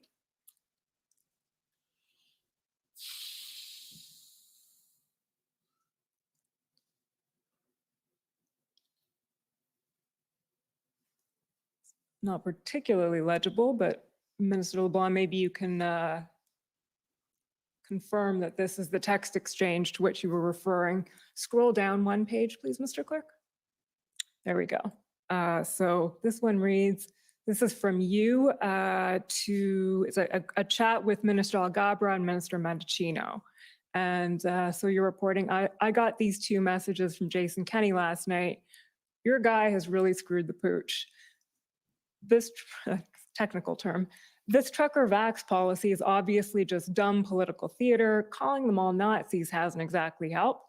And now the provinces are holding the bag on enforcement. I can't get any heavy equipment from private vendors to move these freaking trucks off the border because the crazies are making death threats. And you guys turned down our request for army equipment to help us because apparently the government of, scroll down please, Canada doesn't really care about the international border being closed. Pensive emoji. But don't worry, the RCMP commander in Alberta just told me proudly that he's secured some psychologists to do a profile assessment on the protesters. I said, that's great news, Deputy Commissioner. Do any of them know how to drive a tow truck? Jay. To which Minister Alghabra replies, speaking of bonkers, and you reply, totally. So is that the text exchange that's reported in the summary of engagements? Yes, it is. Okay, so we're just going to pick apart and understand if this is the second time this text has arisen today. So I just want to pick apart a few statements made there. First of all, when he says your guy has really screwed the pooch, is he referring to the Prime Minister or who's that a reference to?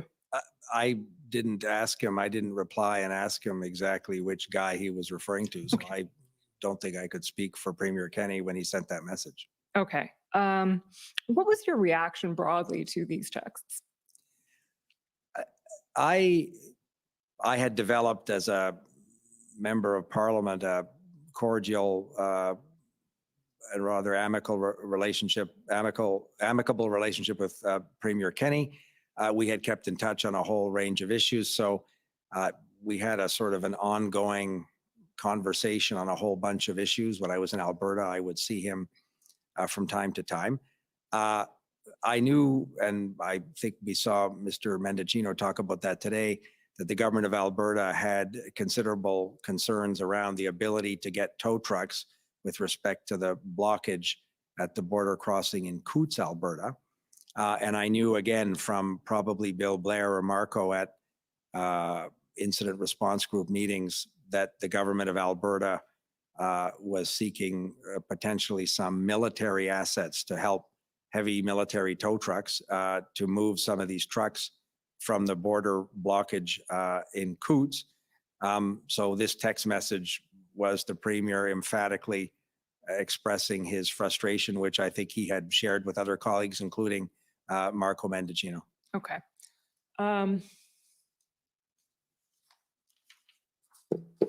Thanks, Mr. Clerk. You can take that one down and pull up ssm.can 50293 again.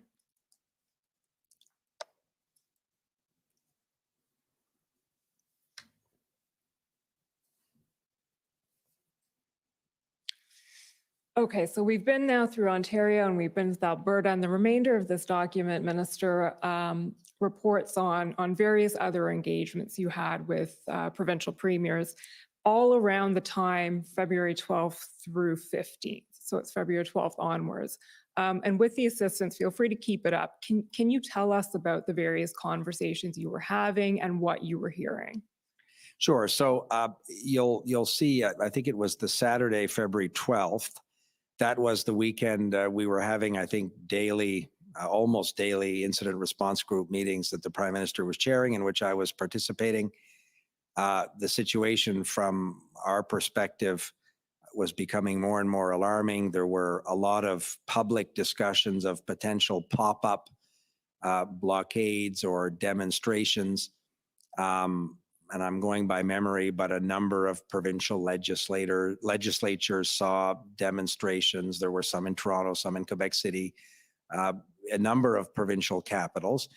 There was public discussion of a number of potential border crossings being targeted as well. There was some discussion about a border crossing in Woodstock, New Brunswick with the state of Maine in my home province. There were concerns around the Pacific Gateway border crossing in British Columbia. I know one of the discussions, again, that was reported in the media, or certainly in social media, was a potential sort of sympathy protest at the ferry terminal in North Sydney, which is the main supply route for the province of Newfoundland and Labrador, for the island of Newfoundland. So on that Saturday, I wanted to reach out principally to a group of premiers in Atlantic Canada and Premier Horgan in British Columbia, who were seeing some of this activity in sympathy to the occupation that was taking place in Ottawa.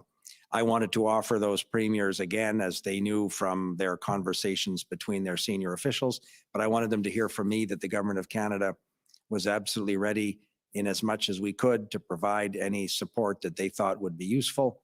The RCMP in many of those provinces are also the contract police authority. And some of the premiers had said to me that they were receiving updates from the divisional commanders of the RCMP in their capacity as the contract police of jurisdiction in those provinces. I remember Premier Fury telling me of his real concern around a potential blockage at the ferry terminal in North Sydney. He's a doctor by profession and told me that on that ferry, many medical supplies, drugs, medical equipment is essentially transmitted to Port aux Basques in Newfoundland and then distributed around the province. And if ever there was a blockage of access to that ferry terminal, it's much more than fresh fruits and vegetables in grocery stores in Newfoundland, but it represented a real threat to public safety and security in his province. So I wanted them to know that we were monitoring those situations. We were receiving updates from senior federal officials in the law enforcement community, in the intelligence community, and that if they had any concerns, they could reach out to me. That was the nature of those conversations. And on the Sunday, on February 13th, Premier Horgan, I'm assuming if it was, I would have sent those messages and followed up on the Saturday, the 12th. But if it shows up on the 13th, it's because Premier Horgan probably replied to me on the Sunday, the 13th, to talk to me about some of the concerns we were seeing in the media around the Pacific Gateway border crossing. Okay. And in any of those conversations, did the notion of invoking emergency legislation come up, either provincial or federal? No, not in those conversations. It was the conversation with Premier Ford on the 10th where he spoke about the provincial emergency orders. But in those subsequent conversations on that weekend, no, I did not discuss with them the issue of a Federal Emergencies Act invocation. Okay, and we know that Premier Ford did, in fact, invoke Ontario's emergency legislation on February 11th. Let me see. So you mentioned that Premier Fury was expressing a concern about, and if I can put it this way, there's no identified sort of threat to the supply chain, but he was concerned that that what was happening might spread and affect the supply chain in Newfoundland. Is that right? That's right. And it was discussed in the public space. If it was Atlantic media, the Nova Scotia media is what in many cases is followed in the neighboring province of New Brunswick. So I was seeing in public discussions the risk or the threat or the discussion of potential attempts to block access to the North Sydney ferry terminal, the Marine Atlantic Ferry. And it reminded me of the vulnerability of 500,000 Canadians on the island of Newfoundland and Labrador in terms of what is their main supply route for things as important as medicines, medical equipment, and so on. And that was the concern the Premier had expressed to me, and sort of saying that he wanted to be reassured that the Government of Canada was ready should that materialize, to do everything we had to do to ensure that his province wouldn't be held hostage in some kind of circumstance there. And you told him that the federal government would do whatever it could, or do of what course. it could? And my conversations with his Atlantic First Minister's counterparts was exactly in that sense. I remember Premier Higgs, as I said, there's a border crossing that was the subject of some discussion in Woodstock, New Brunswick. There were protests, I think, in the city, I'm going by memory, in Halifax. And of course, Premier King, that Confederation Bridge to Prince Edward Island is obviously a critical supply route for that province as well.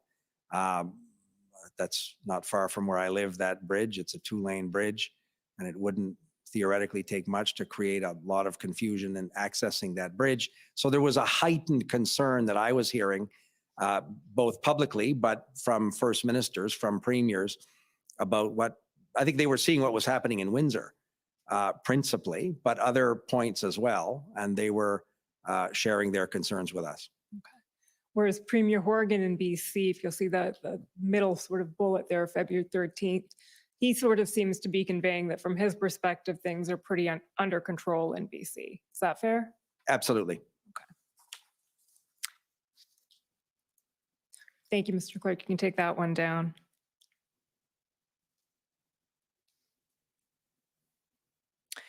So again, we're going to skip pretty quickly in the narrative here, given time constraints. But so those consultations, most of the ones we've discussed, were the weekend of February 12th and 13th.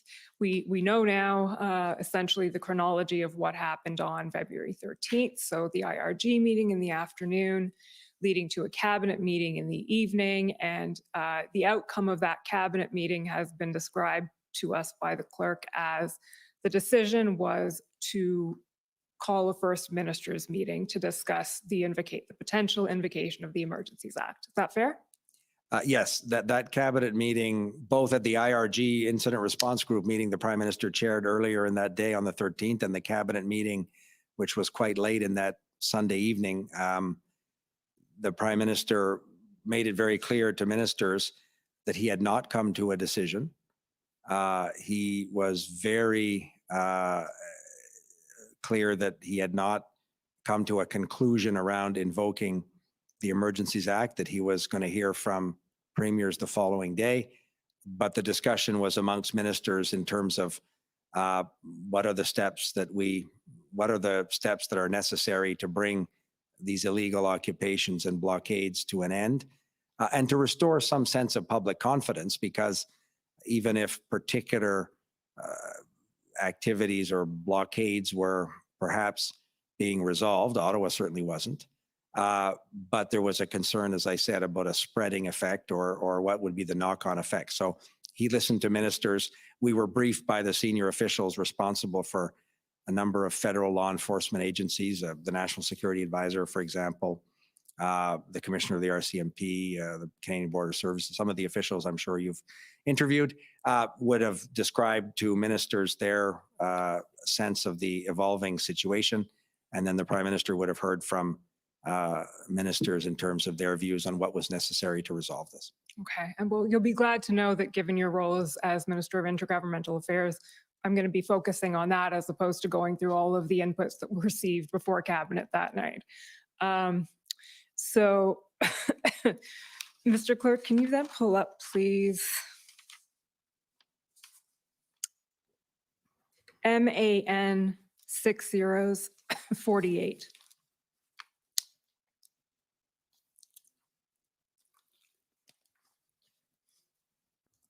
So, Minister LeBlanc, we understand the Cabinet meeting took place around 8:30 the night of the 13th. And the document we're about to pull up is the email invitation that was sent about the First Minister's meeting. And I think it was sent, we see the timestamp, it works out to 10:46 p.m. Eastern Standard Time. I have to do the conversion for time there. And sorry, scroll down a little bit, please, Mr. Clerk. It says, colleagues, the Prime Minister will convene an urgent First Minister's call. The call will take place on February 14th at 10:15. Dial-in info to follow. Please confirm your Premier's availability. I apologize for the short notice. Michael being Michael Van de Grift, the Deputy Secretary of Deputy Minister, I'm sorry, of Intergovernmental Affairs. That's right. And I remember discussing with him that evening after it. He sent that after the Cabinet meeting had concluded at 10:30 or 10:45 that evening. Okay. What's sort of conspicuous by its absence in that email is any mention of the Emergencies Act, any mention of why the First Minister's meeting is being convened. Can you tell us why that would be? So we obviously had a significant concern about potential leaks in the public domain about the subject of that First Minister's meeting.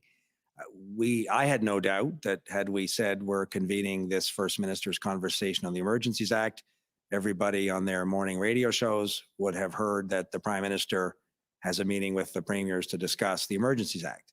And we've heard from law enforcement officials in our own government, and I've taken note of a number of witnesses before your commission, about the potential of an incendiary reaction to the invocation.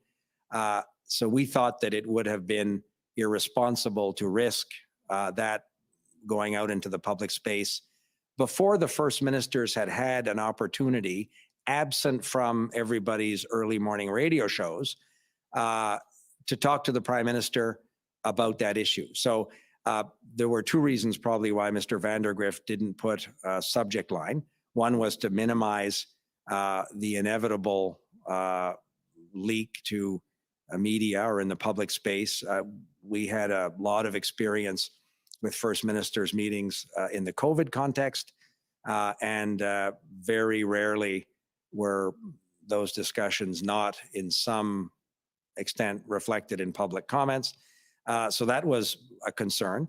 But also I think there was a desire from the Privy Council office to, as much as was possible, to allow First Ministers to have that conversation with the Prime Minister at 10:15 on the 14th, absent, as I said, the public discourse that would have inevitably followed about should we, will we, did the government decide. That, as much as possible, would have been counterproductive to an open and frank discussion amongst First Ministers.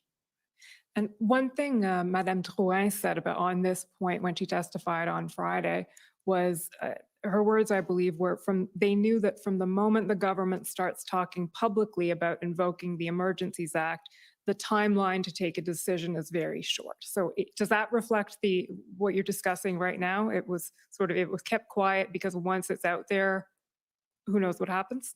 That was very much a concern the government had. She reflected, I think, what was a concern of some of the advice we were getting from senior officials in the law enforcement and intelligence apparatus of the government of Canada. But we've seen subsequently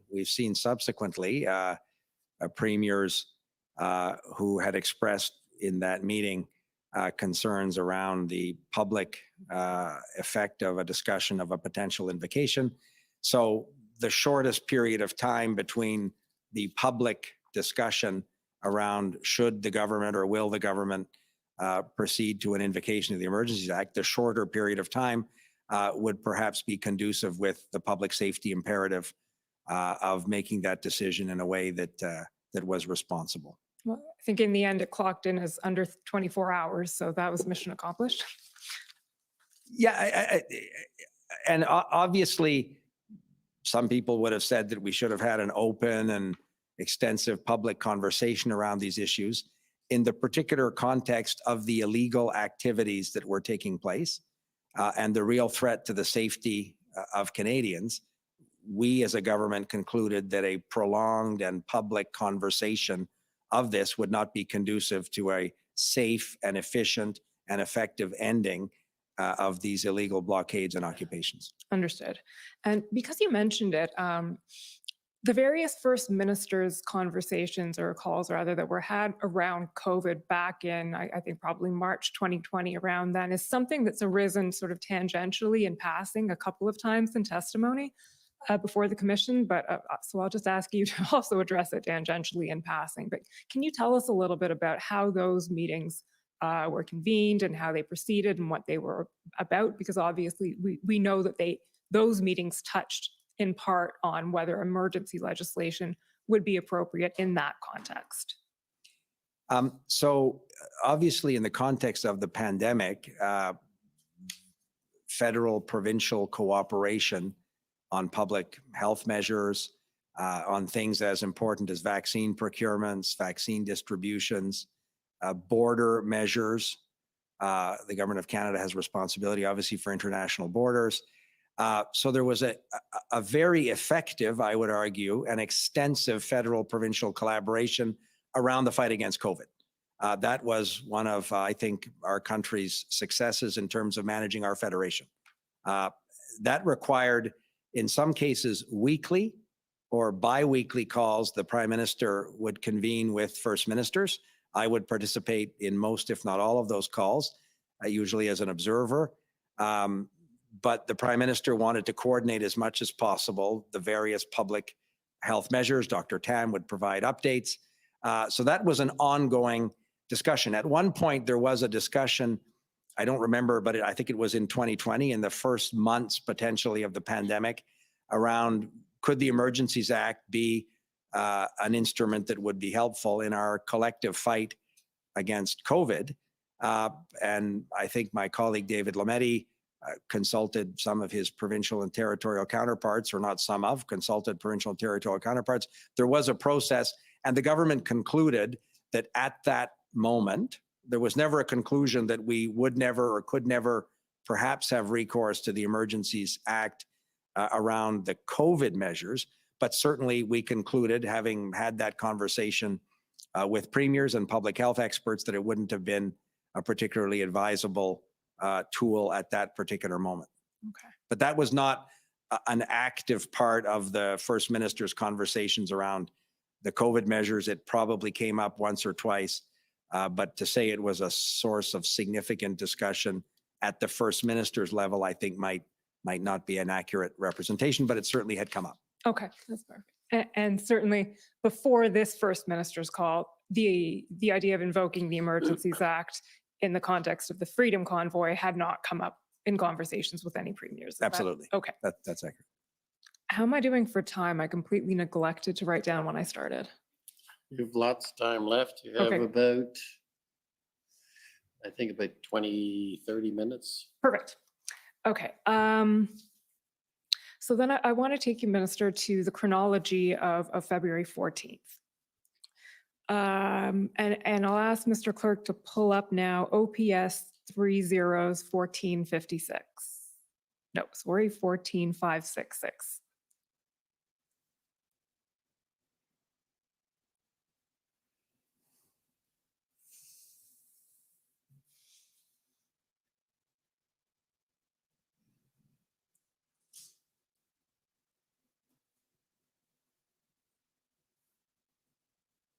So this is just a little chronological point that we'd like to clear up, because if you scroll down here, and just to let you know what these are, I think they're probably scribe notes of a police meeting. So I think the participants were Commissioner Lucky, Commissioner Carrick, and Chief Slowly, if I'm not mistaken. Scroll down a little, oh, actually you've got it. Thank you, Mr. Clerk. So if you see the last bullet point there, this is a meeting that takes place at 10 o'clock in the morning on February 14th. And you'll see what's recorded about what Commissioner Lucky says is Lucky did not get Prime Minister briefed on the plan. The plan here being the Ottawa police plan to resolve the situation in Ottawa. And then Prime Minister will be enacting the Emergency Measures Act. So if I take your evidence and some other evidence we've heard so far, that had not been decided at 10 o'clock in the morning on the 14th, that the Prime Minister would invoke the Emergencies Act? No, it had not been decided at all. I don't know why the commissioner would have said that. The Prime Minister began the meeting with the premiers at 15 minutes after she said that by saying he had not come to a decision whatsoever. The clerk had not moved the decision memo to him. So that is not an accurate representation whatsoever from my perspective of when the government made the decision. Okay, and to be fair, these are notes of a meeting, so it's nothing, it's not necessarily what Commissioner Lucky said, but it's what's written down about what Right, she said. and I'm seeing this So- for the first time here. Okay, so, but in any event, that does not accord with your recollection of the chronology. No, that does not reflect at all my my understanding and my personal involvement with those decisions on that day on the 14th. Okay, thank you. Thanks, Mr. Clerk. You can take that one down. And can you pull up ssm.nsc.can 50625?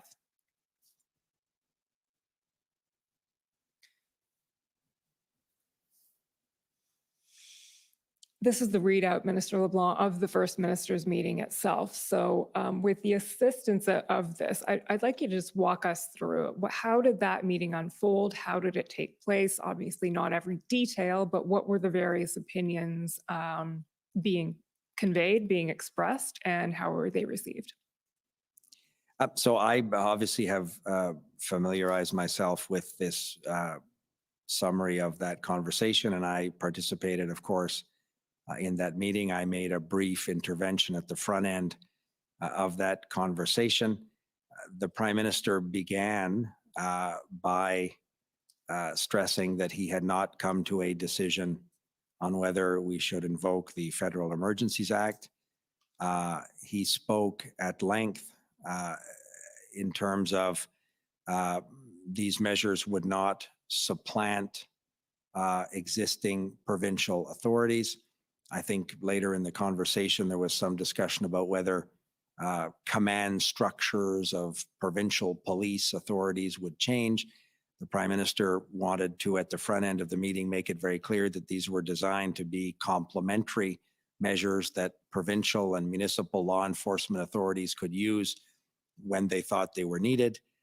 He was very clear that it should be a proportionate series of measures, proportionate to the real public order emergency that the government was seeing, to the threat to the safety and security of Canadians.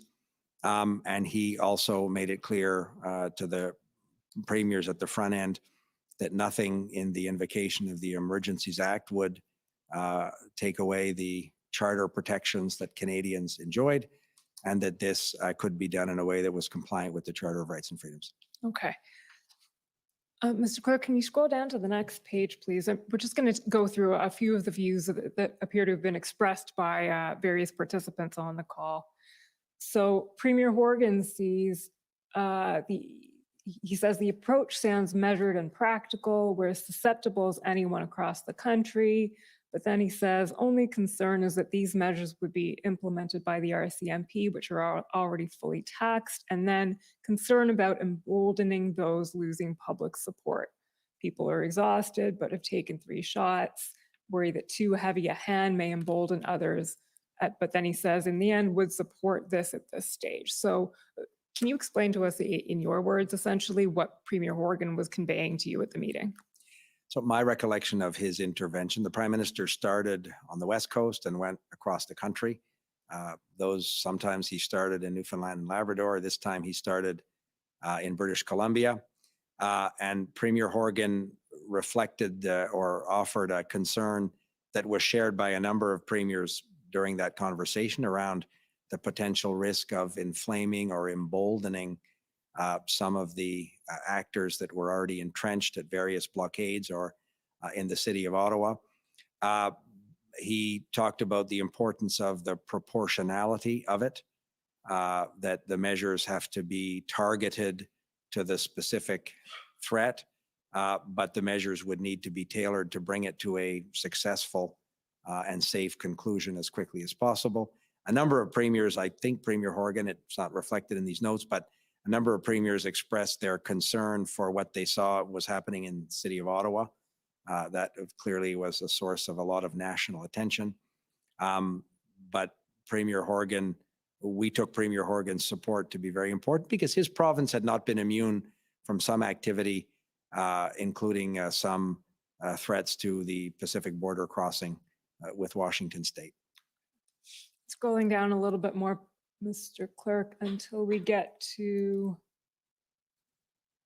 Premier Cochrane says at the very last bullet there, would support emergency measures, but would ask for further consultation if decide to bring in the Army. Where does that reference to bringing in the Army come from? Is that something that was discussed actively at the meeting?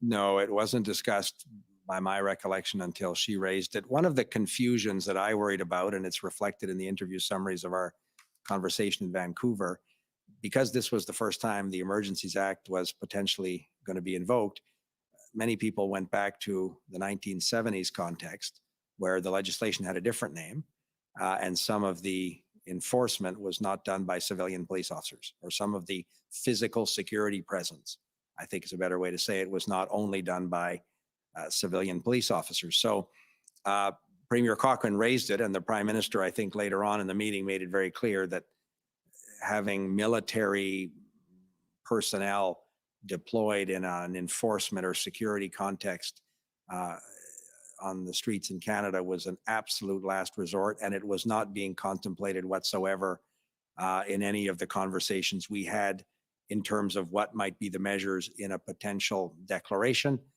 So he very quickly, I think, tried to clear up Premier Cochrane's misunderstanding about the role of the military. It was not being considered, and it wasn't a context that the government was looking at. Okay. And since you raised it, actually, let me ask you this. The misperception of between the Emergencies Act and its predecessor, the War Measures Act, is that something you were picking up a lot over these 3 weeks, over the events of the convoy? I think so, because this was a unique moment heretofore in Canada where the successor legislation was potentially going to be invoked for a public order emergency. The criteria were different. The protection of the charter, of course, wasn't present in 1970. So the juridical and constitutional context was different. That's why a previous parliament passed the Emergencies Act some, I guess, 4 decades ago. But we worried about that public misunderstanding. Il n'y a pas de doute qu'au Québec, there is no doubt that in Quebec, the comments made by Premier Legault during his interventions letter in the notes you have was, and I think that's my impression, and I did share this with Minister Lebel of Quebec. After the discussion, with premiers that this was definitely not the same context, that there was no federal authority that would supersede a municipal or provincial authority, especially concerning police forces. There was still some confusion, I would say deep confusion, concerning the application of the act. And I felt that it was important to reassure the Premier of Quebec, but the other premiers.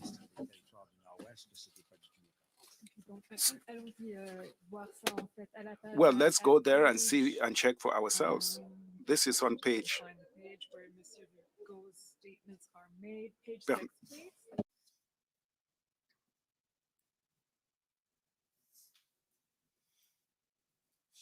So Premier Legault here says, this is in English, but so translated, I imagine, but in Quebec, we are preoccupied by the situation in Ottawa. It is unacceptable, have to do what needs to be done, support for it 100%. What is important to say is that we don't have this type of problem in Quebec. The SQ, Sécurité du Québec, has been able to control the situation so far. We have to be very cautious about moves to inflame. We don't want the Emergencies Act to apply in Quebec. The Emergencies Act must only apply to provinces in agreement with the application of the Act. We don't need it and we don't want it. So are those the remarks that you were referring to? That was in keeping with the comments that I remember Premier Legault making back then during those discussions. I believe that the Prime Minister reassured Premier Legault, and I did the same thing with his Minister of Relations with Canada, Madame Lebel, after the meeting with premiers, that a potential proclamation would not supersede the existing authorities in Quebec or elsewhere in Canada, and that the RCMP would not assume police duties in Quebec that didn't exist before the proclamation. In my case, I also discussed with Madame Lebel after our meeting about the situation in Gatineau. And in the end, I think the Gatineau police force and the Quebec police force did help on the basis of the pre-existing agreement between provinces to share resources in case of need. The Premier talked about the Lacolle international border and the possibility of discussions, that the fact that there were possibly discussions about a blockade there. By the way, we were in agreement with Premier Legault that the situation in Quebec, be it in Quebec City or in Montreal, was well under control by the provincial and municipal authorities. They didn't have to deal with the difficult situation that was now firmly in place in Ottawa. This was intended to reassure the Premier of Quebec that we were not about to interfere in their provincial jurisdiction, but rather that we wanted to offer them other web tools if they were needed. We also explained that the economic measures that were one of the key reasons, I think, in the decision to invoke the Emergency Measures Act, because without that, the financial measures wouldn't have been possible, that Quebec could find itself in a situation where police forces could identify a bank account or some other financial transaction in the province of Quebec that might have to be frozen or investigated. So it was mostly the economic aspects that could have happened in the province of Quebec, but that was hypothetical at that point. The fact is, I shared this with Madame Lebel to try to help everybody understand a totally new situation that we were facing across all levels of government. In fact, that is my next question, because the opinion expressed here by Premier Legault was equally expressed by others, if I may say so. Why in our province? You may be having a problem in Ottawa, you may be having a problem in Ambassador Bridge, but we're not having a problem in, say, Saskatchewan or Manitoba. That was a view expressed by several provinces. And so was any serious thought given to an approach to the Emergencies Act that would be targeted in the sense of where the measures would apply?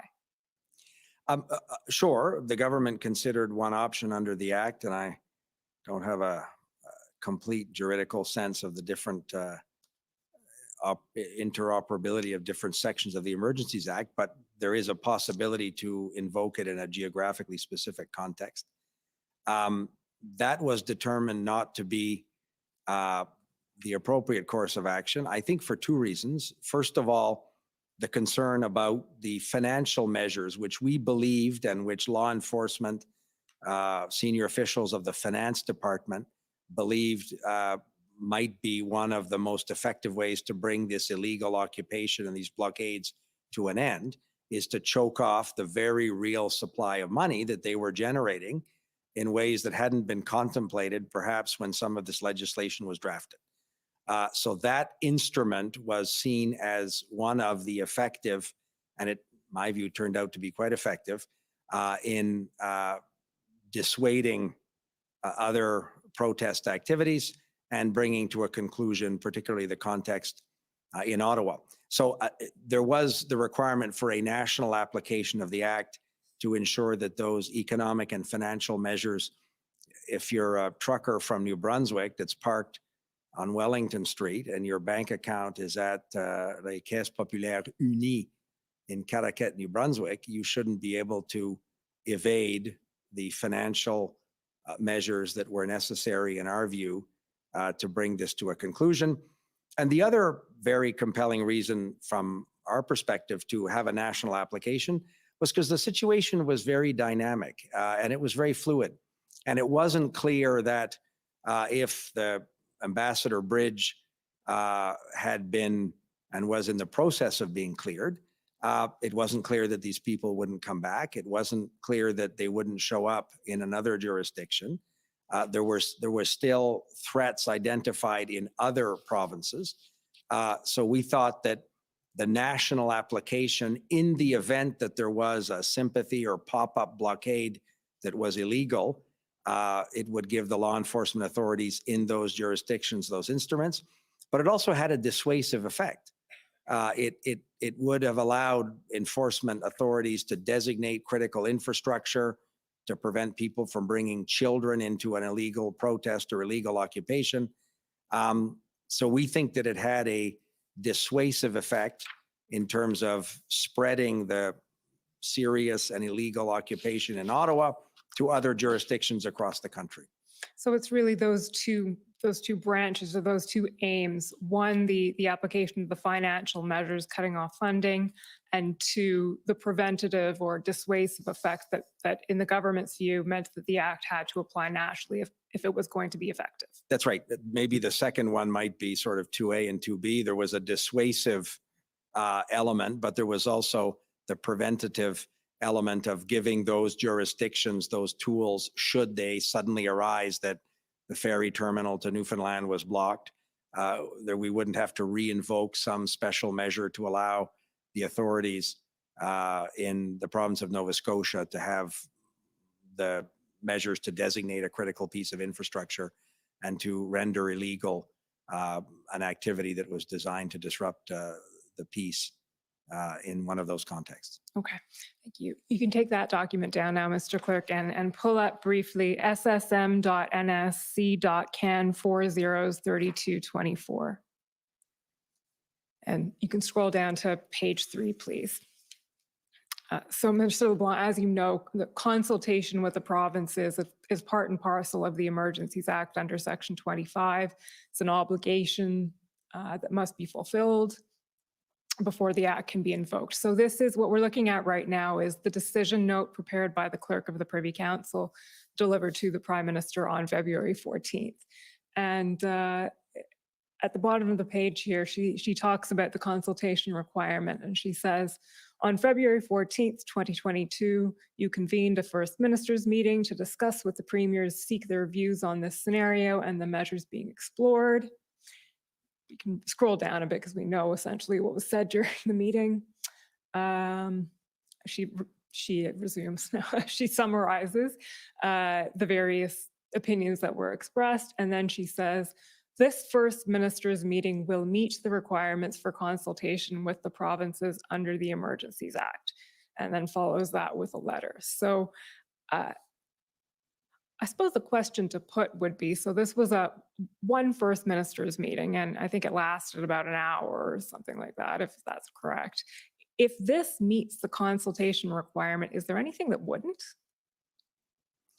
Well, we believe that meeting was an essential part, as you noted, in terms of the decision to invoke the act. The Prime Minister had not made up his mind whatsoever before that conversation. But a number of discussions between my cabinet colleagues and their counterparts in the provinces and territories, between senior officials of our government, in multilateral fora, and in some cases bilaterally with provincial and territorial officials, informed our government's conclusion that existing provincial municipal authorities were going to be inadequate to bring this to a safe and expeditious conclusion. So this one meeting was the moment where the Prime Minister shared his views on the potential invocation of the Emergencies Act. But as I said, there were ongoing and active bilateral and multilateral conversations at almost every level of our government that were necessary inputs into the government's decision to proceed to the Emergencies Act as the source of final authority or the last resort in terms of concluding this serious threat to Canadian safety and security. Okay. Mr. Clerk, can you take that one down now and pull up SSM.can 50124?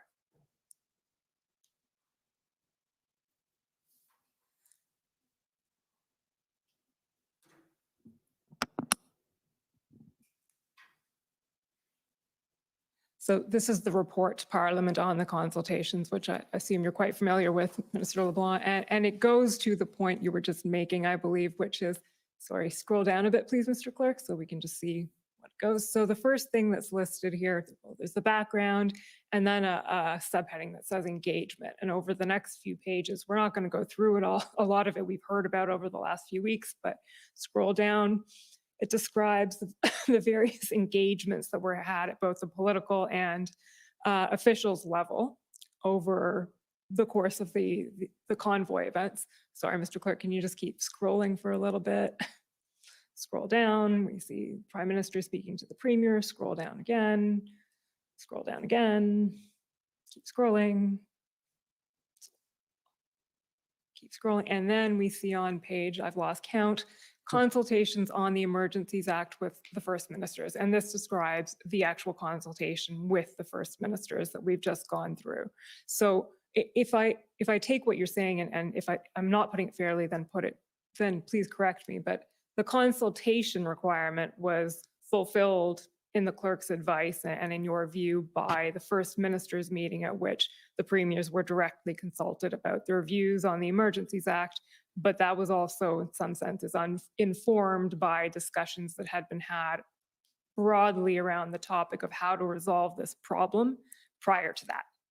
Exactly. There was a very deep and a pervasive effort on our government's part to engage with provincial officials and ministers, some cases municipal authorities, particularly to canvass that very issue of, are we missing some provincial regulatory authority, some municipal authority that may assist in concluding some of the illegal blockades or occupations, but also get ahead of some of the discussion of other potential flare-ups. So we viewed the consultation as much more than one particular meeting, if you will. That was the conclusion of the consultative effort. But as I said, many ministers and senior officials of our government had been engaged for many weeks with provincial and territorial officials on what collectively we needed to do to manage a situation that was becoming increasingly alarming, was spreading geographically. The risk of violence or public disorder was growing, not diminishing in some cases. So the trend lines were all worrisome, and that was part of the ongoing discussion. The First Minister's meeting was the formal moment where the Prime Minister heard from all the premiers.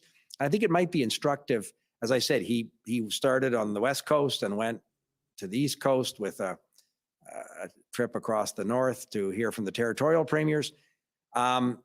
He did not cut anyone off. There were, unlike your questioning and the commissioner's rules on time limits, there were no time limits on that conversation. He would have stayed on that call for as long as any premier wanted to talk. He cut nobody off. He answered some questions as premiers would ask them, sometimes ministers, David Lametti in particular.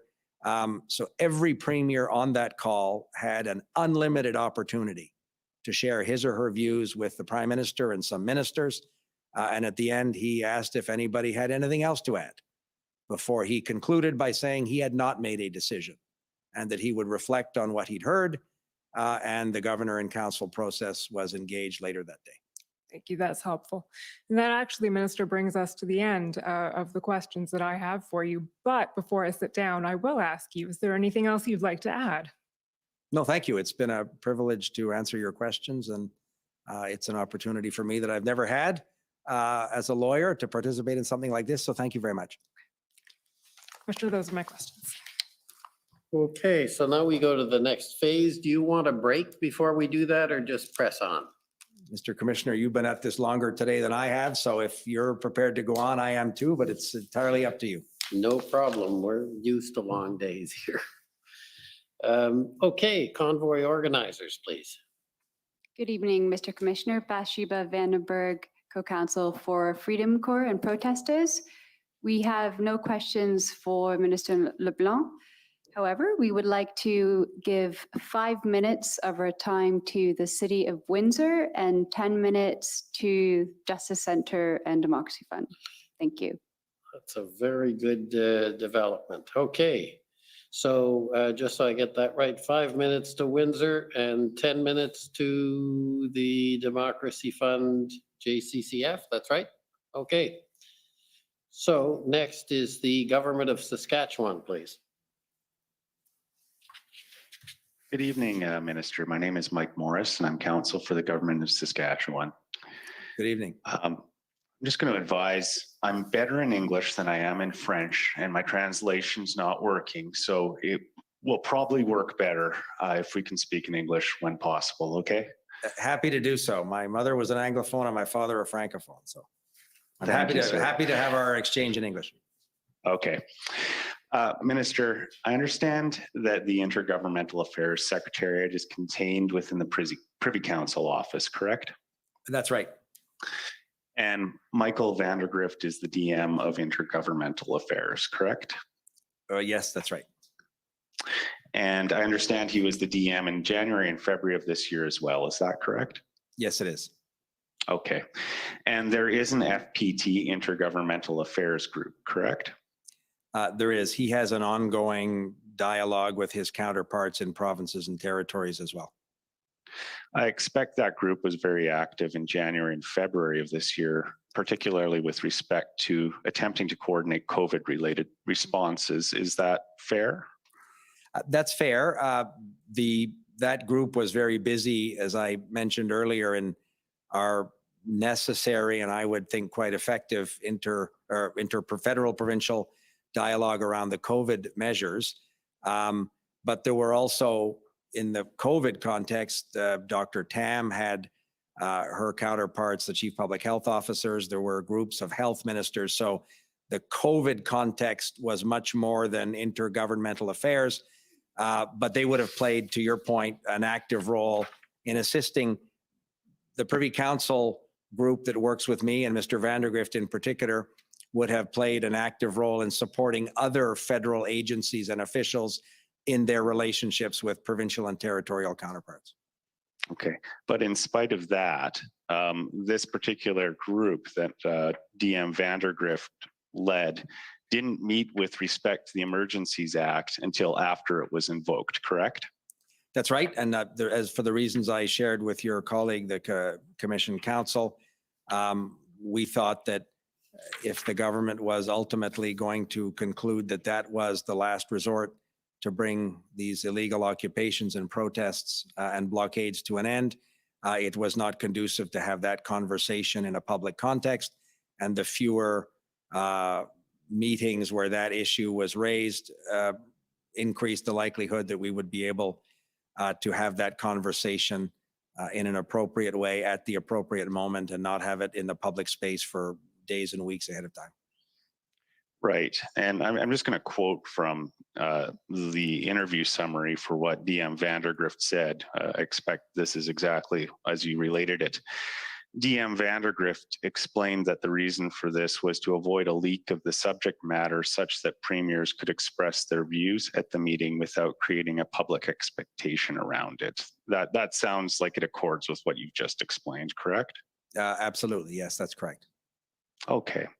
But you would agree with me that the provincial governments would have been better able to prepare for the meeting if they knew what it was going to be about beforehand, would you not? From my participation in that meeting, none of the first ministers appeared unprepared. And frankly, when the Prime Minister explained the reason for his convening the meeting, none of them expressed surprise. So I didn't detect a level of unpreparedness or surprise in that meeting at all. Okay. We heard a little bit from Ms. Drouin, Deputy Clerk of the Privy Council last week. And in her view, once it became known that the federal government was considering using the Emergencies Act, a decision would need to be made very quickly about whether to invoke it or not.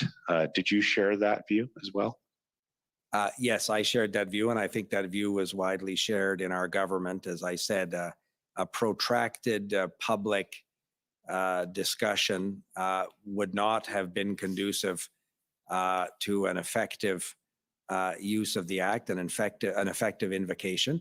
And a number of people offered the view that there was a risk of an inflammatory effect, including the government you represent. So long, protracted public conversation perhaps wouldn't have been effective there either.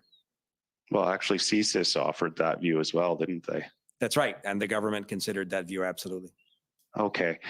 But you're certainly aware that on February 13th, Minister Blair did, well, I'm aware of two interviews, one with Rosemary Barton and one with Mercedes Stevenson, where he indicated to those people, national media, that the federal government was considering invoking the Emergencies Act. You're aware of that, correct? I remember those interviews that Sunday. It was that the journalists were asking how, is the government considering every possible option? I'll remind you, it was the third weekend that the city of Ottawa was paralyzed in a way that was, in our view, a significant and serious risk to public safety and security. And Mr. Blair was saying that any responsible government would, at this point in that emergency, look at every available option to bring this to a successful and safe conclusion. Thank you. I'm going to ask the clerk to pull up a document. It's SSM CAN 402370. And just so you know, Minister, this document is listed as FMM Feb 14 Q&A. So I assume it's Q&As that were prepared for the First Minister's meeting. Were you aware that such things were prepared? Some of those things are prepared regularly for various meetings. I don't remember seeing this document certainly before the meeting. I looked at it in some of the documents that might have been sent by the commission, but I certainly didn't see this document before the First Minister's meeting. Okay. Do you have any reason to believe that it wasn't prepared for the First Minister's meeting?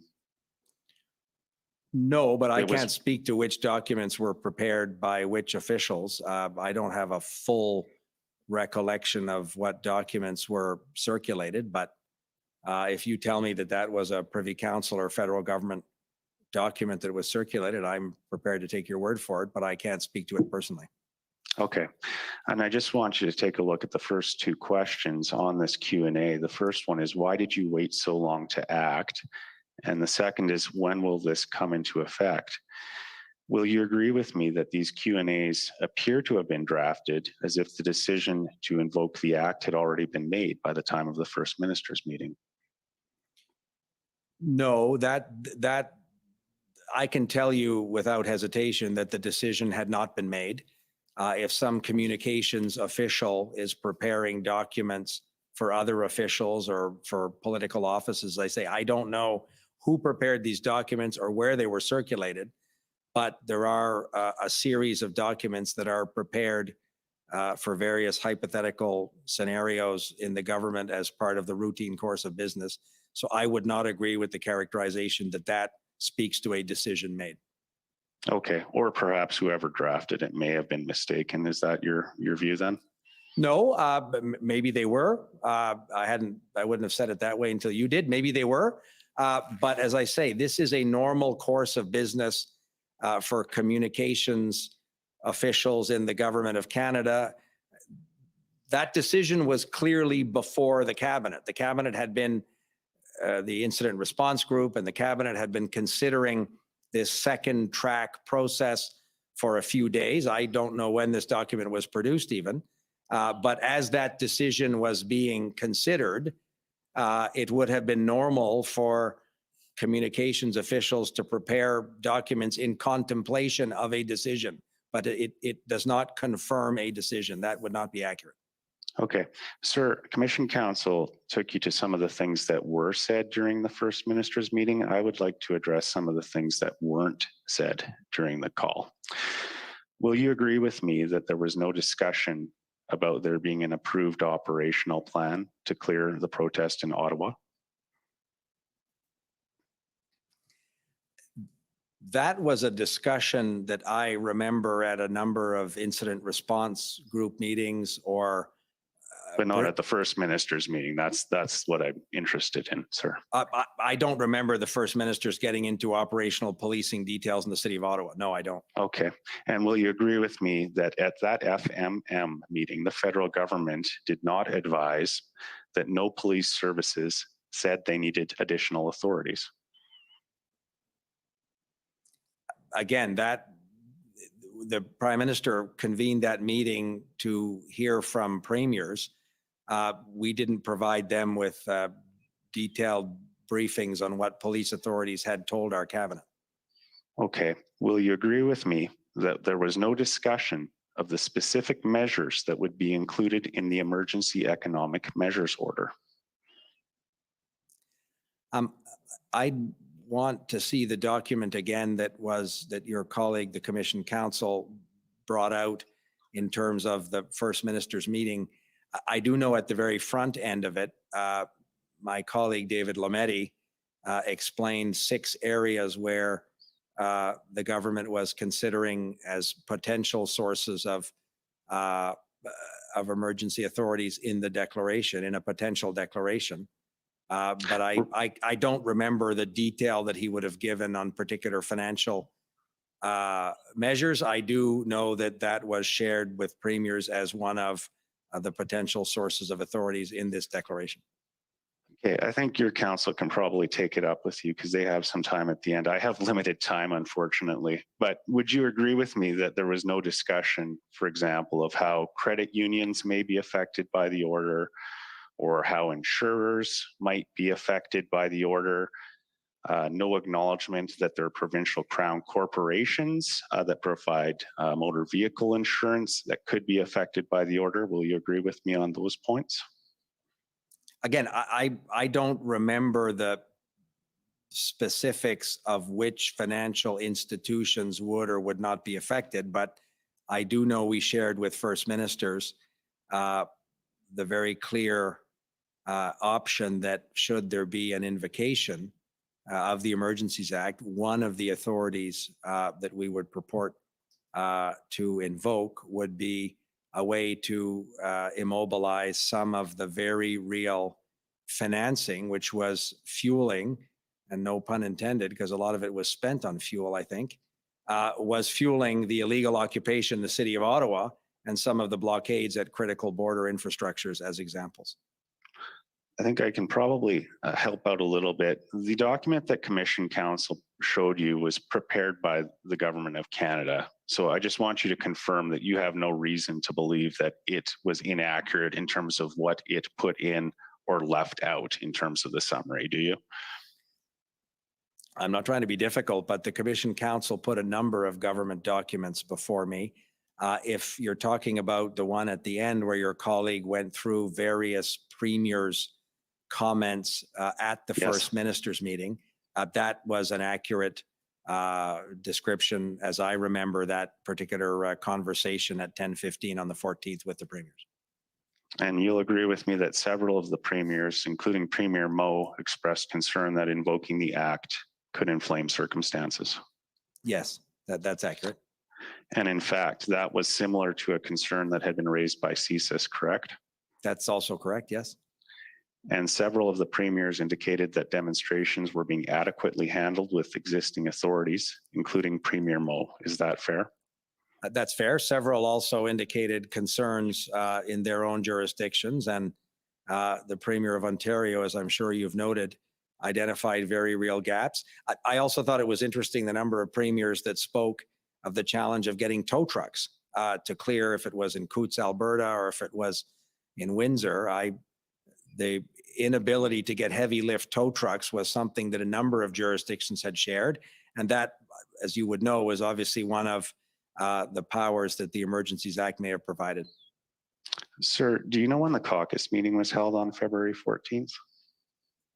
By recollection, I think it was a half an hour or 45-minute call earlier in that morning. As I've thought about this, I didn't keep notes. I listened to that meeting. By memory, it would have been maybe 9 o'clock on the morning of the 14th. Okay, so it would have been before the First Minister's meeting then? Again, subject to somebody correcting me, that would be my best recollection, yes. We know that the Prime Minister did a press conference at 4:30 p.m. on the 14th where he announced that the Emergencies Act was being invoked. Did Cabinet receive any notice that the Prime Minister had made that decision before 4:30 p.m.? The way the Prime Minister did not convene another Cabinet meeting after the one on the Sunday evening, a number of ministers with operational responsibilities, of course, would have been involved in some of the drafting necessary for the Governor in Council process, which was engaged after the First Minister's meeting and after the Prime Minister received the decision memo forwarded to him by the Clerk of the Privy Council. But there was no formal Cabinet notification that took place once the Prime Minister had come to his decision after the First Minister's meeting, and the Governor in Council process was engaged, which led to the order in Council being issued. Okay, Minister. You're well over your time. I've given you, in fact, an extra 5 minutes. So please, if you could wrap up. One last question, Commissioner. Minister, how and when did you find out that the Prime Minister had made his decision to invoke the Act? I was probably consulted during that afternoon, whether it was around the media, the news conference the Prime Minister had at the end of the day, and the Governor and Council process had been engaged. So I was probably notified by somebody in his office that this was a decision as we moved towards the end of the afternoon, and we were getting ready for what would have been the public announcement.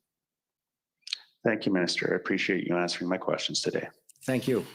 Okay, thank you. Next, if I can call on the Canadian Constitution Foundation, please.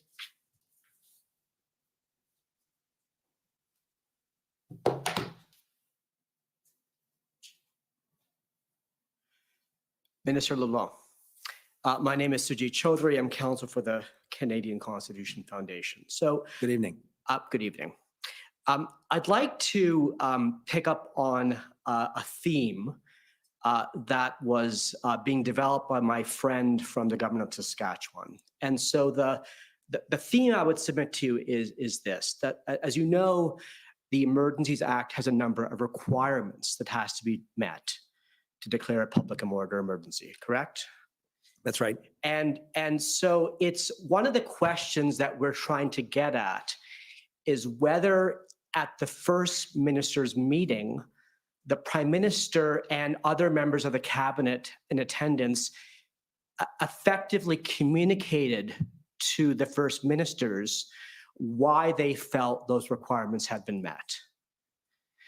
So my friend just asked you questions about the availability of other legal options, the so-called policing plan, correct?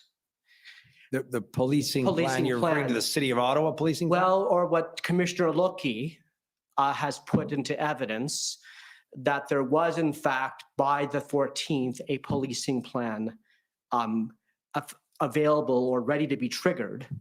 And my friend, I believe, asked you whether that plan was put to the first ministers and you weren't sure if it had been or not. I'd want to see the document. One of the major concerns that the government had is the lack of effective policing plan, particularly in Ottawa, to some extent in Windsor. These things had dragged on now for 2 and 3 weeks, and the policing authorities were not advancing a plan, or more importantly, implementing a plan that would bring these to a conclusion. But the First Minister's meeting didn't discuss operational details of policing plans. Well, what I'd like to do is pick up on another limb of the legal test for whether a public order emergency can be declared, which is whether there's a threat to national security. And you're aware of that, correct? Yes. And so you're aware that under Section 16 of the Emergencies Act, the Governor and Council can only declare a public order emergency if there's a threat to national security. Yes, and we Okay. concluded there was. You did. And did you provide any type of documentation or explanation to the first ministers as to the basis for your conclusion that there was a threat to national security? Again, in terms of documentary evidence, or documentary exchanges, I wasn't privy to those. I do know that deputy ministers of public safety were sharing information, the commissioner of the RCMP, obviously, with various police leaders in other jurisdictions. So there was an ongoing and active exchange of information, as is entirely appropriate, between federal and provincial law enforcement officials. But in terms of whether that particular policing information was shared at the first minister's table, it was not. So, Minister, I'd put to you this, that for the consultation requirement to have some substance to it, the federal government is under a duty, I'd ask you, to be as transparent as possible with the first ministers on that call about why it is taking the exceptional step of triggering the Emergencies Act, correct? Why we were considering taking the exceptional step. And as I explained to your colleague, the Commission Counsel, those reflections, those considerations were informed by more than 3 weeks of active exchanges between the Government of Canada and provincial and territorial counterparts. So to say that they were not in possession of the intelligence information, the policing information, I don't think is an accurate description. And I know many of the premiers, because they told me, were also being briefed on an active and ongoing basis, in some cases by RCMP commanders in their particular provinces, because the divisional commanders of the RCMP are, of course, contract police in that jurisdiction. And they were having ongoing and active discussions with public safety ministers in those provinces. And in the case of Premier Kenney, he was clearly being updated in considerable detail by the police commanders in the province of Alberta. Sure. But Minister LeBlanc, I believe you understand that at this point, according to the evidence that we've heard in the commission, there were 2 potential sorts of threat assessments at the center presented in the Privy Council office. The first you're probably aware of is Director Vigneault's assessment, correct? And he'd concluded there was no threat to national security for the purposes of the CSIS Act. And You're that's aware a of very that? significant, yes, for the yes. purposes of the CSIS Act. And I think it's important that there not be confusion around which particular section of what act he was referring to. But as you probably know, last week, the NSIA, Ms. Thomas testified that in her view, there was a threat to national security under the Emergencies Act, correct? Yes. But was her view shared with the First Ministers on that call, so that the consultation was more than just providing them with notice? Well, I don't share your view that the consultation was providing them with notice. The National Security Advisor wasn't briefing the First Ministers on that call. She would regularly update the Cabinet and the Incident Response Group. We benefited from her analysis and that of Director Vigneault as well.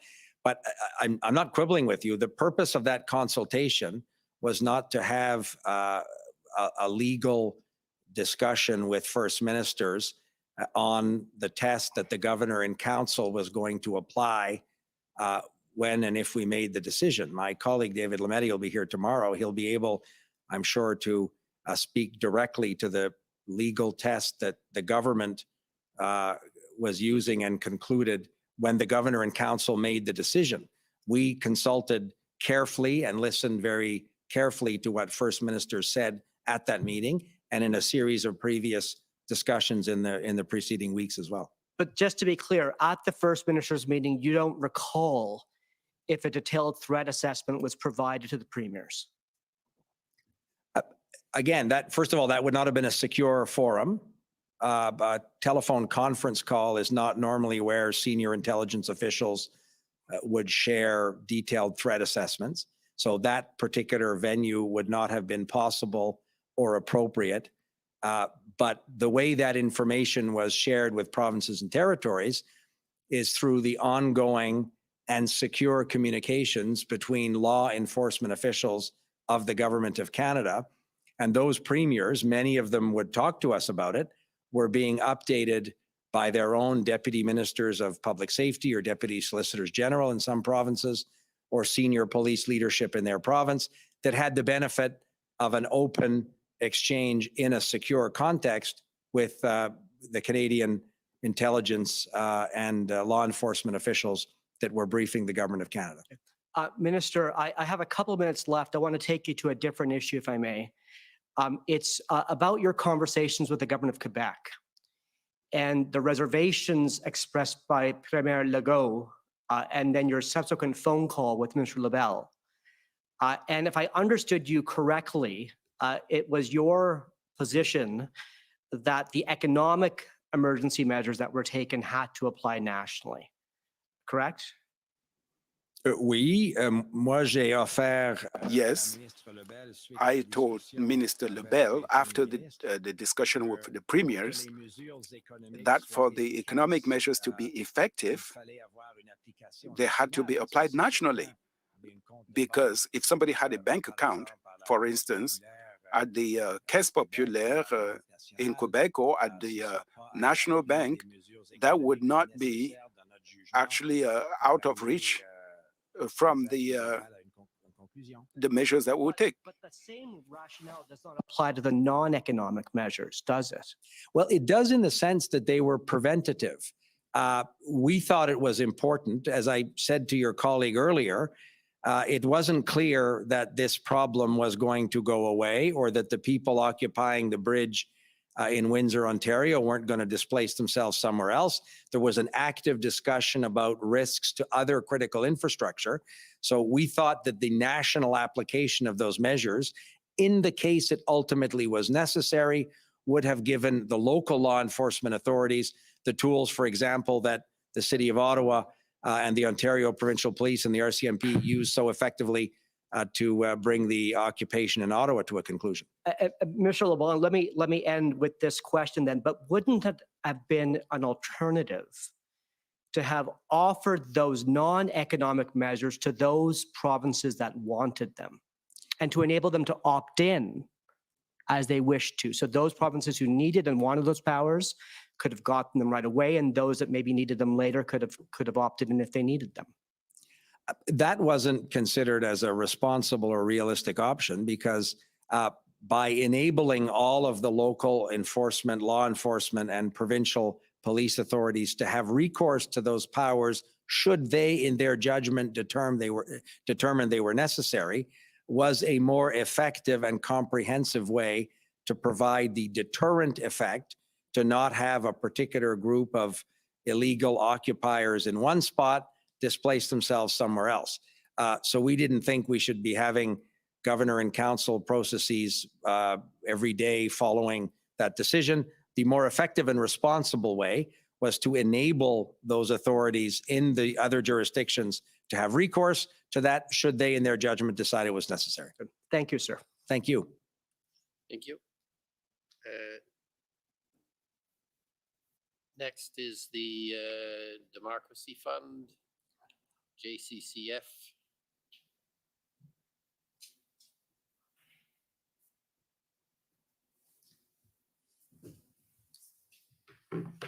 Good afternoon, Minister. Good evening. Yes, good evening. I'm Hatem Kir, Counsel for the Justice Center for Constitutional Freedoms. So the first document I'd like to take you to is the one that we've been talking about for a bit now. It's SSM NSC CAN 50625 REL 3001.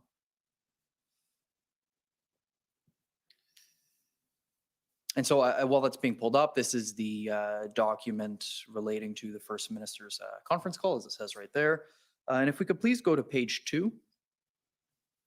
Yes, there where, do you see under Premier Horgan's third point, he said that local law enforcement was able to manage. Do you see that? Yes. Okay, and if we could please go to page 3. If we can go to Premier Kenney's comments. So at the top of his first point, you see there where he said that 15 days ago they had 1,000 trucks doing a rolling protest, but then 900 went home. It was reduced to 100 hardcore who stayed behind.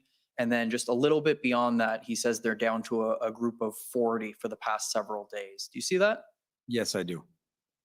And then do you also see where between the redactions, Premier Horgan informed the ministers at the meeting that they have procured on market for equipment and have drivers in place. So unless an unexpected surprise should open Cootes border crossing today. Do you see that? Yes, I see that.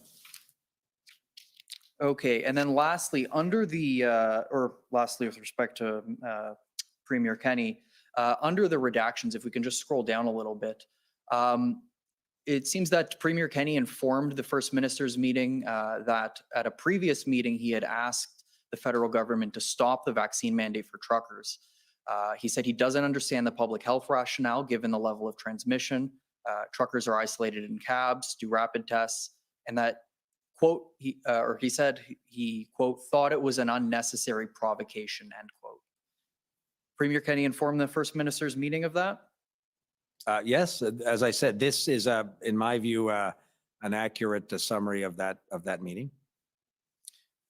Okay, and then just proceeding on to page 5, Premier Stephenson for Manitoba, under her second point, informed the government that the RCMP were confident that they had the tools in place under provincial law needed at the Emerson border crossing, and they were finalizing plans to open the border, correct? Yep, that's what it says. Okay, so all those premiers had informed the federal government that further powers were not needed then in their provinces. That was their view during that meeting, yes. Okay, thank you. The next, I'm going to change course a little bit here. If we can please pull up SSM CAN 6094 REL 301. And while that's coming up, we've already heard about how you had a discussion with Premier Ford on February 10th, correct? Yes. Okay. So if we can please just scroll down to the second email in the chain, which I take it was chronologically the first email. This is a readout of that conversation that you had with Premier Ford. Yes, that's a summary that my Deputy Minister of Intergovernmental Affairs, Michael Vandergriff, would have circulated to colleagues across the government that you see noted at the top of that email. Okay, and Mr. Clerk, can we please scroll down to the second page? I want to take you to the third, the final paragraph in the summary. So it says there that the Premier had informed you that on the following Monday, which I take it would be February 14th, he will be announcing plans to relax public health measures. And he said in his view, quote, the public is at a breaking point, end quote. And then he refers to other jurisdictions taking these steps. Do you see that? Yes. And I take it that accords with your recollection of the call? Yes. Okay, now he refers to other jurisdictions taking steps. Was it your understanding that he was referring to Alberta, who had announced that they were implementing an accelerated removal of COVID restrictions on February 8th? To be honest, I don't want to mislead you. I would not be able to say which jurisdiction he was referring to.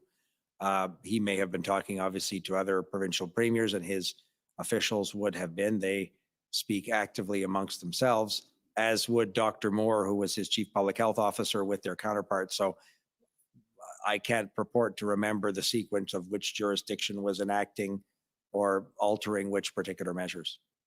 Okay, so given that they're all talking amongst themselves, he might have actually even been referring to Manitoba, which made a similar announcement the following day, or Saskatchewan, which made an announcement on the same day for Premier Ford had made that plan, right?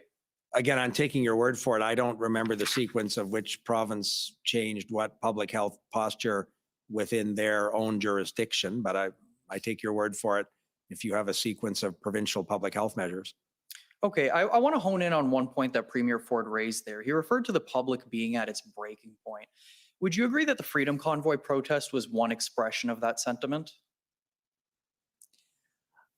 I would think that certainly in the initial days of the convoy, that attracted a great deal of that sentiment. And our government has acknowledged the difficulty that COVID represented for millions of Canadians.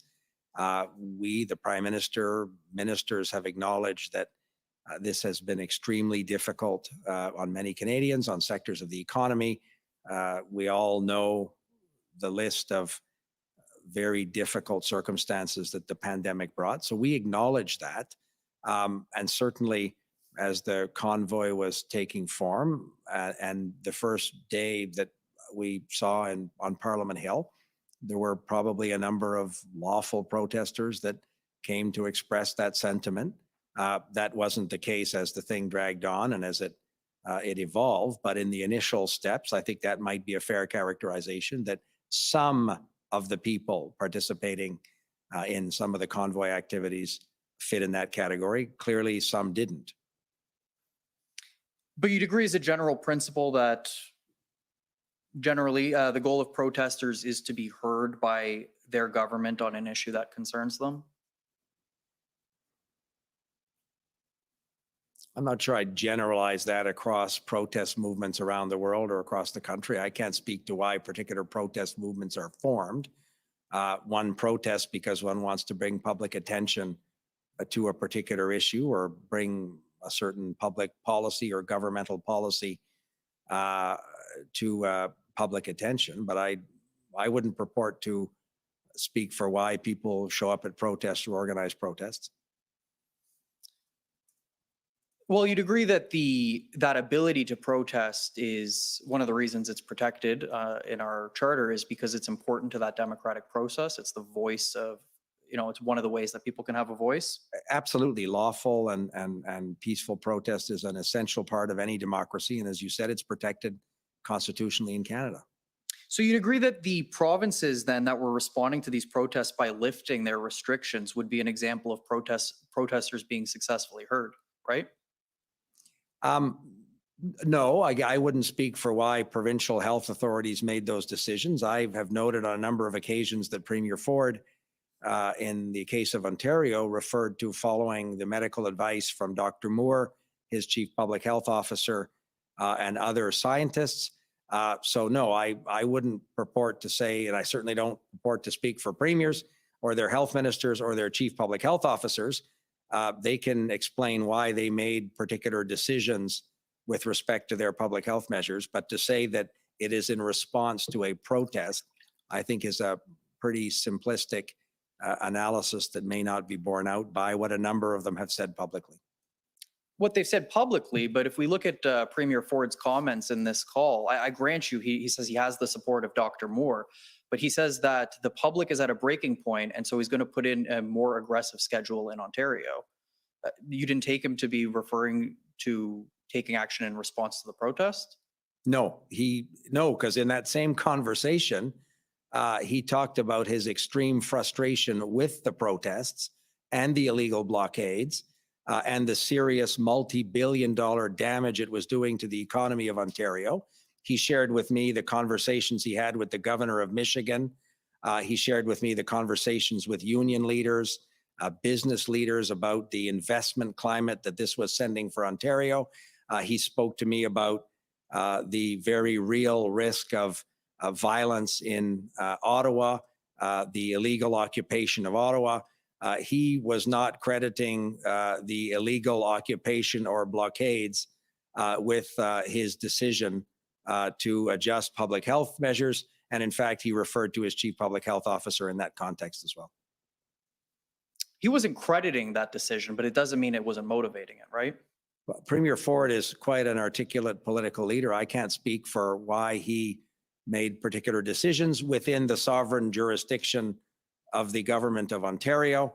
But my frequent conversations with him would lead me to believe that the decisions that he made on the appropriate public health measures, and Ontario was one of the jurisdictions in the country that had at various times amongst the most severe measures. So his government had taken very difficult and very real steps in the fight against the coronavirus, which we thought were very conducive to trying to protect as many citizens of his province as possible. So his leadership with respect to public health measures, from my conversations with him, was not motivated by the illegal blockade that was causing such harm to the economy of Ontario in Windsor, or the completely unacceptable illegal occupation of the city of Ottawa. Well, let's turn our attention to a different premier. I'm going to ask that we pull up PB Can 401846. You've already seen this, I believe, that, or at least a different version of this document. And Mr. Clerk, if we can please go to the last page, we're going to have to zoom in on the second screenshot.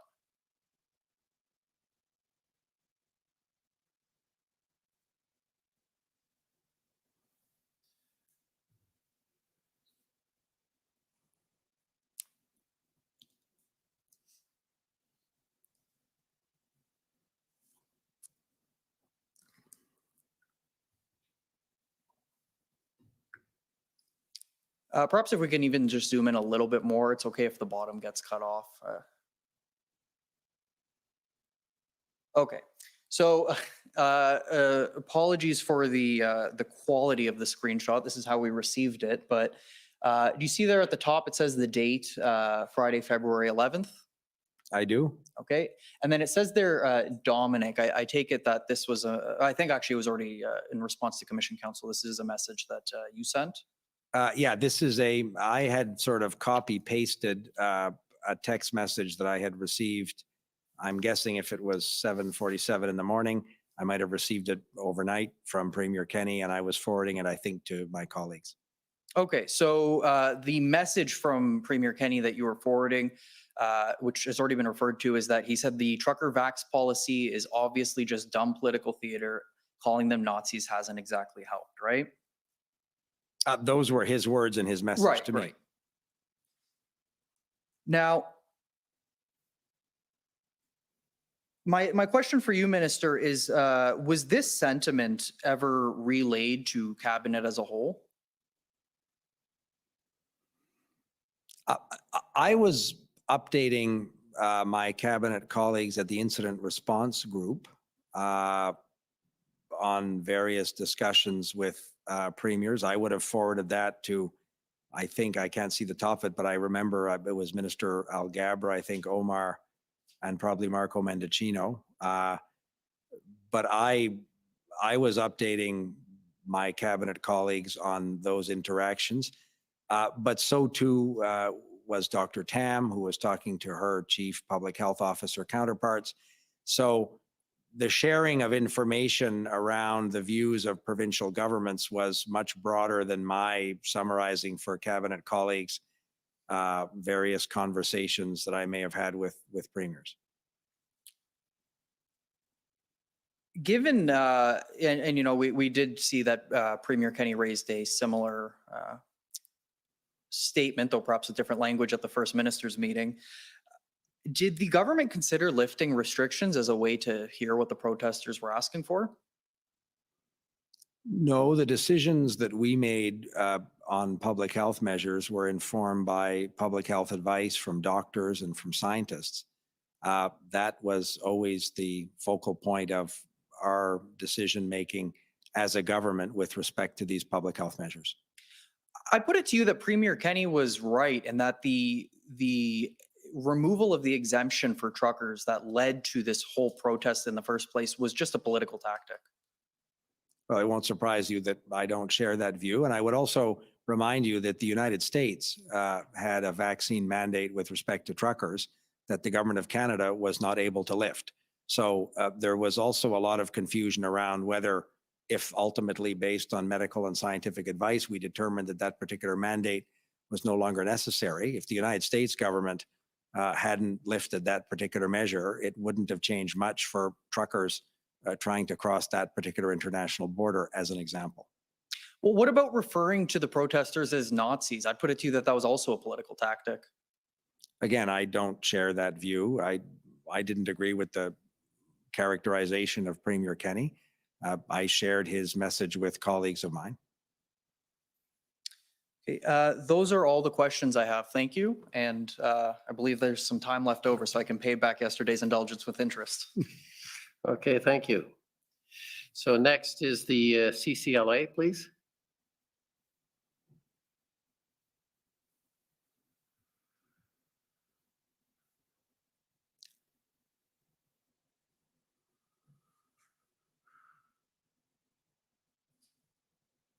Not sure what's going on. Those words we've heard so many times, Commissioner, you must be on mute. Yeah, no, not on mute. I think she's she was here this morning. We heard her earlier. Maybe she didn't realize she had time, or you were so clear that she has no questions. Okay, well, we'll move to the City of Windsor instead.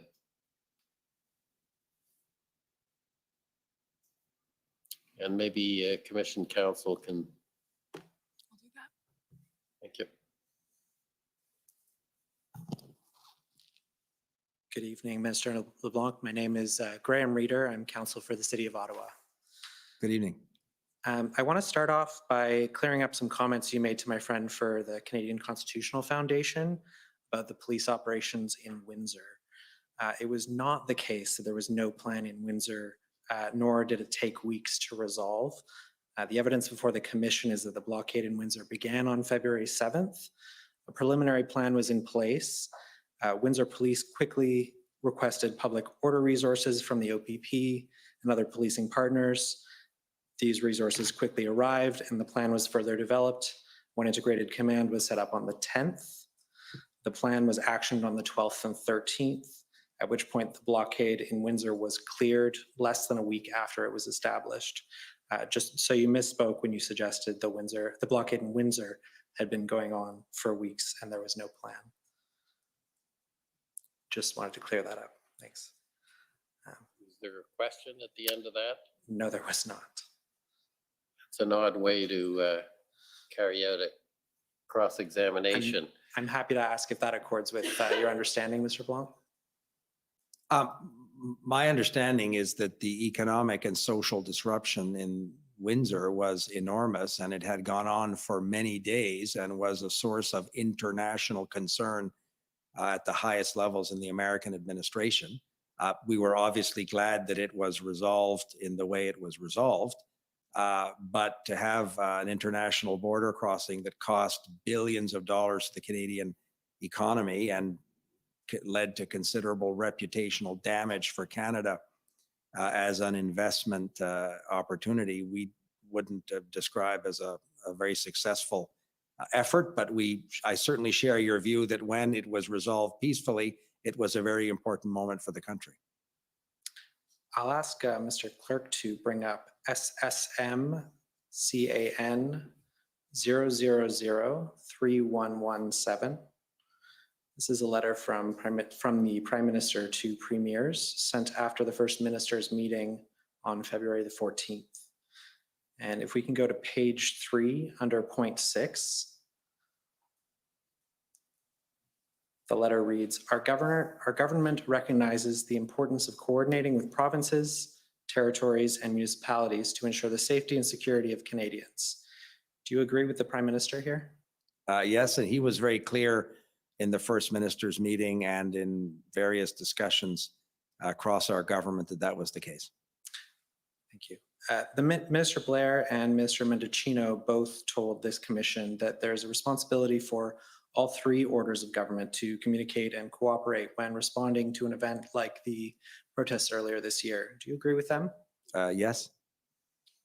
And we heard from Minister Mendicino today that timely two-way communication between his ministry and the City of Windsor was important in his work at the federal level to respond to the blockade of the Ambassador Bridge. I'll ask Mr. Clerk to bring up SSM CAN 00002253. Although I understand you did not communicate directly with Windsor, were you aware that your senior advisor, Meredith Kaplan-Jameson, communicated with Windsor's Mayor's Chief of Staff, Mr. Teleszewski, during the blockade of the bridge? Yes, I know that people who work in my office were speaking with officials at the City of Windsor and in the government of Ontario. And I know that my colleague, and he, I'm sure, spoke about it today, but Marco Mendicino spoke, I believe, with the mayor of the City of Windsor as well on a number of occasions.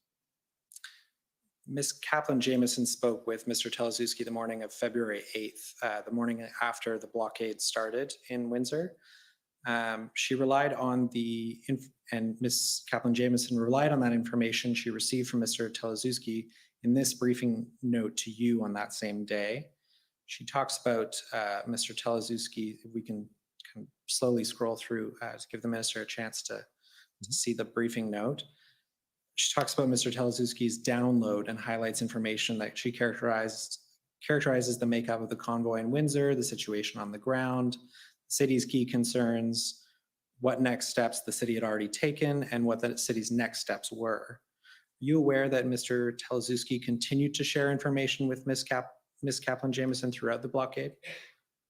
I can't speak to the number of specific times or the dates when they would have spoken, but I know that she had told me that she had an ongoing discussion with some officials in Windsor, and I know she was sharing that with colleagues in other offices as well. I assume Mr. Mendicino's office and others. And further to that, Ms. Kaplan-Jameson asked her counterparts in other ministries to invite her to meetings with Ontario counterparts, including municipalities. Is that right? Does that accord with your? That would be a normal part of her responsibilities in my office, yes. And you're familiar with the report to the Houses of Parliament regarding the Emergencies Act consultations? The report that was tabled per the legislation, yes. That's right. So let's pull it up. PB CAN 00001159. So the report includes details on the federal government's engagement with the provinces, territories, and municipalities and law enforcement. It's on the first page under engagement. Is it right that it includes details of the federal engagement with the City of Ottawa? Yes, I had read that as part of what was tabled in Parliament. It also describes regular engagement with municipal and provincial officials concerning the Ambassador Bridge, including, just to list them out for you, communication between Prime Minister and the Mayor of Windsor, between the Minister of Transport and the Mayor of Windsor, the Office of the President of the Queen's Privy Council and the City of Windsor, the Minister of Emergency Preparedness in the City of Windsor, the Office of the Minister of Intergovernmental Affairs, Infrastructure and Communities, and I believe that's your office, and the City of Windsor. Is that an accurate summary of? Yes, I believe that to be accurate of the various communications that were taking place. Now, would you agree that this regular communication with municipal officials was vital to the work of the federal government in responding to the blockades? It was, and my colleagues with operational responsibilities, my own role in the intergovernmental space is not obviously operational the way would be the public safety minister or the transport minister, but provincial and municipal partners were obviously critical in managing this circumstance. We're always conscious that municipalities operate constitutionally as creatures of provincial legislation. It's not a constitutional order of government, but they have such an important responsibility in managing these public order emergencies that necessarily their officials, their law enforcement officials and so on have open and active conversations, I think, with provincial and certainly federal officials. And that's in everybody's interest in trying to bring the maximum amount of pressure to bear on ending these illegal circumstances in the most efficient and safest way possible. And this engagement with municipal governments was important enough to the decision to invoke the Emergencies Act that the government included it in the consultation report. Is that right? Yes, because it was part of our government's conclusion that existing provincial and municipal authorities and resources were not going to be adequate to bring these illegal events to a conclusion. And that's why the Emergencies Act, which is necessarily the last resort in this decision-making process, in our view, became necessary. So to inform ourselves, we had active and ongoing conversations as a national government with these municipal and provincial authorities because everybody was trying to use every existing tool, authority, resource to bring these to a safe and appropriate conclusion. So for us to conclude that it wasn't likely going to work and that it was necessary ultimately for the governor and council to proceed to invocation, this had to be one of the very critical inputs to that process. Would you agree with me that it's apparent from the protests and the collaborative relationship and two-way communication between the federal government and impacted municipalities that that communication is critical in responding to a multi-jurisdictional event like the ones we experienced earlier this year? Yes. And would you agree that the federal government cannot always rely on their provincial partners to facilitate that communication? Again, I want to be careful. As the Intergovernmental Affairs Minister, I'm conscious of the constitutional orders of government. You're a lawyer, you'll understand that as well. Some provinces are very jealous of the Government of Canada having, in some contexts, direct relationships with their municipalities. That's not the case in every jurisdiction. And happily, that was not the case with respect to this joint effort, this collective effort, not joint effort, from the different orders of government, as you noted, to try and manage this national public safety emergency. And the direct communication that you alluded to there, is that particularly important, which in the case, for example, with the Ambassador Bridge, if an event is related to federal critical infrastructure and that borders within a municipality? Yes, and that was one of the challenges with respect to those international border crossings, which clearly are critical economic infrastructure for the country. The fact that this international border crossing could so effectively be blockaded, largely in the municipal streets of the city of Windsor. One of the challenges was the bridge itself may have a different jurisdictional scope, but access to an international border crossing, in this case, is properly in the municipal streets of the city you represent.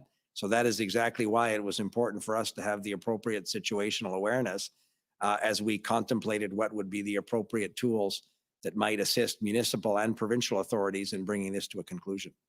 I understand I'm at the end of my time. If I could just ask one final question. Go ahead. What are you doing to ensure this cooperation and communication happens, particularly where if, for example, a provincial partner isn't engaging in the way you would like? So I, as the infrastructure minister, another portfolio that I have responsibility for, have ongoing and active discussions with provinces and municipalities in terms of infrastructure programs. So across the government of Canada, there are active discussions with municipalities in many different areas of public policy. But and in something as important as the effective enforcement of measures necessary to bring illegal, very dangerous and damaging illegal activities to an end, we'll continue to work with all the partners necessary to do this. And as I said, from our perspective, the provincial governments understood that the three orders of government had to be involved for this to be effective. And in the vast majority of cases, that was the cooperation that was successfully being used. Thank you, Commissioner. Thank you, Minister LeBlanc. Those are all my questions. Thank you. Okay, next to the City of Ottawa, please.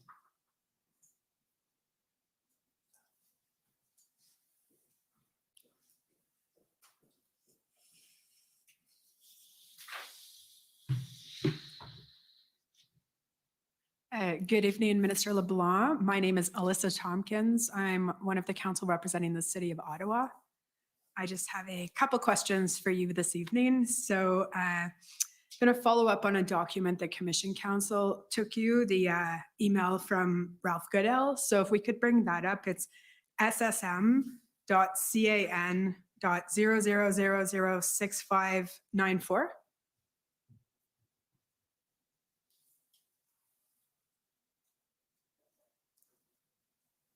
Oh, good. And if we can just scroll down. So it's really the last sentence of the first paragraph, but we'll start one sentence prior. Granted, the volume of the protest in Ottawa was greater and came without as much warning, but the City of Ottawa and the OPS have proven themselves incapable of grappling with this problem. And I get that's not your statement, it's his, so I'm going to park it. But it's the last sentence. And it is now the duty of the responsible senior authority, i.e. the Public Safety Minister of Ontario, under provincial policing legislation, to rectify that problem, including taking control if and as necessary. So the follow-up question I had was, and my understanding is the Public Safety Minister of Ontario is in fact the Solicitor General of Ontario. Is that your understanding as well? Again, I can't speak for Mr. Goodale, but that was how I would have interpreted that as well. He was our federal public safety minister, and his counterpart would have properly been the Solicitor General of Ontario. So I assumed, like you, that that's what he was referring to. Now, all I want to know is, are you aware if anyone from the federal government followed up with Ontario to see if, in fact, they were going to discharge the duty that Mr. Goodale is talking about here?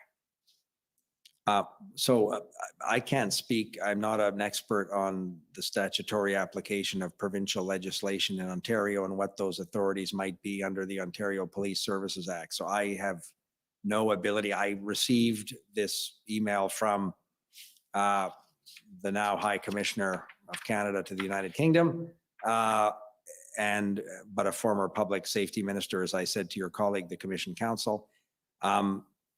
So it was not as a result of Mr. Goodale's email to me, but I think it's accurate to say that there was an ongoing and active discussion between many senior officials of our government, many of my cabinet colleagues, the transport minister, the public safety minister, whom you heard from today, with their Ontario counterparts to explore every necessary and possible option to bring these illegal occupations and blockades to a safe and successful conclusion.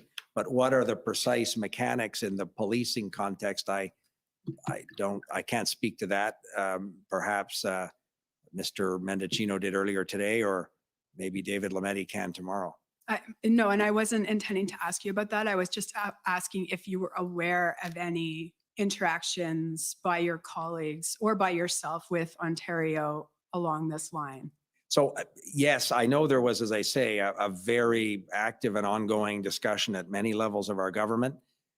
One conversation that we discussed earlier with your colleagues that I had with Premier Ford on the night of February 10th, he spoke to me about his concern around some of the challenges in municipal policing in the city of Ottawa. He spoke to me about the role that he thought the OPP was increasingly going to be playing in support of the necessary public safety measures to clear the city of Ottawa. And obviously on that evening, the circumstance in Windsor had not been resolved. So Premier Ford spoke to me about his strong belief that the Ontario Provincial Police could and would be a very important source of support. But in terms of what's the right command structure, I can't speak to that. But I do know that there was a very real desire from the Premier, and that view was shared by some of my cabinet colleagues in the updates they would give to the incident response group meetings. Because as I say, these discussions, if it was Commissioner Lucky, if it was a national security advisor, intelligence advisor, the Prime Minister, there were many and multiple discussions, particularly with the province of Ontario, but not exclusively, around all of these measures, including the appropriate sharing of police resources to try and bring these to a conclusion. Okay, that's helpful, and that's all I have. Thank you, Minister. Thank you very much. Thank you. Next, counsel for former Chief Slowly.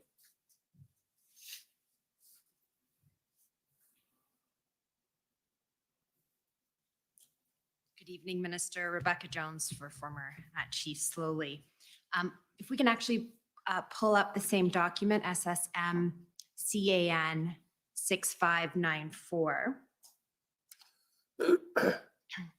And Minister, you testified, this is the document that was just up. So as pulling it up, you testified that you appreciated Mr. Goodale's, based on his experience, his insights into the roles of the different orders of government, right? When you got this email?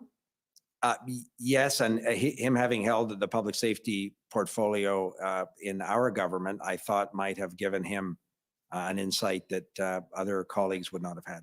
Fair enough. And I just want to ask you about a few other comments in this email that I think you'll agree with me are insights he shared that you did not agree with. So if we can start in the very first paragraph, there's a reference to a tweet by Mayor Tory, and then there's a reference to it being the situation being a municipal policing problem. And I take it that as a minister in a government that has repeatedly referred to this as a national security crisis, you did not agree that this was a municipal policing problem in Ottawa. He was talking about Toronto and other cities, and I'm thinking off the top of my head of Quebec City. I'm thinking of Fredericton, New Brunswick, or perhaps Toronto, where, and again, I'm going not by some operational experience I have in or briefings on how this worked, but if I go on the coverage of the events at the New Brunswick legislature, the Fredericton police appeared to have handled that successfully. Certainly the Quebec City Police with the Sûreté de Québec were seen to have handled it very effectively. And I also remember the city of Toronto, the very real concerns around some potential blockages at the legislature at Queen's Park in Toronto. But as we know, that University Avenue is a critical access to many of the country's best hospitals. So those kind of conversations or potential protests attracted certainly our attention as a national government. And again, without having been briefed on the operational command of which police force did what to the observer, and Mr. Goodale was observing this from London in the United Kingdom. I would agree with his assessment that in Toronto, it looked like the Toronto police had effectively handled that situation. But what was the role of other police forces? I can't speak to that. Right. You can't speak to whether you can compare the experience in Toronto to the experience in Ottawa, for example. Well, clearly you can't, because the experience in Toronto was effectively resolved and didn't lead to a 3-week illegal occupation. So yeah, I would agree with you. Right. Well, I mean, there are other differences, right, that we see even in Mr. Goodale's email. He refers to the volume of the protest in Ottawa and the amount of notice. Correct? Yes, I would agree the volume, but it wasn't a surprise that that convoy arrived in the city of Ottawa. There was considerable notice. In fact, people were filming across the country, the trucks rolling towards the city. So, Minister, I'm going to return to my question. Is it your evidence that what happened in the city of Ottawa was a municipal policing problem? That it No. was not a national problem? Not at all. That's not my evidence. That's what Mr. Goodale's email would purport to identify. Right. So let me just go back to my question. My question was, I wanted to know what part of his email you disagreed with. So you disagree that what was happening in Ottawa was a municipal policing problem, because you say, and we all know, that it was a national problem that was happening in Ottawa, right? It certainly became a national problem when the capital city was paralyzed and occupied illegally for 3 weeks. There was an element in the city of Ottawa, of course, around Parliament Hill and the role of the Parliamentary Protective Service. As I said to your colleague, I have sat for a number of years on the Board of Internal Economy of the House of Commons. The statute requires 2 ministers to be members. I sit there where we talk about parliamentary security. But I wouldn't purport to say that the public order emergency in the city of Ottawa was a municipal problem. If you're asking me to agree with that, I think it was a national problem. All 3 orders of government had to play an effective role in bringing it to a conclusion. Right. Thank you. And one more point that I hope we can agree on this one as well, which is that to the extent that Mr. Goodale said that the city of Ottawa and the OPS had proven themselves incapable of grappling with the problem, you didn't agree, I take it, with any suggestion that the city of Ottawa and the OPS had, through any fault of their own, proven themselves incapable, but only that the situation was not at that time being resolved. Is that fair? I don't have any experience in police operations. So what is the appropriate police response in a particular public order emergency is not something that I feel comfortable saying. Okay. If you're asking if the Ottawa Police Service was overwhelmed and was unable in the front end of this occupation to take control and resolve the situation, that to an observer across the country, I think might be a conclusion. But I do agree with your analysis that as the thing became more entrenched, as it attracted perhaps different actors from the initial weekend, as it became a flashpoint and a rallying point for different participants, the level of the public order emergency became much greater than in those initial days that people may have estimated, perhaps with the advantage of hindsight, incorrectly. Thank you. No further questions. Thank you. Government of Alberta, please. Good evening, Minister. My name is Stephanie Bose. I'm counsel for the province of Alberta. I just have one area that I'd like to ask you questions on, and that is on your communication with the Premier of Alberta back in February of 2022. And I'll start by asking the clerk to please pull up a summary of your witness interview. The document is WTS 6073. And then if the clerk could please scroll to page 4. We'll just have this up in case you need to refresh your memory, Minister. Now, you were asked by Commission Counsel and by other counsel about a text message that you shared that you were sent by Premier Kennedy. That wasn't the only text message or communication that you had with Premier Kennedy. Is that correct? That's the one that I remembered and I discussed in my interview with the Commission Counsel, because he was referring to the potential use of military heavy lift tow trucks. It's possible that Premier Kennedy, as we saw earlier in a text message that I had shared with my cabinet colleagues, he had expressed some frustration in terms of the response of some of the RCMP officers with respect to the situation in Coutts. And just in your witness summary, you indicate that you recalled telling Premier Kennedy that there was a formal process for RFAs that you were not involved in, but that you would speak to Minister Blair or Minister Anand.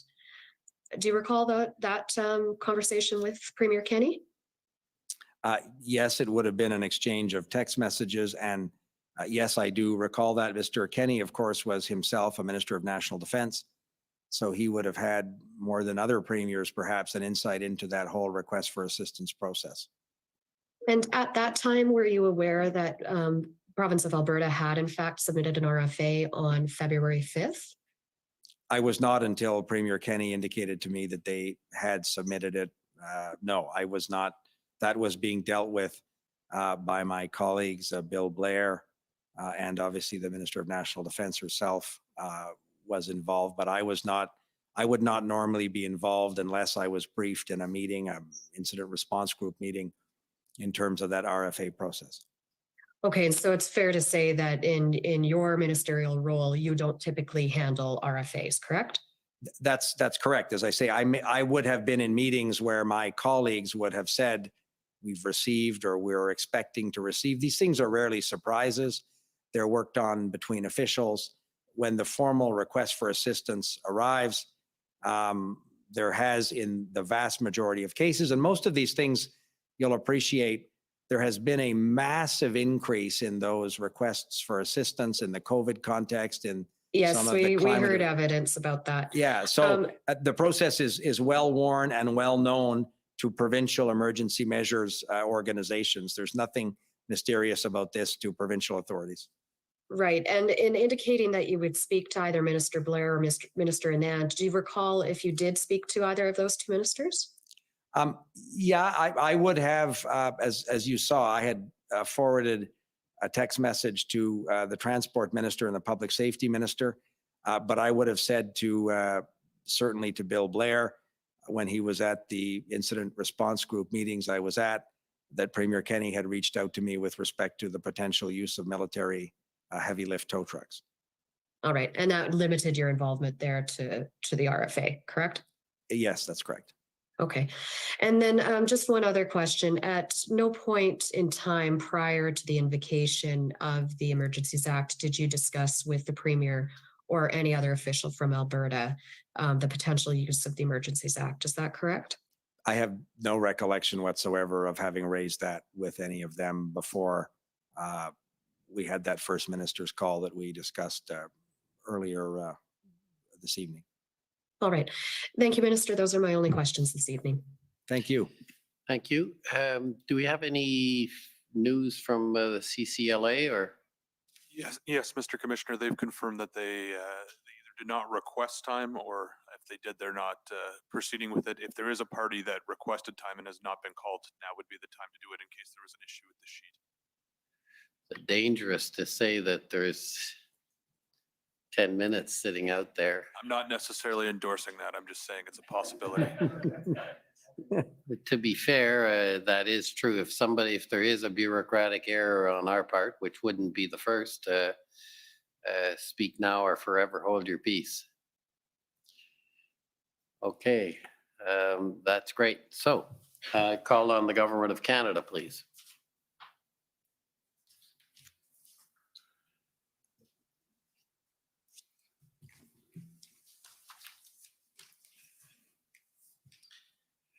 Good evening. Robert McKinnon for the Government of Canada. I just want to take you to a couple of documents that my friends have taken you to already.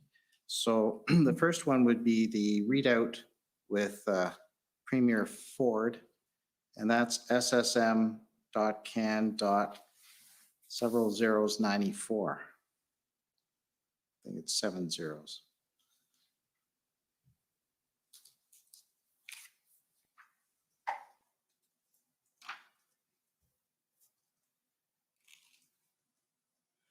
And in this particular, well, we can go to the second page for this, but in this call with Premier Ford on February 10th, late in the evening, the email sent at 10:52, so I assume that the call was shortly before that. Is that to your best? Yes, and that would have been 10:52 in PM in Ottawa, which was almost midnight in New Brunswick, where I was when that call had taken place. Okay. And I would have, my practice was to, after a call, certainly of that significance, to immediately provide my Deputy Minister at Privy Council for Intergovernmental Affairs, Mr. Vandergrift, with a summary of the call, and he would circulate that to his counterparts as appropriate in the Government of Canada. Right. And in this call, he's letting you know about Ontario about to issue an order under the Emergency Act? Yes, the Premier had told me that they were finalizing those measures, and he was announcing them the next day. And you had mentioned that you had had discussions with Ontario concerning options to deal with the situation. Is that correct? Yes, the initial part of the conversation and the purported reason why I texted Premier Ford to ask if I could speak with him when I got home in New Brunswick was to explore what we thought were, particularly in the transportation sector, but not exclusively, options that perhaps non-emergency act options, obviously, that might be brought to bear in the context of Windsor and in Ottawa. So this was part of an ongoing effort at every level of our government, and not only with Ontario, but the example you're using was with Ontario, to ensure that we have used every available and possible authority, municipal, federal, provincial, that may assist in resolving these various illegal activities. And that was late at the end of the day on February 10th, even. You were looking at these options apart from the Emergencies Act and talking to provinces. Is that correct? That's absolutely correct. And as I say, I know there had been that day a discussion around some what we thought were provincial transportation department authorities that may be helpful in the trucking context. And that was the original reason why I reached out to Premier Ford. And as I say, the conversation was quickly overwhelmed by his explaining to me the decisions that his government was in the process of implementing, which led to their invocation of their own measures the next morning.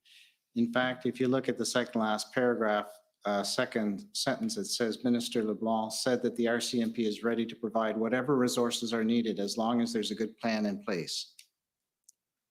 That is absolutely accurate. One of the things that struck me at the various incident response group meetings and in briefings from particularly Commissioner Lucky, but not exclusively the Commissioner, because other federal law enforcement officials were providing updates, the head of the Canadian Border Services Agency, the director of CSIS, and others.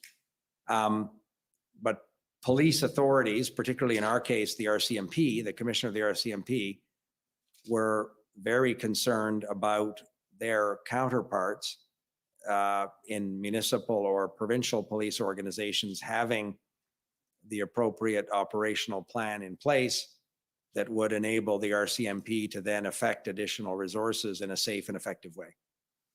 So that was a subject that Commissioner Lucky brought up often with the incident response group and in various other briefings that I was a party to before the incident response group was stood up by the Prime Minister. And there's no mention in this email of any reference to the Emergencies Act, the Federal Emergencies Act, only the Ontario one. Is that correct? That's right. And I did not discuss with the Premier at all the potential invocation federally. We were still canvassing, and you would have seen that in some of the incident response group minutes. The first track one, was still very much on that evening the focus of our efforts, because we recognized that the Emergencies Act, ultimately, if that was the decision, was a decision of last resort. So we were very much actively in pursuit of existing provincial and municipal authorities and federal support that would help them execute those authorities in the most safe and effective way. When did you, I'm talking about cabinet, first consider the use of Emergencies Act?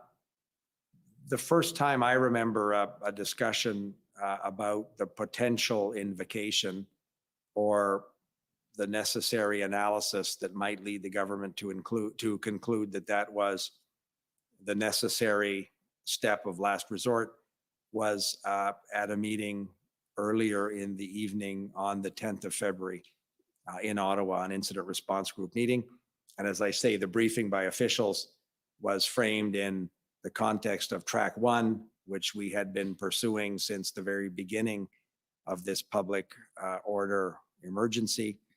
And track two then became an option or a source of discussion for the government as an option if track one, which was the existing authorities, municipal, federal, and provincial, continued to prove ineffective in resolving these illegal blockades and occupations. So it was earlier that day then, you said February 10th, that cabinet first considered. There was an IRG meeting that day. Are you referring to that IRG meeting? Yes, and I want to be careful. Considered, I'm not sure that would be the way that's the first time cabinet was briefed by senior officials that they were beginning to look at, and subsequently over the meetings the next day and on the weekend, that became part of the conversation. But the first time it was raised as an option before the government, the invocation was as the second and last resort track, if you will, was on that evening of the 10th of February at the incident response group meeting. You're correct. Right. We know that there's a chart at the back of the February 12th minutes listing track one and track two options. Do you recall that? Yes, and I would have recalled that conversation at that meeting as well. I think that was the Saturday. I was physically in Ottawa during those days, and I remember that Saturday meeting. So would you use the word consider in that context on the 12th for that meeting? Yes, the cabinet was being briefed by officials, and I assume the Minister of Justice. I'm going by memory. I don't have the minutes in front of me, but cabinet colleagues and senior officials were explaining to the government, to the incident response group meeting in that case, what might be the steps necessary and the potential authorities that could be contained should the government decide to proceed to an invocation of the Emergencies Act. Okay, thank you. Another document my friends took you to, and you made reference to, so I just want to make sure I'm highlighting an area that you referenced in your answer. It's ssm.nsc.can. A number of zeros 625. It's the First Minister's conference call.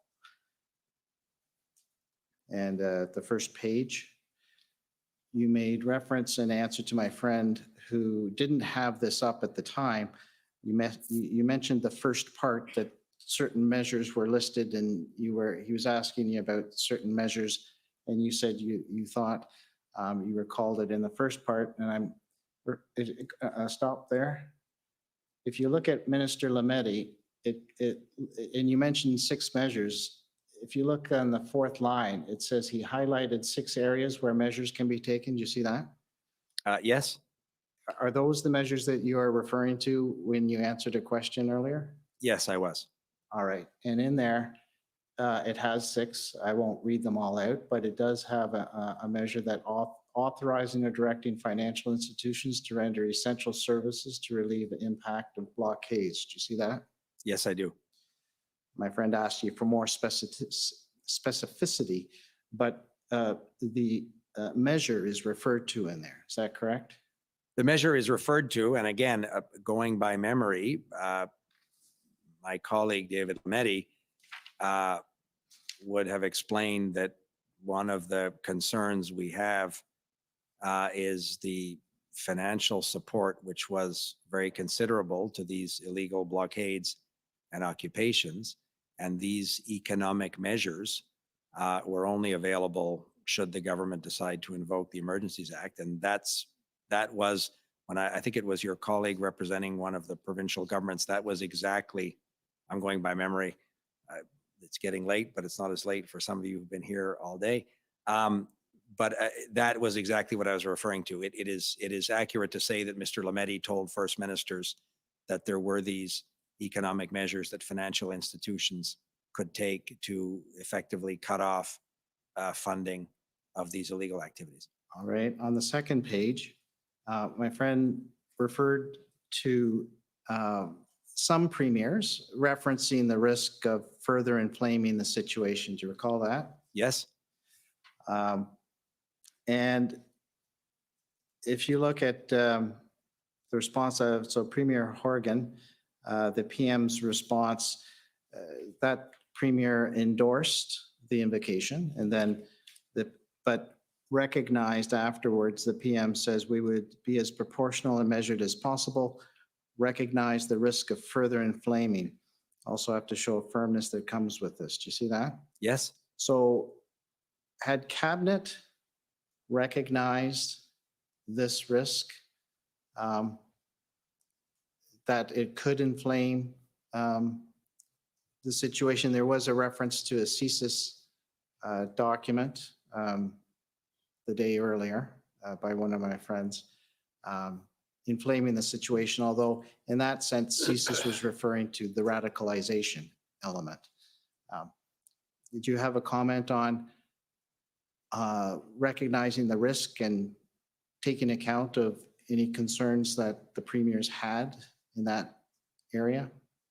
So the Prime Minister, in the course of that conversation with First Ministers, acknowledged that the government of Canada recognized this risk.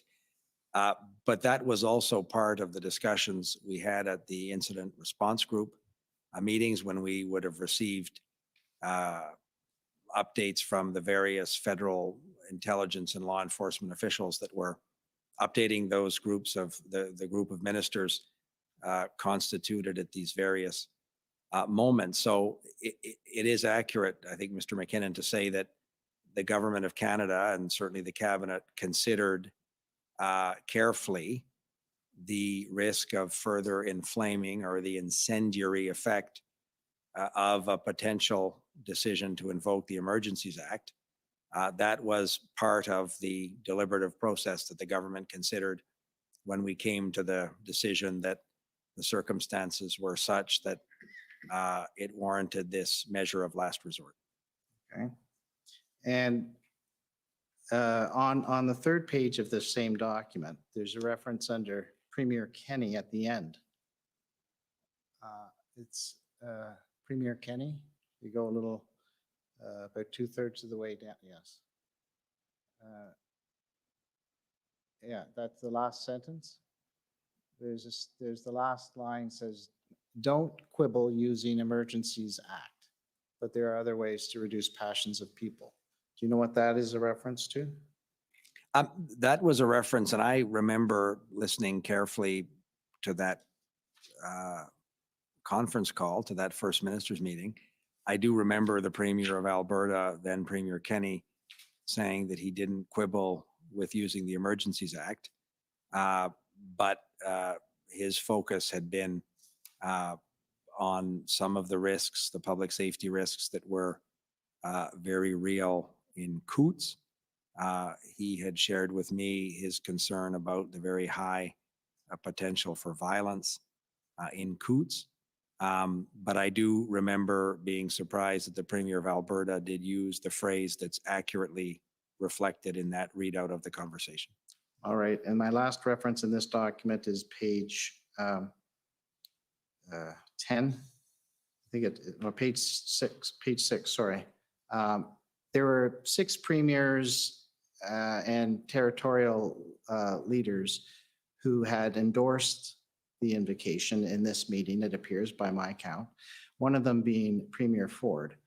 And in this statement from Premier Ford, he says, I'm looking, so it's where it's in a bullet point, third from the last, province does not have tow trucks. Have to negotiate with tow truck drivers. That will change in the future. We'll ensure that OPP have tow trucks. Embarrassing that we can't get the use of tow trucks. You see that? I do. And was that communicated by Premier Ford at this meeting? It very much was. That view was shared, as we've heard previously, by Premier Kenney. Premier Ford had talked to me about that. I think we were all surprised at the extent to which commercial tow truck drivers were reluctant, were intimidated. What the circumstance was, I don't know. I can't speak to that. But with the lawful authorities, in this case in Ontario, were not able to procure a sufficient access to these heavy lift tow trucks to remove some of these large trucks that would have been blocking either the city streets of Ottawa or the bridge in Windsor, or in the case of Alberta, the Coots-Alberta border crossing.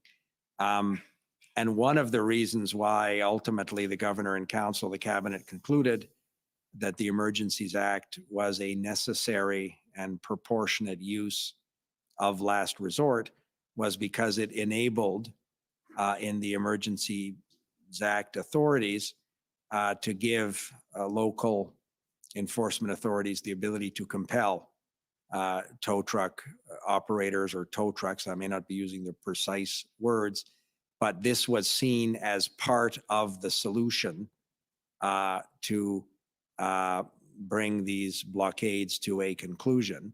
It was not tenable to say we can't enforce municipal bylaws, criminal code bylaws, because we can't find somebody to tow a truck away from a critical piece of infrastructure as important as the Ambassador Bridge.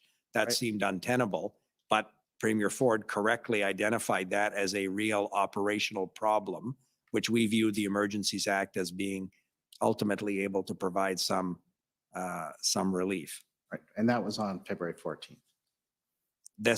Absolutely. This discussion was at the First Minister's call on the 14th. Okay.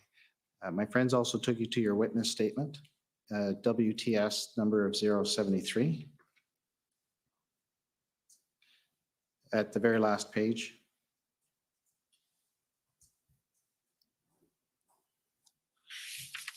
I just want to ask you a question about revocation. So in your last paragraph, you described the revocation aspect. And in the last sentence, it says, he noted that the Prime Minister was insistent both at cabinet meetings and in public that the measures would be very time limited and would be revoked as soon as the situation permitted. Is that still a fair statement? It is. The Prime Minister, when we began to consider the potential invocation of the Emergencies Act at the Incident Response Group meetings, was very insistent that it be time limited and that it not be used longer than was minimally necessary. All right. And I just have a couple more points to respond to questions my friends have asked. The Council for the Democracy Fund mentioned on February 8th that Premier Kenney had announced accelerated stages to remove all COVID-19 measures. you recall that being referenced the February 8th? I do. Okay. And that on that very day, the first step was to remove the vaccine passport removal, correct? And was there a dispersal as a result of that announcement of healthcare measures of protesters at Coots in the next few days? That I'm taking your word for it, Mr. McKinnon. That decision of the government of Alberta was on the 8th of February? Of 8th, yes. No, the Coots illegal blockade continued for a number of days after that. And in fact, there were sites I remember on the route, on the access to the particular Coots border crossing that were increasingly becoming the source, a magnet for other activities. So to pretend that the vaccine passports to go to a restaurant in Alberta resolve the Coots border crossing would not be an accurate view in my opinion of the chronology of those events. Okay, there was another point that was raised about the Windsor blockade and the fact that it had been cleared. Are you aware, if I could just pull up this document, it's WIN 50932. Are you aware of the injunction at Windsor? I was aware at our incident response group meetings, officials were briefing us, and that was very much in the public domain and in public media about the injunctive relief that was being sought by authorities in Windsor. Could you go to page 8, paragraph 47? That's it. That's right. About the notion that all was fine at Windsor, if you just look at the top paragraph there, it mentions that a court decision says that there is a risk that there could continue to be, based on uncontroverted evidence, a return of protesters, so it was necessary to continue. So was the Emergencies Act, to your knowledge, a deterrent that was useful for this state? In my view, yes, and I think I tried to express to one of your colleagues that if a particular, in the case of the Windsor blockade, it was, as I've said before, extremely damaging economically. It was high risk of public safety concerns. All of that, in our view, was true. But once it was dispersed, it wasn't clear where those people had gone or where they may show up next. So in order to keep that particular border crossing open, there was a level of very significant and sustained police presence required. The injunctive relief, as you noted, continued. There was an issue of potentially spreading too thin police resources. So in our view, the Emergencies Act had a dissuasive and deterrent effect that may make it possible for other particular pieces of critical infrastructure or other municipal streets not to be affected in this way once people understood the financial measures and the local law enforcement authorities had these additional tools to designate certain areas. And your colleagues have spoken about this earlier, as a way to manage potential pop-up or sympathy protests. So simply because the bridge had been reopened did not remove, in our view, the risk of a recurrence, and the heavy police presence that remained, I think, was perhaps a confirmation of that concern. My last question, my very last question is, are you, because it has to do with the deterrent effect, and I hope my question isn't in that same vein, have that effect. But maybe my answer needs to be briefer. This can be brief. I won't take you to it unless it's necessary. In the IRG of February 23rd, there's a reference to the use of pamphlets in Manitoba at the Winnipeg legislature that contained measures that were used, that were handed out to protesters in order to help deter them from coming Are you aware of that from the IRG from February 23rd? Yes, we took note of the certain irony that the province of Manitoba said over and over again that this wasn't necessary and need not apply on the territory of Manitoba. But the Winnipeg Police Force thought that those measures that would have been available to them had they been needed were of sufficient importance that they should use them in a pamphlet that they were giving to demonstrators who I think were in front of the Manitoba legislature. I think it's on Broadway Avenue. But that was a source of real concern. And the Winnipeg police thought that those additional authorities were significant enough that they may be used to perhaps dissuade some of those protesters from entrenching in front of the Manitoba legislature like we saw in the city of Ottawa. Thank you, and thank you for your indulgence, sir. Okay, so any reply? No re-examination, Commissioner. Okay, well then I think you're now free to have supper. J'ai pas l'air de quelqu'un qui a manqué beaucoup de repas. Well, I don't look like someone who's missed lots of meals, yes, but still, maybe you could have a glass of wine to celebrate the end of your testimony. Yes, I could even go and smoke a cigar with my colleague, Mr. Mendicino. Thank you so much, Mr. Commissioner. Thank you for appearing and for testifying, and thank you as well for having accommodated us up to this hour. I really appreciated this occasion and your work as well. Thank you. So we're adjourning until 9:30 tomorrow morning.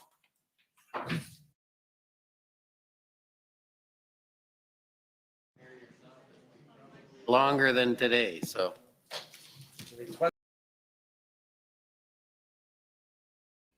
All right, got rid of them. Well, what a comment at the end, or to go smoke a cigar with Marco, go have a glass of wine. I don't look like a man who doesn't eat.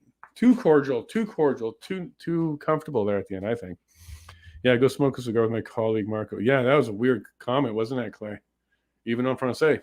All right, Magic Arzario. Let's see if there he is. We got him. It's just like magic. How you doing, bud? I'm doing good. I'm fading though. Like it's getting towards the end of the day right now.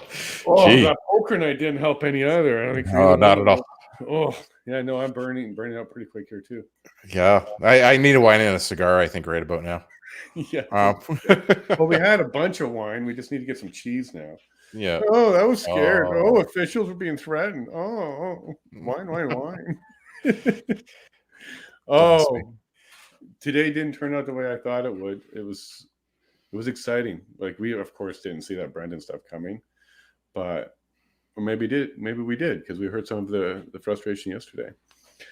I'm thinking today was a neutral day almost for us. Like, I don't think we made any big headway, and we didn't fall back any, because I think the two kind of neutralized itself. Are you standing? That's pretty cool. Yeah, no, my desk goes up and down. So that's pretty cool. I would kind of say that there was, I think, one win from the whole exchange with Brendan and Freedom Corp, which was around that some of the documents actually were released without the redactions. It wasn't all of them, because Rouleau was not going down that path, but he did release some of them, to which we saw a little bit earlier in the day when Marco was still on the stand. I think that you got to take that as a win. I think that was sure. Yeah, well, what I'm doing is I'm stacking the wins with the losses, and we basically hit zero. It's like a net zero. Like, we had some good wins, like the redaction and some more information coming out. But we also had some good, well, not good, some unnecessary encounter and some unnecessary issues. I don't know. Like, I'm still iffy on whether or not he was overboard or whether he was right on tack to get what he needed. What do you think of the whole David Fox Enterprise Group narrative? Like, well, here's the thing. He better be telling the truth. Oh, yeah. Yeah, he better be telling the truth, because, well, for starters, they're not going to mess around if it's a lie. Like, if it is an actual lie, Fox will sue and they'll do a bunch of things. There was a cease and desist issued from them today. Yeah, but that's standard. Yeah, no, but the one thing that came out in the document that it said that David Fox was not in Ottawa in January and February of 2021. Well, we're not talking about 2021. Right. So that's like, okay. how do you muff that up in a a cease and desist order? Maybe it's not muffed up. It's just a factually correct. Well, maybe they just put it there and they knew what they were doing. So that's what I mean. Like technically, that could be a very correct statement if anybody ever questions it in the future. Yeah. Well, a lot of keen eyes out there caught it, and as soon as you said it, I'm like, that's a year off. 2021. We don't care. Exactly. I don't care. What you were in Davos? Yeah, he's like, I got the tickets. I was in Davos in January 2021. Yeah, look, there's a receipt. Good times. But I think overall, I would have to put some of the better questioning on the Democracy Fund and the CCF today. I think the CCF, because he got that extra time from Brendan, right? Center for the JCCF. His question was really good. And Alberta. Yeah. I mean, I like Sujit too. Sujit Chaudhry, everybody is calling him Fester. Yeah, Democracy Fund. Yeah. I mean, he's been sharp a number of days here. And I think he's a little bit understated, but he's kind of almost surgical in the way that he goes in too. So he's growing on me as one of the lawyers that are there, just getting to the point. I mean, did he he went down the line of questioning of did they communicate to the First Ministers that the requirement had been met under the EA or under Section 2? And that was a really, I think, valid line of questioning to get into, to unpack whether or not that was disclosed to the First Ministers. Like you would think that is insofar as the consultation, it goes from one level of just saying, hey, we're doing this, we're going to invoke the Emergency Measures Act, we're just letting you know. And then it's like, here's the reasons why, which would, in any kind of functional democracy, you would think that would be the reason, that would be justification. the kind of course that you would take. But they kind of stood on the fact though that they said, no, there wasn't, we hadn't made a decision at that point. Right. The decision came later on in the day. And I think there's a lot of punching holes in the timeline here that is coming up, because there's a lot of questions around who, what, when, who knew what, when, and who said what, when. Right. And it was, another thing that where Minister LaBelle, he kind of switched to French all of a sudden around about the financial measures from the questioning from Sujit as well. Like Desjardins triggered him to go to French. Or something. Exactly. And we talked about the financial measures. Those had to be applied nationally, and then the other measures could be applied locally to areas that were prohibited to assemble in, for example. So and every time they talk about Desjardins and stuff, you got to realize what they're talking about is federal overreach, because credit unions are provincial, and what they want is the same type of regulations that they have on the federally chartered banks, so the main big banks, that they don't have for provincial. And they keep talking about Desjardins because they're the largest, they're the largest one in Quebec. That's a credit union. So they want to get into their data, which they don't have today. 100%. Yeah, so that bothers me because that's federal overreach. That's Section 92 every time they talk about that one. So in addition to the charter and the Constitution itself, they're violating even Section 91 and 92 again, or at least trying to. And we also heard a lot about the Central Command today too.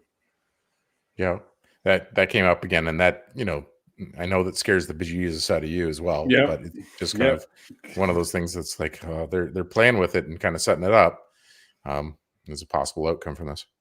Yeah, and we're getting, today I think we lost some hope in our chat. Our chat is kind of getting a little bit pilled a bit on whether or not this commissioner is going to stay biased, whether or not he is playing for, how much is he playing for Liberal? Because that really, I don't know. My knob on him turns today too many notches. Yep. Okay, maybe I'm okay moving 1 or 2 notches on somebody and then back, but it's kind of like spun it in one way today, and I don't know. I know I'm going to come back because I want to keep the faith that he's going to stay that way, and maybe we're just seeing a bad day for him. And I'm being told to keep Snickers with me today. You're a little bit off, so maybe day 28 which is exactly 4 weeks, is the limit for a lot of people. I don't know. Yeah. You know what? I still think that even though that we saw that the commissioner kind of went, it changed his bias definitely today. Um, I think we still need to kind of retain some hope that there's a lot of things that we're getting out of this commission and Yes. a lot of visibility. And I think if anything that we take away from it, that's got to be one of the biggest things. We can't hang our hat on what's going to happen insofar as recommendations, but the visibility that we're gaining into the kind of man behind the curtain, if you may, is exactly this. Like we're seeing all the levers being pulled. We're seeing the thoughts of ministers. We're seeing how that works behind the scenes. And, especially when it came to this, it's really demonstrating a lot of how our government is thinking. Mhm. And that gives us an opportunity to make I was almost going to say incite, but no, I was going to say to perpetuate a change, right? Like, Right. how can we do that democratically and look forward to getting a government in there that is much more transparent? Yeah, but we got to get them to do it because it's going to be tough to get enough people like me in there to force it. But I think as soon as we get one in there, we can start making the waves and making the noise and at least get the idea going. It's going to be tough. It's going to be tough, but I'm totally down for that fight. There's some pessimism in our chat as well. I use that to help keep me going because I want to show other people that, no, there's a reason why we should keep going, even with the commissioner here, because still at the end of the day, if we really, really, really also want to be objective ourselves, he wasn't really off base. He did feel like maybe there was a little bit out of hand and he's maybe want to set a precedence to the other lawyers, the chumps of the world and stuff like that. Like he has a limit and here's a limit. So, in more retrospect and reflecting on it a bit, maybe because it was our guy, we took it a little bit harsh, but if you look at it out, maybe it was a lot closer to fair than it felt like. Because we wouldn't have cared if that was Chomp he threw out, right? We would have been like, yeah, throw him out. I don't know. Well, for the anti-Semitic one, something that's really definitely over the line. Like, I don't think Brendan went over the line. But for Chomp, he's gone over the line a couple of times. Yeah. But anyways, you see what I'm saying? Like, even though it was our guy, we didn't want to see him go. Maybe it wasn't as biased as it may have felt like.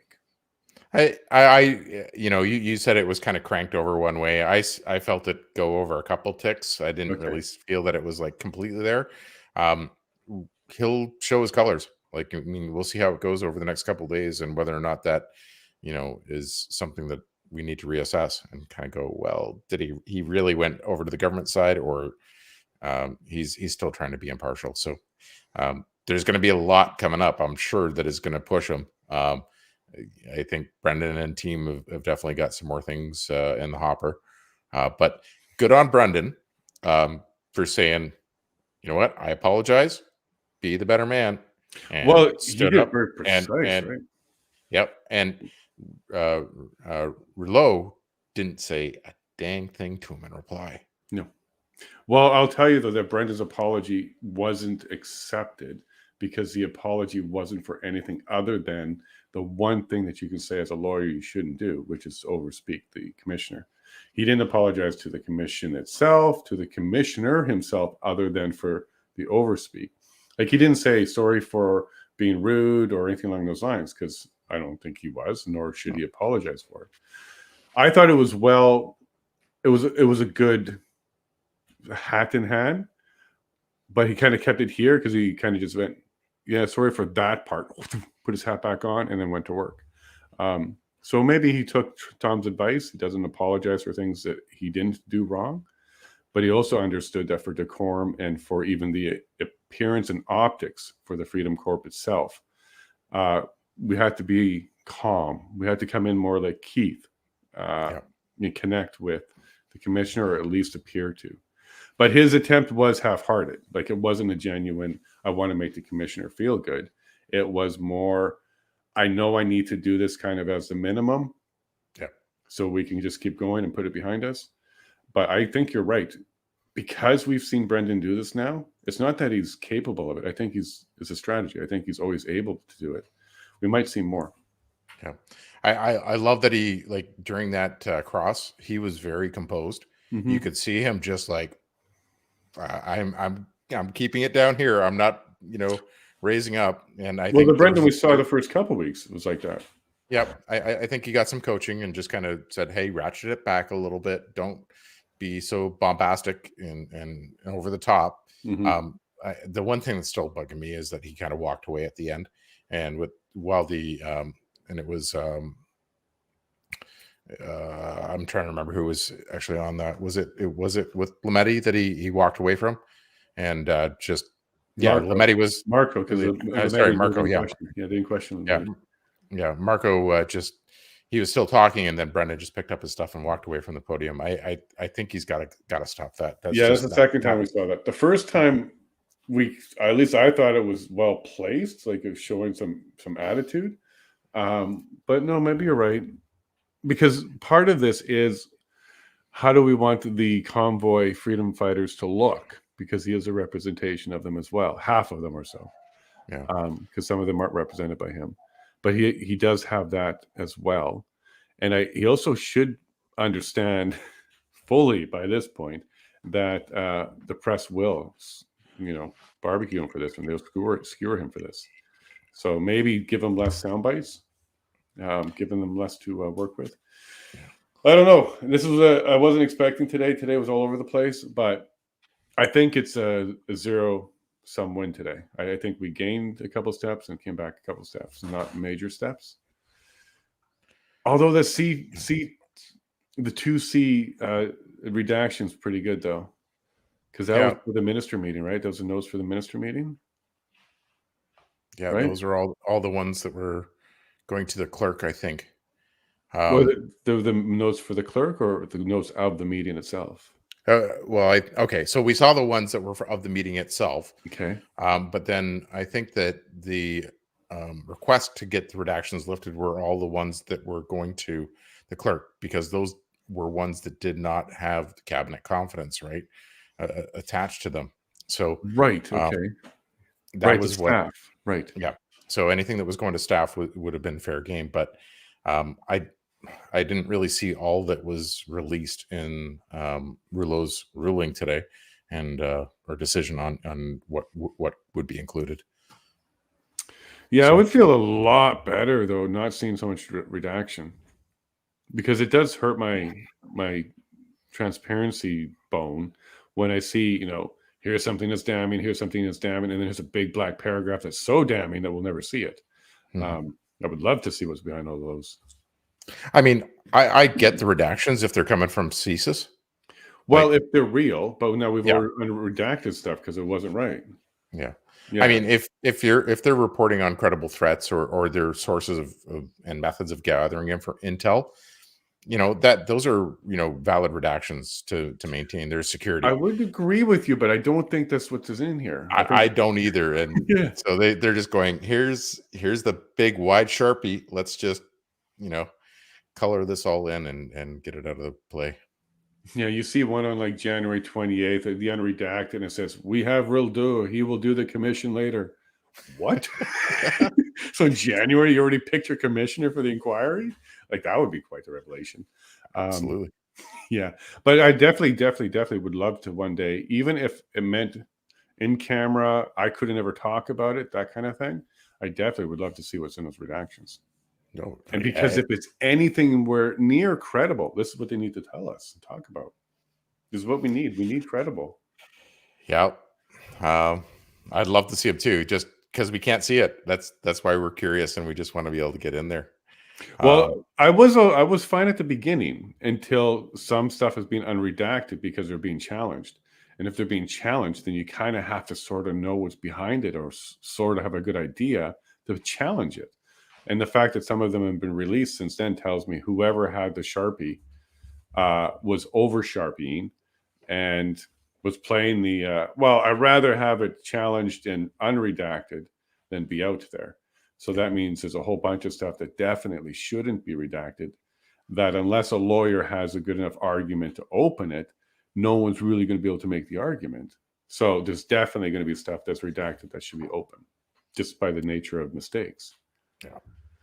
So I think we're quickly learning that this government, well, we knew that this government wasn't transparent. You know, even though that was one of the mandates that JT ran on back in 2016 to get elected. Was it 2016 or 2015? Sorry, to get elected in the first place.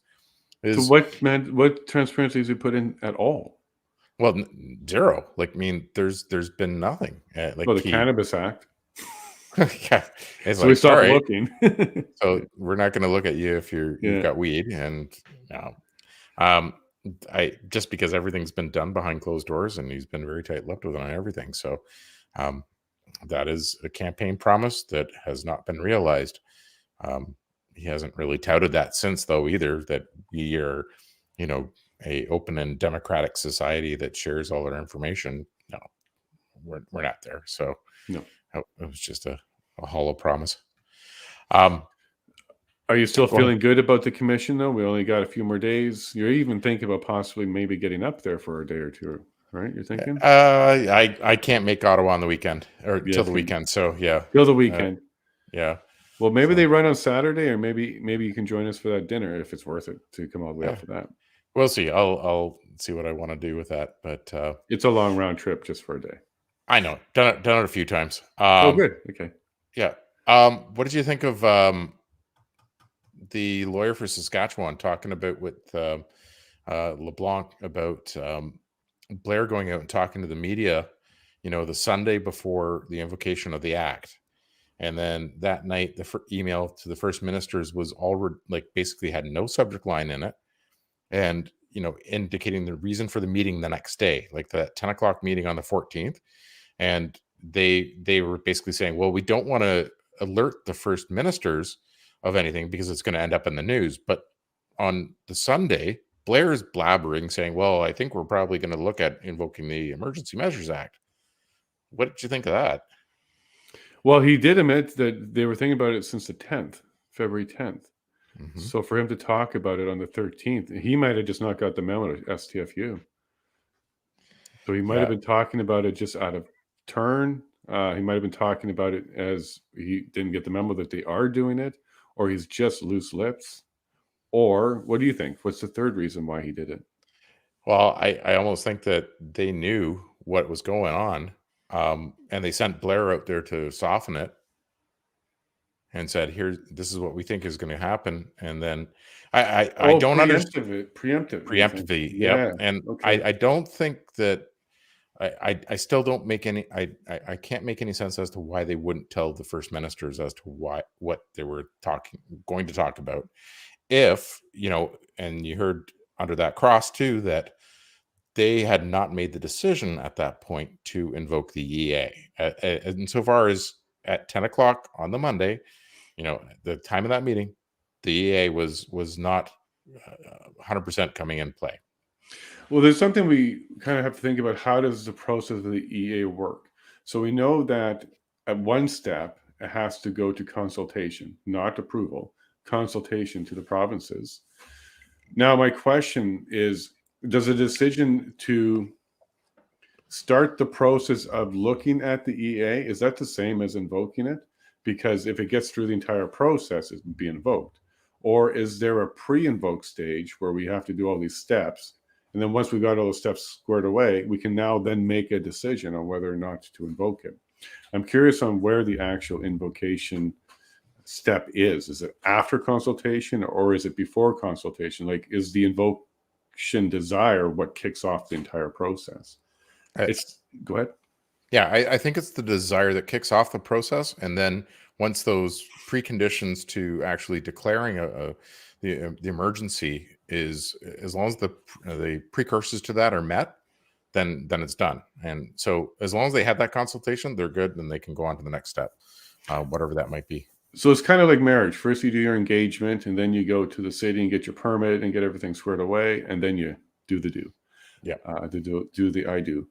Okay, yeah, I kind of get it. But I'm pretty sure that the decision and the desire to use the EA predates a lot of people's understanding. I think this thing predates a lot of people's understanding. Yeah, I think it had been in the kitty for quite some time. Weeks, maybe. I don't know. Like they certainly weren't strangers to the EA because they were looking at that at the beginning of COVID. Mhm. So this was already had been kicked around a lot. Like we discussed this before too, where they had looked at it at invoking the EA for the pandemic in the first place, and they got basically shut down by the first ministers. So in this case, they didn't even put I think most of the first ministers were okay with the invocation. Didn't really get much that said that they weren't, but I don't think that they had enough to really make a good decision on either. Well, we all learned growing up. For example, let's say you wanted to have a treat after school, and you ask dad, and he says no. And then you ask mom, and she says yes. Well, the next day, you're not asking dad. You're going straight to your yeses because you already learned the lesson. So if they already went through it via COVID and they were getting some no's and some good arguments, and the problem that would happen for them is if they had the meeting and there's a record of it and there's some strong opposition on the record from the provinces, strong opposition, especially Alberta, because Alberta is supposed to be one of the ones that has the problem. So if on the record Alberta's making a strong opposition to it, it's going to be way harder later to justify it. It's probably a little bit easier in their mind to say, oh, no, we consulted them, and not actually have them on the record saying a darn thing, than to take that risk. Yeah. How did Kenny go from, this was dumb political theater and, calling them Nazis hasn't helped, and to going, all right, I'm good with invoking the EA? Like, how do you make that leap? I don't know. Something happened to Kenny, whether it was a threat or whether it was a career thing. Something weird happened to him. He went from being a white shining light for us to all of a sudden being the same as the rest of them. What we can say about Kenny, just based on the WEF being involved with HS, Alberta Health Services, and the ESG scores that he brought into Alberta, that he's definitely at least sensitive to the WEF's agenda. I don't know if he's completely part of it, but he certainly is sensitive to at least parts of it. That might be your answer. Because something happened to him quick. Now, the media attacked him a lot, because if you were out in Alberta, you heard that a lot. And it was around that time, but I don't know. I really don't know. But it was enough to end his career, get him out. Like, we got rid of him. Well, he got rid of himself, but bribery piece of saying, I don't think it's that easy, folks. No, I don't think it's that easy. There's lots of complex layers here. Yeah, I don't think money is as easy as people or think it is when it comes to getting people to do stuff. Yeah, I look at like Ford, Premier Ford's response too, because he was very much like telling, sticking his nose out at Trudeau all the time prior to the COVID pandemic, and then all of a sudden kind of got to be his lapdog. And I think that there was some threats of, I'm sorry, I'm not going to say that. I'm just going to say there might have been some potential implications of withholding funds or transfer payments to the province, and that might have caused him to soften. I don't know. Something happened. Same sort of thing though, and it makes me very suspect as to what's going on. Whenabouts did he switch? So I'm looking at a particular news article that I think might have helped him switch. I'm going to say probably about June or July 2020. It kind of sticks out in my head. 2020. Well, when we were here, he wasn't bad. So it'd been 2021 when we got here, and he was still no mask, and then he switched. We had a fake news around a COVID death in a youth that turned out to not be true. So for a while there, we had a young person, they said, died from COVID, and that might have been something that scared him. And then it turned out not to be true. It turned out to be lots of health complications, unfortunately. Sad loss for the family for sure, but it wasn't a COVID death. I don't know. It's all speculation on my part. Yeah, but I don't think it's a paycheck. I don't think it was more money for the province, because I don't think they're motivated on a personal level like that. I don't think Ford would do stuff for him. Like, he would take something like that will help his family or help get him out of trouble, or get somebody out of trouble. I think something like that is where they're vulnerable. It's not necessarily money, because money can be caught and found later, and you have to explain this new boat all of a sudden. And I don't think the money is the easiest thing for them. It's legacy, and it's if somebody did something, and maybe they want to keep it secret. Those are the blackmailable type of behavior. I'm just not a big fan of thinking that they just send them a check and boom, they just took it and moved on. Like, there's a lot of moving parts around that. Like, I don't know. Yeah, I'm not part of that world, so maybe that's why I don't understand it. Yeah, me neither. So, but yeah, I would definitely. Maybe he's got a yacht at the Yellowhead Yacht Club right now. So, brand new, shiny, 50-footer. Who, So, Kenny? no, he's the new Ford, president of the yacht club. Yeah. We call him Skipper. I don't know. Lots of speculation there today on that, but oh well, another one that could be is just straight up fear mongering. So maybe he isn't part of the actual Globus group, so he doesn't really know what the real information is. And then having CSIS or RCMP show up with some stuff about his family or some other weird stuff might be enough to really spook him. Because that's what I think they could do to the commissioner. Not directly about his family or direct threat to him, but scare him in camera enough that he does believe it could have happened. It could have happened. And maybe there's some in-camera stuff with Kenny as well. Because something else happened to O'Toole. Because O'Toole, he really dropped the ball huge. And that would have been a moment for him to really make it if he wanted to. Like, if he really wanted to, like, he could have maybe done something with that. But nope, he dropped it too. It's like almost everybody that was in a leadership position got tied to Epstein's island. I don't know. Like, see, that's what I'm, like. I don't mean specifically that one, but you're on the right track. No, but I'm just there's something like that is that is like because so many of the strong political leaders across the country just kind of folded and just let things go. And I don't want to sound conspiratorial, but it's too noticeable to not notice. You see it and you wonder why, but they might have had the dead grandma argument and they believed it. Like something like that. Like, you are responsible. The buck stops with you. You are responsible. And just like with us, they say occupation. They say it so many times, people start to believe it. Maybe the leaders have heard it. You're responsible so many times that they got scared. But where was our Ron DeSantis? Like, I mean, Kenny, I thought was probably the closest thing that we would have had to saying, no, I'm not doing this. We're going to go our own way. But he ended up caving. Well, when you look at the world like Railroad, it does. We got Smith. Yeah. Well, now you do. If he didn't do that, we wouldn't have Smith. And I don't think it's 4D chess. I don't think he thought, oh, let's get her in here because she might be able to say and do things I don't say. No, he was a casualty of some decision making. But the silver lining is now we got Smith, who's now talking to Mo and maybe pulling Ford out of a bit of a rut over there and getting him to stand back up. Yeah. Like, that's what I have in my mind. I have Smith and Mo on either side of Ford, who's down in the dirt, and they're just lifting them up. And then we're going to head to Ottawa. Yeah. Well, even the one comment that came in is like the people, public health measures were being removed by the province, and like people were at their breaking point, and that was why Ford was actually doing it. That was one of the things that he said. And I think because Alberta removed their health measures first, and then I think followed directly by Saskatchewan. Then Ontario came like a week and a half later or so. But it was.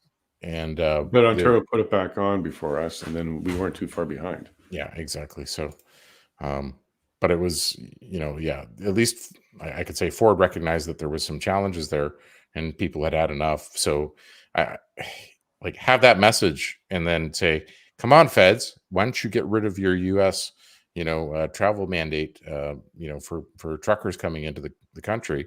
And then even LeBlanc here said, well, it didn't really matter what we did in Canada because the U.S. still had the requirement in play. I remember it does hearing matter, that. though. Yeah, they did say that. Yeah. I remember hearing that a lot around that time, and that was one of the narratives where people were like, "Why are all these truckers upset about this? It doesn't matter if Canada drops the restriction. The U.S. has still got in place. They can't go into the States." And it's like, Something's not right about that though, because they were in the States and they were coming back. So yeah. Well, I mean, I think we also postulated at one point that it could have been that this is the US's agenda, and to close down the northern border. And even though if you're an illegal alien on the southern US border, you can come into the country unvaccinated. So it, is kind of a little bit interesting that they're still holding that. And I think it just got extended to January of 2023, the entry requirement to go into the States. So you still would have to have a vaccination. And I've heard that it's hit and miss, but if you're going in, you should be vaccinated going into the United States right now. That's still the requirement. okay, so I just found the U.S. vaccine mandate on. Here, let me bring it up because this is from January 2022, so this will be the right time. So we'll see together what did the U.S. have going on. I don't think it matters. It's a tit for tat. Just because someone else does something doesn't mean you should. We should be making our own decisions. In fact, when we say public or foreign influence, is this what we're talking about? Yeah. Okay, freight drivers coming from Ontario may worsen auto supply chain. So this is, where's the date? I saw January 2020. There we go. So January 19, 2022. This was around that time. Yep. Because it went in on the 10th or the 11th in Ontario? The 12th of 12th. January. Yeah. Okay. Yeah. COVID-19 vaccine requirements will be bar unvaccinated drivers. Goes across the country this month may cause more problems. Okay. Could be prohibited. United States mandate takes Saturday according to the truck. This is around the same time. Yeah, and now it's October. Go on. Yeah, I think the Canadian one came in first, and the U.S. one came in second. But they were definitely coordinated. But why the U.S. still has theirs in place right now, even though we've removed ours, which is the interesting part. But so, are you saying right now unvaxxed truckers are not going to the States still? You can't, if you're unvaccinated right now, it doesn't matter if you're a trucker or not, you can't go into the United States via land or air. Really? I thought that was lifted, but okay. I haven't tried, so no rush to go there. Only coming back into Canada is lifted right now. So, like all the quarantine requirements and everything else, it's I think till January 2023 is when they still have it in place till. So they just renewed it, I think, a month ago, back in October. Oh, out to January. So it's well. The one thing I can say on this one is it doesn't look like it's trucker only. No, it's all. Yeah, that all was essential. Yeah, so it's not a trucker targeted one like we did. And maybe if we did do a mandate for all and not just truckers, it would have been a different output, different outcome. Well, yeah. I think it also coincided with all the healthcare workers getting having the requirement for their employment around the same time coming into play. I'm sure that, because there was unvaccinated, definitely here in Southern Ontario, you had people that were living close to border towns going across the river for employment. So you'd have somebody living in, I don't know, Windsor, and then working in a hospital in Detroit. And those folks were allowed to traverse the border because they were deemed essential and go back and forth without an issue. So you were saying that early mid-January is when all these kind of things kicked off, all these mandates and stuff kicked off? Yeah. Well, let me show you something. In case you weren't aware, this was published the 11th of January, 2022. And this is the report that says do exactly that. Oh, our friends. Target employment and target travel. Goodness. Now this report, if you read it, key findings, full report. Through the PDF, it's nice and searchable. So this came out the 11th of January.